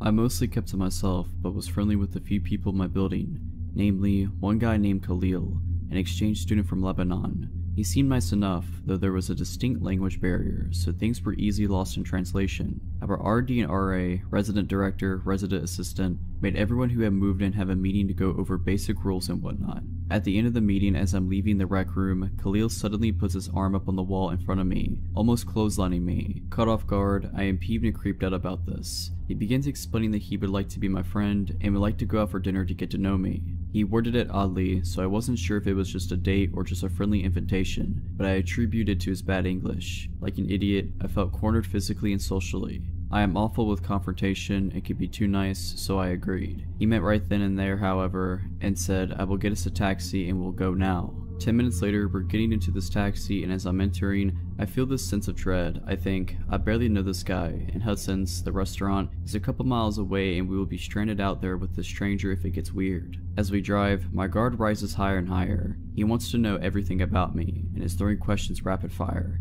My age, dating history, physical preferences in men, religion, family, everything. I am thinking, this is going to be really awkward, and wanted the night to be over before we even get to the restaurant. At the restaurant, we both look at the menu for a bit. The waiter comes and takes my order, salad, small and quick to eat, and then the waiter asks what Khalil wants. He says, "Oh no, I'm not hungry, I just want to watch her eat." What? Why would you ask me for dinner if you weren't hungry? And why did you just want me to eat? I was horrified. All of my family was in the lower peninsula of Michigan, 8 hours away. I had no friends up here. The only local numbers I had were of my RA and RD. I speed eat all of my salad as Khalil watches me, now talking about himself. He tells me about how he has anger problems and is looking for a woman to help calm him, but still be a submissive traditional wife. I am trying to hide the horror and uneasiness as I nod and eat. He continues explaining how he was known for his temper back home, and how his brothers have stopped him from doing awful things. At this point, red flags blinding my vision. It's time to end this. I finish my food and tell him to get a taxi back to campus. I intentionally sat in front of the taxi. I wasn't allowing the possibility of physical contact. When we get to the campus, we get in the building and I say a quick thank you and haul back to my room. Door locked, I get into my sweats and try to chalk it up to a weird experience and vow to avoid Khalil from then on. Around 12:30 a.m., I hear a knock on my door. I was watching Netflix and took out my earbuds to make sure I was hearing right. The knocking continues. Not a courteous knock knock knock, but a closed fist pounding. I am petrified and making as little noise as possible. Get to the door and look out the peephole. I see Khalil. My room is at the very end of a long hallway. All rooms around me empty at this point, with the door outside of my room leading to a parking lot surrounded by woods. Knowing how isolated I was, I slink away from the door, making zero noise just waiting for the knocking to stop. About a minute later, it stops. He growls, "I know you're in there. I will wait." My eyes widen in horror. I felt a mixture of rage and panic, but decided that confronting him then wouldn't be smart. So I quietly watched Netflix until I fall asleep. I have no idea how long he waited out there. The next morning, when I finally emerged from my room, I found a couple of pages taped to my door. 3 handwritten pages from Khalil, explaining his feelings for me and his intentions of making me his wife. I went straight to my RA and explained everything that happened. She agreed to meet with Khalil herself, to explain to him how inappropriate he was being, and to tell him to leave me alone. He didn't. Notes kept coming. He came to my door dozens of times a day, and I became pretty much trapped in my room hiding from this psycho. It lasted for 8 days, but classes began and Khalil disappeared. I was told he dropped out and moved back to Lebanon. I found it eerie how he just vanished. Had he come here solely to find a wife, I'll never know. But Khalil, let's not ever meet again.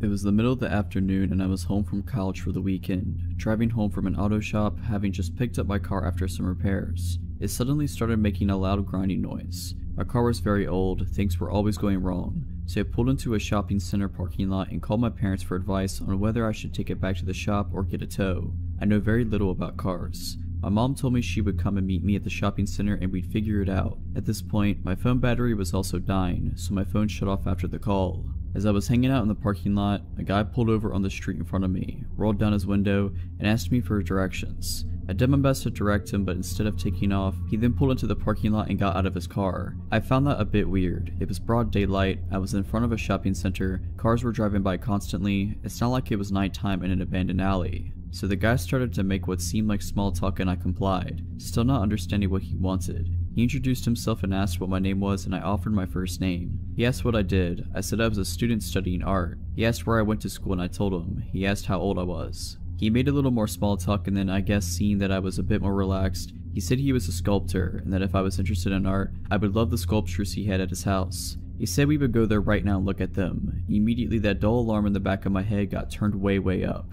I was young and naive, but I knew enough to never ever get in a stranger's car and immediately felt very uncomfortable. Though he knew how old I was, I looked extremely young. I started to put two and two together. He was getting increasingly more insistent that I get in his car and go to his house. He reached for my arm, and at that point everything is a blur. I yelled that I had to go and ran from my car into the nearest store. It was a tiny game store, so there weren't really anywhere to hide, but I told the cashier about the guy and asked if I could wait in there until my mom showed up.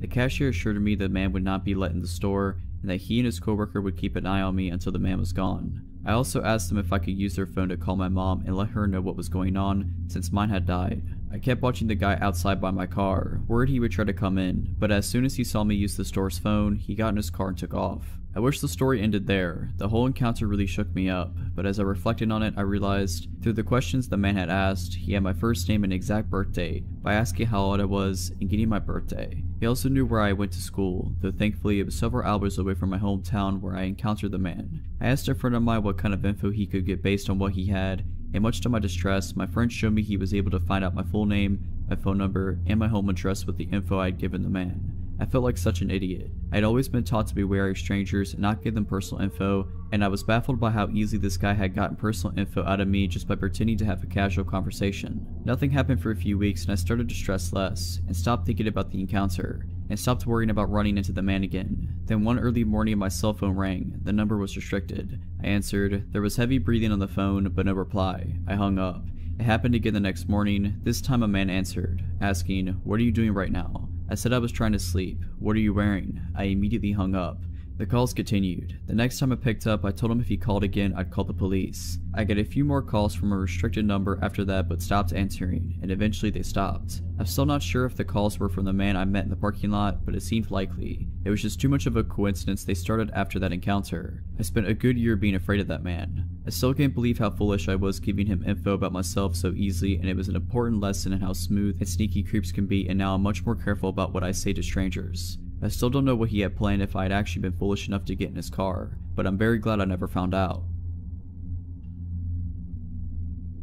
When I was 18, I worked in my college's residence building at the front desk, and I think I almost got assaulted or murdered. You be the judge. During the summer, the building operated as a hotel, so 2.5 floors were hotel rooms and half of the 3rd floor were student rooms. The whole building operated with the hotel swipe key system that was pretty outdated, and all the doors were powered by 4 AA batteries. If the batteries died, there was a decently lengthy process to replace them and reprogram the door. A dark-haired guy came to the front desk from inside the building while I was working an overnight shift at around 1 or 2 a.m. and said he left his key card in his room. I made him a new one and made my first error of the night. Hotel guests could have as many room keys remade as they wanted, hypothetically. Students, however, were supposed to be given a temporary key card and charged $2 to be returned when theirs is located. I gave him a new key for his room and asked if he was a student or hotel guest, and he replied student. At this point, I should have checked our system to charge his account, but I was caught up doing administrative duties and forgot. I used to trust people way too easy at this job, but quickly learned not.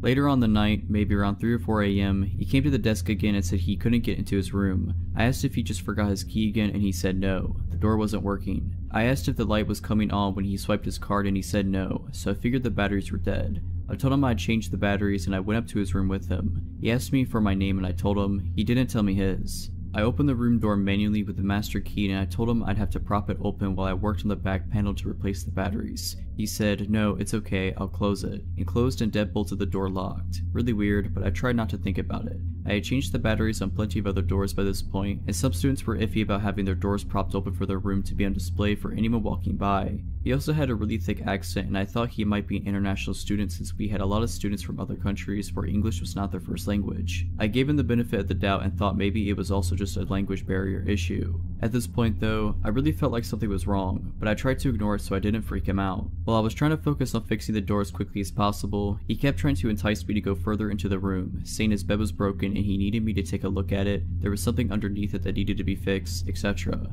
He held out a little gold house key and said, "I have a key, go get it," and threw it under the bed. He said there was a leak under the fridge. He just kept trying to get me down on the ground, throwing random problems at me. Obviously, I told him no. I'd send maintenance up in the morning to take a look at it if anything was broken. I had my back to him and he asked me if I would take off my glasses. I said, "No, I need them to see." His tone of voice changed. In the most steady, chilly manner, he said, "Ella, it's okay, you could take them off." And from behind me, he reached around and tried to take off my glasses. I swatted his hand away and, trying to remain composure, said, "No thanks, I need to keep them on," even though he was creeping me out. I didn't want to be rude to him. I didn't want to get in trouble if he complained about me, or risk upsetting him and having him yell at me. I got up to grab something from the door repair kit and undid the door deadbolt and opened it up in the process. He jumped toward the door to close it again and told me to keep it closed. I told him no, I had to open it to start reprogramming it from the front. While I held the door open with my foot and grabbed something from the door repair kit, he started playing with the little wispy hairs at the top of my forehead and trying to touch my shoulder. I swatted him away again and asked him not to touch me and focus on getting out of there. He once again tried getting me to follow him into the bedroom, saying the bed was broken, and I went as far as the door frame to see if I could spot any actual problem with his bed. This is when I realized that he had nothing in his room. No dishes in the kitchen, no shower curtain in the bathroom, no sheets in the bed, nothing. This wasn't his room.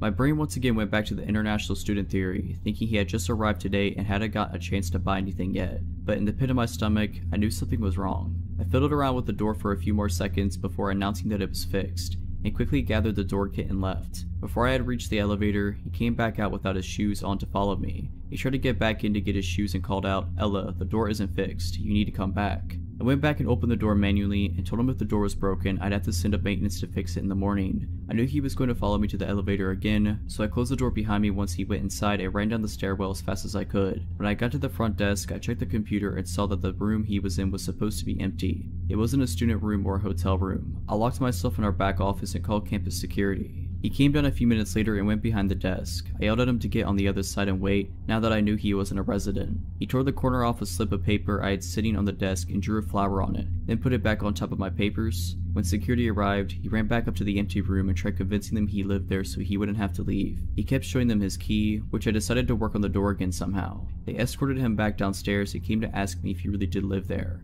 Obviously he didn't. That's why I called you guys crying and terrified. He kept interjecting to argue that he did live there, but couldn't even recall his room number when asked. Security asked him for a student card and he couldn't produce it, so they told him he would have to leave if he couldn't prove he lived there. While they were grabbing his information, I listened from the office and could immediately tell he was lying. The phone number he gave was just a bunch of random numbers. The name he gave was prefixed by, as if he was trying to think of a name. When they asked him for his address, he just said, "Across the street." One security guard asked if he lived in the apartments across the street and he said yes, but couldn't tell them what the building number was. He said his apartment number was 1200, but I moved into that building a few months ago later and apartment 1200 doesn't exist. When security asked what his purpose was to be sneaking into a room, he just kept up the ums and the uhs and saying he didn't know. They'd ask, "Were you trying to see a friend? Do you know anybody who lives here? Were you here to hurt somebody?" And he kept fidgeting and saying, "I don't know, no reason, I was just here." At one point he tried to tell them he was my friend, at which point I poked my head out of the office to say that I literally had never seen him before that night. He left. We didn't call the police because he didn't actually do anything, but it was still unsettling. Later on, it dawned on me how he figured out that the room was vacant.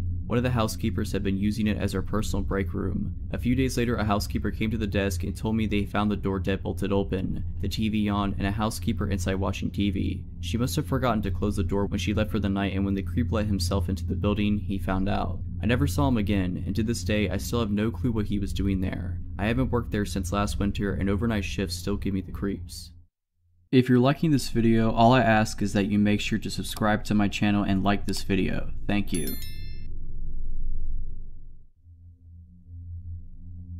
The lesson I took from the story was always read through your lease/rental agreement fully before signing. This takes place 4 years ago in Kansas City, Missouri. I'm originally from California, so trading up city life for a less urban life was very challenging for me. Making friends was hard, but I made the move to be with my dad, who lived in an apartment complex with a roommate. My dad was a trucker, so he was gone for weeks at a time, while I was left alone to work and come home to a foreign place that I was slowly being accustomed to. My roommate was gone most of the time because he had a girlfriend, and he would leave his dog with me, so I never truly felt alone. I had an old lady for a neighbor that would come up and check on me too. That's how people were in that area, and I found it kinda nice how people knew their neighbors. I got to know everyone in my building's name after about 6 months of living there, except one. There was a man, I'd say in his early to mid-50s, who lived directly below my apartment. He looked, for lack of a better description, like a creep. He was balding except for on the sides of his head, which that hair was straggly too. He was tall and kinda skinny, had outdated 90s glasses, and a thick mustache. He was the only person in the building who wasn't friendly, or at least didn't make the effort to say hello or introduce himself to me. He also happened to be the maintenance man for all 5 buildings. I didn't think much of this at first. I honestly don't care if you're overly friendly to me. I enjoy having space of my own and sometimes being too friendly and suspicious to me. That's just a personal problem, but I'm explaining why I didn't send up any red flags at first. One day when I was pulling out of the driveway to go to work in the morning, I noticed across the large lawn that led to the door to our buildings, a maintenance man was standing in the center, staring directly at me. Stare is the wrong word, more like glare. At first, I looked around confused, thinking perhaps he was looking at someone or something behind me. I was the only one there. Although a bit creeped out, I shrugged it off and continued with my day, forgetting all about it. The next day I was over at my neighbor Claire's apartment, the elder lady, and she happened to bring up a maintenance issue she had. But she mentioned that she would never ask the maintenance man for anything, and neither should I. I tried to ask her more about what she meant by that, but she ended up being very broad and said something along the lines of, "He's just a known creep around here." Fast forward to the first incident. It was around 2 AM and I was still awake, but only barely, sitting on the couch watching TV alone in the apartment. I was starting to drift off into sleep when I heard a soft noise near the front door. Thankfully, the show was very low in volume, because I normally don't pick up on quiet noises most of the time. I turned off the TV and began listening. Next to the living room on the right side is the patio area, and on the left is the kitchen and the front door. The light from the moon and outside lamps were flooding through the patio glass door, so I could see the doorknob to the front door moving, not just moving, but someone was using a key. In an instant, the door flung open and I was on my feet, with nowhere to hide at that point. I stood my ground and saw the silhouette step into the kitchen. That's when I saw it was the maintenance man.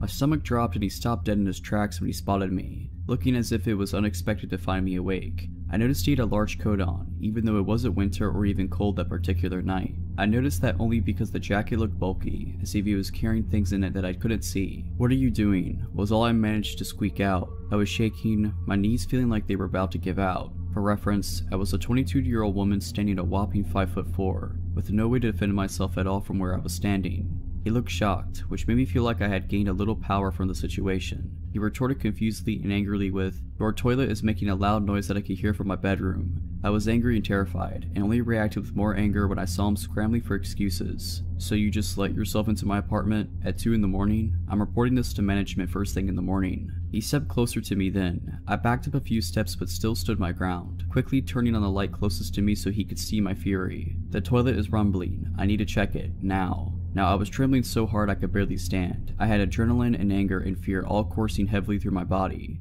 "Get out." He started to take the liberty to look around the kitchen where he was standing. My head immediately thought, what if he goes for a knife? And that's when he said it. "I can come in whenever I want." The sentence makes me shiver to this day. I didn't know what to do, and felt the power over the situation quickly dwindling down to a bad feeling that something bad was about to happen. "If you don't get out of my apartment now, I'm gonna start screaming as loud as I can." My voice was crackling and shaky, which made my heart drop into my stomach. I immediately felt like I was going to be sick when he took yet another step forward towards me. "Check the lease. I could come in whenever I want. I'll see you later." He winked at me, creating a wave of nausea, and I felt faint. He slowly turned around and walked out, closing the door behind him and even going far enough as to lock it from the outside with his extra key. The next day, I contacted management as soon as their office opened. I could tell the conversation wasn't going anywhere when the manager sounded irritated right off the bat. When I told her that the guy entered my apartment illegally, she cut me off and told me that they do not allow any illegal activity, and take what I was saying very seriously. I thought, yes, I've got him,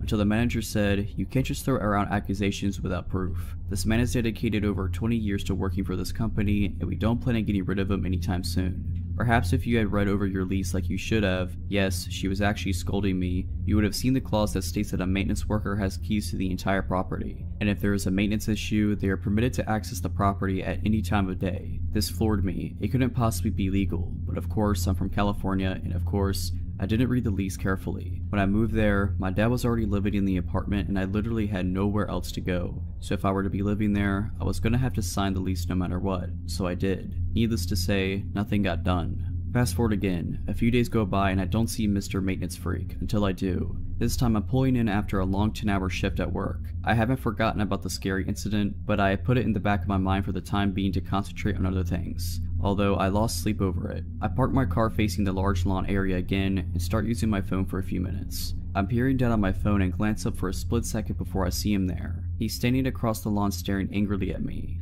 I mean furious. I quickly look back down and pretend I have not seen him, getting that sinking feeling again. As a paranoid person, I put the key in the ignition just in case and pretended to keep scrolling on my phone while subtly locking my door. I glance up again and this time he's walking towards me, very fast. I look at my rearview mirror, hoping to see someone that he may be stomping angrily towards, and of course no one else is there. It's nearly dark now, but when he gets about 10 to 15 feet away from the front of my car, I can hear him shouting something, but I can't make out what he's saying. Now I put my phone down and I'm watching him come right at me until he reaches my window and starts banging it all with his might, and slams his body into the door. He's also fidgeting angrily with the handle, even though the doors are locked. My car doesn't have automatic locks, so I'm praying that all my doors are locked at this point. My hands are shaking so bad that I'm having trouble starting the car. When I finally do, I realize what he's saying, which was a repeated cycle of the following phrases. I'm going to get you. I told you I can come in whenever I want. You really want to take me on? I'll kill you. I peeled out of there so fast, not even knowing where to go.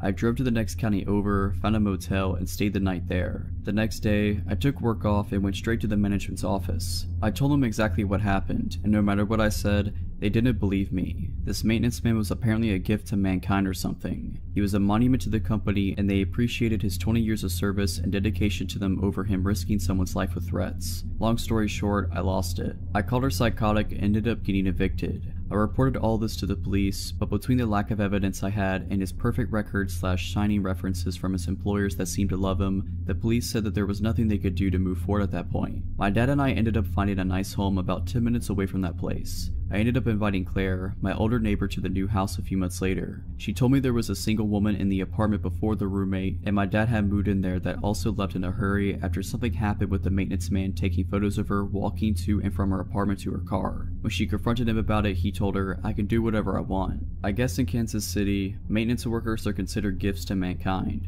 Needless to say, it's been 4 years and I'm back in California.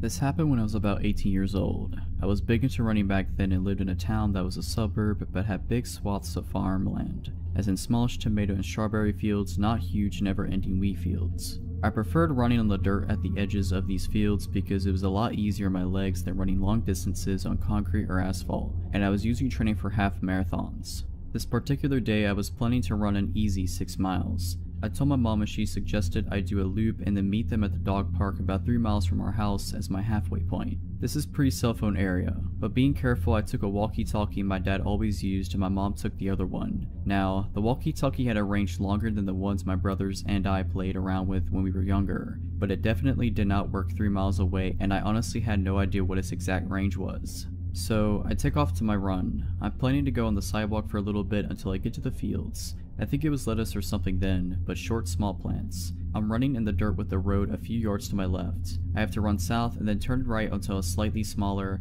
less traveled road to get to the dog park. As I'm running on the first dirt part, my parents drive by and, being dorks, they honk and wave and yell at me. I wave and then soon after I make my turn onto the smaller road. This one is road, me on flat dirt, small drainage ditch, forever of lettuce field, then a wall that is the backyard of some houses.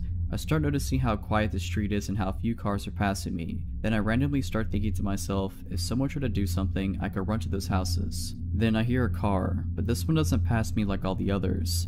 I hear it slow down so that it is behind me, just out of my peripheral vision. My senses go super alert and I immediately realize what an idiot I was to pick this route because I'm stuck out here with no one to help me and nowhere to hide. The car starts speeding up enough so that it's next to me and I glance over and see a man. Middle-aged, white, dark hair, totally normal looking, but I get a chill down my spine immediately. He sort of leans over into the passenger seat and says in a super sweet voice, "Hi, where are you going? Do you need a ride?" I am scared and realize that this is not good. Immediately nothing has happened yet and he could be totally innocent just wanting to chat, but my intuition is in overdrive telling me I'm not safe. I hop over the ditch thinking at least that will make it harder for his car to follow me if I need to take off across the field to try and make it to those houses in the distance. Well, this pisses him off.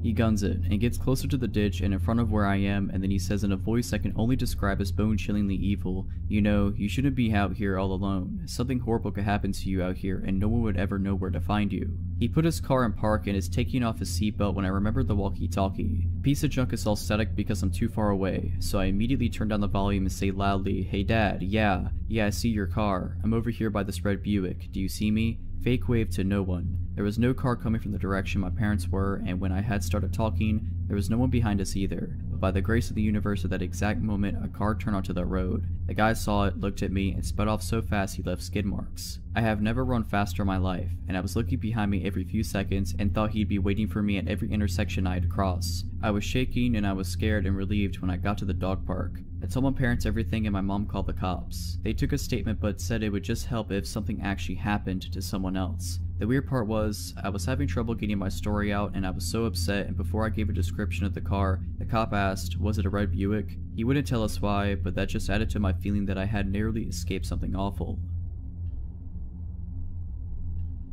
This was back in 2013 when I was living in New York City as a 23-year-old. I was living with my best friend from college on the west side near Times Square in K-Town. I was going through some tough times back then as I was unemployed at the time. I had a lot of time, so I would go on walks by myself to clear my head time to time. One night, I was feeling exceptionally depressed, so I decided to walk to K-Town to grab a drink by myself. I walked into a Korean bar and I got some weird looks from the waiter as I asked for a table by myself. After ordering a couple of soju bottles, I was feeling pretty drunk, so I decided to walk back home. However, as I was exiting out of the bar, this Korean guy followed me. He looked very normal, just like a nice Korean guy. He told me that he saw me drinking at the bar by myself and that he would love to walk me home to make sure I got home safe. I politely declined. After all, my apartment was pretty close. But he insisted and he looked so harmless that I decided to take him up on his offer. We walked like 10 minutes I think, and it was quite pleasant. We were both a little drunk, but I remember talking about all sorts of things, nothing personal. When we finally arrived at my apartment, I thanked him and wished him farewell. Now, my apartment was a 5-story walk-up, and there was a main door where we needed a key to open to get into the building. No doorman. I didn't think much of it and inserted the key to open the door and went in. The door takes a while to close shut, and it was my mistake for not checking before I went up the stairs. While I was approaching the 2nd floor, I heard someone grab the door from closing, and I heard footsteps coming up the stairs. I literally got goosebumps all over my body, and I felt like I was in danger. As I started to pick up the pace, I heard the footsteps going faster up the stairs. I lived on the 5th floor, and I started to run up, clutching my keys in my hand. The guy started to run up the stairs as well, and I could literally hear him getting closer and closer to me. This all happened in a couple of seconds, but it felt very long. I finally got to my floor, and as I tried to open the door, I looked back and literally saw the guy's head on the staircase. I rushed to open the door and I managed to close the door right on his face. My heart was beating so fast and I didn't know what to do at that point. It was already 3 AM and my roommate was asleep. Luckily, he didn't knock or anything, so I decided to just go to my room and hope that he's gone home. Around 7 AM, my roommate woke me up.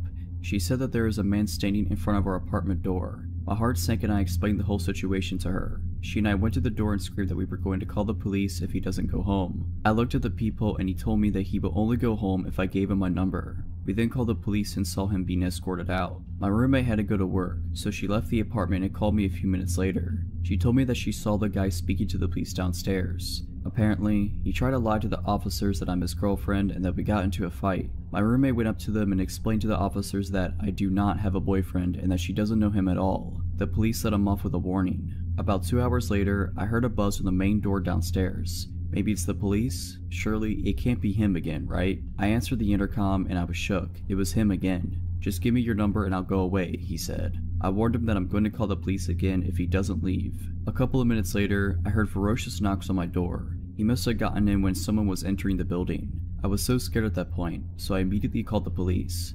Unfortunately, the guy ran away before the police got there. The worst part about this experience was that my roommate and I were so scared to leave and come back to our apartment. I would have anxiety every time I come home, worried that I might see him in front of our apartment door. For about a week, the police escorted us when we felt scared. Bless them. I never saw him again, but it was one of the scariest moments of my life. So creepy stalker dude, let's not meet. I live with my girlfriend as expats in a pretty foreigner-friendly Asian country. Most of the time we get by just fine despite only knowing a little bit of the language, because most people we interact with on a day-to-day basis speak fluent English. We started out in a tiny apartment which we quickly outgrew. We found a gorgeous condo with nice amenities and decided to move in. This condo is owned and managed by a local owner, rather than by an association or company. The building is a little bit older, which means that instead of key card access to our door, it came with a traditional key lock inside and bar latch, which is nice because it's more durable than a chain. Of note, our original building also had key card access to our floor, meaning that we could only ever access our own floor. Even the emergency exit stairwells did not allow entry to floors other than our own. This new place did not include this measure, and I routinely enjoyed a walk up the 15 flights of stairs to the room as a bit of a warm-up before going swimming. The quaint feeling of all of this changed about 2 months after we moved in. We were both starting new jobs and dragged our feet on some of the final touches of moving into a place. That is the last time we ever do that. My girlfriend nudged me awake at about 3 in the morning. I wake up extra groggy and unsure of my surroundings, but I snap to full attention when she whispered with wide eyes, "Someone is trying to open the door." Now, the condo is 100 square meters, and the main door and the bedroom are at opposite ends. The bedroom itself has a rather sturdy door that was closed, and the aircon runs at night, so this had to have been some sort of commotion for her to wake up. I sprung out of bed and made it to the door in seconds. There was some guy outside our door, studying very intently at our lock. He was about my height, though probably 15 kilos heavier, and he was not a foreigner like us. "Wrong room," I had to yell, because the door is pretty thick. There was a pause and then a thud, then a smaller tock tock tock as he was knocking. From experience, I know that it's hard to hear through the door, and if English was not his first language, then understanding me through the door was going to be a real challenge anyway. Looking through the people as he kept up steady knocking, I noticed he swayed back and forth slightly, so I figured he maybe had a couple drinks and had the wrong room. I turned to my girlfriend and told her so, and that I was going to open just the key lock but not the bar latch and tell him he had the wrong room. She didn't love the idea, but what was a good alternative? I took a deep breath and undid the key lock. My hand shook as I turned the handle, and one hand braced against the door while the other opened it slightly. He must have been leaning close because I saw his face right at the opening, and I could smell beer on his breath. "You've got the wrong," was what I got out before he pushed against the door as hard as he could. The bar latch held, but it was enough that my girlfriend threw herself against the door, and with our combined force we shut it again. "No," I yelled, "go away, wrong room." Then he muttered something that sent chills through me. The door muddled the noise, having just woken up played tricks on my ears, and the language barrier filled in the gaps. But I could swear I heard him laugh a little and say, "Stupid boy." I froze. My girlfriend turned the key lock as he slammed his body into the door once, twice, 3 times, I lost count. Every time I pressed against it harder, but I could still swear the 4 screws that held the bar latch in place wiggled slightly. The thuds returned, and looking through the people, I could see that he was punching the door. His stoic face looked patient and annoyed as he swung his arm back over and over each time it hit my girlfriend, and I could feel the vibration through our entire bodies. After what felt like an eternity, the pounding stopped and I looked through the people. He wasn't there any longer. I listened closely and I could hear the long ding of the elevator down the hall. He might be leaving. My girlfriend had both our phones, texting the condo owner on hers and shoving mine at me. She was calling the owner, but at 3 AM there was no answer. Frantic text of "someone is trying to break in" spammed the other end when no one was picking up. She messaged friends of ours who live in the next building, but we both knew it'd be hours before anyone responded to us. We calmed down a bit and agreed that we were going to be up for the rest of the night, but that we'd settle up with the condo owner in the morning and report it to the building management. There were security cameras in the hallways, so they'd be able to follow up. Then I heard the elevator ding again. I was shaking as I returned to the peephole and watched as the chunky man returned. He was hanging up a mobile phone, and he retrieved something from his pocket, a knife, a multi-tool, and that's when I said, "He's back," and I grabbed the biggest kitchen knife within reach and reached to brace the door. My girlfriend was almost in a full-blown panic as she grabbed the cast iron skillet. That's when I realized for the first time that there was a chance that someone was going to die. The door handle was wiggling as he started to poke at the lock with whatever was in his pocket. If he opened one lock, the only thing between him and us would be 4 tiny screws in the bar latch. And if he got in this condo, we were going to defend ourselves as best as we could. And that's where I realized we were foreigners, and dealing with manslaughter charges in a foreign court system would be an absolute nightmare. Or if we severely injured him and he was able to communicate his story, his way to the police, while we struggled with an interpreter. And of course, this is all assuming that we would be the ones to overpower and subdue him. All this is running through my head as I called the equivalent of 911 and shouted English into the phone until someone spoke English. My brain wouldn't quiet down enough for me to be polite. I finally got an operator that spoke English, and I explained someone was trying to break into our condo, that he had left and returned, and gave him the address. He sent a car and asked for an ETA, and he couldn't give me one. He wandered off again, but my spider sense was in full alert mode. It wasn't until half an hour later when several people wearing police uniforms and building management jumpsuits knocked on the door that I calmed down even a little. Still, I wasn't sure what to expect. One of the group spoke English while the rest stood back. I explained everything in detail and pointed at the camera in our hallway, saying I wanted whoever it was found. One of the cops pointed at the nearby knife and raised an eyebrow, and I just confidently said, "Yeah, I would have if I needed to." After assurances and apologies and promises of follow-up, we received what we should have collected weeks ago: direct phone numbers to our building security room where cameras are monitored, as well as the local police station and the personal mobile number of our building security director. The sun was coming up and our condo owner called my girlfriend to comprehend what was going on. She promised us that she'd sent locksmiths there that day to install another deadbolt as well as a second bar lock if it helped us feel safe. The follow-up of everything was that the guy was indeed someone who got drunk and mistook the room. It was on the wrong floor. His wife had to come collect him more than once, and he would be fined for the cost of installing the extra locks. So while it is a bit comforting to know that he's a random drunk instead of a burglar, I still explained to building management that I have no desire for an apology from him. I don't care if he feels bad. Police reports here can be messy and locals can hold severe grudges that I did not want to deal with. I will only keep from a full police report if I literally never see or hear from him again.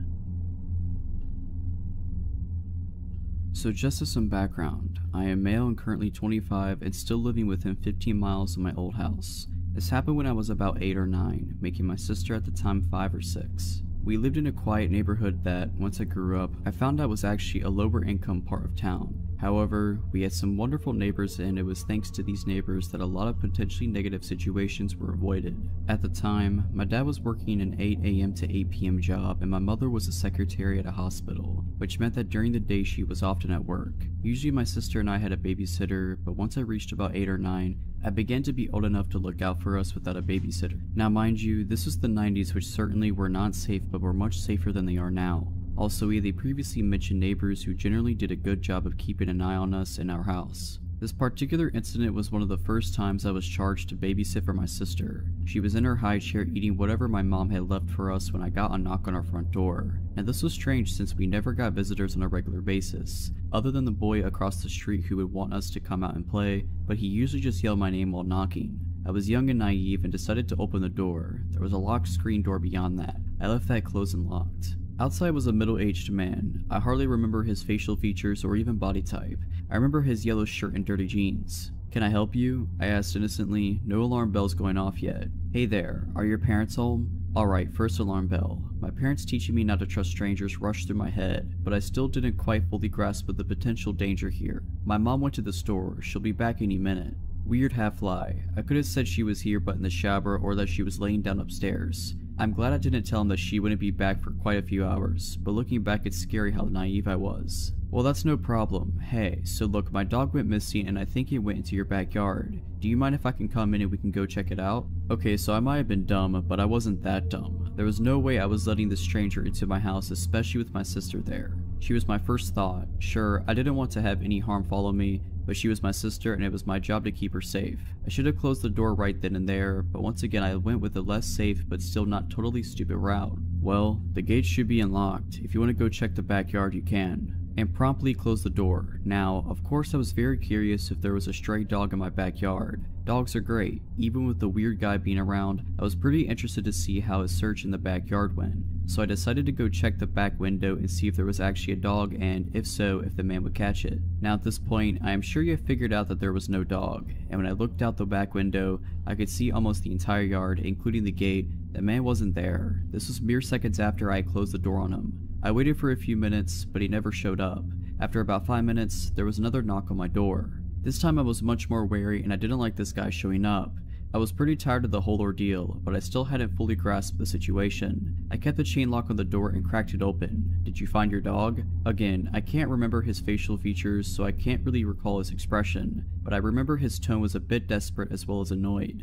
"No, I looked all over the yard and I couldn't find him. I have a picture in my car if you want to take it just in case you see him." Nope, no more. I still didn't understand abduction, but I certainly was not going to go anywhere outside of the house with a stranger. I told him that he can leave a picture in the mailbox and we will keep an eye out. Once again promptly closing the door. What followed is what really creeps me out to this day. Looking back, I was freaked out that I had to come that close to exposing my sister and myself to danger, but this really scared me. Suddenly there was more knocking on my door. Not the screen door separating the door itself. Like I mentioned previously, the screen door was locked and unless that was open, it was impossible to knock on the door itself. It freaked me out and I took my sister to my bedroom and crept back out to the kitchen where I could see out onto the front yard and saw the man quickly getting back into his car while my saint of a next door neighbor Joan stood on her front lawn smoking and watching him intently. It took a long time for me to add it all up and honestly, I had forgotten about it for a long time. When I finally remembered it all, I couldn't even believe my own memories. Either way, Mr. Yellow Shirt Man, yeah, let's not ever meet again. Also, thank you Joan wherever you are. You saved me on multiple occasions and I didn't even know it. When I was in 4th grade, my family was still living in Denver, Colorado in a small condo near my school. My brother, kindergartner at the time, and I only had to cross the street and walk between a couple of apartment buildings to get to the football field attached to our school. It was normally a pretty quick and safe trip to and from. My mother was taking night classes at NAU at the time, and her boyfriend, whom we lived with, would usually watch us in the evenings, although he wasn't off work until about 6:30 p.m. We grew up as latchkey kids, so this wasn't a big deal.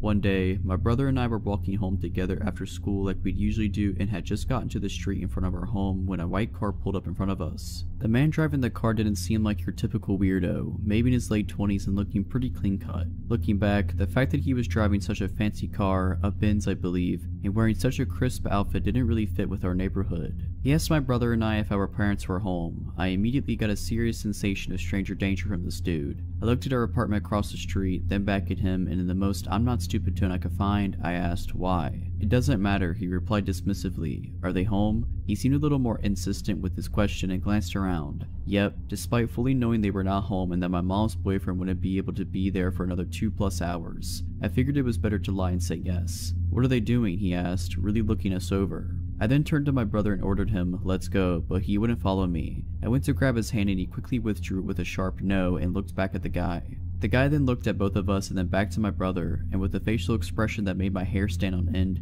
he said, "Come closer, I have something for you." My brother started walking to the door of the car and the guy was reaching with his hand out, nothing in it, like he was about to grab him. I grabbed my brother's coat immediately and started hauling him towards our apartment as fast as I could. He was screaming for me to let him go, but I was terrified so I just kept dragging him. The guy quickly put his car into gear and literally peeled out of there. My mother's friends started picking us up from school after that and a PSA was issued to the community. I still get a little creeped out when cars slow down near me while I'm outside walking. Potential child abductor, let's not meet again. Alright, but that's it. I hope you enjoyed this video. If you did, make sure to subscribe to my channel, like this video, and comment something down below. But as always, Have a nice day.